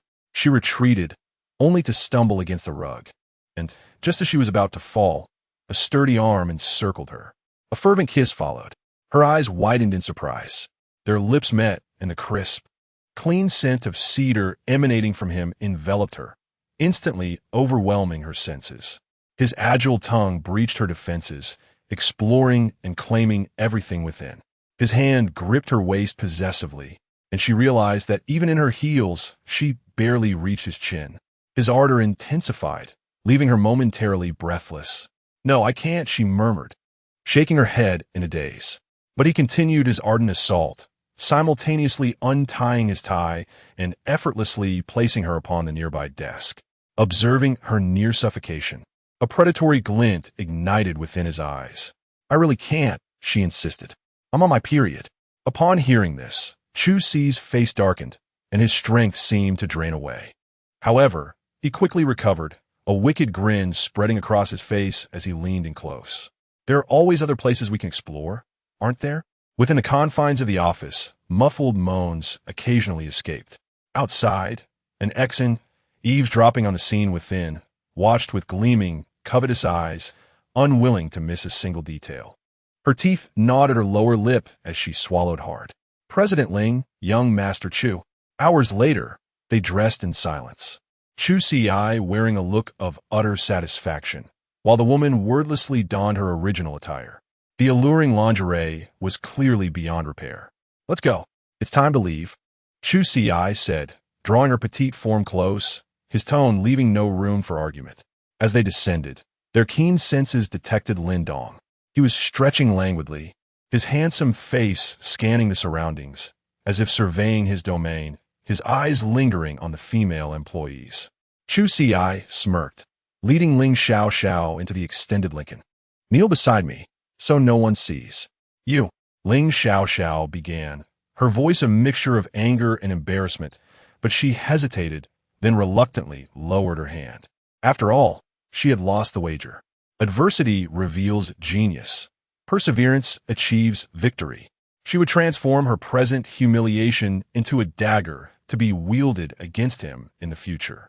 With this thought, she bit her lip, her beautiful eyes shimmering with tears. Catching her thoughts, Chu Ci chuckled derisively. As they drove past the entrance, Lin Dong, noticing the luxurious car, sneered.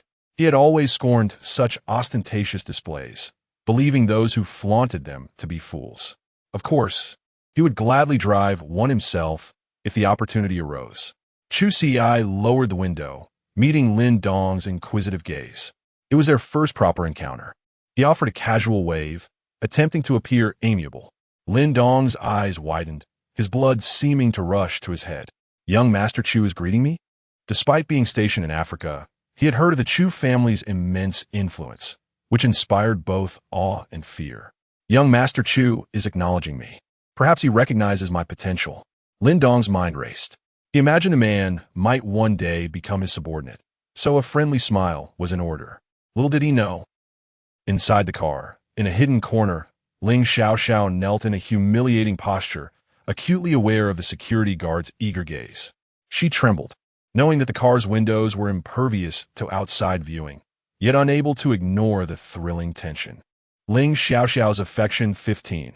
Chu Ci raised an eyebrow at the system's raspy electronic voice, a smile playing on his lips. He understood the psychological principle of the suspension bridge effect, where heightened emotions in stressful situations can intensify feelings for others.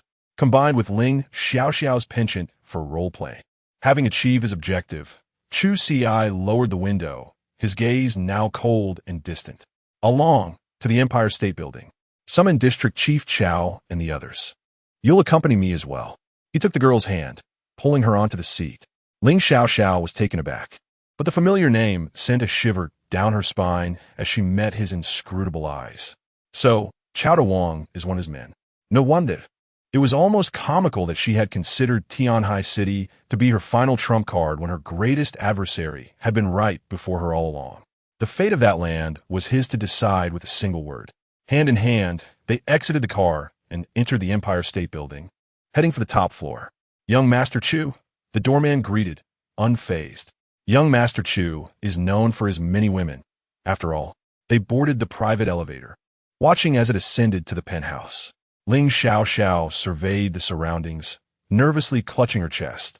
They traversed a series of corridors, finally reaching an inner conference room. It was empty. The air was infused with the scent of pine. In the spacious room, the man seated himself at the head of the table, idly turning the ring on his finger. Sinking into the soft leather, he leaned back, clasping his hands, and awaited the arrival of his guests. The door creaked open, and a middle-aged, portly man entered, his eyes darting about, before settling on Ling Xiao and quickly averting his gaze. District Chief Chow, Chu Ci greeted softly, gesturing to the seat beside him. Chow Wang bowed to Chu Ci, his eyes blinking rapidly. "Young Master Chu, what brings us here today?" he asked tentatively. Chu Ci closed his eyes. "I will explain everything once everyone has arrived," he replied calmly. Chow Wang's eyes darted around as he took his seat. A sense of unease washed over him, as he had heard rumors of the recent events involving the Li family. Soon, the room filled with middle-aged figures, and the atmosphere grew increasingly tense. Chu Ci leaned back in his chair, crossing his legs. Ling Xiao gently massaged his shoulders, her soft hands caressing his body. His mind was awash with thoughts. Half of those on his list had arrived, while the other half had not. He was satisfied with the outcome. They were all seasoned veterans, sizing each other up, their gazes fixed on the young man at the head of the table. Glancing at his watch, the young man slowly rose. Now that everyone is here, I have a few words to say. He nodded to Ling, who promptly closed the door. The sound of the door slamming against the frame echoing through the room, weighing heavily on everyone's minds. Chapter 67. This glory. I shall not hoard alone. The crowd exchanged glances, as many among them had received messages or been informed that the Li family intended to oppose me. I was aware of the Li family's patriarch, whose influence in Yun province is unparalleled, and many of you have been his disciples. The Li family gang, the youth remarked with a smile, yet none dared to respond, except for the deputy commander on the right, who chuckled. The Li family gang? Objectively speaking, it does not exist, but subjectively, it certainly does. Chu Ci cast an approving glance at this deputy commander Tang, who was newly appointed in Yun province, but was struggling with Li Jiyuan's reluctance to step down, enamored by power, leading most of his subordinates to act hypocritically. A deputy commander rendered powerless, with a status beneath that of a district chief. He had waited too long, so when he learned of the opportunity to undermine the Li family, he came immediately. He remembered his anxious face, trembling slightly. Chu Ci, I am eager to advance. Naturally, this time, he would cooperate fully. However, since you're all here, I take it you're my friends. Chu Ci moved beside District Chief Chow, his narrow eyes glimmering. Since we are friends, I shall speak plainly.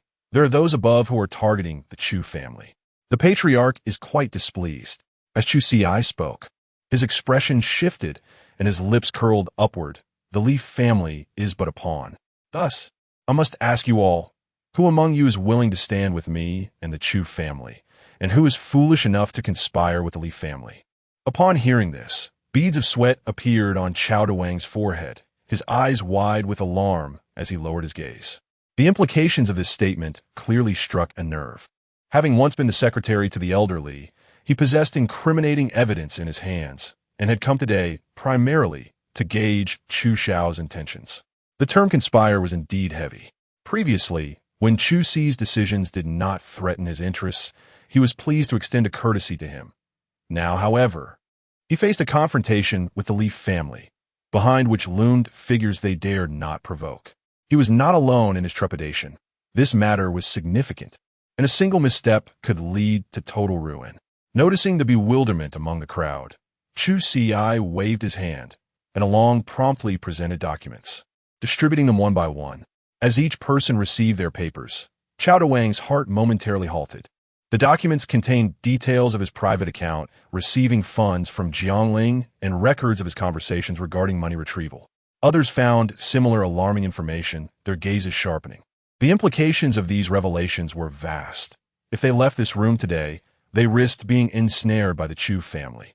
Observing the youth who had collected such evidence discreetly and now revealed it, it was evident he was meticulous. Such depth of character at such a young age. The Li family had indeed stirred up a considerable hornet's nest. Watching the changing expressions of the crowd, Chu Ci chuckled softly, tossing the documents onto the table. Ladies and gentlemen, this is not a threat. It is a demonstration of my strength, as well as that of the Chu family. How you choose to proceed is for each of you to contemplate.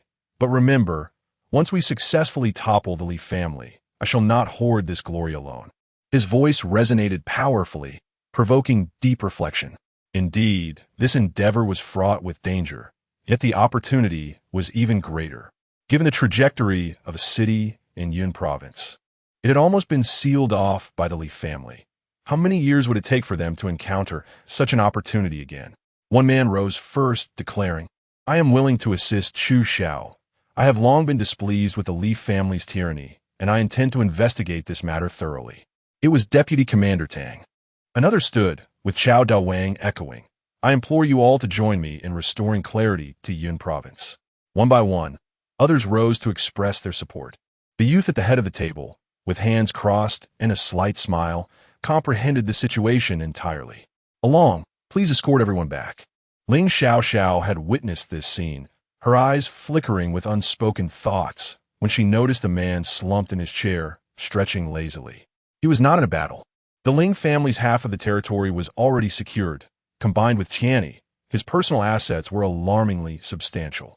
He had control over the forces of Scar Lu in a city, and support from Qin Ran and Zhonghua in the business realm. With only Shang Yin left to address, his power had now reached level 4, bolstered by the divine bone of creation and the Shadow Legion, enabling him to confront level 5 adversaries. System, open the panel, he mused. Before him, a faint blue light screen appeared. Name, Chu Ci, age, 23, charisma, 95, astonishing, strength, 49, constitution, 52, root bone, divine creation body charge count, 37, villain value, 288, 000 skills, villain aura, dangerous presence, suit thug combat, enhanced villain charisma, eye of detection, immune to all poisons. Gazing at the villain value, he nodded in satisfaction. He immediately issued a notice that Tianyi was recruiting martial artists, and the funding was limitless. Chu Ci commanded, his voice magnetic, confident that beneath a mountain of gold lies bravery. If not 1,000 gold, then 10,000 or even 1 billion. Ling Xiao nodded, indicating her understanding. Having said this, Chu Ci leisurely rose, the first to step away. With no messages from the business sector, he decided to visit personally, donning his suit. Surrounded by a lawn, he entered a stretched Lincoln. In the business sector's lounge, Qin Ran rubbed her temples, gazing at Shang Xiaoyan's assignments, veins throbbing on her forehead. The recent dealings of the business were already overwhelming, with Zhang still in the hospital, unable to assist significantly. She bore the burden of the family's affairs alone, all while worrying about Shang Xiaoyan's academic pursuits. In the corner, a young girl clasped her hands, her glassy eyes scrutinizing her mother's expression. With your current grades, passing is already a challenge, let alone applying to Jian University. Qin Ran sighed, tossing the assignment notebook onto the table. She could indeed fund a listening position at Jian University or send Shang Xiaoyan abroad, but that was fundamentally different. The waters in a city ran deep. While she could protect her daughter momentarily, she could not ensure her safety for a lifetime. Lost in thought, she slumped in her chair, massaging her aching shoulders, when a gentle knock echoed at her door. She opened it to find a pair of profound eyes staring back. The woman, clad in a wool sweater, had her hair elegantly pinned up with a few strands cascading down her forehead, accentuating her gentle demeanor. Her face, already devoid of wrinkles, appeared even more youthful. Chu Ci, she softly called, stepping into the light, as the man enveloped her in his embrace. Chapter 68. The temptation of a lady feeling the warmth of the woman. He managed to control himself. In the brief moment of separation, a tinge of reluctance surged within her heart. However, upon noticing her daughter's inquisitive gaze, she could only shake her head and straighten her disheveled clothing. When Shang Xiaoyan spotted Chu Ci, she hurriedly approached him, her sparkling eyes reflecting the figure of the man. Excitedly, she grasped his arm, her youthful form pressing against him. A flicker of astonishment crossed Chu Ci's eyes. He had truly underestimated her. As he pondered this, he allowed the girl to lead him into the room. They settled on the sofa, and Qin Ran, taking a step back, gently closed the door, her eyes softening as she gazed at her chattering daughter. Is Sister Pei feeling better now? Shang Xiaoyan inquired. She has recovered. Chu Ci nodded in response. He had inquired about the woman's condition over the phone. The bruises on the girl were nearly healed, and she was actively engaging in work again. She expressed her desire to skip physical training and dance classes for the time being, opting instead for courses on acting and theory. Chu Ci naturally supported her decision. Upon sharing Pei Shuxuan's status, Shang Xiaoyan blinked and smiled. Knowing the condition of her idol filled her with immense joy. Can I go visit Sister Pei then? Her cheeks flushed as she recalled previously declaring that she had met Pei Shuxian, though the others in the group chat remained skeptical. Pei Shuxian's popularity was quite low, and since the airing of her web series, she had not made any public appearances. Her few fans had not even had the chance for a photograph with her. The petite high school girl claimed to have added Pei Shuxian on a personal account, but no one believed her. This caused Shang Xiaoyan considerable distress. She had indeed met her and even helped protect Sister Pei. You have no idea. They say I never met Sister Pei and that I'm just boasting. I'm not bragging. Indeed, Xiaoyan is not boasting. Chu Ci comforted, ruffling the girl's fluffy hair, sensing the faint fragrance of youth. His gaze darkened as he gently patted her slender back. Qin Ran observed the tall man and her mischievous daughter, a flicker of doubt crossing her mind. Though Xiaoyan was still quite young, and Chu Ci was a gentleman, was their current state perhaps crossing a line? Contemplating, she furrowed her brow but chose not to voice her concerns. After all, it was crucial to ensure the family's safety during this tumultuous time. She must not fall out with Chu Ci.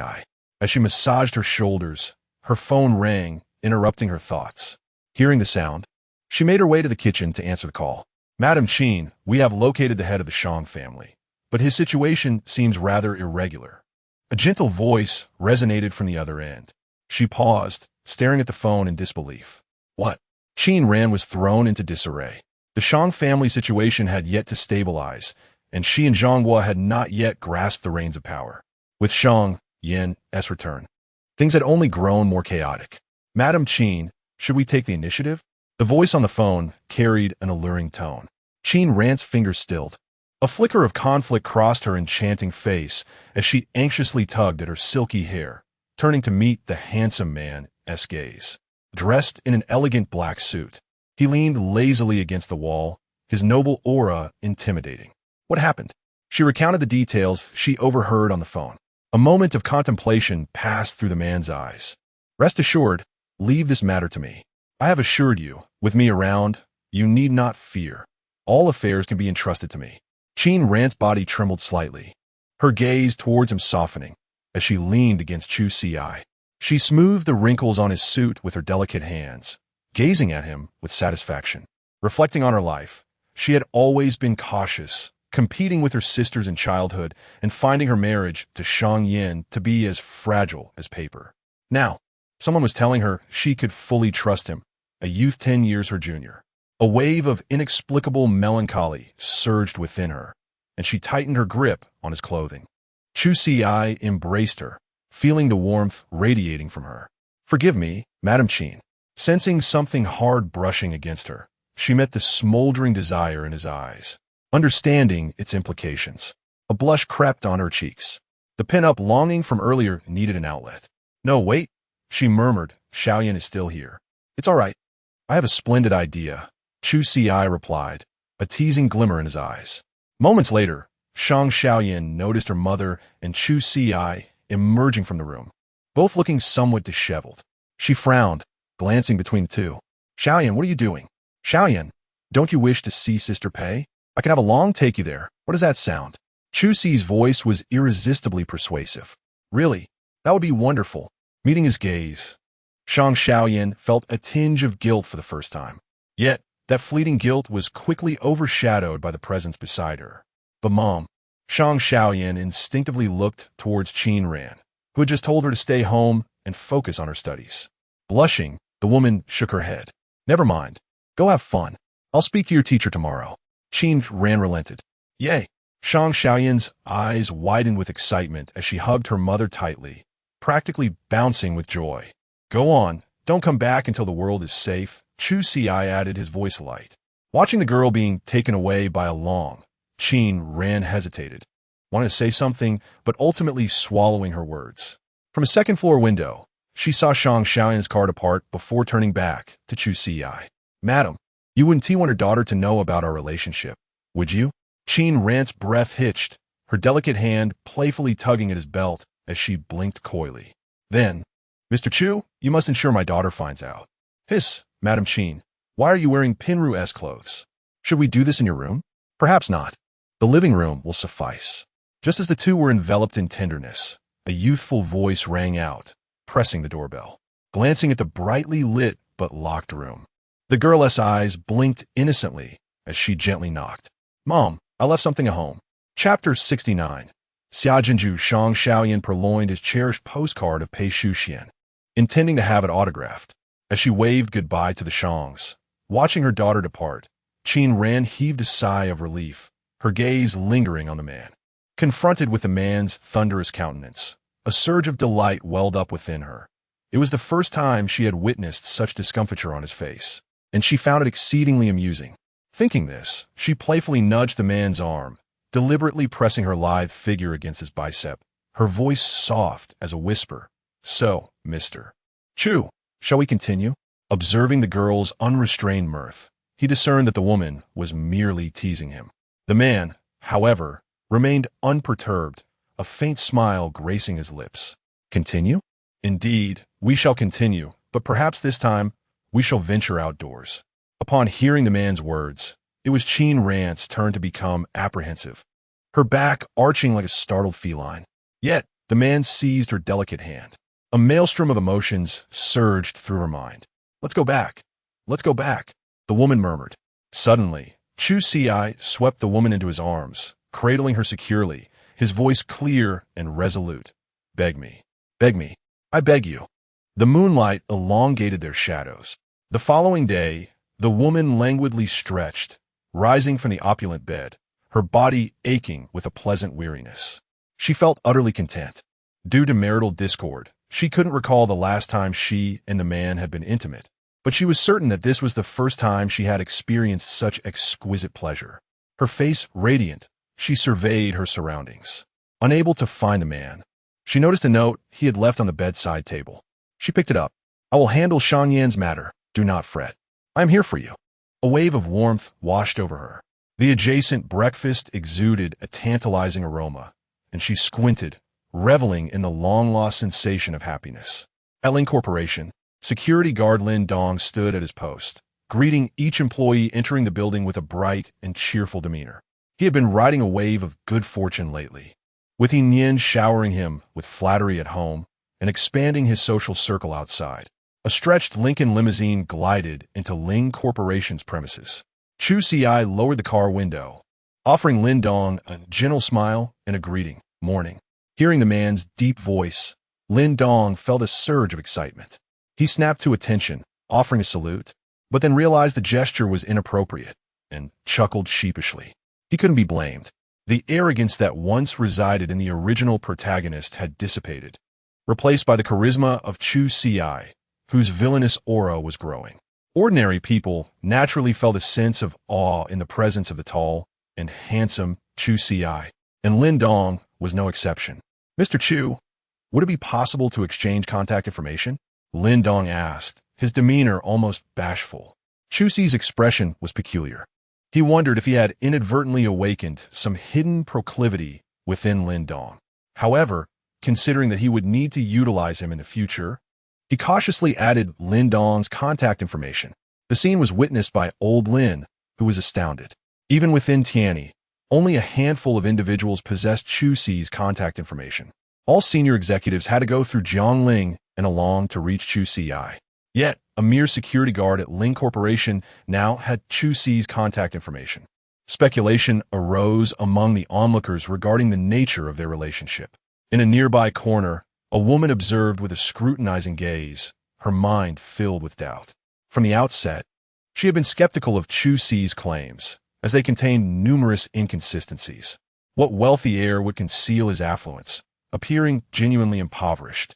Moreover, despite a week of interactions with Lin Dong, she had gained no advantages, fueling her skepticism. It was only upon witnessing the interaction between Lin Dong and Chu Ci that she finally believed Chu Ci's words. Her demeanor grew serious. Realizing that she needed to cater to this young Master Lin, she resolved to sever ties with her neighbor. Chu Ci proceeded upstairs, boarding the private elevator to the president's office, his steps measured and deliberate. He exchanged glances with an scion, acknowledging her presence, before entering the office. Through the walls, he sensed the presence of numerous experts. Recalling his instructions to Ling Xiao, he paused momentarily before entering the room. "Good morning, Mr. Chu."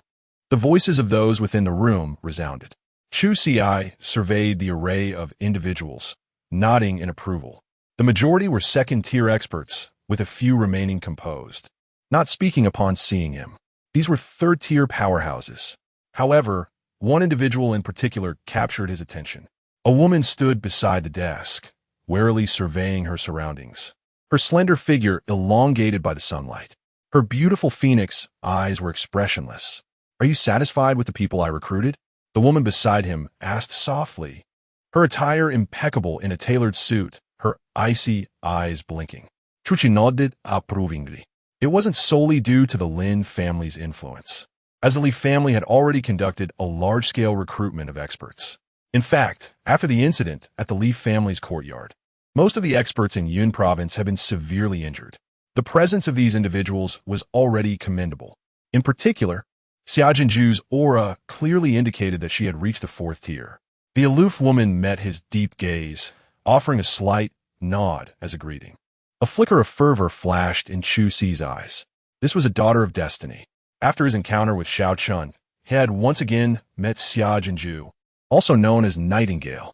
"Welcome to my humble abode," the man announced, striding towards the head of the table. The aura emanating from his body intensified, exerting a palpable pressure on the surroundings. The experts present were visibly shocked. Despite his youthful appearance, barely in his early 20s, his strength had already reached the 4th tier. Truly, he was a scion of a prominent family. The world of cultivators was not as bureaucratic as the officialdom. It was governed by the law of the jungle. Strength commanded respect, while weakness invited disdain. Of course, money was still to be made. Secretly, they harbored resentment, but the young man's strength prevented them from voicing their dissent. Their bodies trembled slightly, and many began to contemplate their positions. Xia Jinju, however, frowned slightly, pondering her chances against the young man, both being 4th-tier cultivators. Her odds of victory against the young man were close to 0. Chu Ci smiled faintly. "I won't beat around the bush." The cards on the table each contain 5 million. Consider it a greeting gift from me. Ding, Xia Jinju's favorability 10, Chapter 70, Miss Nightingale. "You wouldn't want this matter to become public knowledge, would you?" The woman's gaze locked onto his, tinged with a hint of fervor, as if she wished to devour him whole. Chu Ci's smile froze upon his face, and he sensed that soon the woman might attempt to delve into his pockets. How could a mercenary like Nightingale be in such dire straits? Nevertheless, her materialistic nature was advantageous. He had no shortage of wealth. Contemplating this, a smirk graced his lips as he continued, "If everyone is willing to assist me, I shall personally provide each of you with a property in the city center, along with a luxury vehicle worth millions under the company's name." At this, the collective breath of those present caught in their throats. It is well known that City A is among the foremost economic hubs in Longhua, where even modest residences in the city center command prices in the millions. Additionally, the young man's extravagant offer and noble demeanor suggested that following him could yield considerable benefits. As many resolved to align themselves with Chu Ci, the man keenly observed a girl in the corner, stealthily reaching for a bank card on the table, expressionless as she tucked it into her pocket, taking only her own share. Chu Ci noted her actions with amusement, a smile tugging at the corners of his mouth, his eyes betraying a flicker of mirth. Ling Xiao, acutely aware of the electric tension between the two, felt a pang of bitterness wash over her, bowing her head to let her disheveled hair veil her expression. "I will join," the girl declared, her voice breaking the silence. Others voiced their agreement, while a few turned to leave. After delivering a brief speech, the man gestured for Long to escort them back, leaning languidly against the wall behind him. "Wait, Miss Xia, please stay." His voice, rich and magnetic, halted the girl's retreat. She turned, confusion etched on her face as she looked back at him. Ling Xiao, angered, spun on her heel to depart. Yet, even as she did, she failed to hear the man's attempt to dissuade her. It was not until the office door closed that she trembled, collapsing against a nearby desk, struggling to support herself. Curling into herself, she sought solace in her own embrace, only to feel a gentle hand resting on her head. Her heart raced with excitement as she lifted her gaze, only to meet the delicate features of Auntie. Disappointment washed over her, and she turned away, unwilling to confront the girl's eager expression. "President Ling, no matter what, I will always be by your side," the girl insisted.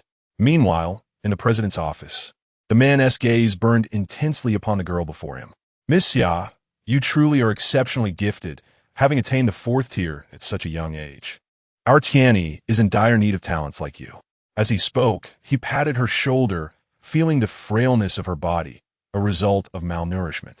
The girl fell silent, a tacit acknowledgement of his words. Chu Ci's expression darkened as he leaned closer, his voice low and enticing. "I happen to have a lucrative opportunity, though I wonder if Miss Xia would be interested." He raised an eyebrow, prompting her to indicate her desire for further elaboration. After their brief contact, she had come to regard Chu Ci as a veritable treasure trove of possibilities, leading her to harbor expectations for this good job. "I require a personal bodyguard," he stated, deliberately elongating the phrase personal. His voice carried a playful tone. Summer Jean Zhu crossed her arms defensively, responding coolly, "Mr. Chu, I'm not the person you think I am. Where are your thoughts wandering?" Chu Ci waved a hand dismissively, a teasing smile gracing his lips. "All you need to do is protect me during the day, working 8 hours with meals and accommodation provided, and a monthly salary of 1 million. Ouvertime triple." Listening to his proposal, the girl felt tempted, yet paused, hesitating, though she lacked a comprehensive understanding of City's dynamics. Her sharp instincts alerted her to the potential dangers surrounding the man. He must have stirred up significant trouble to be so overtly recruiting cultivators. While she desired wealth, she would never gamble with her life. After all, one must have life to spend money. The fact that the man's strength surpassed her own and that he still required a bodyguard suggested he had provoked an undesired adversary. Confronting a 5th or even 6th-tier opponent would spell doom, even for 10 of her. Realizing this, she shook her head. "I'm sorry, Mr. Chu, but I do not intend to work here." As she spoke, she braced herself for the man to demand the return of her money, yet still clutched her pocket tightly, reluctant to part with it. To her surprise, he chuckled softly, his amber eyes surveying her graceful form. "Miss Nightingale, you wouldn't want your true identity exposed, would you?" The woman's heart raced, and Summer Jinju gazed in shock at the towering man before her, who cast her entire being into shadow, his lips curling in a smirk. "How do you know?" she queried, gripping her clothing tightly, her teeth clenched. Her code name was a closely guarded secret, known only to senior members of the assassin organization and her teammates. If her identity were revealed or drew the attention of authorities, prison awaited her fate. As a mercenary in Africa, her hands were stained with blood. "You need not concern you." Chapter 71. The bad news from the Li family. Oh? Chu Ci tilted his head in curiosity, eager to hear the woman's thoughts. He was not surprised that she knew about his affairs with the Li family, given her intelligence. It was only a matter of time. However, he was somewhat taken aback by her willingness to align herself with him. "I have a plan that might make the Li family fall into despair once more," she proposed. As he listened to her intricate scheming and savored the sweet fragrance emanating from her, Chu Ci's eyes widened in astonishment. "You possess remarkable learning abilities. Very well, let us proceed as you suggest." Within 10 minutes of solidifying the masculine air around him, a deluge of content surged to the trending topics. Number 1. Shockingly, the inside story of the Li family. Number 2. Li family. Number 3. A major scandal in City, sitting at his desk. Chu Ci curiously clicked on one of the articles. What he found was a plethora of baseless information, filled with vague accusations targeting the Li family, particularly regarding Li Changxian, who had recently made his media debut. The content grew increasingly sordid, with rumors about the family head's alleged indiscretions and scandalous affairs involving Li Changxian and Li Hao. Despite the absence of any evidence, the sheer volume of gossip was overwhelming. The nature of human perception is often a blend of skepticism. When bombarded with a torrent of negativity, people may doubt the veracity of the claims, yet subconsciously begin to question the integrity of the subjects involved. This predicament was precisely what Li Changxian faced. In the comments section, a mysterious individual claiming to be a friend of Li Changxian shared their insights regarding that incident with the Li family. "Honestly, I wish not to speak of it, but since you've all inquired, I can only say it's merely a glimpse of the larger picture, if you catch my drift. Quickly, weave a narrative. We are waiting." In truth, the day of the incident at the Li family's estate involved a gathering in Nantong. When the family patriarch's attempts to entice the guests failed, he resorted to sinister measures, locking everyone in a room, leading to a series of unfortunate events. Is this for real? It must be true. I see only young men among the victims. Boys, you must take care of yourselves when venturing out. Please, we seek the original video. Due to the massive explosion caused by the Jade Pendant and Steel Seal incident, the main residence of the Li family had become leaky and uninhabitable, forcing them to relocate to a cramped side hall. Li Changxian returned home and slammed the teapot onto the floor. Having believed he had resolved the matter only to discover his online persona had been tarnished as a result of a scandalous rumor.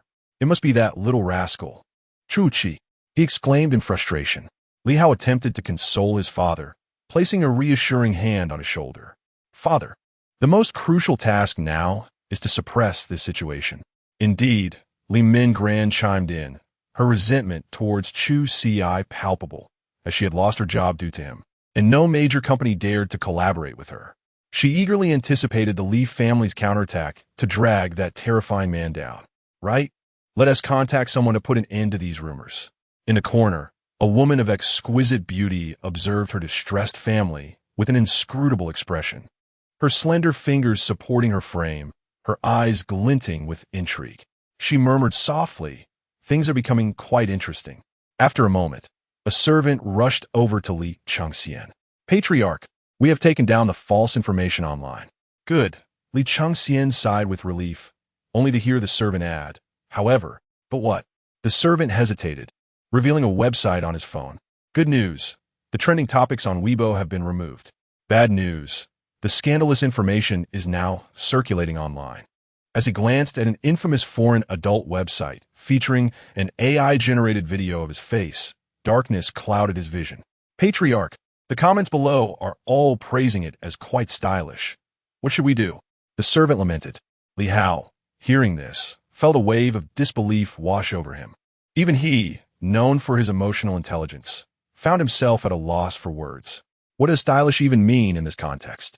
In his lifetime, Li Changxian had contemplated falling from grace, being apprehended, or even leading a life in exile, yet he had never imagined being the subject of fabricated scandalous rumors. He found himself utterly powerless against this onslaught. A surge of anger caused him to spit blood. As a master of the fifth realm, he could not believe that he had been driven to such a state. The impact of this incident was indeed overwhelming. "Quick! Someone! The patriarch has spat blood." Panic ensued within the Li family, while far away, Chu Ci remained blissfully unaware of the chaos.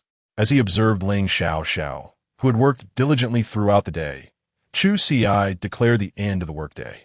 Ling Xiao rubbed her aching shoulders and blinked, only to meet the man's gaze. "Impressive. Your skills are exceptional," he complimented. Upon hearing the praise, Ling Xiao instinctively puffed out her chest, but after a brief moment of contemplation, she turned and softly replied, "Oh," her fingers playfully revealing her cheerful mood. Ling Xiao's success was largely attributed to her family's strong control over media narratives. The Ling family, primarily engaged in beauty and new media industries, inevitably maintained deep connections with the entertainment sector, adeptly guiding public opinion. Last time, the Ling family had successfully countered Chu Ci using similar tactics, albeit with a gentler approach compared to dealing with the Li family. Chu Ci, lost in thought, felt a chill run down his spine, acknowledging that her methods had indeed improved significantly. While the two discussed, a figure suddenly pushed open the door, intent on leaving, her head bowed to avoid their gazes. "Wait, Miss Xia, you're leaving without a word?" Xia Jinju paused, turned, and looked at the man with deep-set eyes, glancing down at her slender wristwatch. "Mr. Chu, it's already been 2 minutes past the end of the workday. If you require me to stay longer, I must insist on quadruple overtime pay." Chu Ci found himself momentarily speechless, lifting his finger only to let it fall. Ling Xiao blinked, sensing that someone had finally managed to give Chu Ci a headache. "Never mind, you may go." He waved his arm, dismissing her. Xia Jinju swiftly departed. Watching her retreating figure, he rose leisurely, opened the door, and suddenly instructed, "The workday is over. I'll have a long drive you home." "All right," she nodded in agreement. Chapter 72. King Belial observing the retreating figure of the girl. He decided to follow her. After all, she was the daughter of fortune, and he needed to comprehend her better. The nightingale's peculiarities were too strange. Despite being a powerful cultivator, why was she so financially constrained? It seemed to be a kind of eccentricity. With this thought in mind, he activated his keen vision and descended the stairs, trailing in the girl's direction. He moved forward, watching her navigate through the labyrinthine alleys. Traveling from the heart of city to an old residential district on the outskirts, a place regarded as the slums of the city. As he gazed upon the dilapidated entrance of the building, the moment the door swung open, a musty odor engulfed him. Chu Ci frowned, his elegant brows knitting together as he tilted his head slightly, smoothing out the non-existent creases on his suit. Could such a stunning beauty as Xia Jinju really reside here? Moments ago, he had noticed that her home was merely one floor above, in an old residential complex in Longwell lacking elevators. The most affordable rooms were on the 1st and 7th floors. One was fraught with inconveniences while the other was too high to climb easily. Judging by his observations today, her choice of the 1st floor was likely due to laziness. Without knocking, he ventured to a small room on the opposite floor, utilizing his keen sight to peer into the girl's room, his gaze penetrating the layers of walls. What he beheld was unexpectedly provocative, as societal core values relentlessly assaulted his moral compass. Chu Ci halted, his focus unwavering as he watched intently.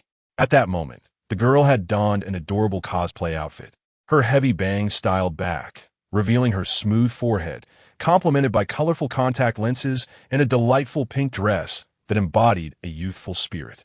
She epitomized the quintessential anime-style beauty, her ample figure accentuated by the snug fit of her attire. The girl initiated a live stream. Upon witnessing this, the man withdrew his probing gaze and opened his phone to search for nearby individuals. Indeed, he soon located the girl's account, King Belial, and clicked to enter her live stream, where her exquisite face filled the screen. "Hello everyone, my boss is running a bit late today, so I'm sorry for the delay." The girl's sweet voice resonated, leaving Chu Ci utterly astonished. He stared at her, his mind racing with the suspicion that Xia Jinju might have a twin sister. Whether at the train station during their first encounter or during the Ling family's recruitment, she had always maintained an unfazed demeanor, almost as if she were expressionless. How could this be? Such a striking contrast, he thought, opening the comments to see a flurry of mom messages floating above, causing him to grimace. He dialed a number. "Please ban this account immediately." As he spoke, he continued to watch the live stream, which soon plunged into darkness. Xia Jinju's smile froze as she stared at the black screen in front of her, a flicker of embarrassment and anger crossing her features. "Due to inappropriate content, your live stream has been banned. Please adhere to platform regulations and national laws. You have been permanently banned." The girl's eyes glistened with unshed tears, overwhelmed by the pain of losing an account she had cultivated for months. Since the thought of retirement had crossed her mind a few months back, she had been diligently managing this account, amassing 10,000 followers. Who could have known that in recent days, she had considered becoming a waitress, cleaning toilets, or even writing adult content, all to no avail. It was so frustrating. In a fit of anger, Xia Jinju patted her chest, striving to quell her irritation. Just then, a man's voice echoed from outside, followed by a knock on the door. Sensing the aura beyond the door, she realized the individual was not a cultivator and angrily flung the door open. Standing there was a young man clad in flamboyant pink attire, sporting a confident smile. Behind him loomed two burly bodyguards, their imposing presence intimidating. "Hello, beautiful. Would you be interested in getting to know me better?" He drawled, his tone laced with sleaze. Xia Jinju regarded the man's self-assured grin, her charming face flickering with uncertainty. How could he dare speak to her in such a manner? "We're waiting for your response, miss." The black-clad figure behind him chimed in, dripping with sarcasm. "Is this how one converses with a lady?" Shun Wei waved his arm dismissively, meeting the girl's clear gaze, his heart racing with anticipation.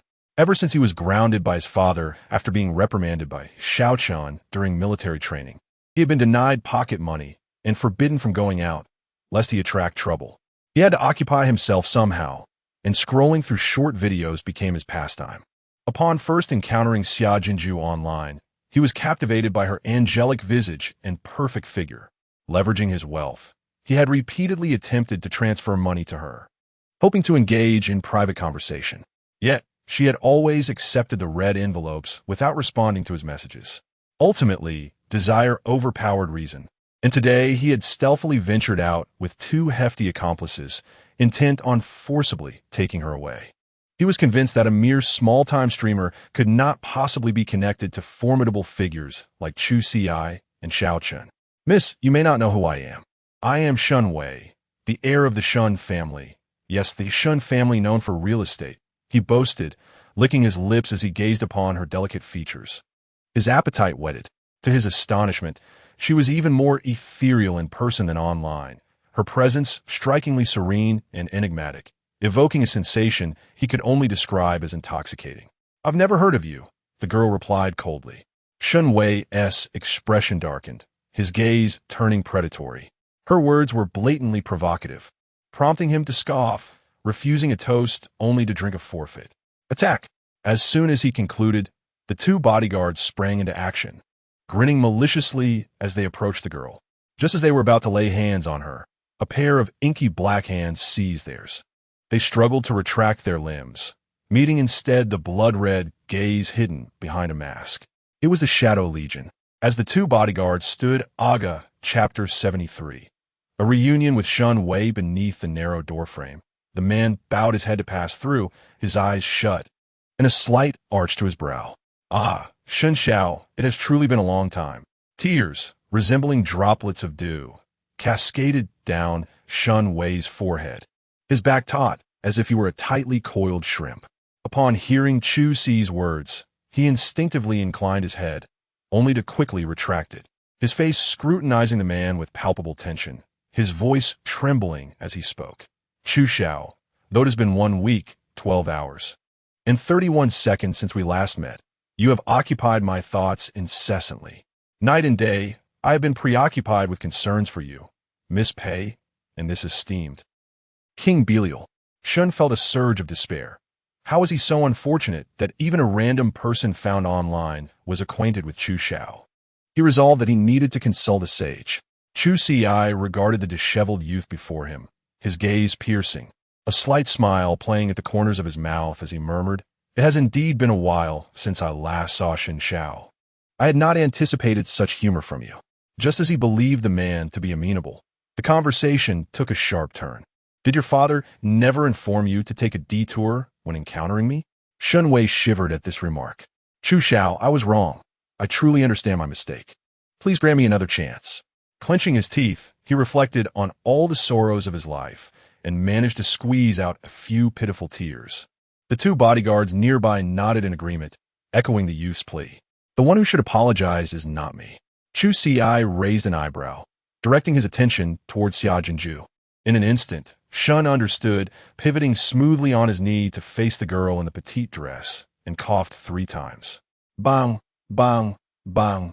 King Belial, I shall never dare again.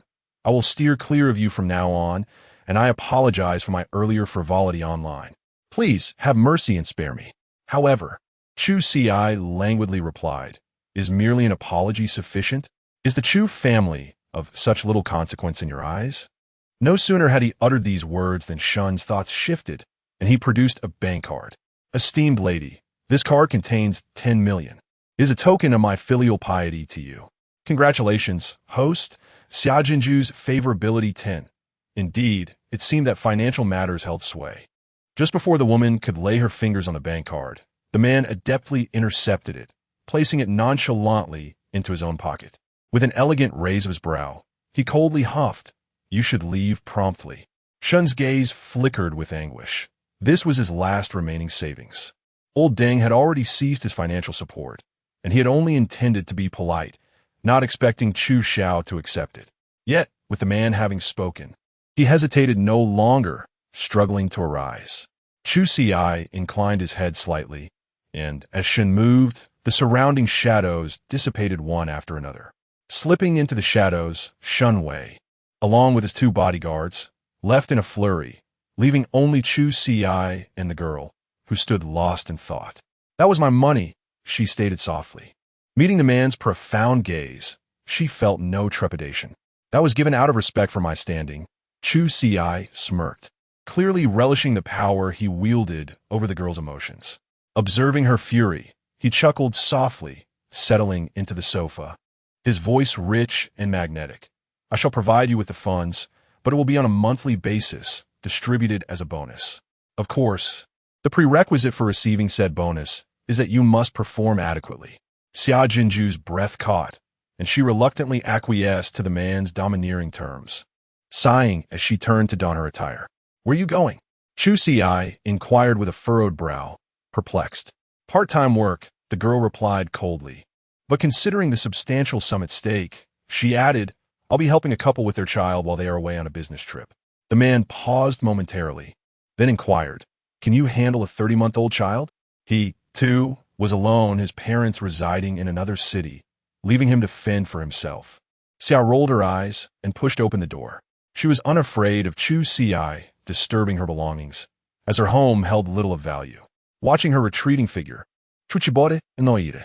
He entered the bedroom, observing her empty little bed, with the pristine white quilt neatly stacked, the sheets spotless and unblemished. The room still lingered with the sweet fragrance of youth. Suddenly, his phone rang, and upon checking, he noticed the name Lin Dong flash on the screen, capturing his attention. Without hesitation, he answered the call. "Hello," came Lin Dong's anxious voice from the other end. He had just learned from company employees about Chu Ci's recruitment of talents, and was taken aback that no one had informed him.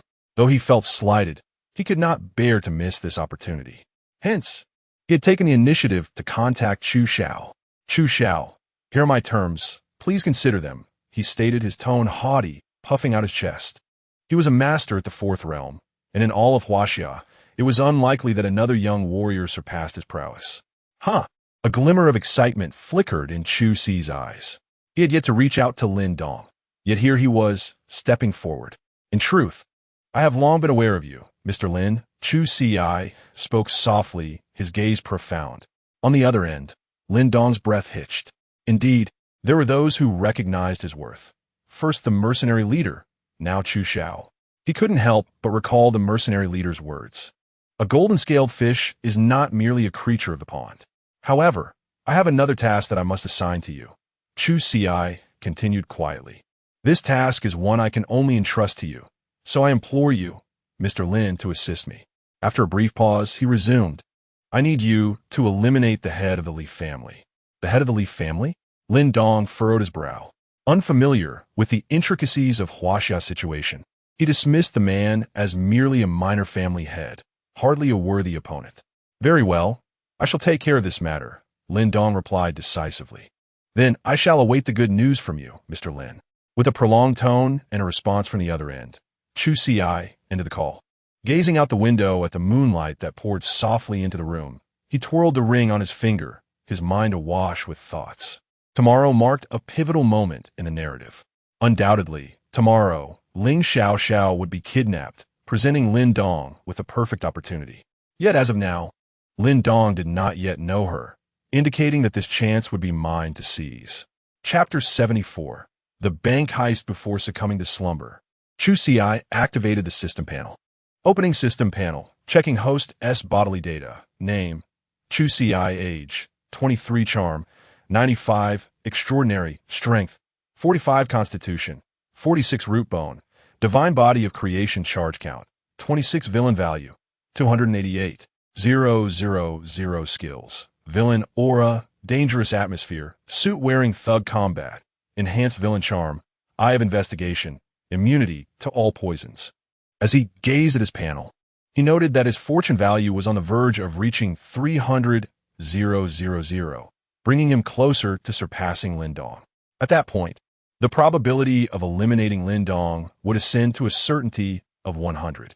Upon attaining a fortune value of 300,000, he would also awaken the chance for a tenfold lottery draw. Surveying the empty room, he felt something pressing against his waist. He turned over, grasped the thin fabric, and was enveloped in darkness. Whose favor needs to reach 60. Checking female leads favorability. Name, Ling Xiao appearance. 96 favorability. 50 name, Pei Shuxian appearance. 95 favorability. 71 aim, Shang Xian appearance. 90 still developing favorability. 50 name, Xia Jinju appearance. 93 favorability. 20 examining the panel before him. He nodded in satisfaction, feeling that his efforts in courting the female leads had not been in vain. Currently, Both Ling Xiao and Shang Xiaoyan's favorability needed to reach 60. The platinum treasure chest obtained from Pei Shu Xian had indeed been a delightful boon, and he was filled with anticipation, with tomorrow's opportunity needing only to be well managed. The next step would involve eliminating Lin Dong. Chu Ci closed his eyes, inhaling the sweet fragrance of the girl beside him, and drifted into dreams. The next day, the sun shone brightly. The man in the grand bed opened his eyes, feeling the tempestuous emotions within him gradually subside. After 3 days of recovery, his body had returned to a pristine state. Feeling no emptiness, on the contrary, a sense of strength surged within him, his physical prowess now greater than before. He blinked, pondering the extraordinary nature of the divine body of creation. Moments later, the door swung open, revealing Xia Jinju, her cold gaze fixed upon him, her doe-like eyes seemingly ablaze with indignation. "Shouldn't you be leaving?" Last night, upon returning home, she had found him asleep in her grand bed, his fingers entwined with her intimate garments. "Haji Ci, you are truly unforgivable." Fury flickered in Xia Jinju's eyes as the man, caught red-handed, displayed no hint of anxiety. Instead, he greeted her with a composed, "Good morning, Miss Xia." Lazily propping himself up, his tall frame overshadowed her, an overwhelming aura causing her to momentarily stiffen. Feeling the formidable pressure emanating from him, Xia Jinju shrugged. "A good woman does not quarrel with a man. Come, accompany me to withdraw some money." The Imperial Bank, the largest private bank in the nation, was situated in the heart of City A, a property of the Chu family, wielding control over the core economy of the entire city. A lengthy Lincoln limousine came to a halt before the entrance. The man stepped out, his impeccably tailored suit accentuating his distinguished presence, his icy gaze surveying the crowd with an air of indifference, an embodiment of aristocratic elegance. Behind him, a burly man with a bun disembarked, exuding a chilling aura, accompanied by a detached girl clad in an oversized hoodie. The trio quickly attracted the attention of onlookers. Young Master Chu. The female manager had been waiting at the entrance, her face adorned with a sycophantic smile upon seeing him. Being the son of her boss's boss, winning his favor promised significant benefits. As her ample bosom inadvertently brushed against the young man's body, her gaze met his dark eyes, and she involuntarily shivered, discreetly retracting her flirtatious intentions, yet maintaining an attitude of utmost respect. Chu Ci strode forward, leading the way to the president's office. Standing before the floor-to-ceiling windows, he looked down at the throngs below, contemplating as his keen eyesight activated. He swiftly identified several individuals stealthily infiltrating the company.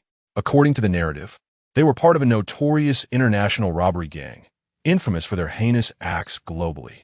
Under normal circumstances in Dragon Country, how could they be allowed to plunder unchecked? It was merely the heavenly Tao of the fictional world, designed to highlight the presence of the protagonist, Lin Dong. He observed their movements, swift and synchronized, flowing like a well-rehearsed performance. Chu Ci's expression darkened. It was precisely because of the major robbery incident that had gravely injured the Chu family that their power had been significantly weakened, enabling Lin Dong and his backing forces to encroach upon them. His gaze ignited with fury. Had it not been for this incident, they would have been unable to successfully subdue the colossal entity that was the Chu family. Peering down, his eyes glimmered with resolve, his fingers unconsciously tightening. The organization below was called the Falcon. Through his keen vision, their actions appeared to unfold in slow motion, as if at half speed. They had already infiltrated the bank, scattered throughout its corners, awaiting their leader's command to seize control of everyone present. Yet, one young man in the corner, dressed in a leather jacket with an innocent visage, captured Chu Ci's attention. "Lin Dong, has he arrived?" Chu Ci mused, a shadow crossing his gaze. Lin Dong stood at the entrance of the bank, lost in contemplation, feeling an inexplicable sense of impending loss, prompting him to come here alone. From past experiences, whenever he sensed such feelings, fortuitous events would often follow. Perhaps today would be no different. His gaze lingered on the bank president, throat tightening slightly. For reasons unknown, he felt an itch in his subconscious during this period. He had been told by Hing Yan that it was merely psychological, and reluctant to visit the hospital, he could only trust her words.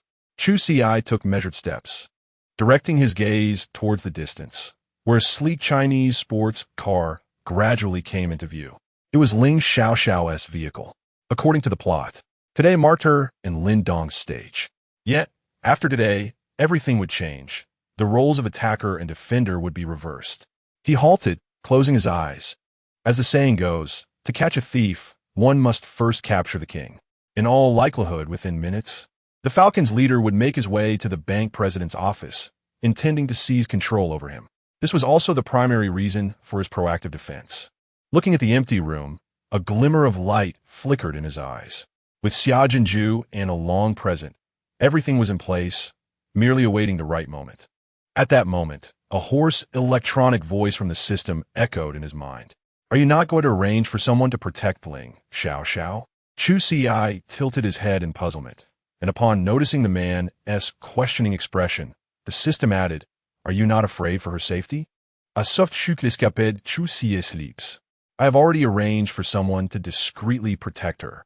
The system observed the man's indifferent demeanor. What if she gets hurt? Chu Ci appraised the system, shaking his head in disbelief. I never thought you would have a day of concern.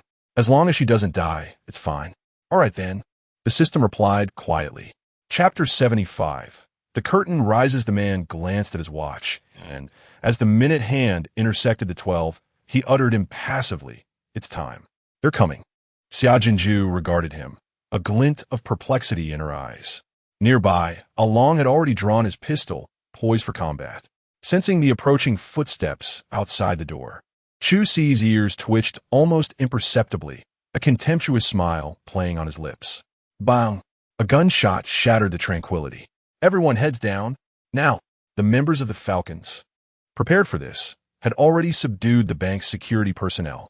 The guards never anticipated that in the peaceful Dragon Kingdom, someone would brandish a firearm and aim it at their heads. Go on, join the others. A burly man shoved Ling Xiaoxiao's head down. He gazed upon the woman's figure, devoid of any carnal desire, only a mercenary respect for wealth. Seeing the struggle etched on her face, he brutally struck her knee with the butt of his gun. The metal slammed into her kneecap, and she collapsed to the ground. She only endured 3 strikes, not out of fortitude, but because that was all it took for him to subdue her. Hand over the money, or I'll kill you right now. He seized her hair, his voice a chilling rasp. Noticing her designer attire and the sports car she arrived in, he had marked her as a target early on, making her his first victim. Such harrowing scenes unfolded throughout the hall. The man's face remained impassive, reflected in the glass windows. A gentle knock came at the manager's door, and before anyone could respond, the lock disengaged on its own. The leader of the Falcons stood outside, his weathered face scanning the surroundings warily, his weapon trained on the man in the lead. As a seasoned veteran, he was leading this decapitation mission. He had anticipated greater resistance, but encountered little opposition along the way. The youth appeared tall and imposing, while the girl beside him blinked, seemingly unfazed. This display hardly inspired a sense of danger. A cruel smile spread across his face. You, put your hands behind your heads and crawl over here. He spoke in broken Chinese, only to witness a confident smile bloom on the youth's lips. What are you laughing at? Aware that villains often meet their demise through excessive dialogue, the leader pulled the trigger before his words could fully form. Instead of the youth's head exploding as he expected, a dark figure materialized before him, crimson eyes fixed on him with deadly intent. The bullets impacted the figure's body, clattering to the floor. The leader's eyes widened in disbelief. This defied human comprehension. Seeing this, the others abandoned restraint. Gunfire erupted, but the office door abruptly swung around, shielding the man from the barrage. Behind the massive mahogany desk, the girl's expressionless face was illuminated by a fiery aura. Those who dare to oppose my money shall meet their end. Before the leader could react, the girl moved with supernatural speed, dodging bullets. In the next instant, a pristine canvas shoe connected with a powerful kick propelled by the girl's icy face. The force of her 4th-stage power sent tremors through the room, leaving the surrounding assassins struggling to keep their eyes open. Behind them, Along unleashed his lethal skills. The 3rd-stage master infiltrated the crowd, a tiger among sheep. each surge of blood marking the end of a life. Moments later, the crimson mist settled. The man stared at the scene before him, a pair of frigid eyes scrutinizing the two figures standing tall. The lights reflected off the marble floor, casting an ethereal glow upon them, transforming them into deities of carnage. Given the amount of combat today, you owe me overtime, Xiaojinju remarked coolly, a fleck of blood staining her cheek. Chu Ci skirted the pool of blood and descended the stairs. The robbers below had heard the commotion, but hesitated to ascend. Calling the leader, the blond man shouted, but received no response. Anxiety gnawed at him. He glanced at the glass windows, where police had established a perimeter, the flashing lights of their vehicles adding to his apprehension. Since we can't reach the leader, I'm in command now, the blond man declared. You, take a few men to the 4th floor and find the leader. As he spoke, he brutally grabbed a woman, pressing the cold metal of a gun against her head. Get up. He dragged her frail body and positioned her in the doorway, using her head as a shield. Ling Xiaoxiao's head was pressed against the wall, her stomach churning, her limbs throbbing with pain. She felt utterly humiliated, subjected to such brutal treatment for the first time. Everyone, back away. One more step, and I'll blow her brains out. Chao Wang, outside, paced anxiously. Hearing the reports from below, he felt a surge of anger, his vision blurring. During his tenure, the bank had been robbed, and a prominent local entrepreneur held at gunpoint. This was the worst incident he had ever encountered. If Ling Xiaoxiao died, his career would be over.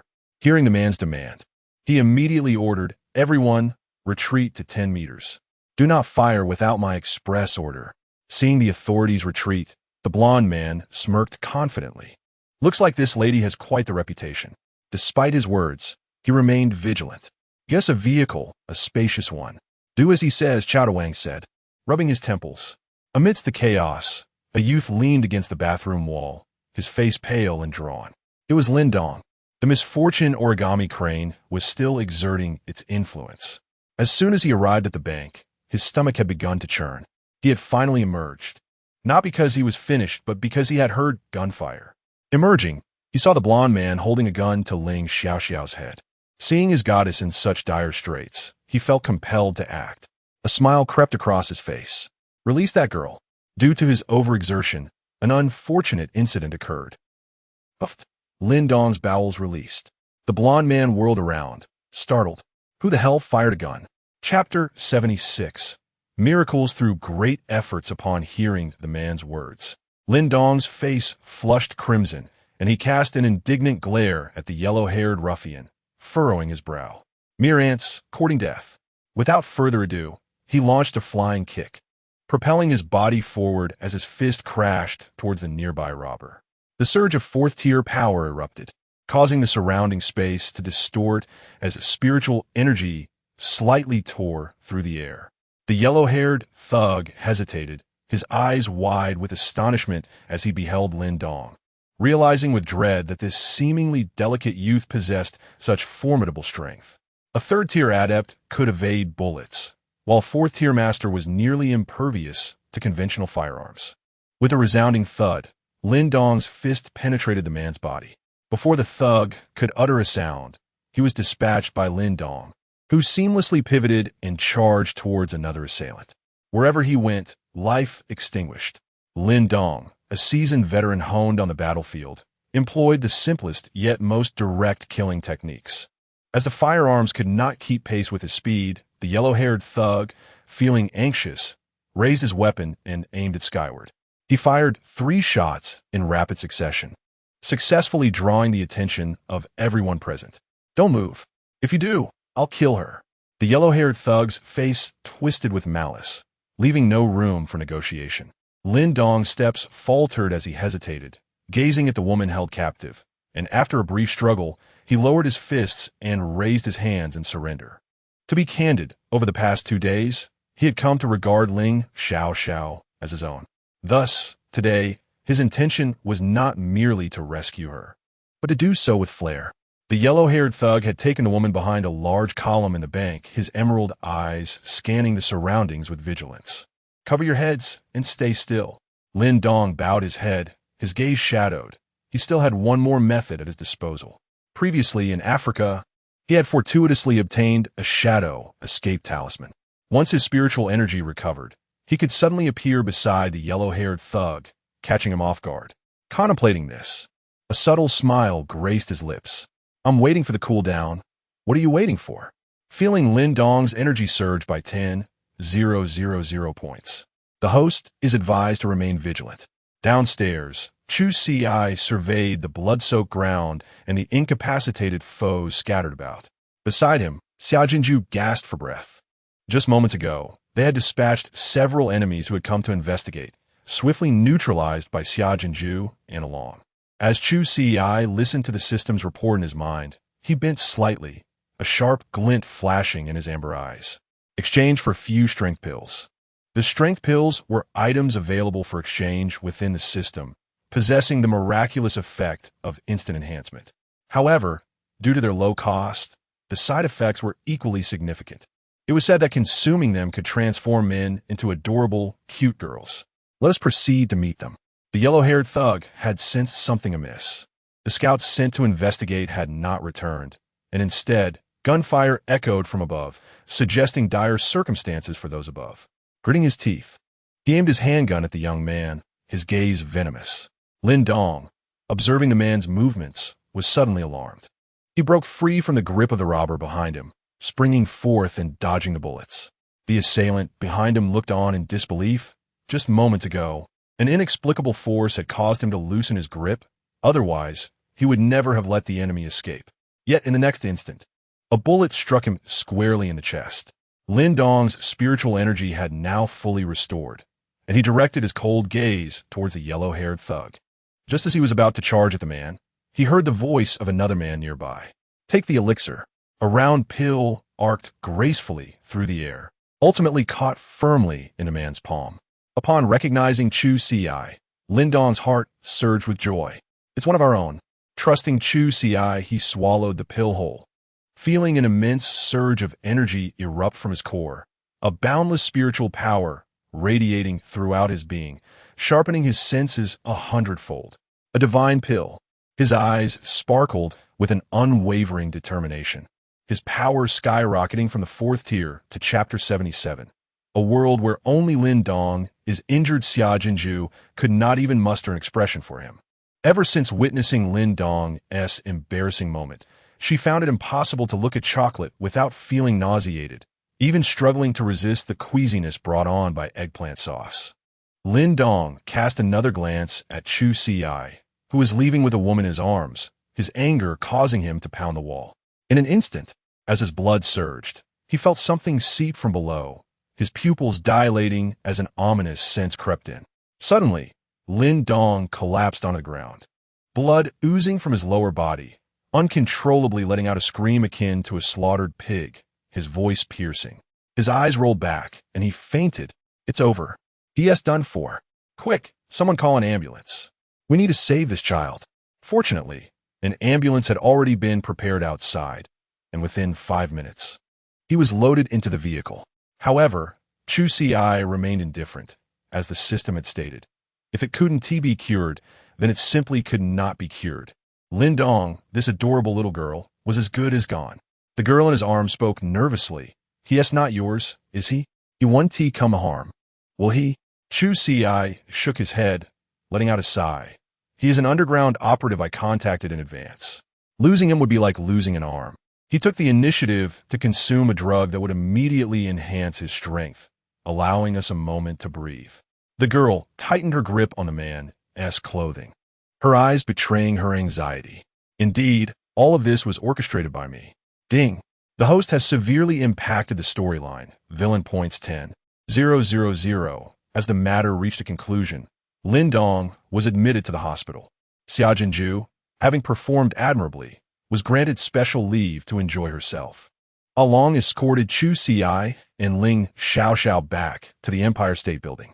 Upon entering the room, Ling Xiaoxiao finally voiced her concern. "Why did you save me today?" Chu Ci remained silent, seated on the adjacent sofa, casually grabbing a chilled cola and relishing the sensation of the icy beverage dancing in his mouth. His eyes narrowing in delight. A smirk crept onto his lips as he cast a cool gaze upon the beautiful woman. "Didn't Ti say that you are not allowed to die until I have had my fill of you?" Upon hearing this, Ling Xiao felt no trace of fear. Her body trembled slightly, emotions surging in her mind as if they were about to Chapter 78. Sister Meng's transformation plan in the vicinity of the hospital. A young man lingered furtively, his malicious gaze fixed upon the imposing concrete structure before him. After disguising himself, he calmly stepped into a room, scanning his surroundings before stealthily inching closer, his ears attuned. You wouldn't believe it. The fellow that was brought in this morning was in dire straits. Indeed, but he was a ruthless bandit. How could he possibly escape unscathed? A nurse shook her head, a look of regret etched upon her face. It must be said that although Lin Dong was a nefarious character, he possessed an appearance akin to that of a delicate and handsome young man, making him the focal point of their discussion. These revelations painted vivid images in Xiao Chen's mind, his eyes widening as a surge of heated breath enveloped him. Particularly upon learning of Chu Ci's misfortune, he couldn't suppress a sinister grin, a fleeting glint of malice shimmering in his gaze. Without further regard for the nurses, he made his way to the top floor, fully aware that, given Chu Ci's stature, he would undoubtedly be occupying the presidential suite even within the confines of a hospital. With cautious steps, he surveyed his surroundings. His keen instincts ensured he encountered no nurses, and soon he located the room. The nameplate above the door bore Chu Ci's name, eliciting a slight smirk as he retrieved a toolkit from behind him. For his adversary, he had long abandoned the use of gentle medical instruments. The metallic clatter of tools echoed from within the bag as he rummaged, soon producing a hacksaw, followed in quick succession by a wrench, pliers, a grinder, and a sander. "This will suffice," he declared, a wicked glint dancing upon his lips. Inside the hospital room, Lin Dong shivered, instinctively clutching the blanket. In a fit of anger, he struck the bed, only to be met with a sharp pang from his injury, drawing a gasp as blood surged within him. "Dam Chu Ci, he deserves nothing less than death. How dare he touch my woman?" In his mind, he had long since claimed Ling Xiao as his own. Thus, while he resented Chu Ci for the potion he had administered, he also harbored a desire to possess her. His hatred for Chu Ci had reached an all-consuming fervor. Staring at the wall opposite him, he buried himself beneath the covers, only to catch a whiff of an unusual fragrance, a scent reminiscent of orchids. He inhaled deeply, yet a sudden realization dawned. Chapter 79. The death of Shang is what time passes swiftly, and the recuperative abilities of cultivators are truly remarkable. Coupled with Xiao Chen's exceptional medical skills, Lin Dong found himself fully recovered a week post-surgery. Although he could no longer place complete trust in Chu Ci, he was left with no alternative but to believe in him. Lin Dong mused that if he successfully completed this task, there would be no reason for Chu Ci to deceive him, as they bore no enmity towards each other. It was unlikely that in a past life he had slain Chu Ci's entire family, prompting a quest for vengeance in this life. Such a notion seemed fit for a novel. With these thoughts, Lin Dong made his way to Hin Yin's residence. Upon approaching the firmly locked door, an ominous premonition stirred within him. He pushed the door open, only to be greeted by the sound of soft, feminine gasps emanating from the bedroom, causing his heart to sink. Stepping inside, he was met with a scene that darkened his vision. Two bodies entwined in intimacy. "What are you doing?" a male voice queried from the side. Hin Yin hastily scrambled to cover herself, gazing at the man who had spoken, who appeared teary-eyed, biting his lip in distress. Sharing a glance with the neighbor, Lin Dong felt a sense of disbelief. "How could you betray him?" he exclaimed, a small tear rolling down his cheek. Hin Yin shuddered at his words, but knowing she still depended on the man beside her, she attempted to soothe. "No, it's not what you think." Listening to her feeble defense, Lin Dong felt a pang of bitterness welling up within him, tears brimming in his eyes.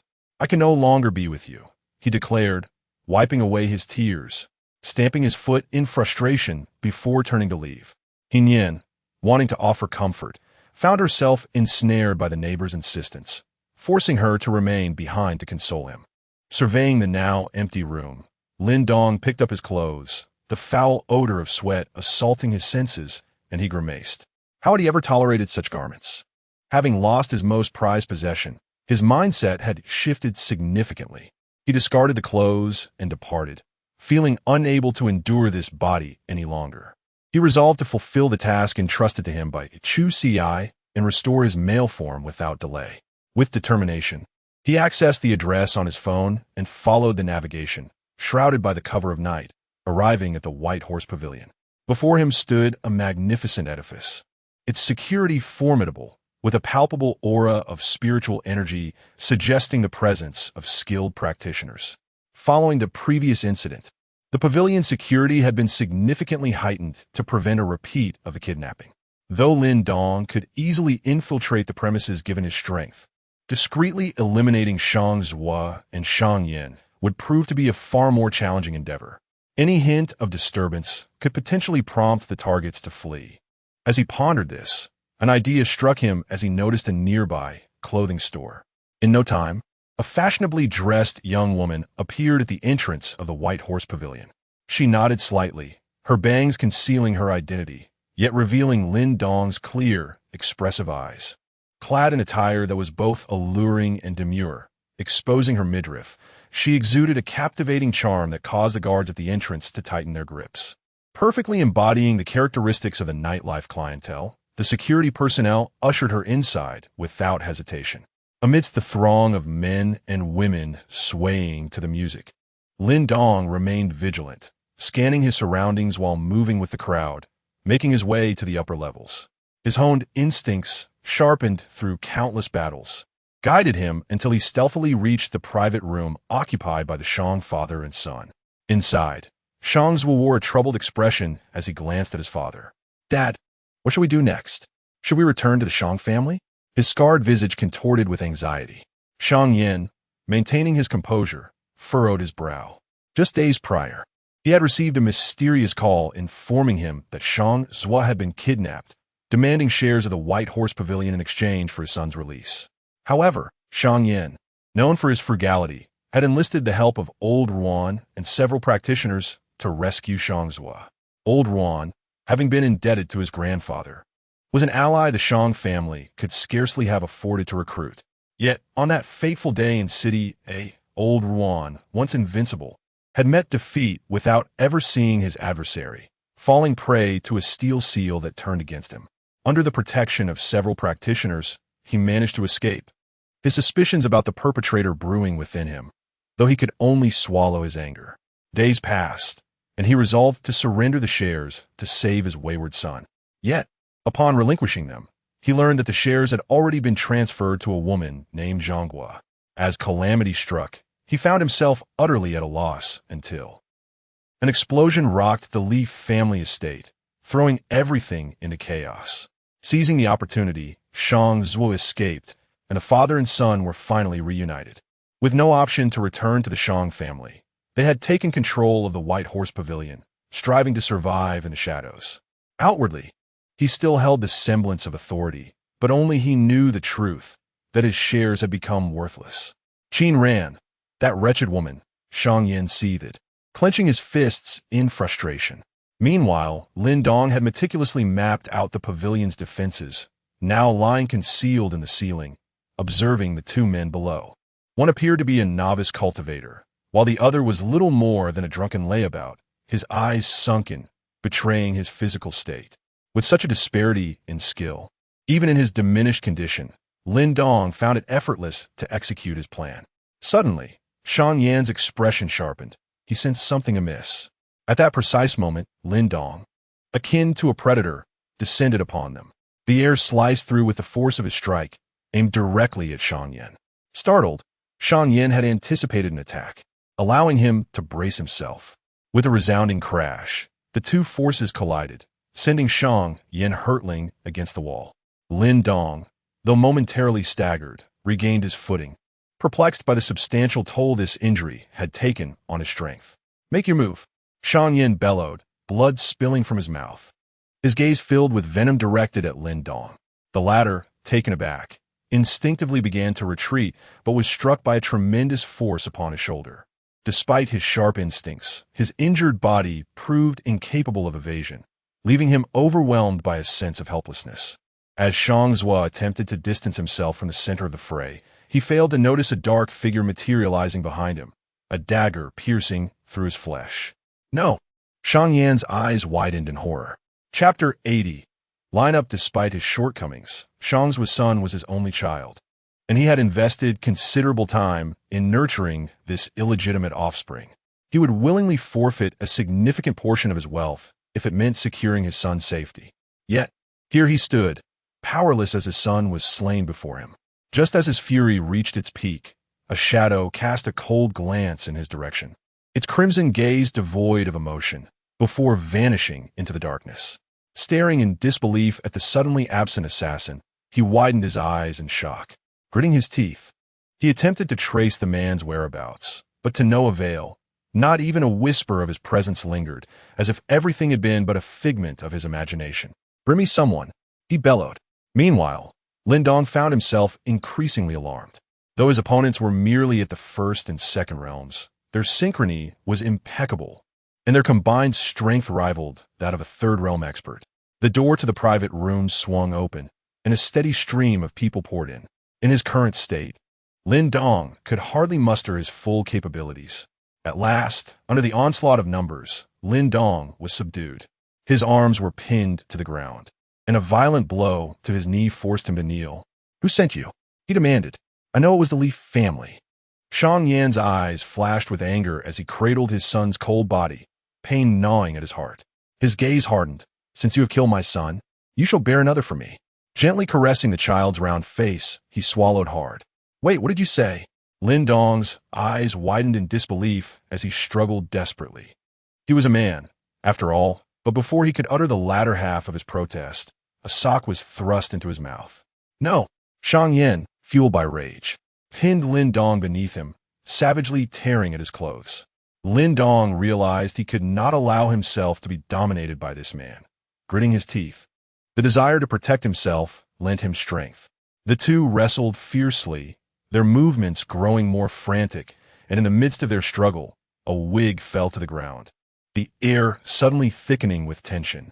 Lin Dong. 0v0, Shang Yan. 0-0. Under the watchful eyes of the onlookers, the two men exchanged bewildered glances. "This is not a still frame." "Huh." Upon recognizing the other's identity, Shang Yan let out a chilling laugh, his voice filled with despair. "My son died at the hands of a monster like you. The heavens are blind." With gritted teeth, he continued, "A monster, then so be it. Call them in. Let them line up one by one." Lin Dong's eyes widened in disbelief at this proclamation. In the pool, radiant light reflected off the water, casting a kaleidoscope of colors across its surface. Suddenly, a man burst forth from beneath the waves, the ripples spreading beautifully. His physique was a marvel, muscles defined, and his chiseled jawline tilted slightly upward. With cool fingers, he swept back his dark hair, his deep-set eyes surveying the surroundings. Chu Ci ascended the nearby steps, enveloping himself in a towel, casually grasping a delicately crafted drink, savoring the tangy sweetness of orange juice, relishing a moment of tranquility. Significant narrative impact detected. Villain points 10. 0, 0, 0. Significant narrative impact detected. Villain points 10, 0, 0, 0. In the span of mere moments, his villain points surged by 100, 0, 0, 0, reaching a total of 400, 0, 0, 0. He blinked, unable to fathom the inhumane torment Lin Dong was enduring, and took another hearty sip of his drink. Clearly, this was having an effect. The shadowy brigade that had recently appeared was dispatched at his behest, quick, precise, and ruthless. This burden of blame would irrevocably tarnish Lin Dong's reputation, leaving him unable to cleanse himself of the accusations. Moreover, it had inadvertently intensified the enmity with the Li family. From Shang Yan's perspective, even if Lin Dong confessed to orchestrating everything himself, it would be futile. He would never suspect that he was the one causing him harm. Shang Yan, a wily old fox, was not particularly formidable, but was rife with suspicion. He had no reason to direct his doubts toward Chu Ci. In fact, he might even come to rely on him. Contemplating this, Chu Ci accessed the system panel. Name: Chu Ci. Age: 21. Physique: Divine Body of Creation. Villain points: 400. 000 skills, villain's aura, dangerous presence, suit-wearing thug combat, enhanced villain charisma, eye of investigation, immune to all poisons. Satisfied, he nodded. Just as myriad thoughts swirled in his mind, a young woman quietly approached from behind him, with a bright smile. Her sparkling eyes locked onto him as she stealthily drew closer, her gaze shimmering with mirth. Chu Ci had sensed her presence long before, and a smile graced his lips. Pei Shu-xian had seen her web series soar past 1 billion views today. Though the figures were inflated, the capital believed in them, signifying her immense popularity. In such a moment of glory, her ability to monetize her fame was equally impressive. Thus, she had come to celebrate. Suddenly, the woman leaped into his embrace, her delicate hands caressing his well-defined chest. Inhaling the cool fragrance that enveloped him, she melted against him like a kitten. Their eyes met, and she pressed her warm lips against his. "Long time no see, star. What is the occasion?" she teased, biting her red lip. Chu Ci reassured her gently. "All right, wealthiest with you. I brought you here because I discovered a lead on your friend." "Friend?" Pei Shu-xian's first thought was Jiang Yuan, but she quickly realized the implications, her expression shifting. "When we found him, he was gravely injured." As he spoke, Chu Ci produced a photograph showing Lin Dong in a state of distress. Upon recognizing the familiar face, her gaze faltered. This was undoubtedly Lin Dong. Noticing the absence of any lingering affection in her eyes, only suspicion remained. Chu Ci's expression darkened as he bowed his head, allowing the cold wind to tousle his hair.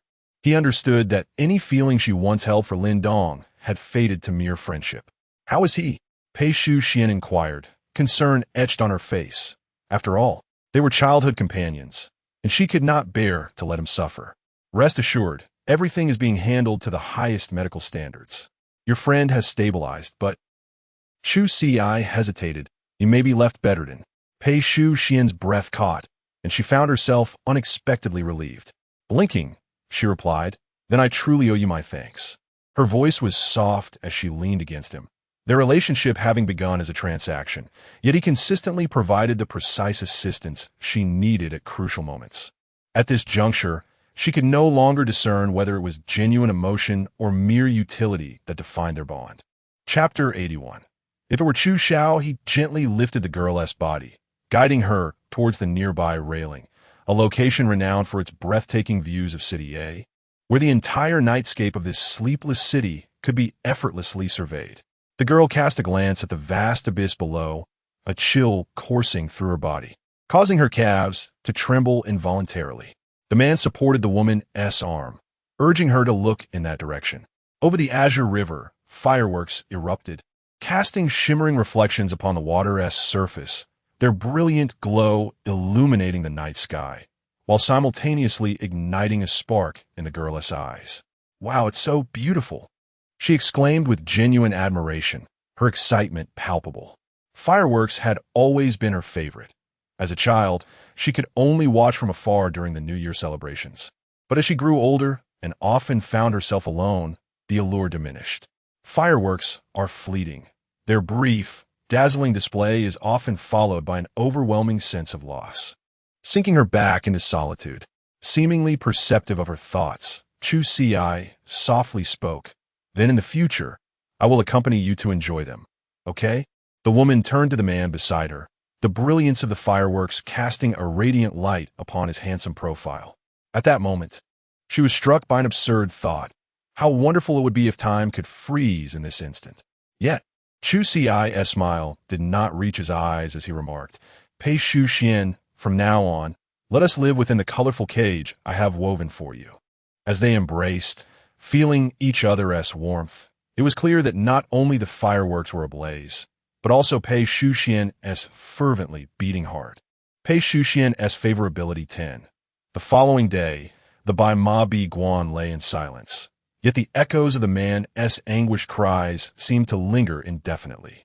Lin Dong had been tormented to the brink of death. "Will you speak? Will you?" As he spoke, Shang Yin lashed the whip against the man's abdomen, thigh, and chest, leaving deep, crimson scars wherever it struck. This torment had persisted for half the night, and Lin Dong was now a bloodied mess, his eyes barely open. Forcing out a few desperate words, "Why don't you just ask?" Another lash from Shang Yin followed. "Do you dare to retort?" "Not anymore. I truly don't dare." Lin Dong cried out in agony, his former bravado, as the favored one, now utterly diminished. "I ask you, who sent you?" "Chu Ci, it was Chu Ci." SL Chapter 82. Born of malice, Ling Xiao gazed at Anxin's serene profile. A sudden wave of ominous premonition washed over her. At the same time, a dizzying sensation enveloped her mind. The coffee had been laced with a drug. Her lips trembled, her voice dwindling to a whisper. Meeting the girl's haunting gaze, she attempted to seek help, only to discover her throat was parched and raspy, each word feeling as though ants were crawling within. The thought of calling out for assistance seemed utterly futile. After a desperate struggle, she found herself collapsed onto the table, akin to a feeble creature on the brink of death. Anxin gently nudged the woman beside her with her foot, a flicker of darkness crossing her eyes. "Ling? Ling? Oh dear, have you fallen asleep?" She touched the woman's body, lifting her with a tender grip, feeling the softness of the girl in her palm, inadvertently brushing against her delicate hand. Perhaps it was an illusion, but the girl's subtle fragrance, reminiscent of orchids, penetrated Anxin's senses, igniting a thrilling sensation within her. A hint of madness danced upon Anxin's countenance as she assisted the girl into the car, driving towards the villa atop the mountain. The proximity to the Ling family estate, coupled with the anonymity of a girl supporting another inebriated companion, rendered her actions nearly invisible to onlookers. Upon entering the room, the familiar decor elicited a sense of intoxication within Anxin. She gently placed the girl upon the sofa, adjusting the water in the bathtub to an inviting warmth, and guided the girl into the soothing embrace of the water. Observing the girl's porcelain arms illuminated by the warm liquid, her flawless form blushing slightly, Anxin blinked, reverently caressing her as though in worship of a deity. Yet something felt amiss. Contemplating, she rummaged through a nearby cabinet and discovered a small box adorned with rose petals. Distributing the petals evenly in the bath, they artfully concealed the girl's most modest areas. As Anxin gazed greedily at the scene before her, resting her chin on her hand, immersing herself in her work. After meticulously cleansing Ling Xiao, she tenderly placed the girl onto the bed, wiping her body with deliberate care, each inch attended to with fervor. Wild thoughts surged within her, swiftly occupying her mind. She yearned to leave a mark upon this perfect statue. Noticing the roses blooming at the girl's waist, she retrieved ink and a silver needle, laying a sheet of paper across the girl's form.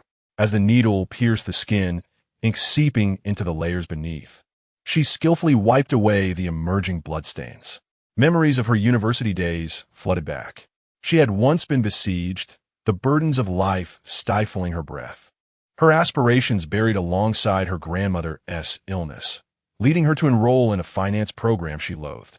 In a moment of despair, having just parted ways with Yang Fan, she wept in a corner, and a delicate hand extended a tissue toward her. Following the gesture, her gaze fell upon a face sculpted by divine hands, coldly assessing her. So beautiful, a seed of something profound took root in her mind.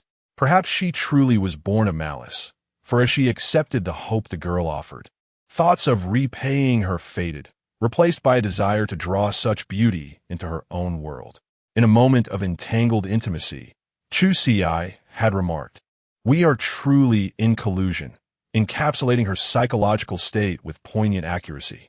Anxin had entertained dreams of spending her life with Ling Xiao, yet she had overestimated herself. When a mask of hypocrisy was torn away, witnessing the woman's indifferent expression, she craved to shatter the girl's honor and dignity, compelling her to bow her proud head. Gazing hungrily at the girl's exquisite profile, her eyes fell upon the words inscribed at her waist, a serene smile gracing her lips. Anxin, Chu Ci. In this way, I too shall have a semblance of involvement. Meanwhile, Chu Ci had returned to the Empire State Building, collapsing onto the sofa and stretching languidly. Moments ago, Pei Shuxian had taken her leave, heading back to work, their paths diverging. Before parting, they had not remained idle. He had murmured, "Retrieve the information on the Child of Destiny for me." With that, a pale blue screen materialized before him. Name, Lin Dong, gender, fortune value, 88,000. Name, Xiao Chun, gender, male, fortune value, 398,000. As Chu Ci scrutinized the basic information of the two fated protagonists, he pondered. Lin Dong was currently in a state of disrepair, effectively confined in the suburbs. He refrained from killing Lin Dong, not out of mercy, but because he posed no threat to him at present, especially since the narrative documented numerous opportunities that Lin Dong possessed. He intended to seize these opportunities to fortify himself against even more formidable children of destiny. As for Xiao Chun, he had already incurred the wrath of the Li family and found himself entangled in usury. The most challenging aspect remained dealing with his three grandfathers, each a powerhouse in their respective fields. Suddenly, his phone vibrated, interrupting his thoughts. He glanced at the screen, startled by the name displayed in his contacts. Upon answering, a middle-aged man appeared on the video call, his angular features partially obscured by tousled hair. Despite the signs of age etched upon his face, traces of his youthful handsomeness lingered. This man was Chu Ci. His gaze bore no hint of fatigue, only a sharp, unwavering intensity. I hear you're still messing around in a city. In a few days, I'll bring you back. Your grandmother misses you. Chu Ci furrowed his brow slightly, observing the man as he spoke languidly. You want me to return? Is the situation there resolved? Well, just some minor skirmishes. While the man's words were delivered with a casual demeanor, Chu Ci understood that without a figure of equal stature to the old master intervening, threatening the Chu family was a near impossibility. The pressure faced by Chu Ci was undoubtedly far greater than his own. Chu Ci nodded slightly, his mind racing with thoughts. Given these circumstances, he could unleash his prowess against the Li family in a city. Shifting the conversation, he replied, Once things settle in a city, I will naturally return. As he prepared to end the call, the man gestured for him to wait. Feel free to act without restraint in a city. There is no need for concern. Chu Ci nodded, understanding the implications. Their exchange was succinct, and after a brief silence, it was Chu Ci who first ended the call. Gazing out at the stillness beyond, a raspy electronic voice suddenly echoed in his mind. Detecting Xiao Chun is engaging with substantial resources. Should the host spend 10,000 villain points to intervene?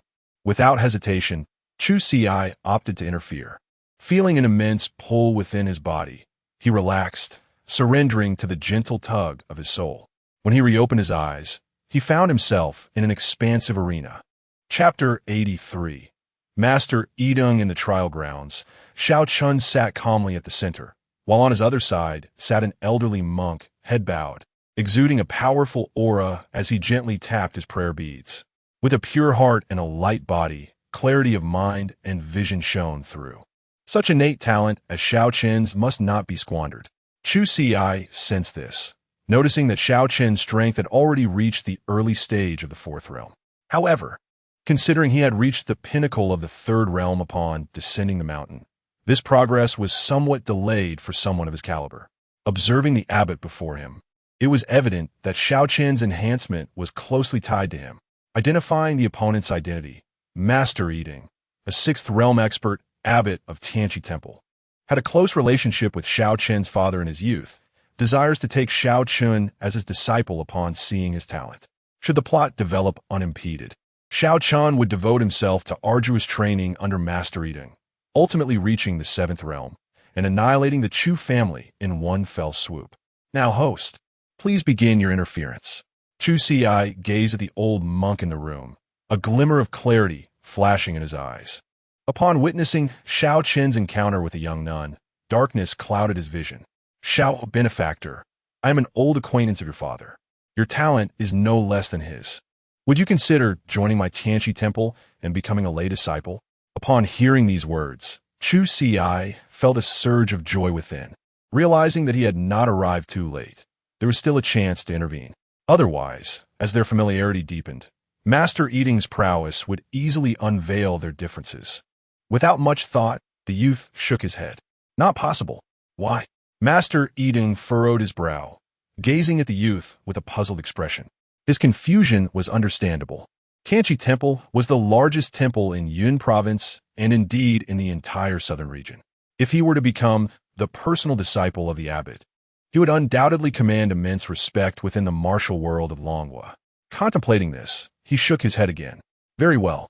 A kind heart fosters good connections. As long as Xiao Chan provides a reasonable justification, I shall care for him as if he were my own disciple. There is no reason, if I must provide one. It's that you have no women here, making it impossible to stay. Master Yiding's already furrowed brow tightened further. What a ludicrous reason. He shook his head. Cultivators, absorbing the spiritual energy of heaven and earth, should naturally cultivate a heart of purity and simplicity, allowing them to awaken their latent potential. Xiao, benefactor. Cultivation is a personal journey. With that, he met Xiao Chen's clear gaze, only to see the youth wave his hand dismissively. I don't understand. Forgive me. Old trees are hard to carve, Master Yiding thought, his perception of Xiao Chun plummeting. Ever since this fellow broke through to the fourth realm, it seemed as if his disposition had dramatically altered. However, the youth continued, but if you wish for me to join Tianqi Temple, it is not impossible, on the condition that you assist me in dealing with a family. I intend to eradicate their men, seize their women, blend their egg yolks, and ultimately crush their bones, burying them alive to ensure no survivors remain. Upon hearing this, the Old Monks Chapter 84. The Chu family has a solution, Master Yiding, upon witnessing the unfolding situation, furrowed his brow, vigilantly observing the girl's physical state. To his surprise, her complexion appeared rosy, revealing no signs of injury. A multitude of thoughts raced through his mind as he began to cultivate his spiritual energy, poised to separate the two at a moment's notice. Xiao Chen's grandfather was a master of poison, and it was likely that Mu Qingling had already been afflicted. He could only hope that Xiao Chan was still capable of sparring and would refrain from lethal force. Feeling the man's fierce onslaught, Mu Qingling, undeterred by his arrogance, revealed her true strength. With a swift motion, she grasped her wrist, drawing forth a magical artifact formed from spiritual energy. The might of her four realms surged forth, coalescing into a whip that lashed out towards Xiao Chan with a fierce howl. Realizing the gravity of the situation, Chu Ci's heart sank, and his movements faltered as he shifted to a defensive stance. Just moments ago, he had pierced his opponent's body, and now he merely had to await the poison's infiltration. Xiao Chan's formidable power, already formidable, was now impenetrable in defense. Observing the girl's actions, he blinked and unleashed a flurry of silver needles. The girl scrambled to respond. Yiding shook his head. From his perspective, Mu Qingling's defeat seemed inevitable. In terms of temperament and battle wisdom, she was no match for the youth. However, this young man was unpredictable yet exceptionally gifted. Should he be allowed to escape today, it could lead to dire consequences. The usually decisive Master Yiding hesitated. Ba, he sighed, shaking his head slightly. Just then, the girl began to unleash a series of deadly strikes. Frustrated by the impenetrable defenses of the young man, she focused her spiritual energy, preparing her most potent attack. However, at that moment, she suddenly coughed up blood, akin to a bird with broken wings, and plummeted downward. Master Yiding leaped into action, catching the girl in his arms. Qingling, he called out, vigorously shaking her. But she was already on the brink of unconsciousness, limp in his embrace. The old monk felt for her pulse, his brows knitting together. She had been afflicted with blocked meridians. Just moments ago, Chu Ci had feigned an outburst, deftly inserting the silver needles into her body. Yiding frowned. The toxin had already surged through her meridians via the acupuncture points. Despite his strength, he could only halt the poison, not completely eradicate it. Xiao benefactor, Qingling acted impulsively. Why must you resort to such ruthless methods? Yiding's voice bore a hint of threat. Hand over the antidote, and I shall escort you out of Tianqi Mountain, or else. Do not blame me for disregarding the bond with your father. Before him, the young man met his gaze without an ounce of fear toward the six-realm expert, a smirk curling at the corner of his mouth. Hee, old monk, it seems you're just an old man with a loose tongue. If I were poisoned, would you intervene? You are clearly biased towards that woman, pretending to be impartial. Yiding's eyes widened in disbelief at Xiao Chen's audacity, who continued to defend himself. If you were poisoned, I would advocate for you just the same. You're talking nonsense. Chu Ci retorted, losing all pretense. Quickly provide the antidote, or else. Master Eating's anger flared. He felt deeply insulted. Or what? You'll kill me? Chu Ci's heart leapt with joy at the prospect, feeling exhilarated.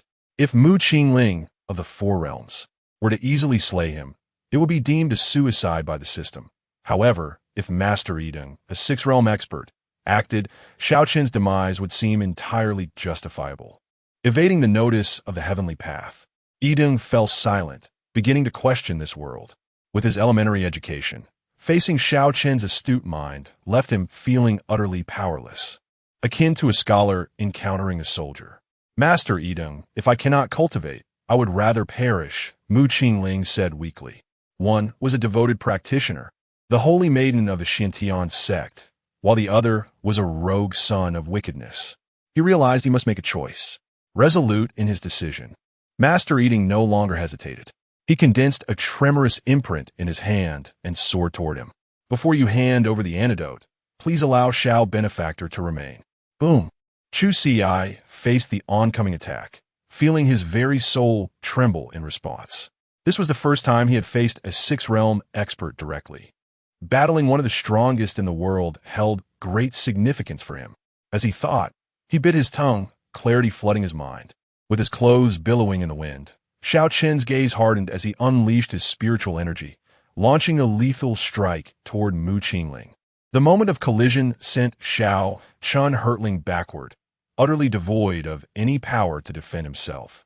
Just as he was about to retreat, he sensed a tremendous force approaching from behind, an innate primal energy roaring as it swept toward the old monk. Master Yidong steadied himself, yet within the tempest. A flicker of purple light illuminated the floor, revealing a slender, gaunt figure clutching Xiao Qin's collar, eyes glinting with malice. Seeing this figure, Chu Ci's heart raced. Abandoning his intent to flee, the king of assassins, Mo Cho-Chien, Master Yidong spoke slowly, naming the individual. Chu Ci raised an eyebrow. Was this not the renowned assassin from the storyline? He had dispatched someone to investigate his movements, and it seemed they had been dealt with. It appeared that the esteemed elders within the narrative should not be underestimated. Yidong, Xiao Qin is the offspring of that individual. How can you act with such ruthlessness? Are you truly willing to disregard your past sentiments? The old man stated. Yet, to his surprise, Yidong boldly retorted, Xiao Benefactor is virtuous. Should he discover that his descendants are so callously taking lives, he would surely intervene personally. Mo Cho-Chien furrowed his brow slightly. Yidong was known for his rigidity. However, Xiao Qin was someone he had watched grow. It seemed there was a misunderstanding between them. In a fleeting moment, both six-realm experts withdrew their energies, the vibrations echoing throughout the mountains. Yidong, I must take him away. Should you impede me in any way, I will ensure that all the monks of Tianqi Mountain pay for your actions with their lives. Yidong frowned, clearly not intending to continue the fight. Little friend Mu is the holy maiden of the Shintian sect. Xiao Qin's assault is detrimental to our sect's unity. If he surrenders the antidote, I shall naturally allow him to leave. Mo Cho-Chien remained silent, nodding slightly at Xiao Qin, signaling him to hand over the antidote. Chu Ci paused, recalling that he had hastily concocted something, but an idea sparked in his mind as he spoke leisurely. The Chu family in the capital possesses the method for the antidote. Chapter 85. Do women understand women better? Upon hearing this statement, Master Yidong furrowed his brow. The other party had not presented any tangible solutions, and given his own strength, he could not compel them to stay. Thus, he could only nod in tentative agreement. He had naturally heard of the Chu family in the capital. They were powerful, with many experts of the sixth realm. If he were to intervene, finding a resolution would be quite straightforward, but he feared that Xiao Qin might be deceiving him. If you deceive me, I, from Tianqi Temple, shall certainly seek an explanation from you. Mo Cho-Chien's gaze sharpened. Master Yidong's words had already hinted at a profound truth. A vow made with one soul. Should he fail to uphold it, it would manifest as inner demons tormenting him during future cultivation. It appeared that he was indeed serious. However, being utterly ignorant of medicine, Mo Cho-Chien pondered whether Xiao Qin would truly jest about such a matter. With this in mind, Mo Cho-Chien spoke softly, rest assured. I will vouch for this. If Xiao Chan deceives you, I shall take action first to set an example. His words also carried the weight of a soul vow, clearly demonstrating his confidence in Xiao Chen's character. Chu Ci silently lit a stick of incense for Master Deng. After this, Mo Chouqian grasped Xiao Chen's arm, and with a flicker, they vanished from sight. Master Yiding watched the retreating figures, shaking his head quietly. He hoped that after their departure, no further trouble would arise. Mo Chouqian struggled to maintain her composure, feeling the chaotic energy swirling within her. Pale, she shook her head. Master Yiding, does this mean I will never be able to advance my cultivation again? Master Yiding calmly reassured her, do not worry. I will send a message to the Chu family immediately, and you shall recover safely. Mo Chouqian nodded with understanding, but in her heart, she had already resolved to act. She had heard that the Chu family's heir was currently in a city, and she did not wish to wait any longer.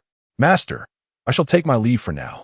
Chu Ci opened his eyes in a daze, having returned to his own body. He slumped onto the sofa, feeling the energy within him surging, and frowned.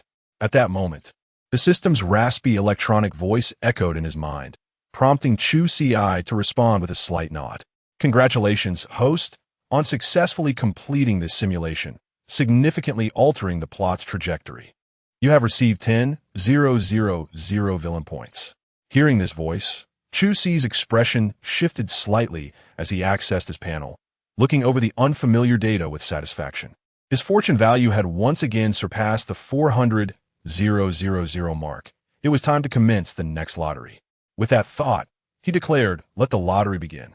As his words fell, vibrant streams of light leapt from the pale blue panel, with a red beam flashing and gradually settling before Chu Ci. Congratulations, host. You have successfully obtained an invisibility cloak. Congratulations, host. You have successfully acquired the Dragon God Body refinement technique. Congratulations, host. You have successfully obtained a Bunny Girl outfit X1. Among these, the red light before him expanded, capturing his full attention. Sensing the powerful aura emanating from it, Chu Ci furrowed his brow, his eyes burning with interest.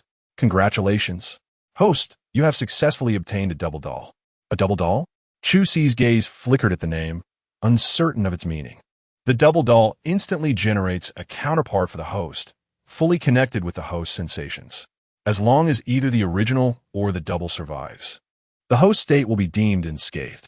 As he absorbed the system's explanation, a charming plush doll, resembling a chibi version of himself, suddenly materialized on the table. He scrutinized it, channeling spiritual energy into it. The moment the energy made contact, the doll erupted in a brilliant glow, and from within, a figure gradually emerged. The individual was strikingly handsome, with defined features, sword-like brows, deep-set eyes, and a perfectly tailored suit accentuating their form. As Chu Ci appraised him, the figure also scrutinized Chu Ci, their gazes locking in a peculiar exchange, akin to suddenly acquiring an additional pair of eyes. He recalled reading that many insects possess numerous eyes with similar vision. He was experiencing a similar sensation now. When he moved his right hand, the figure mirrored the action, and he sensed their spiritual energy resonating at the same realm as his own. Excellent.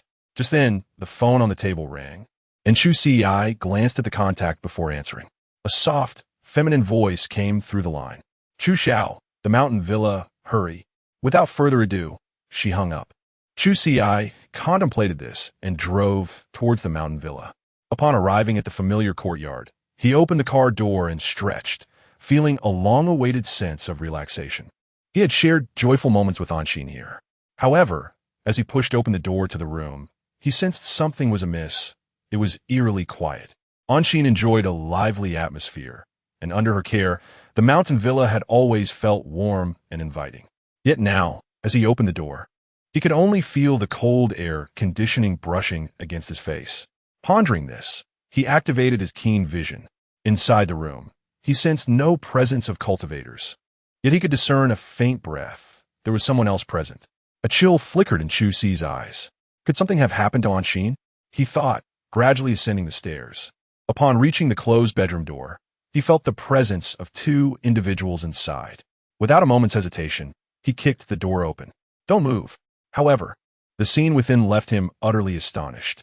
Ling Xiaoxiao was suspended in midair by two thick iron chains, her eyes closed and seemingly unconscious.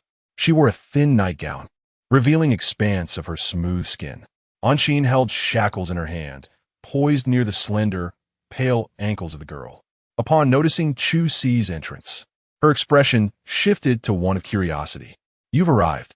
Auntie smiled, gesturing for him to sit beside her. Chu Ci's lips twitched slightly as he observed Ling Xiaoxiao's predicament, tilting his head in contemplation. "What have you done to her? This Chu Xiao, don't you like it?" Chu Ci's gaze flickered as he appraised the girl's exquisite figure, his eyes widening in realization. It was impossible not to be intrigued. Indeed, it seemed women understood women better. Ling Xiaoxiao's appearance now exuded an irresistible allure, as though she were a fallen flower, yearning to be plucked and cherished. And over here, Auntie pointed to the girl's waist, prompting Chu Ci to finally notice the small characters inscribed on her lower abdomen. His gaze sharpened. Chapter 86. Who taught you to use a substitute like this? Chu Ci ambled, his aura intensifying, the crisp cadence of his leather shoes against the tiled floor resonating like a drumbeat upon the woman's very soul. As if sensing his approach, the woman in her daze gradually opened her eyes. Her limpid gaze swept over the room's occupants, memories of her lapse flooding back. A wave of dizziness assailed her, and she cast a resentful glance at an Exion's gentle countenance before fixing her gaze upon the man beside her. His eyes, fathomless and probing, lingered upon her. Her gaze, exposed and vulnerable, caused Ling Xiaoxiao to shudder, a flicker of supplication dancing within her icy stare. MMPH. She shook her head, the taut fabric binding her lips accentuating their blood-red hue. Chu Ci's gaze deepened as the events leading to this scene coalesced within his mind. He halted before the woman, caressing her delicate chin, reveling in the warmth emanating from her skin. A faint smile played upon his lips. "Secretary Ling, what seems to be the trouble? Might I be of assistance?" he inquired. "TSK, in this state, President Ling is quite fetching." Ling Xiaoxiao perceived the wicked amusement in his eyes, a wave of humiliation washing over her. To be scrutinized by her nemesis in the presence of her confidant caused her legs to tremble. A gentle breeze swept through the room, tinting her bare feet with a delicate blush, her toes curling inward under the man's gaze. She gritted her teeth, averting her gaze, her body succumbing to a languid collapse. Could an Xian have laced the air with a drug? How else could she explain this overwhelming heat? Ling Xiaoxiao held her breath, her every move observed by the man's amused eyes. A soft chuckle escaped him. Is Secretary Ling extending an invitation? In that case, I would be remiss to decline, he said, tearing at his tie with feigned roughness, his hands moving over her with practiced ease. Observing the man's actions upon her friend, an Xion's face betrayed a flash of cruel delight. She leaned in, her gaze locking with Ling Xiaoxiao's exquisite features, and pressed a kiss to the corner of her lips. An Xian had been with Chu Ci the longest, and he could not bear to see her lonely. He shifted his attention, enfolding the observing girl in his embrace. Enjoying the spectacle, are we? Had enough, An Xian soon succumbed to his familiar advances, her body dissolving into a pool of desire. The pained expression of her friend heightening her ecstasy. Her eyes glazed over. Within the mountaintop villa, a melody of passion echoed, lingering in the air. Under the cloak of night, Mo Chochian settled Xiao Chun into a modest inn. Observing the elder before him, Xiao Chen's heart swelled with excitement.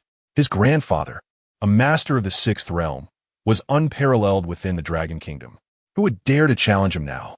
The days of humiliation were over. Before Xiao Chun could fully savor his triumph, Mo Chochian coughed up a mouthful of blood, splattering it upon the floor. "Grandfather, are you all right?" Xiao Chun exclaimed in horror. If his grandfather were to die, how would he flaunt his power in the Dragon Kingdom? Mo Chochian shook his head. "I accepted a dangerous assassination contract in Africa. I never expected to be so severely wounded. Eating is powerful. If I show any weakness, I fear you will not be able to leave Tianqi Temple unscathed." Evidently, Chu Ci's machinations had not been in vain. Gravely wounded in Africa, Chu Ci's surreptitious return to the Dragon Kingdom was a perilous journey, a desperate gamble for survival. Yet, driven by his love for his grandson, he had mustered his strength, feigning composure. Observing his grandson's bewildered expression, Chu Ci sighed. "Do not worry. Eating is merely concerned about the girl. If you tell him the truth and she recovers, he will not make things difficult for you." He nodded confidently, assured that his influence would sway Eating. No one would sleep soundly with a sixth realm enemy on their heels. Furthermore, he had sworn an oath before the old monk, vowing that his cultivation would stagnate if he failed to uphold his word. However, the young man across from him spoke, his voice tinged with trepidation. "Actually, grandfather, I lied to them." "What?" Chu Ci's eyes widened. All the sage's calculations were for naught, undone by the fool's stroke of luck. How could his grandson be so imbecilic? How can that child recover her cultivation? Then, Chu Ci's tone was laced with urgency, his eyes blazing. If they could provide a solution and reason with Yidong, the compassionate old monk might forgive Xiao Chun. "There is no solution. I just grabbed a random bottle of poison and threw it at her," Xiao Chun confessed, scratching his head. He had no idea why he had been behaving so foolishly lately. Perhaps he was hungry? During Chu Ci's possession, he was unaware of being controlled, rationalizing his actions as his own. In his eyes, he had simply made a series of inexplicable decisions. You, Montak Shuqian Sputat, fighting the urge to discipline his grandson. However, faced with the choice between striking his grandson and preserving his love, he relented. After all, Xiao Chun was the culmination of his and his brother's efforts. He could not abandon him. With a sigh, he resigned himself to the situation. As a sixth realm master, he had never felt so helpless. "Very well. What was this about someone bullying you?" he asked, his eyes flashing with anger. Xiao Chun heaved a sigh of relief and recounted the events of the past few days. The Li family of a city dares to act so brazenly? Chu Ci scoffed. A figure shot forth towards the Li residence, leaving silence in its wake. Arriving at the Li family's villa, he frowned at the ruined grounds. How could the supposedly powerful Li family be in such disarray? It looks like a bomb went off. He continued onward, drawn by the light within. As he peered into the room, his eyes narrowed. With his sixth realm abilities, he infiltrated the depths of the Li residence with ease, but something felt amiss. For a second-rate family in a prefecture-level city, the Li family possessed an unusual level of power. Besides the Li family head, a fifth realm master, there were several auras of comparable strength. There must be something strange about the Li family. I will find out what is going on. He stepped forward, heading deeper into the residence. In the darkness, candlelight cast long shadows across the faces of Li Yinshuo and Li Chengxian. Their eyes were fixed upon the golden seal resting in the center of the table, its gleam taking on an ominous air in the dim light. Chapter 87. The visit of Mu Qingling outside the window of the Li residence. Chu Ci observed two individuals within the warehouse, his ears subtly attuned to their conversation. "Father, this soul-devouring seal is indeed far more potent than before. Through experimentation, we have now achieved the ability to control masters of the fifth realm in bulk. And within a week, we shall." Li Yinshuo nodded, his gaze distinctly different. "The last incident you stirred up created quite a commotion. Now that we finally have an opportunity, I implore you to behave and refrain from inciting further trouble." His withered hand caressed the soul-devouring seal, feeling the metallic texture of its engravings. A glimmer of brilliance flickered in his aged eyes as he rasped, "If the chance arises, we ought to test the waters with a sixth realm expert." This? Li Chengxian's eyes widened in disbelief. He was taken aback by the elder's audacious ambition. For while there's merely a single realm separating the fifth from the sixth, the disparity is akin to a chasm. There are over 100 registered masters of the fifth realm in the Dragon Kingdom. Yet the known sixth realm experts are limited to the patriarchs of the 4 prominent families in the capital and a handful of reclusive ancients, hardly numbering more than a few. Li Yinshuo shook his head, his calm eyes betraying no emotion. The risks are substantial, but so too are the opportunities. Li Chengxian paused, then nodded in agreement. Bound by their limited power, the Li family had long been confined to the small pond of City A. Now, with an opportunity finally at hand, he was determined to be fully prepared. With the soul-devouring seal in hand, they might yet ascend to the ranks of first-class families. The expressions of the two men caught the attention of the man above, and Chu Ci raised an eyebrow, a flicker of hesitation evident in his deep-set gaze. It seemed the depths of the Li family ran quite profound. However, as the saying goes, when the clam and the heron contend, the fisherman benefits. It appeared that he would need to prepare himself well in advance. With this thought, he leaped away, vanishing from sight, leaving only the rustling leaves in his wake. Chu Ci had enjoyed a splendid evening, and as he drowsily opened his eyes in the grand bed, he beheld the two unconscious women beside him, stretching his stiff neck. Last night, he had engaged in a practical exercise with a substitute for an entire night, expending double the energy, yet reaping double the delight. Gazing at the girl's beautiful sleeping face, he carefully withdrew his arm, eliciting a soft murmur from Ling Xiao. A sense of contentment washed over him as he reminisced about the warmth of the previous night, letting out a sigh as he stretched. His long fingers brushed against the tender, swollen letters on the girl's waist, a faint smile gracing his lips. As he rose to leave, his movement disturbed the sleeping Auntie. She blinked, her eyes sparkling with mirth. "Rest a while longer. I'll have someone come and tidy you up.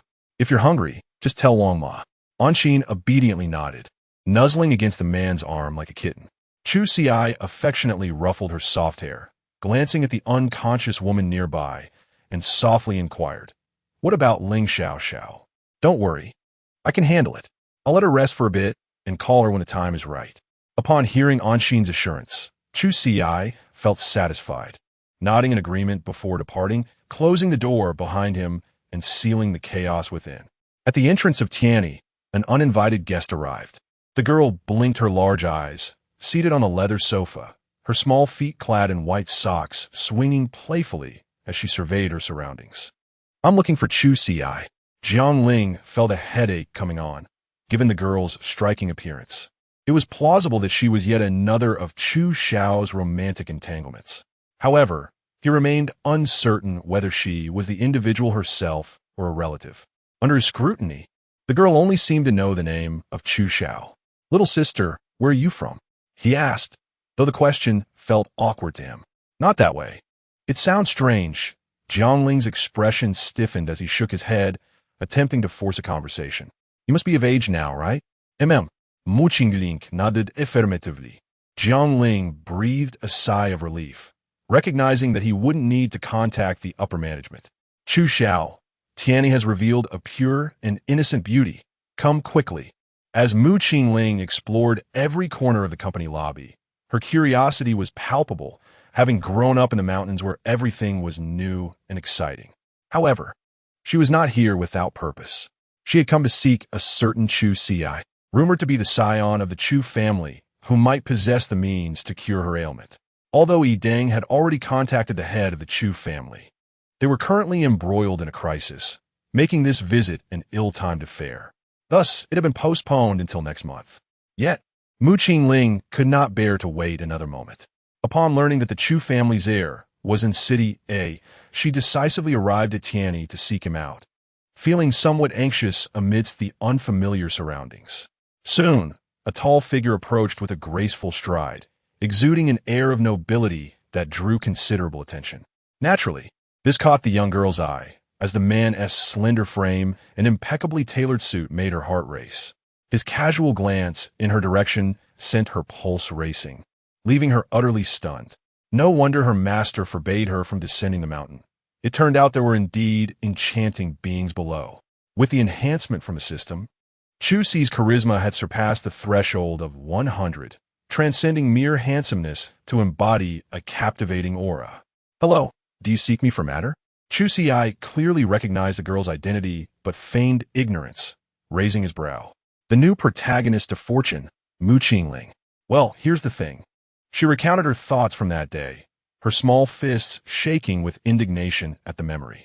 "Oh, is that so?" Chu Ci paused slightly, as if recalling something.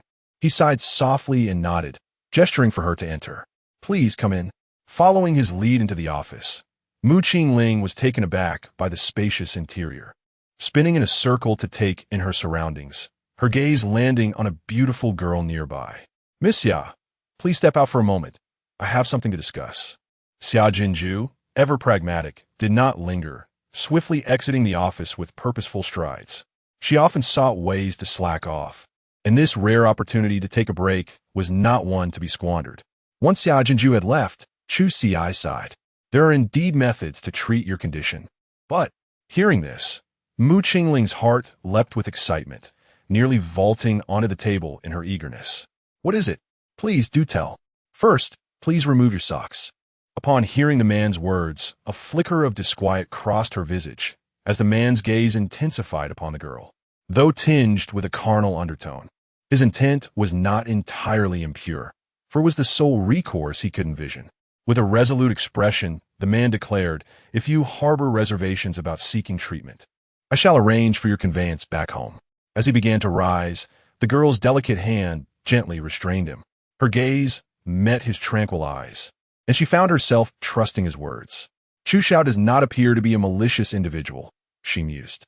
With a subtle nod, her cheeks flushed, imbuing her cherubic face with a captivating rosy hue, beckoning one to caress her endearing countenance.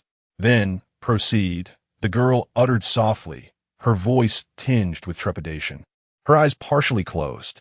Chu Ci, true to his nature, acted with swiftness, divesting the girl of her stockings before even the astute Mu Qingling, a fellow Fourth Realm adept, could react. "Pray desist from touching there," the girl exclaimed, her lips slightly parted. The man's calloused hand made contact with her smooth foot, eliciting a stark contrast. A surge of electricity coursed through her frame, rendering her restless. She recoiled, her face contorted in a display of discomfort. Observing the girl's reaction, the man remained impassive, surreptitiously channeling spiritual energy into her soles. As the adage goes, the 5 fingers are connected to the heart, and the feet, as the foundation of the body, are linked to the viscera. The infusion of spiritual energy served to nurture and soothe. During their exchange, a subordinate entered, bearing a basin of water, instantly filling the room with the aroma of a spiritual bath. Intrigued by the fragrance, the girl blinked, her gaze drawn to the liquid, where various spiritual herbs floated. Even a mere whiff from afar evoked a sense of revitalization. Observing the girl's astonishment, a playful expression danced upon Chu Ci's face. Seizing the moment of her distraction, he abruptly pressed upon her acupoints, eliciting a startled cry. He repeated the procedure on her other foot, removing the cotton sock and immersing it in the medicinal bath. The scalding water, laden with potent spiritual energy, permeated her body. Mu Qingling, observing the man's chiseled face, taut with focus, felt a blush creep upon her cheeks. She endeavored to relax, allowing the man's increasingly forceful actions to proceed. Master said that a girl's feet should not be shown to others lightly. To do so would lead to childbirth, she pondered. But for the sake of cultivation, it should be permissible. However, as spiritual energy surged through her acupoints and coursed through her veins, she promptly abandoned her fanciful thoughts, focusing instead on the circulation of energy within her. The spiritual energy gradually ascended, only to be halted at a crucial juncture, as if impeded by an invisible barrier. She gritted her teeth, summoning her strength to breach the obstruction. Yet, after a moment, her face fell in disappointment, and she shook her head in dejection. Upon witnessing this, Chu Ci breathed a sigh of relief. As expected, it had no effect. The reason was simple. He had no knowledge of how to treat her ailment. He had merely instructed Ling to dissolve the treatment ointment, acquired from his system, in the water. He gazed at the girl's delicate features and retrieved a silken cotton cloth from the side, meticulously wiping the water from his hands, as if tending to an exquisite work of art. This very act caused the girl to conjure images of her feet being caressed by his slender fingers. Suppressing her fantasies, she hastily donned her socks. "Thank you for your assistance," Mu murmured, her head bowed in gratitude. She felt ashamed for having doubted the man's intentions earlier. Mu's affection has increased by 10. Chu Ci paused, realizing that she was, indeed, a grateful individual. With a nod, he stated, "There are 3 more procedures. Perhaps your condition is not optimal today. We shall resume another day." "Very well," Ling replied, lowering her head in appreciation. Though inexperienced, she had heard of the Chu family. As the direct descendant of the Chu family, Chu Ci's affability was truly remarkable. Ah, where do you intend to reside? Chu Ci inquired, his tone shifting, his gaze scrutinizing the girl. She appeared to be no more than 17 or 18 years old, clad in a simple, pristine white cotton coat. Her dark hair was styled into two charming buns, and she regarded him with an innocent gaze. She seemed easily deceived. If you have no place to stay, you may reside at the Zhen Garden. Chu Ci offered, presenting a card with the Zhen Garden address emblazoned in gilded lettering. Ling declined the card, waving her hand. Master taught me not to accept unearned benefits, she explained. She already owed the man a great debt and could not possibly impose further by residing in his home, especially given the impropriety of a man and woman sharing the same dwelling. With this thought, she reaffirmed her resolve. She retrieved a small pouch from her waist, containing the travel expenses given to her by Yidong before his departure, instructing her to spend them sparingly. However, she had observed that the currency used by others differed from hers. Chu Ci's face darkened as the girl produced a stack of green bills from her elegant pouch. It's US dollars. He realized. Eating is truly extraordinary. He deftly transferred the girl's money into his own bag, reassuring her, this is counterfeit. Ling's eyes widened. Upon reflection, however, she conceded that the man's words held merit. After all, if the money was different from what others used, it must be counterfeit. Chu Ci continued, but rest assured, I shall assist you in finding a place to stay. Observing the man's expression, she nodded hesitantly. The two of them departed, followed discreetly by Xia, who drove a car outside. To maintain a low profile, Chu Ci opted for a nondescript vehicle, a Long's everyday car, rather than a luxury sports car. Following the address, the trio arrived at a neighborhood on the outskirts of the city. Under Chu Ci's guidance, they ascended the stairs.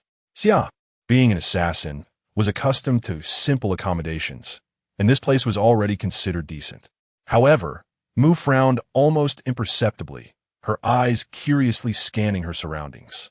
As a celestial being of the sect, she had been raised in comfort and luxury. The musty odor permeated the air, mingling with a faint stench.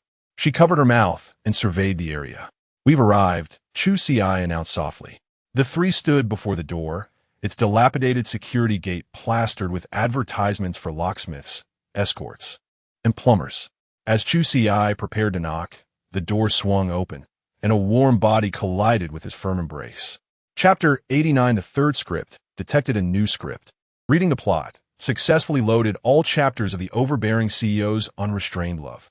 Simultaneously, unfamiliar scenes flashed through his mind like a movie playing before his eyes. In a fleeting moment, he grasped the essence of the girl's story. This was a melodramatic romance narrative, marking the activation of his third script. Distinct from the previous military return and medical fairy tales, this third script was a narrative predominantly appealing to female readers. The female protagonist, Chu Ci, fled in a panic after a conflict with her family. After indulging in alcohol, she found herself intoxicated and, by a twist of fate, ended up in the bed of Gu Yishao, the CEO of the Gu Corporation. Their night was filled with passion, but come morning, Chu Ci hurriedly departed. Meanwhile, Gu Yishao frantically searched for her, leading to a relentless chase where she fled and he pursued. After 1,000 chapters of melodrama, it was revealed that Chu Ci was, in fact, a lost child of the Gu family, making them blood relatives. To avoid complications, they reluctantly separated. Yet their hearts yearned for each other, drawing them back together in a tumultuous reunion. As Chu Ci pondered how the author would resolve the plot at this juncture, a rumor spread widely. Gu Yishao was not actually a blood relative of the Gu family. The author was indeed formidable.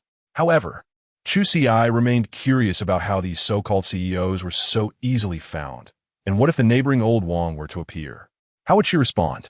Eventually, she realized that those who drank too much and ended up with the neighboring old Wang were merely caught in a mysterious legal drama, not a story of romance.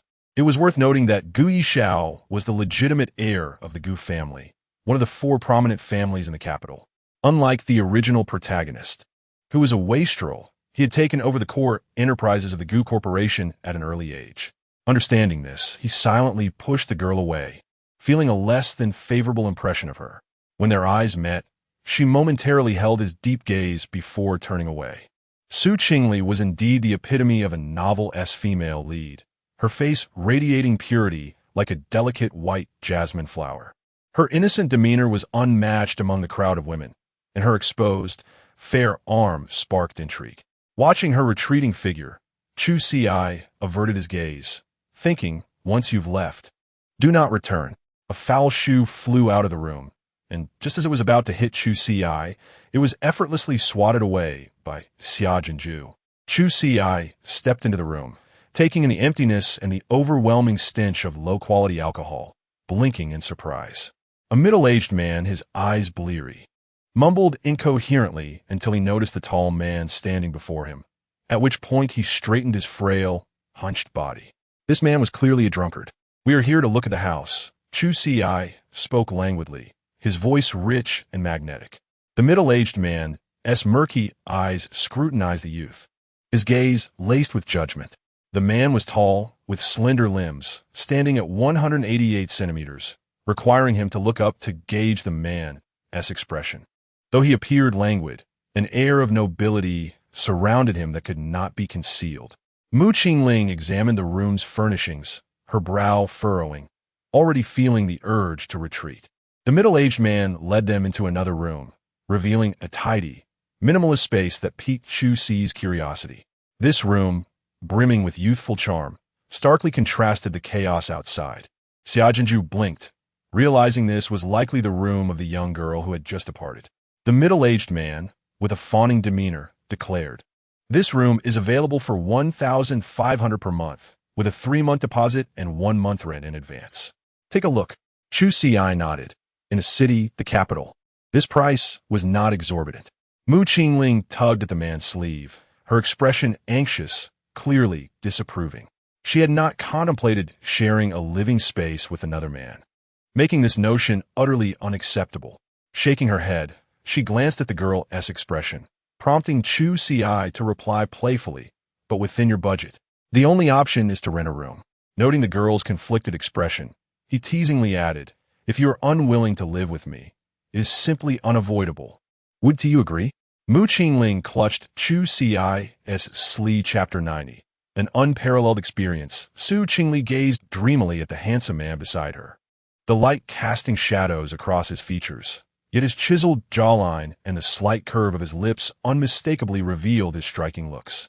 "Hello," the girl ventured, stepping forward to greet him. Chu Ci cast a cold glance at her, his expression impassive and silent, before turning to leave. Chu Ci was momentarily taken aback. Her curiosity about the man piqued. Alcohol surged through her mind, enveloping her in a haze. As she opened her eyes, she felt as if she were floating, each step akin to walking on clouds. She swayed her head, while Chu Ci observed her, shaking his head slightly, his keen eyes scanning the surroundings in search of Gu Yexiao. According to the narrative, although they had yet to meet, they should both be present at the Tianshang Renjian at this hour. Given Gu Yexiao's status, he was likely in one of the private rooms on the second floor. With this thought in mind, Chu Ci ascended the stairs, though he had also arranged for someone to keep an eye on the girl. "Good evening, young Master Chu." As he climbed, many greeted him. Tianshang Renjian was now entirely under Jiang Ling's control, and the current staff were all affiliated with Tian Yi, naturally recognizing this young power broker. Chu Ci waved casually, the sound of his polished shoes echoing against the marble floor. Upon reaching the front desk, the woman behind it beamed at his arrival, her face alight with flattery. "Young Master Chu, what brings you here in person? Please assist me in locating Gu Yexiao's room." "Ah, that might not be in accordance with the rules." The woman smiled coyly, her gaze evasive, appearing less like a denial and more like flirtation. "Oh," Chu Ci replied, his tone teasing, yet imbued with an undeniable authority. "Then remember, my words are the rules from now on." "Yes." The woman quickly rifled through the information, pointing toward the corner of the room. The young man understood immediately, nodding as he proceeded deeper into the premises. As he gazed into the private room, he discerned a striking figure seated at its center, exuding an air of authority. The man's eagle-like eyes surveyed the crowd with a frigid intensity, his presence starkly contrasting the raucous music. The colorful lights accentuated his chiseled features, rendering him even more captivating. He sat there, effortlessly commanding the space, embodying the image of a king, truly a domineering CEO of the novels, possessing both looks and stature that were second to none. Ah, he can outshine me. Chu Ci crossed his arms. Yet, we must thank young Master Gu for gracing us with his presence. This small, a city shines brightly because of him. Indeed, indeed, a nearby young man chimed in, laughing. How amusing that Chu's family, with their lavish lifestyle, would dare to market themselves as the heirs of the capital. Who doesn't know that the true heir is our young Master Gu? Gu Yexiao acknowledged this with a slight nod, clearly pleased. In the capital, while it appeared that the four prominent families shared the spotlight, in reality, the Chu family had been subtly asserting dominance in recent years. Fortunately, he had proven himself worthy, having taken charge of the family business early on. Among the third generation, Gu Yexiao stood unrivaled, far surpassing Chu Ci, who seemed to revolve around women. However, something about the alcohol felt amiss. All right, let's call it a night, Gu Yexiao declared, rising and gesturing to leave. But from the corner of the sofa, a woman with a graceful figure abruptly stood, her gaze fixed on him. Young Master Gu, please wait a moment. Yes, we haven't finished enjoying ourselves yet. The young man added, also rising to dissuade him. Sensing the woman's eager gaze, coupled with the dizzying effects of alcohol, Gu Yexiao felt a twinge of discomfort. With a cold snort, he hastily made his way outside. The others at the dining table, seeing his intent to leave, dared not impede him, exchanging furtive glances. Chu Ci, listening by the door, quickly stepped aside, avoiding Gu Yexiao's line of sight. Gu Yexiao pushed open the door to the private room, roughly tugging at his tie, feeling a wave of heat wash over him as he hurried upstairs. Prepare a room for me immediately, he commanded, leaning over the front desk, his voice hoarse and magnetic, his eyes tinged with crimson, struggling to maintain his composure. The female attendant, witnessing his state, hastened her actions. Here is your room key, sir. Gu Yexiao adjusted his collar and stepped into the elevator, his disheveled appearance drawing attention. Once the front desk attendant handed him the room key, she promptly relayed the information to Chu Ci.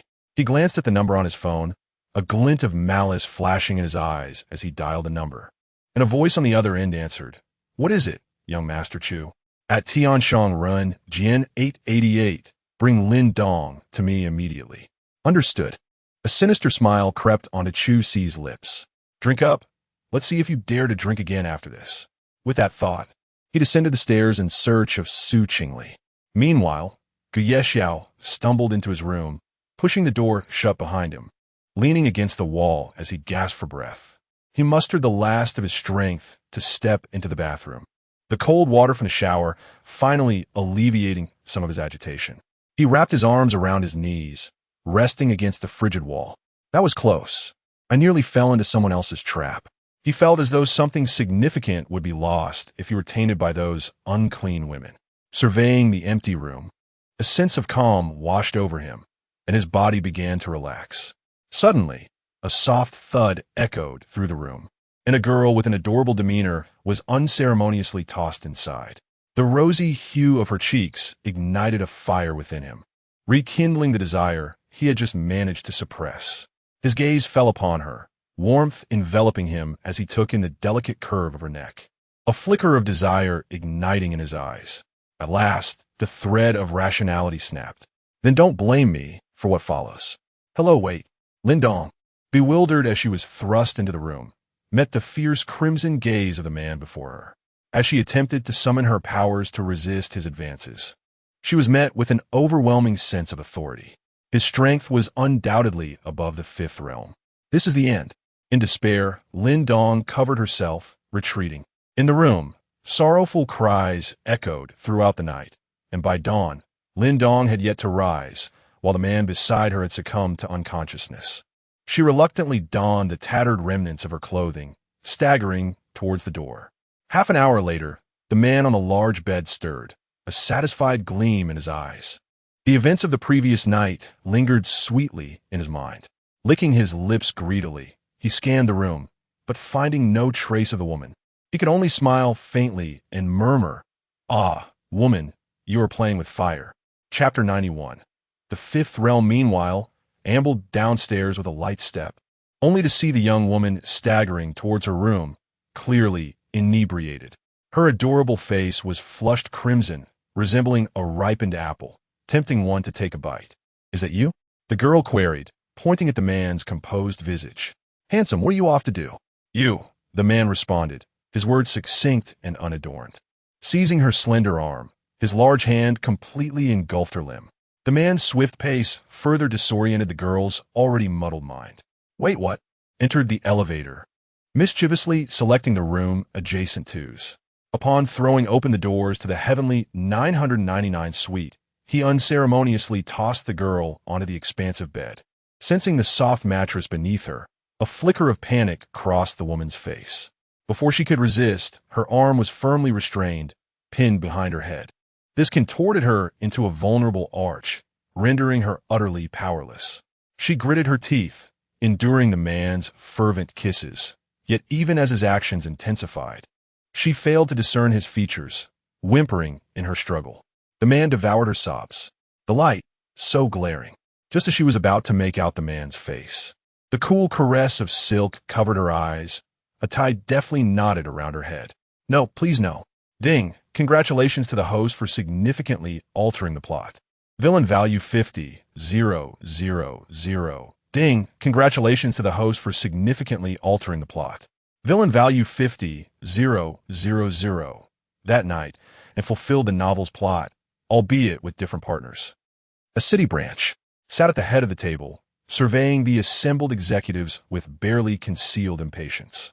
The very air in the room seemed to thicken with tension, as the executives felt a chill creep up their spines. They were all on tenterhooks, terrified of inadvertently provoking the man. "Young master, we've already made considerable efforts to cut costs. However, we can't reduce the research and development budget any further. It is essential for verification." Didn't even bother to open his eyes, his voice as frigid as ice. "Increase revenue, reduce expenditure. What good are you incompetent lot if you can't cut costs?" His words were indeed harsh. Just then, a statuesque beauty glided into the room. "Director." The executives greeted her in unison, the woman's gaze sweeping over them before she demurely spoke. "All right, you may all leave. Director and I have pressing matters to discuss." Not a single executive stirred, instead cautiously glancing at the man. The man finally raised his head slightly. The executives scattered like startled birds, not daring to look back. "Have you found the person from yesterday?" inquired coolly, involuntarily reliving the exquisite experience of the previous night. Although he was still a virgin, he could surmise that what he had experienced yesterday was extraordinary. They were remarkably compatible. His handsome brows arched as he idly spun the ring on his finger. "No," the female secretary replied, shaking her head. "However, we reviewed the hallway surveillance footage and discovered an unfamiliar girl. She is most likely the person you were with yesterday." The man's interest piqued, and he accepted the file the girl handed him. He opened the first page. Upon seeing the familiar name, his eyebrows twitched slightly. The stirring in his soul was unmistakable. He stretched his neck. "I want this woman's complete file in 3 minutes." Heavenly 999 suite. The woman groggily opened her eyes, surveying the room's furnishings. A sharp pain coursed through her body, and she bit her lip. The man was long gone, leaving behind a scene of disarray. A drunken one-night stand. The memory of the previous night's abandon caused her face to flush again. She shook her head, staring at her torn clothes in a state of bewilderment. She unlocked her phone, unsure of whom to contact. She didn't have many friends, and her drunken father would certainly be of no help. Just then, a gentle knock sounded at the door. Quickly donned a bathrobe, and upon seeing a girl through the peephole, cautiously opened the door. "Hello, a gentleman left these for you." Seeing the steaming milk and breakfast on the food cart, along with the neatly arranged clothes, a warm feeling welled up in her heart, and the man's tall figure appeared in her mind. "Wait, that's not right. How'd he know my size?" The delivery person had already left, and no one could answer her question. Staring at the empty hallway, she felt a twinge of disappointment for the first time. He just left like that. One irresponsible man. With a sigh, She reminded herself that she had an interview to attend later. Life had to go on. Meanwhile, had returned to the group. When he arrived at the office, neither of the two women had arrived yet, so he sat alone at the head of the table. Just now, his villain value had reached an astonishing 500,000, and it was only a matter of time before he surpassed 530,000. When that happened, he would treat as he had treated, giving him a harsh reality check. With that thought, he summoned the system and coldly said, "System, I want to start the lottery." Reading the host's physical data. Name, age, 21 villain value, 500,000 root bone. Creation god body ability. Skill villain aura, dangerous aura, suit thug fighting, villain charm enhancement, reconnaissance eye, invulnerability to all poisons, substitute doll. Looking at his information, he nodded in satisfaction. At that moment, a beam of light emanated from the system, blooming before his eyes. Felt a surge of power gradually spreading throughout his body. Congratulations to the host for obtaining Dragon Vein enhancement. Congratulations to the host for obtaining Realm Breakthrough Pill X1. Congratulations to the host for obtaining Reverse Speech Potion. Congratulations to the host for obtaining the Rat Talisman. Looking at the numerous items before him, he was truly feasting his eyes. This was the most items he had ever received in a single lottery. His aura grew fervent. I feel like I lack nothing now. He eagerly accepted the power transmitted by the talisman and placed the Realm Breakthrough Pill in his mouth. He felt boundless power surging through his body, instantly breaking through the limits of his realm. Who was originally just an ordinary person, leaped up and broke through to the fifth realm. Chapter 92. Recruitment at the Gu family. A radiant light erupted from Chu Ci's eyes, his aura swelling magnificently. He was now capable of traversing through the realms of Huaxia with unparalleled ease. On a global scale, he belonged to the elite echelon. He casually rotated his wrist and unleashed a punch, causing the very fabric of space to tremble faintly. His gaze was sharp, and he inclined his head slightly. Power. The allure of formidable strength was intoxicating, particularly considering that his prowess was distinct from those who relied on elixirs for forced breakthroughs. The elixirs produced by the system yielded a realm that was not illusory, but as solid as iron. However, he did not dwell excessively on his strength. For within this lottery, there existed another treasure worthy of excitement. He gazed at the stone in his hand, savoring its smooth texture. His eyes gleamed. It was astonishingly a talisman.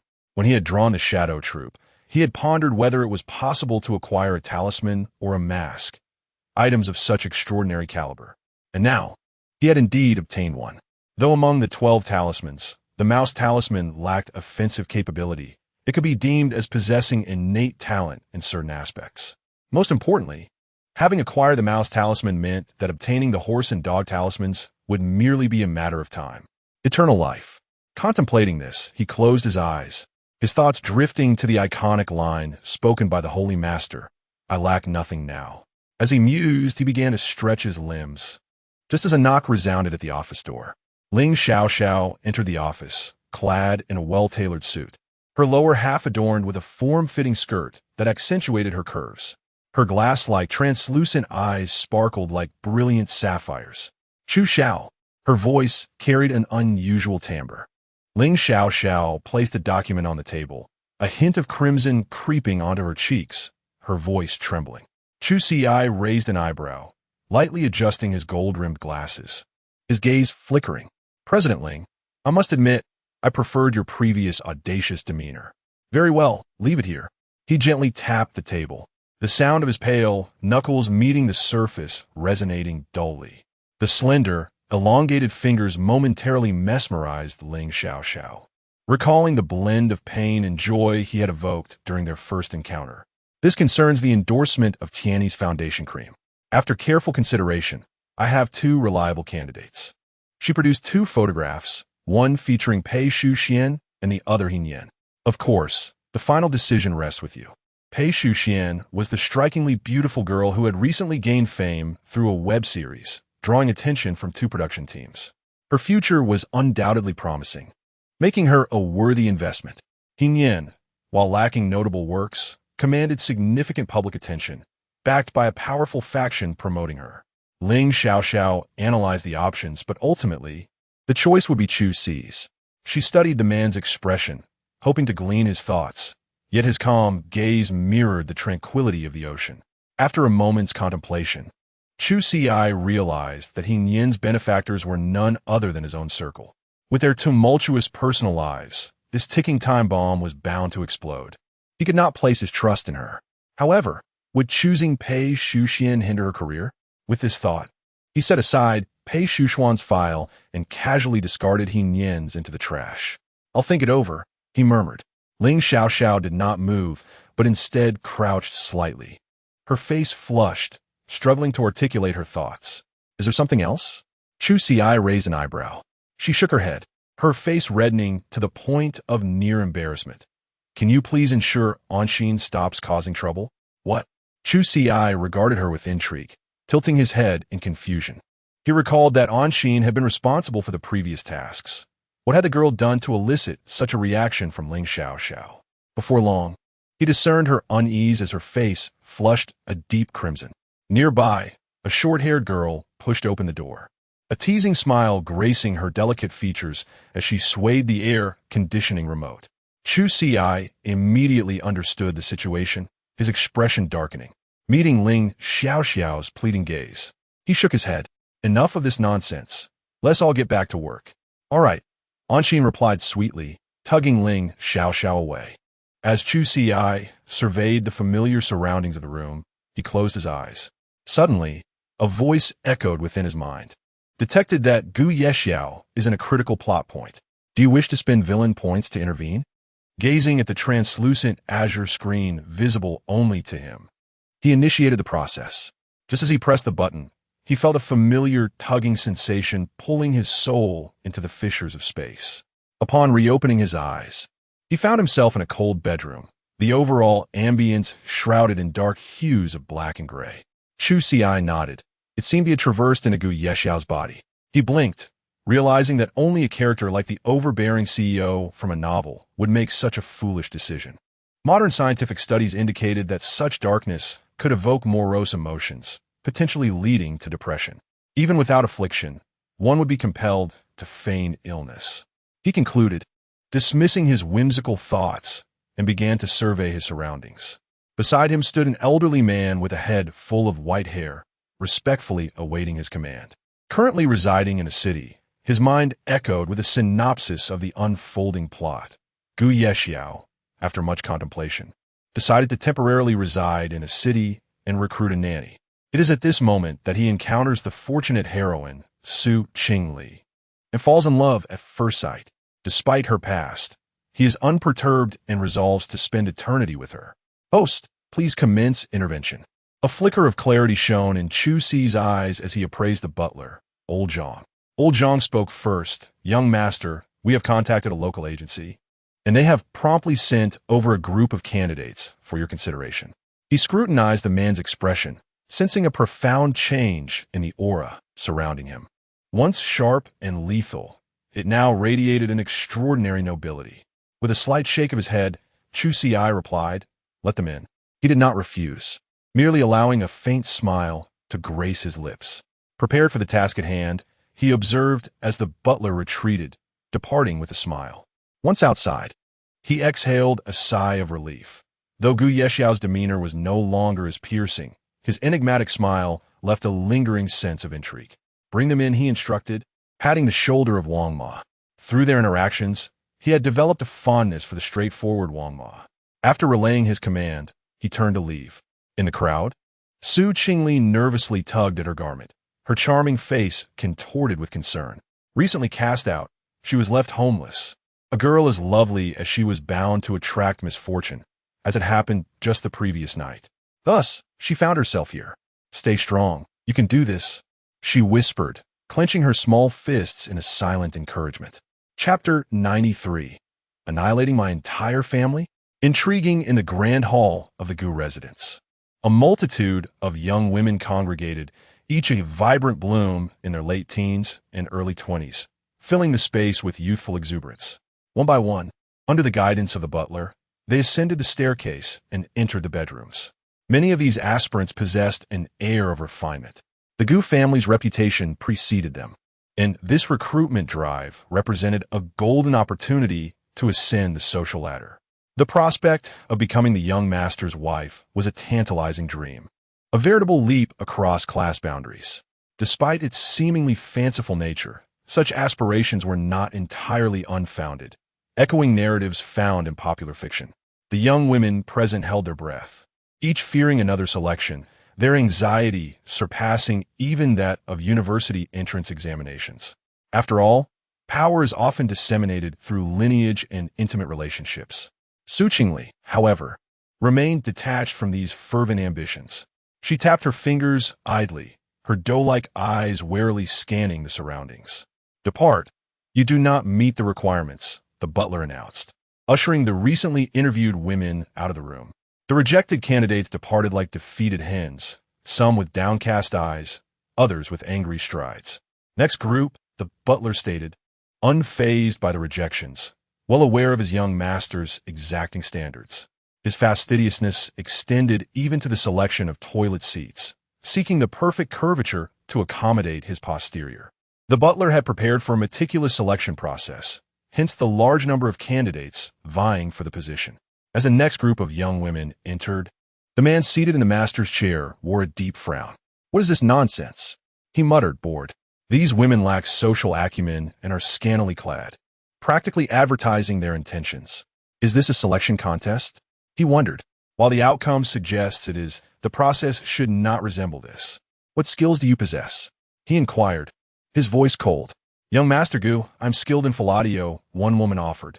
"Young Master Gu, I excel at ants climbing a tree," another chimed in, casting a flirtatious glance.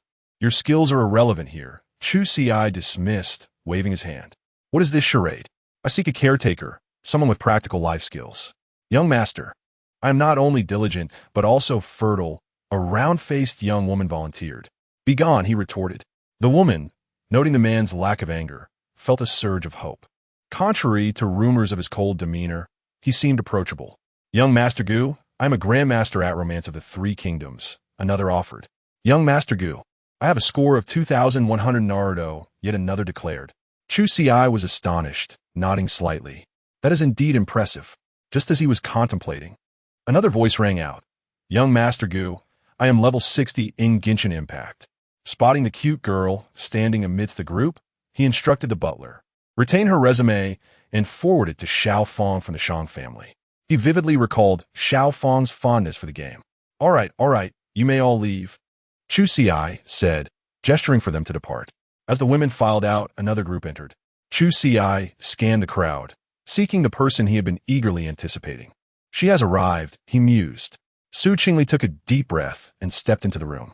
Noticing the familiar figure in the crowd, a smile played on her lips. "State your skills," he instructed. The preceding women introduced themselves one by one. Chu Ci listened impassively before finally speaking. "You third from the third row." Chu Ci pointed, already observing the expression on the man's face. Chu Ci gestured to herself, realizing she was the one being addressed.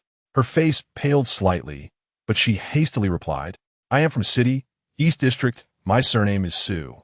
I have no prior experience as a caretaker, but I have been caring for my paralyzed mother at home. I am capable of providing care, cleaning, and cooking." Resigned to not being selected, she relaxed somewhat. Taking another deep breath, she continued, "I have also cared for my relatives' children, so I am familiar with feeding and other related tasks." "Can you feed a 300-month-old child?" Gu Yishao blurted out instinctively, his expression sinister. Realizing the man's lewd insinuation, the woman clenched her clothes, her opinion of him plummeting. She frowned in displeasure. It seemed that this seemingly respectable CEO Gu was just another man driven by base desires. "Oh, sensing Sui's emotional shift. Villain value 10,000 points." Chu Ci's lips curled into a smile, his excitement palpable. "I must persevere," he thought. Gu Yishao rose to his feet, his tall frame surveying the remaining women, scrutinizing each one. "Very well, your performances have been adequate," he announced, "but to serve as a caretaker in the Gu household, one must possess at least 1/10 of my intellect. I shall now pose a riddle. Sukingri Fronith. Is this appropriate?" She wondered, I never imagined the legendary young Master Gu to be so arrogant. Chu Ci gazed at the woman, his eyes gleaming. Here is the question. Imagine that 10 adults are tied to one side of a railway track, while 2 children are tied to the other. The lever that determines the train's path is in your hands. Which group would you choose to sacrifice? He pointed to the first woman. You, answer. The woman, caught off guard, stammered, I would choose to save the 2 children. Then leave, he commanded. I have no need for callous employees. Those 10 adults have families who would grieve their loss. The woman departed in disappointment. You, answer, Chu Ci instructed the second woman. The woman felt a surge of elation, believing she had deciphered the correct answer. I choose to save the 10 adults. She beamed, envisioning the scene of young Master Gu showering her with praise. However, the man merely sneered. You are even more wicked. What? Those 2 children are minors, the future of our nation. Would you condemn them to death with a single word? Chu Ci spread his arms wide, addressing the woman. When you point a finger at someone, for fingers point back at you. You may leave, Chu Ci said, gesturing to the most beautiful woman in the center. Su Qingli looked at the man, her eyes gleaming with determination. I would seize control of the train and annihilate the entire family of the depraved individual who would pose such a callous question. Silence descended upon the room, the remaining women staring in shock. Although they shared her sentiment, they dared not voice it. Annihilate my entire family? Intriguing woman. Chapter 94. The Legacy of Wang Ma. Upon speaking, Su Qingli tightly clenched her fist beneath her skirt, envisioning the imminent strike of the man's broad palm against her face. She shut her eyes in anticipation, only to be met with a single, measured remark, accompanied by the man's playful gaze. Taken aback, she averted her eyes. Her previous words had merely been a manifestation of her latent sense of justice. In her view, both job seekers and employers were equals. Despite the prevailing market dynamics favoring employers in selecting candidates, this should inherently rest upon a foundation of equality. The man's words and demeanor had revealed a complete lack of respect, portraying him as frivolous, devoid of the humility and nobility expected of someone from a prominent family, resembling more a rogue than a gentleman. Chu Ci regarded the rebellious girl before him and nodded slightly, recognizing her as the embodiment of fate's favored heroine, fiercely opposing malevolence. The girl's words had not incited his ire. After all, the Gu family's misfortunes were of no concern to him. Contemplating a multitude of thoughts, he remained impassive, tilting his head to address Butler Zhang. Let them all leave. I already possess my answer. Butler Zhang, taken aback by the youth's unexpected proclamation, raised his gaze. Typically, at such moments, young Master Gu would ensure the obliteration of anyone who dared provoke him. Yet, his demeanor towards this girl was strikingly different. Could it be, as he pondered his master's intentions, a quintessential task for a competent butler, the realization dawned upon him, and a flicker of joy ignited in his heart. Understood. I shall make the arrangements immediately. 5 minutes later, under Butler Zhang's guidance, all the young women stood poised in the living room, breathless and attentive, awaiting the man's grand entrance. The room was filled with youthful maidens, unadorned by cosmetics, yet undeniably the rarest flowers of their academic institution. The enchanting sight stirred old Zhang's heart, transporting him back to his youth when he galloped freely across the fields. Alas, he now felt like a once great hero in his twilight years.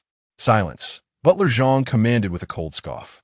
His gaze flickered over Su Qingli's face before shifting to the icy stares of those nearby, which softened as they landed upon the girl, imparting a warmth that enveloped her like a gentle spring breeze.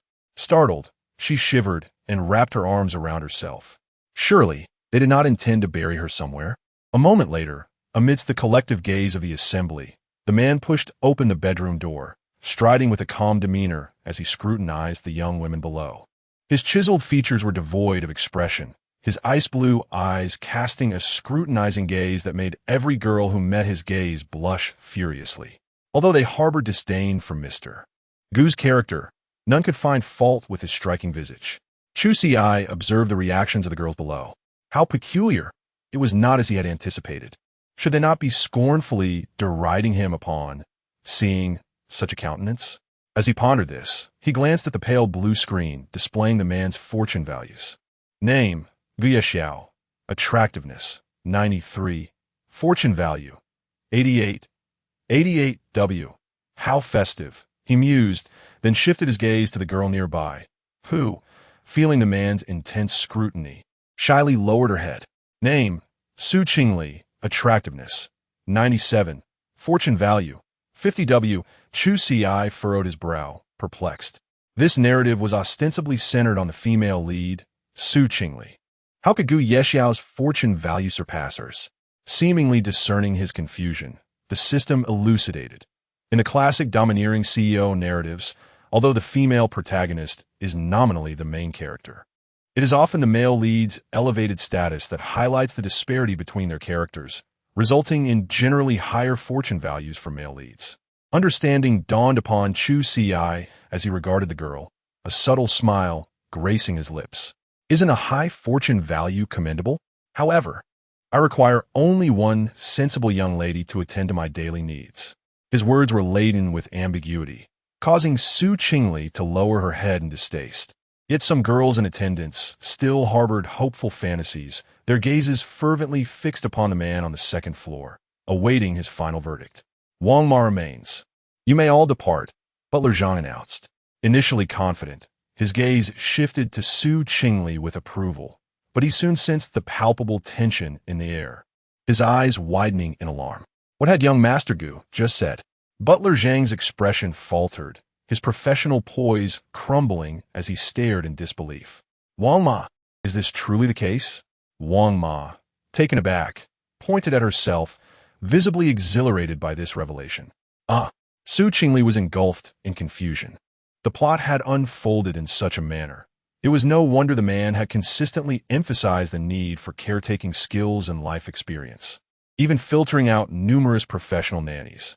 The truth was, he harbored ulterior motives toward Wang Ma. What was the purpose of this elaborate selection process? Akin to a talent show, if not to toy with them? To demonstrate to Wang Ma that among all these youthful maidens, he would choose her. Overwhelmed, Chu Ci could no longer maintain her composure, staring in shock at the man on stage, alongside the blushing Wang Ma. As Chu Ci's favorable impression rapidly deteriorated, the villain's value surged by 10,000. Heavens! The surrounding girls were stunned by this unexpected turn of events, struggling to regain their composure. Chu Ci, visibly pleased with the outcome, was unprepared for Butler Zhang to suddenly kneel before him. Young master, please reconsider. Why should I not? Gu Yexiao's face momentarily flickered with anger. Butler Zhang, tears streaming down his face, choked on his words. Wang Ma, she is my beloved. Gu Yexiao smirked, a cruel smile curving his lips. Wang Ma, do you harbor feelings for him? The threat in his tone was unmistakable. Wang Ma, still reeling from the joy of being chosen, met the man's gaze, momentarily lost. Wang Ma glanced at Butler Zhang's eager expression. She shook her head. One was the vigorous young Master Gu, and the other an aging Butler Zhang. One needed not be a fool to discern the obvious choice, let alone the vast disparity in their statuses. The sound of a heart-shattering echoed, as Butler Zhang slumped to the ground, looking as though decades had been stripped from his life in an instant. His years of affection had ultimately been misplaced.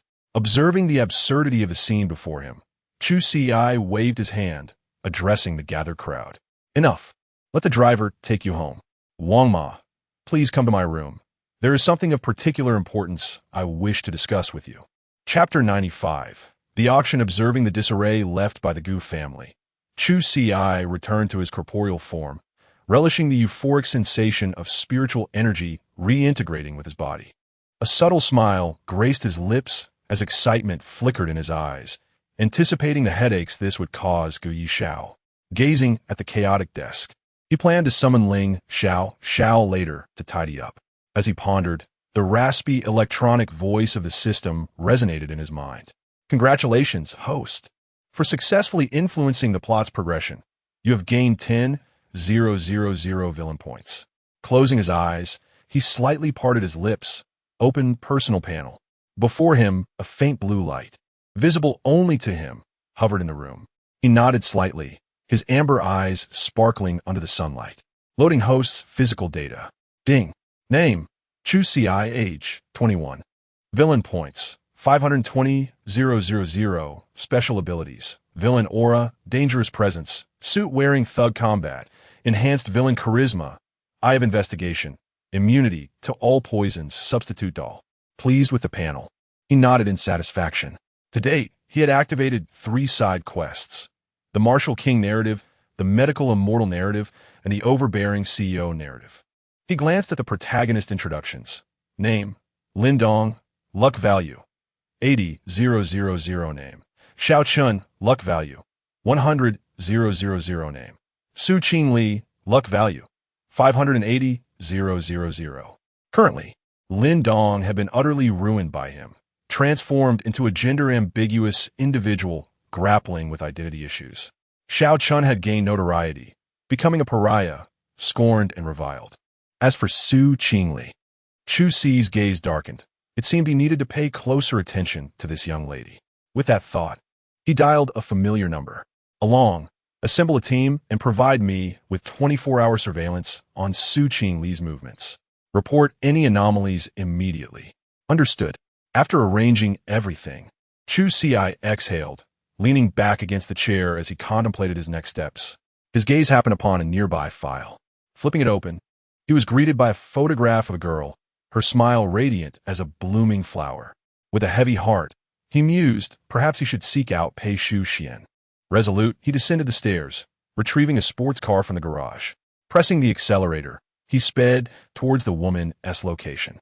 The vehicle glided to a halt at the hotel entrance, where a doorman promptly approached. Recognizing the distinguished aura of the arrival, the doorman's demeanor turned exceedingly respectful. "Sir, please come inside." Chu Ci nodded slightly, brushing off the non-existent dust from his suit. He proceeded with a composed stride into the hotel. It was working hours, and he had naturally concocted a suitable pretext for his visit. Inside, a charity auction gala was underway, attended by many prominent figures from City A, their glasses clinking amidst polite exchanges. As the man entered the venue, the event's organizers were taken aback. Chu Ci had been in City A for over a month. Everyone was aware of his presence. Therefore, for any event, a formal invitation was expected. However, the young master rarely made appearances, having only attended the Ling family's birthday banquet. Over time, they had ceased to harbor hope for his attendance. The mere act of sending a gift from the Jiang family was already considered a great honor. Upon seeing Chu Ci, the elderly patriarch of the Ning family rose immediately. "Quick, find someone to attend to him. We must not neglect young Master Chu." "Yes." The younger members of the Ning family responded promptly, their faces brimming with anticipation at the prospect of meeting Chu Ci. "Mr. Chu, please come in," the head of the Ning family greeted, his face glowing with respect. "We are honored by your presence. I apologize for not welcoming you properly." "Not at all," Chu Ci replied amiably, as he was escorted to the top floor of the auction by the Ning family. His gaze swept across the crowd, eyebrows slightly raised in surprise at the number of attendees at this charity auction. "Please, take your seat," he gestured, understanding the elders' deference, given their age difference. It was only natural. If he were to occupy the host's seat, whispers of impropriety would surely arise. The Ning family head, aware of the nuances of propriety, conceded. "If there are no other matters, I shall take my leave and allow young Master Chu to enjoy the festivities." Chu Ci nodded, and soon after, soft footsteps echoed from a nearby room, indicating the arrival of other esteemed guests. However, he was in the prime location with the best view. Once arrangements were made on his behalf, the media and reporters prepared their cameras, as this charity gala was open to the press. The Ning family's main business revolved around entertainment and film, having always looked to the Ling family for guidance before Chu Ci acquired the Ling Corporation. With his keen perception activated, he swiftly spotted a somewhat awkward girl seated in the 4th row, towards the corner. This position was assigned based on her standing in the entertainment industry, which was fairly decent for Pei Shu Xian. Just as Chu Ci contemplated, he suddenly noticed a fluffy head peeking from behind him, large, sparkling eyes fixated on the illustrious man at the center. Unbeknownst to her, the man had long been aware of her presence. Before she could leap into his arms, he grasped her with a firm hand, lifting her as one would a chick. "Wow, Brother Chu Ci, where did you find me?" Shing's cute face scrunched in surprise. She had overheard the man speaking from the adjacent room, and after inquiring with the Ning family head, had stealthily slipped into his quarters, hoping to surprise him. If I hadn't noticed your presence, that would have been quite the predicament, Chu Ci remarked playfully. As a formidable figure, it would have been quite the joke if he had been approached unnoticed by a young girl. However, to her ears, this statement took on an entirely different meaning. So I hold such significance in Brother Chu Ci's heart. Shing reveled in delight, her lips curving into a smile. Today, she looked exceptionally striking. Often dressed in casual home attire, she typically emanated a sweet, adorable vibe. But today, adorned in a jasmine green gown that accentuated her figure beautifully. Her attire was complemented by delicate white floral designs, enhancing her elegance. In that moment, Shing resembled a blooming jasmine, graceful yet sweet. All right, let us enjoy the auction. Chu Ci inhaled the faint scent of cream emanating from her, his eyes softening as he turned his attention back to the stage. And now, our next item is... The host announced, presenting a diamond necklace donated by Miss He. The screen displayed Hinyen's enchanting visage, her seductive eyes fluttering as she waved at the camera. Wow, Hinyen is stunning, truly beautiful. The starting price is a staggering 1 million. My goodness, Hinyen is so generous. Ah, Hinyen, you are a sweet, soft little cake. You are the purest girl in the world. Chapter 96, the item is switched. This event adopts an online live streaming format, allowing the esteemed guests in the VIP room on the second floor not only to enjoy the best vantage point of the proceedings, but also to view a spacious screen displaying the comments from online spectators. Upon seeing the comments, Chu Ci nearly laughed aloud. Had he not been acutely aware of that woman's true nature, he might have been deceived by her superficial performance. Her acting was rather poor, yet if her skills were indeed lacking, how had she managed to ensnare so many fans? A perplexing paradox emerged. As the camera shifted away from Hinyen's face, she disdainfully rolled her eyes. Were it not for the company covering the costs, she would never have donated such an expensive necklace, nor would she concern herself with helping left-behind children. If offered 1 million, she could also assume the role of a left-behind child. Hinyen scoffed and closed her eyes to rest. Soon, Chu Ci regretted his actions for the day. The auction had initially held some interest, yet it gradually turned tedious, with the host endlessly reciting his script. The actors exchanged polite pleasantries. Shang Xiaoyan had already removed her high heels, reclining on the sofa while scrolling through short videos, her bare feet swaying. Languid breaths brushing against the man's wrist like a homeless little creature. As the auction drew to a close with items being sold at high prices, Pei Shuxian fidgeted restlessly, vigilantly observing the host on the stage, her palms clammy with anxiety, her beautiful eyes darting about. As a lesser-known figure in the entertainment industry, the items she donated were also modestly valued, enough to avoid scorn, but not too valuable to provoke the displeasure of top influencers. Logically, her items should have been showcased first, especially as those presented later had already reached tens of millions in value. Fearing the worst, the host cheerfully announced, the previous item was sold for 10 million.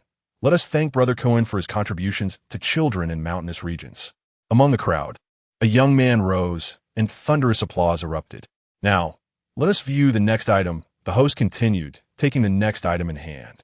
The next item comes from Miss Pei, our newcomer actress. She is brought forth. The female host paused momentarily, her previously calm demeanor fracturing as she gazed at the card, her eyes widening in shock. Steeling herself, she proclaimed, "This item is..." A kiss for Miss Pei. The microphone transmitted her words throughout the hall, and everyone at the auction held their breath, fixated on the scene. A look of panic flashed across Pei Shuxuan's face. Someone had switched her item. In the corner, Li Mengran's eyes glinted with malice. Humph, if I can't thrive in this entertainment circle, neither shall you. Was it merely because she had Chu Ci backing her? She was eager to see if Chu Ci would still love her after such public humiliation. With venomous intent, she continued to observe from shadows. On the second floor, Chu Ci, with keen perception, noticed the woman's flustered expression and nodded slightly, his mind racing. Beside him, Shangbin leaped up. "Brother Chu Ci, you must believe in Sister Pei. She is certainly not that kind of person." Chu Ci regarded the girl and nodded. "Rest assured, I am aware." The starting bid was set at 100,000. Gasps filled the air. Given Pei Shuxuan's status and her recent endorsement of 4, that amount was scarcely even a day's wages for her. If the previous bid could be construed as a jest, this was nothing short of blatant humiliation. Pei Shuxian clenched her fists, her complexion paling. With Chu Ci absent and Hong Jie far away, she could only rely on herself. Facing such a predicament, the Ning family attempted to adjust the situation, but there was little they could do, as this topic generated too much buzz. Reporters aimed their cameras at the beautifully delicate girl in the center, desperately seeking any sign of her breaking down. Pei Shuxian's gaze flitted about, and at that moment, the large screen illuminated her figure. "I see she's gone mad with desire for fame, trying to usurp my sister's territory so quickly. I knew it. Mingren must have been set up by someone. What is happening now? Has the benefactor grown tired? Just a ploy for attention." After Li Mengran's fans took to the field, the comments turned overwhelmingly negative. Just as Pei Shuxian was about to crumble, she instinctively glanced toward the VIP area, where a small corner of the curtain was lifted, revealing half of a man's face. His glass-like, transparent eyes scrutinized her, and that gaze inexplicably imbued her with strength. She closed her eyes and, after a moment, reopened them, not displaying the tearful expression the reporters anticipated, but instead facing the camera, allowing the lights to shine upon her. Her stunning visage, unobstructed from every angle, shone under the flashbulbs, exuding an overwhelming aura that rendered the presence of others irrelevant. Throughout the auction, in the entire live stream, all eyes were fixed upon the girl's face. The audience in the live stream observed that despite the multitude of beautiful people present, none could overshadow her brilliance. Goodness, while it's all just a publicity stunt, that face is strikingly flawless from every angle. Is it truly a stunt? I just said that Pei Shuxian must have been set up. Indeed, we were misled by Li's fans earlier. However, the skepticism online remained substantial. Only a handful of rational comments could be found. People were always more inclined to believe what they wished. The notion that a rookie star might use a kiss as a bargaining chip for fame was far more tantalizing. Conversely, no one genuinely cared whether Pei Shuxian had been manipulated. On the stage above, the Ning family head was in disarray. What was supposed to be a charity gala had devolved into a farce, and he could not escape blame. "Quick, send someone to comfort young Master Chu. If there is a conflict with him, no one will emerge unscathed." The two men observed the chaos in the room, sighing deeply. Which two big shots were squabbling in his domain? He had lost interest in understanding. The crucial point was that he could not afford to err, for either side of the Ning family was not to be trifled with. Presently, in the hall, a few oblivious second-generation rich kids raised their paddles. Chu Ci regarded them with a cold glare, meticulously noting their names and families. 2 million. From the adjacent room, a male voice resounded, neither loud nor soft, yet commanding respect. No one dared to disregard it. Those who occupied the upper echelons were all prominent figures in City A. The host picked up the microphone. "Room Tianzi 002 has bid 2 million. Inside the room were Li Hao and Li Mengyi, two young men. "Enough, Mengyi. Why stir the pot? The family is already in disarray. Don't make it worse." Yet Li Mengyi scoffed dismissively. "Who do you think you are? Just a trivial Chu Ci. Daring to mess with my sister. I can ruin him, and certainly his woman too." Just then, a female voice echoed from the adjacent room. 1 million. Chapter 97. A billion kisses. A seemingly innocuous remark stirred a significant wave among the crowd. Chu Ci remained silent, allowing Shang Xiaoyan to voice the bidding, both to obscure his identity and to safeguard Pei Shuxuan's path ahead as much as possible.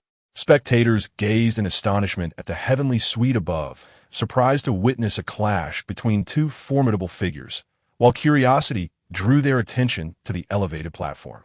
In the adjacent suite, Li Meng clenched her teeth upon hearing the commotion. "Damn it, who dares to outbid me?" She seethed. Li Hao, speaking softly, remarked, "Who in a city would challenge our Li family for a mere minor celebrity?" He scoffed at his cousin's foolishness, lamenting the lack of potential in him.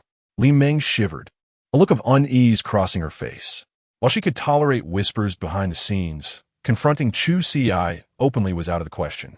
The consequences imposed by her father were vivid in her memory. Yet, the frustration simmered within her, her gaze lingering on the alluring woman below. This was not solely about avenging the older woman, Li Meng Gran. Ever since their first encounter, Pei Shuxuan's presence had captivated him. Thus, when Li Meng Gran proposed the sea plan, he readily agreed and eagerly contributed numerous suggestions. I bid 15 million. Li Meng raised her paddle once more. What is money, after all? I have it in abundance. As a prominent family, the Li clan could not solely rely on Li Changxian and his son. The extended Li family had diverse ventures, and Li Meng's branch was particularly focused on commerce. 15 million was his maximum acceptable price for a woman. Naturally, whether it was merely a kiss was not for Pei Shuxian to decide. He intended to reclaim some interest. Li Meng, you are being utterly irrational, Li Hao chided, exasperated by his brother's red-eyed determination. This fool believed he could compete financially with Chu Ci. What a genius. Outside, the media were taken aback. A single person calling out for millions was already rare, but the ensuing bidding war between two families was unprecedented. On stage, Pei Shuxian watched the bidding unfold, her fingers tapping anxiously. She ardently hoped that Chu Ci would win the bid, yet she worried about how far her identity would take her in his eyes. Then, in the next instant, $1 billion escaped the girl's lips. The icy digits reverberated through the venue, igniting a storm of astonishment. $1 billion, while not an extraordinary sum in the digital sphere, presenting that amount in cash was astonishing. Despite his city being home to billion-dollar companies, only a select few could muster $1 billion in liquid assets. Observant eyes acknowledged the implications with nods of understanding. Chu Ci regarded the cold room, gently tapping the jade ring on her finger. After Shang Xiaoyan declared 10 billion, her lips trembled slightly. As the daughter of a prominent family, she was aware, albeit vaguely, that the Shang family could not possibly produce $1 billion. If someone were to drop, such as some honest Shang Yan's head, it would surely send her and her mother packing to his doorstep. If the affluent daughters of the Shang family were thus, one could only imagine the plight of the journalists and celebrities below. 10 billion surpassed the worth of many present. An intense crimson flickered in Li Mengran's eyes. She could deduce who could possibly summon that 10 billion. Damn it, that wretched girl, how dare she? Pei Shuxian was thunderstruck. One kiss valued at $1 billion exceeded her wildest expectations. After a prolonged silence, the host finally regained composure. Is there anyone else willing to bid for $1 billion? She posed, though she felt her subsequent words were redundant. $1 billion going once. $1 billion going twice. Sold. Let us congratulate the heavenly suite for acquiring the auction item. Thunderous applause erupted, marking the most extraordinary auction they had ever witnessed. No jest. Many could boast about this for a lifetime. In the heavenly suite, Li Meng slumped on the sofa, finally grasping that there were degrees even among the wealthy. Faced with Chu Ci, he had no means of resistance, merely lying back and accepting defeat. Li Hao waved his hand, hastily dialing his father Li Changxian. This foolish pair had brought significant trouble to the Li family. Yes, currently no one knows it's his bidding. Quickly contact the Ning family to suppress this. Just say it's a foreign businessman bidding. We must not let this blow back on the Li family. Li Changxian was as anxious as a fly in a hot pan. If this information fell into the wrong hands, it could become a substantial liability. One simple inquiry about the source of their wealth could block all political avenues for the younger generation of the Li family. This matter was impossible to explain. Thankfully, it had not escalated into a greater crisis. Rest assured, Father, Li Hao replied, seemingly humble but revealing his meticulousness. Li Shangxian nudda. You handled this well. I will mention it to grandfather in a few days and have you return to work. This is my duty as the eldest son. Li Hao feigned modesty, his face displaying an air of arrogance, oblivious to the shadow lurking in the corner, capturing his every word with a camera. After the auction concluded, Pei Shuxian, escorted by her bodyguards, entered her car. It was only when she inhaled the chilled air from the air conditioning inside that she shed her facade. Slumping into the luxurious leather seat, she relaxed, only to meet the deep, shadowy gaze of the man beside her. With a thud, she fell into his embrace, enveloped by his cold, snow-like essence.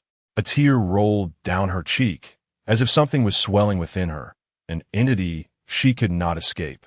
Feeling Pei's affection rise to 100 congratulations. You have instantly gained 100,000 villain points and 1 King-S treasure chest. All right, do not cry. Chu Ci gently patted the girl's trembling shoulder, offering comfort. I spent 10 billion to earn your kiss. Shouldn't you allow me a moment to steal another? Pei Shuxuan's face flushed as she met the man's radiant eyes, resembling scattered stars, drawing her deeper into their allure. She closed her eyes and pressed a kiss against his cool lips. The man's broad embrace enveloped her, savoring the fervent kiss. His long fingers wove through her sleek, dark hair as the line of reason in her mind snapped, desire igniting in their gazes. A long silent barrier was quietly raised. Chapter 98. Gu Yexiao's defense breach. While Chu Ci was enveloped in a sweet and tender atmosphere, Gu Yexiao found himself amidst chaos. As he observed the figure of Wang Ma rushing towards him, even his formidable mental defenses began to falter. Gu Xiao, he stammered, his usually cold lips forming words tinged with sorrow. The composed man sprang to his feet, hastily evading the woman's advances, her gaze betraying an insatiable desire for youthful vitality. No, my friend.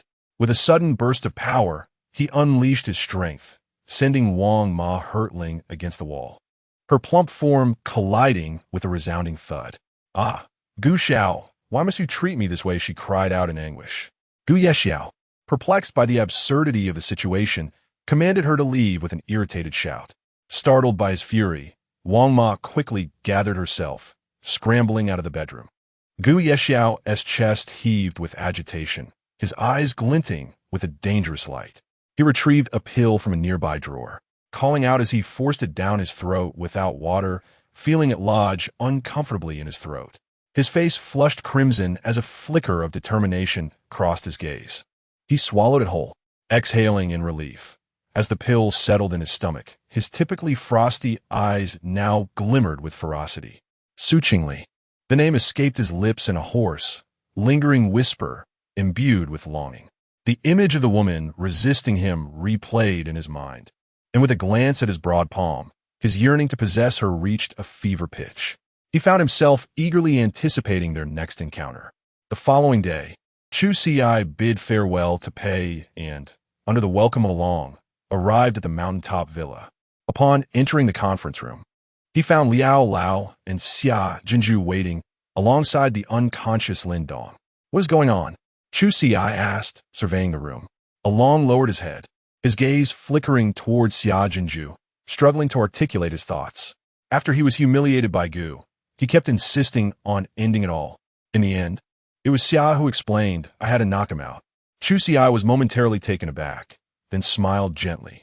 All right, what I wish to discuss today concerns this resort. He accepted a map from Long, pointing to a location marked in red, inscribed boldly with the words Longji Mountain.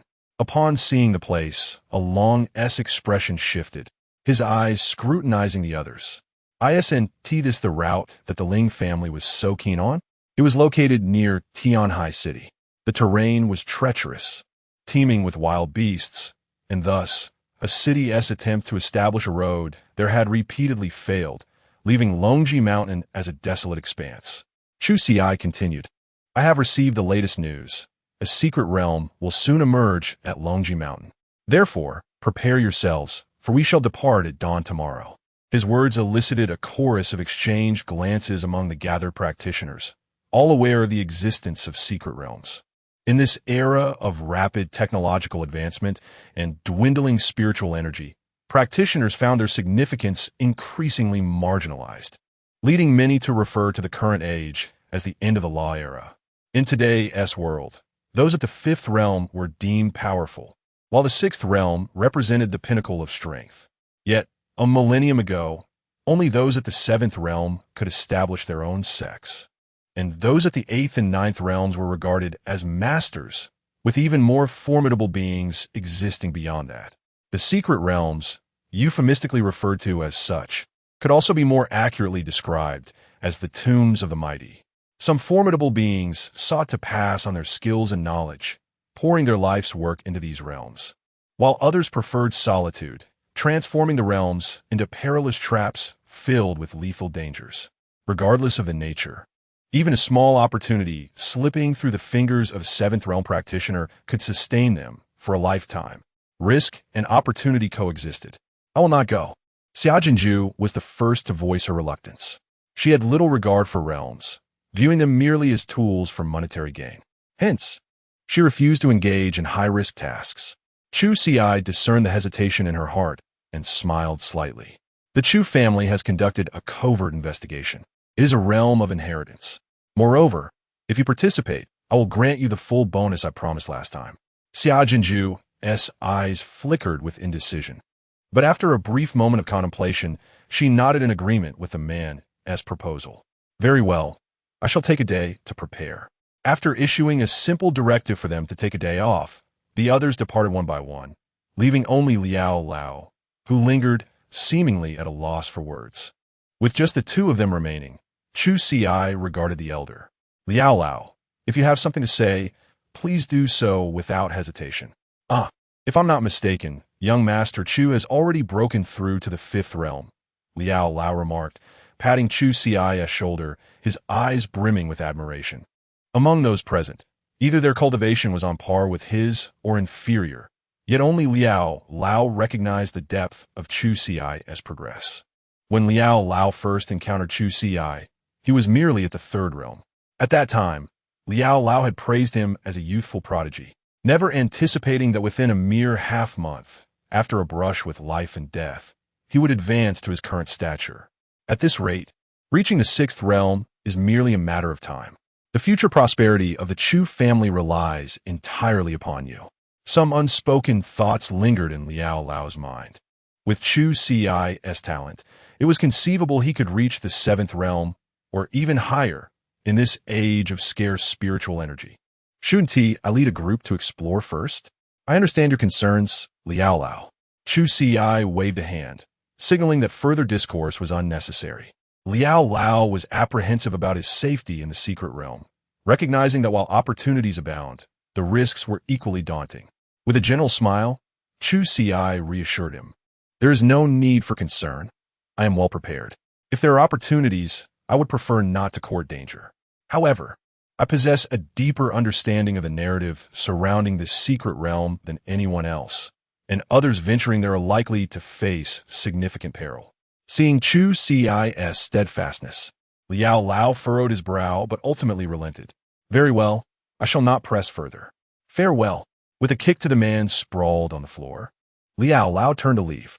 Speaking too much would only add to the pressure. Rest assured, Liao Lao. Chu Ci's eyes reflected respect. In his past life, during the final battle of the Chu family, Liao Lao had met a tragic end at Lin Dong's hands. He was a true loyalist of the Chu family. Chapter 99.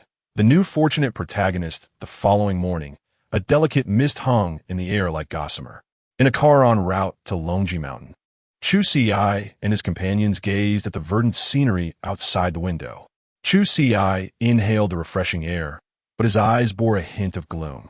Meanwhile, Xiaojinju was in high spirits, eagerly stuffing her cheeks with one soup dumpling after another, her pretty eyes squinting in satisfaction.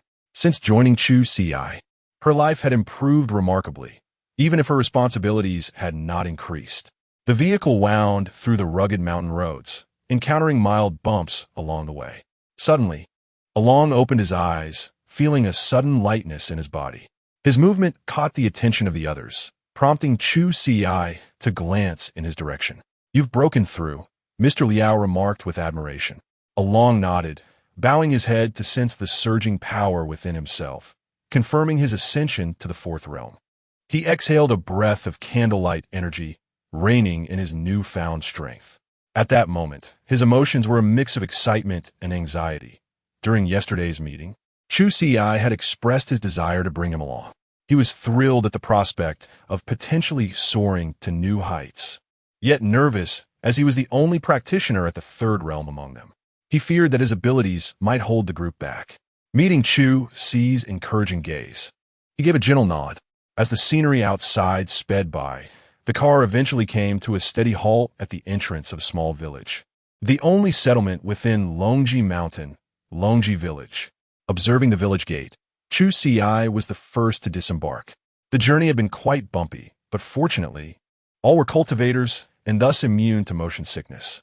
Only Xia Jinju, slightly disgruntled, brushed her bangs from her forehead, just as they stepped out of the vehicle. An elderly man with white hair approached, accompanied by two burly men and a graceful young woman. Upon seeing Chu Ci and the others, he immediately welcomed them. Mr. Chu Ci, thank you for your arrival. I apologize for not greeting you properly. Please bear with us. Chu Ci nodded slightly, assessing the elder, and returned the courtesy with a gesture of acknowledgement. He had contacted the elder beforehand, not expecting them to be waiting here so early. In this remote mountain area, no one paid much attention to his status. Not even the prominent families of city they were known here. However, their warm reception was certainly warranted. The reason being, Chu Ci had donated over 10 million during the last auction, which significantly contributed to the infrastructure of Li Family Village. As a benefactor, he was respected profoundly within the community. Please come inside, the village chief urged, leading them into the village. He enthusiastically introduced the village as they walked, while Chu Ci listened attentively, taking in his surroundings. Li Family Village was surrounded by mountains, with exceedingly inconvenient transportation. Choosing to settle here seemed disadvantageous from any perspective. Yet, the village thrived, with children frolicking joyfully in the lush fields. But how did they survive? Chu Ci noticed the absence of farmers tending to the land. The place felt isolated yet orderly. Although he was curious, he refrained from asking, recognizing that their survival methods were their own secret. Nonetheless, he made a mental note of this peculiarity. As dusk fell, Chu Ci and his companions were settled in a small house at the edge of the village, planning to explore the mountain the following morning. That night, they discussed the details for the next day before dispersing. Xia Jinju was assigned to a private room. In the midnight hours, Chu Ci awoke, his gaze drifting to Long, who lay peacefully, moving stealthily like a specter. He left only the faintest sound of his footsteps on the tiles, pausing at the village chief's home, closing his eyes. System, I am pleased to serve you. The raspy electronic voice bore no hint of annoyance from being awakened at such an hour, maintaining an eerie calm akin to the depths of the Dead Sea. After reviewing the plot once more, he focused on the old well at the village chief's house, activating his keen vision to glimpse the clear water at the bottom. The surface was undisturbed, reflecting his pale, handsome visage. Gazing into the well's mouth, which was nearly the size of his face, he spoke softly. The person in the well is not me. The voice echoed within, reverberating back. The person outside the well is also me. It seemed to resonate with something deeper. The water's surface began to tremble violently, slowly revealing an opening as the water surged back, flowing along a rugged path. Cautiously observing his surroundings, Chu Ci relied on his memory to navigate inside. The well's mouth was narrow, yet the interior expanded into a spacious tunnel, adorned with winding rocks and infused with moisture-laden air. As he ventured deeper, the stones slick from the well water forced him to curl his body as he descended the stairs. After about 5 or 6 minutes, Chu Ci spotted flickering candlelight ahead. A foul stench filled the air, reminiscent of dried blood. In the corners of the walls, he occasionally glimpsed dried bloodstains, resembling claw marks from some creature. He held his breath and pressed onward. Before him lay a large pool. No, it could no longer be called a pool, as it emanated an overpowering stench. Upon closer inspection, he noticed what appeared to be animal eyeballs floating atop the surface. Chu Ci stifled a breath, his brow slightly furrowing. Above this ghastly pool rested the head of a sheep, exuding an eerie aura under the dim light, flickering with blue flames. Chu Ci remained composed, scrutinizing the scene. Just then, footsteps echoed from behind. Sensing the movement, he turned to meet the gaze of a familiar girl, the only woman who had welcomed them earlier that day. Her striking appearance had caught his attention, prompting him to observe her closely. "You truly found your way here," she said, her tone light and unfazed by the rancid air around them. You're here to search for treasures within Longji Mountain, aren't you? Longji Mountain treasures? Chu Ci tilted his head. I suppose you could say that. Well, you're late. You're actually the third group to arrive today, she replied softly. Her voice as melodious as a lark. The third group? Chu Ci nodded slightly, contemplating the accuracy of her words. According to Lin Dong's storyline, they had surely arrived first. Yet interference from two other plots could mean that Xiao Chun and others might also be involved. Why are you sharing this with me? Of course. It's because the girl elongated her words playfully, her enchanting eyes glimmering as she placed a delicate hand over her mouth, concealing half of her crimson lips. Chapter 100. Lichening all that I do for you. Ignoring the woman's teasing, Chu Ci gazed at the girl standing opposite him, a flicker of shadow passing through his eyes. He assessed her and sighed softly. You must be lichening, am I correct? Upon hearing this, the woman's gaze flickered, while a faint azure light shimmered before Chu Ci, revealing the girl's delicate visage. Information flickered before him. Name, lichening. Age, 20. Appearance, 99. Hobbies, puppet collector. Junior in the Department of Architecture. Novel enthusiast. Tokusatsu fan. Level 12 on He-Bar. Internet giant. Observing the data on the girl, Chu Ci felt no doubt, but inhaled deeply, a glimmer of surprise crossing his gaze. Indeed, she was one of the fated heroines. Through his observations, he had deduced that this Li family village had intricate ties to the outside Li family, and the third daughter of the Li family, the destined girl lichening, had been notably absent. Her reappearance in Li family village was thus not difficult to comprehend. Lichening was one of the pivotal heroines in the story of Xiao Chun, the medical immortal. According to the narrative, she should have been by Xiao Chen's side long ago. It appeared the plot had undergone an inexplicable shift. You are quite astute, but do you know why I am here? What for? Before the man could respond, a perverse smile flashed across the woman's face, her form flickering as she vanished from sight. Chu Ci, startled, instinctively attempted to evade her, but felt a powerful gust of wind from behind, forcing him to block. Yet, he was effortlessly sent flying by the overwhelming force. Staring wide-eyed at the immense power, the man realized, 6 realms. This girl was actually a master of the 6th realm. He had sensed no trace of her cultivation earlier, mistaking her for an ordinary person, only to discover that her strength far surpassed his own. She appeared no older than 20, her face adorned with the softness of youth. Yet the force she unleashed nearly shattered his meridians. Dust swirled around them, and the dim candlelight reflected in the woman's inky eyes, giving her an eerie presence. Chu Ci struggled to rise. What do you intend to do with me? You have shared so much. What is your purpose? The man leaned against the cold stone wall behind him, warily observing the woman's approach. She moved languidly closer, her finger lifting his chin. Everything I do is, of course, for you.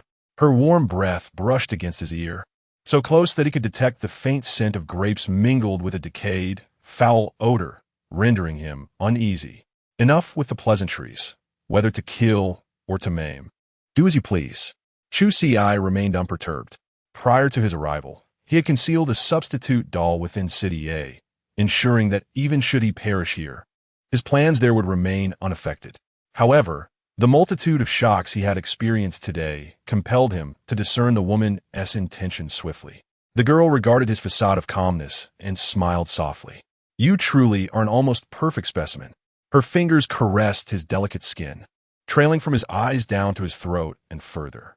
A tightening sensation gripped his lower abdomen, his pupils dilating. This madwoman wouldn't dare to. A sharp glint flashed in his eyes as his mind raced. This was his first direct confrontation with the 6th Realm Master. Previous encounters with others had felt distant and inconsequential, but this girl, Tiar,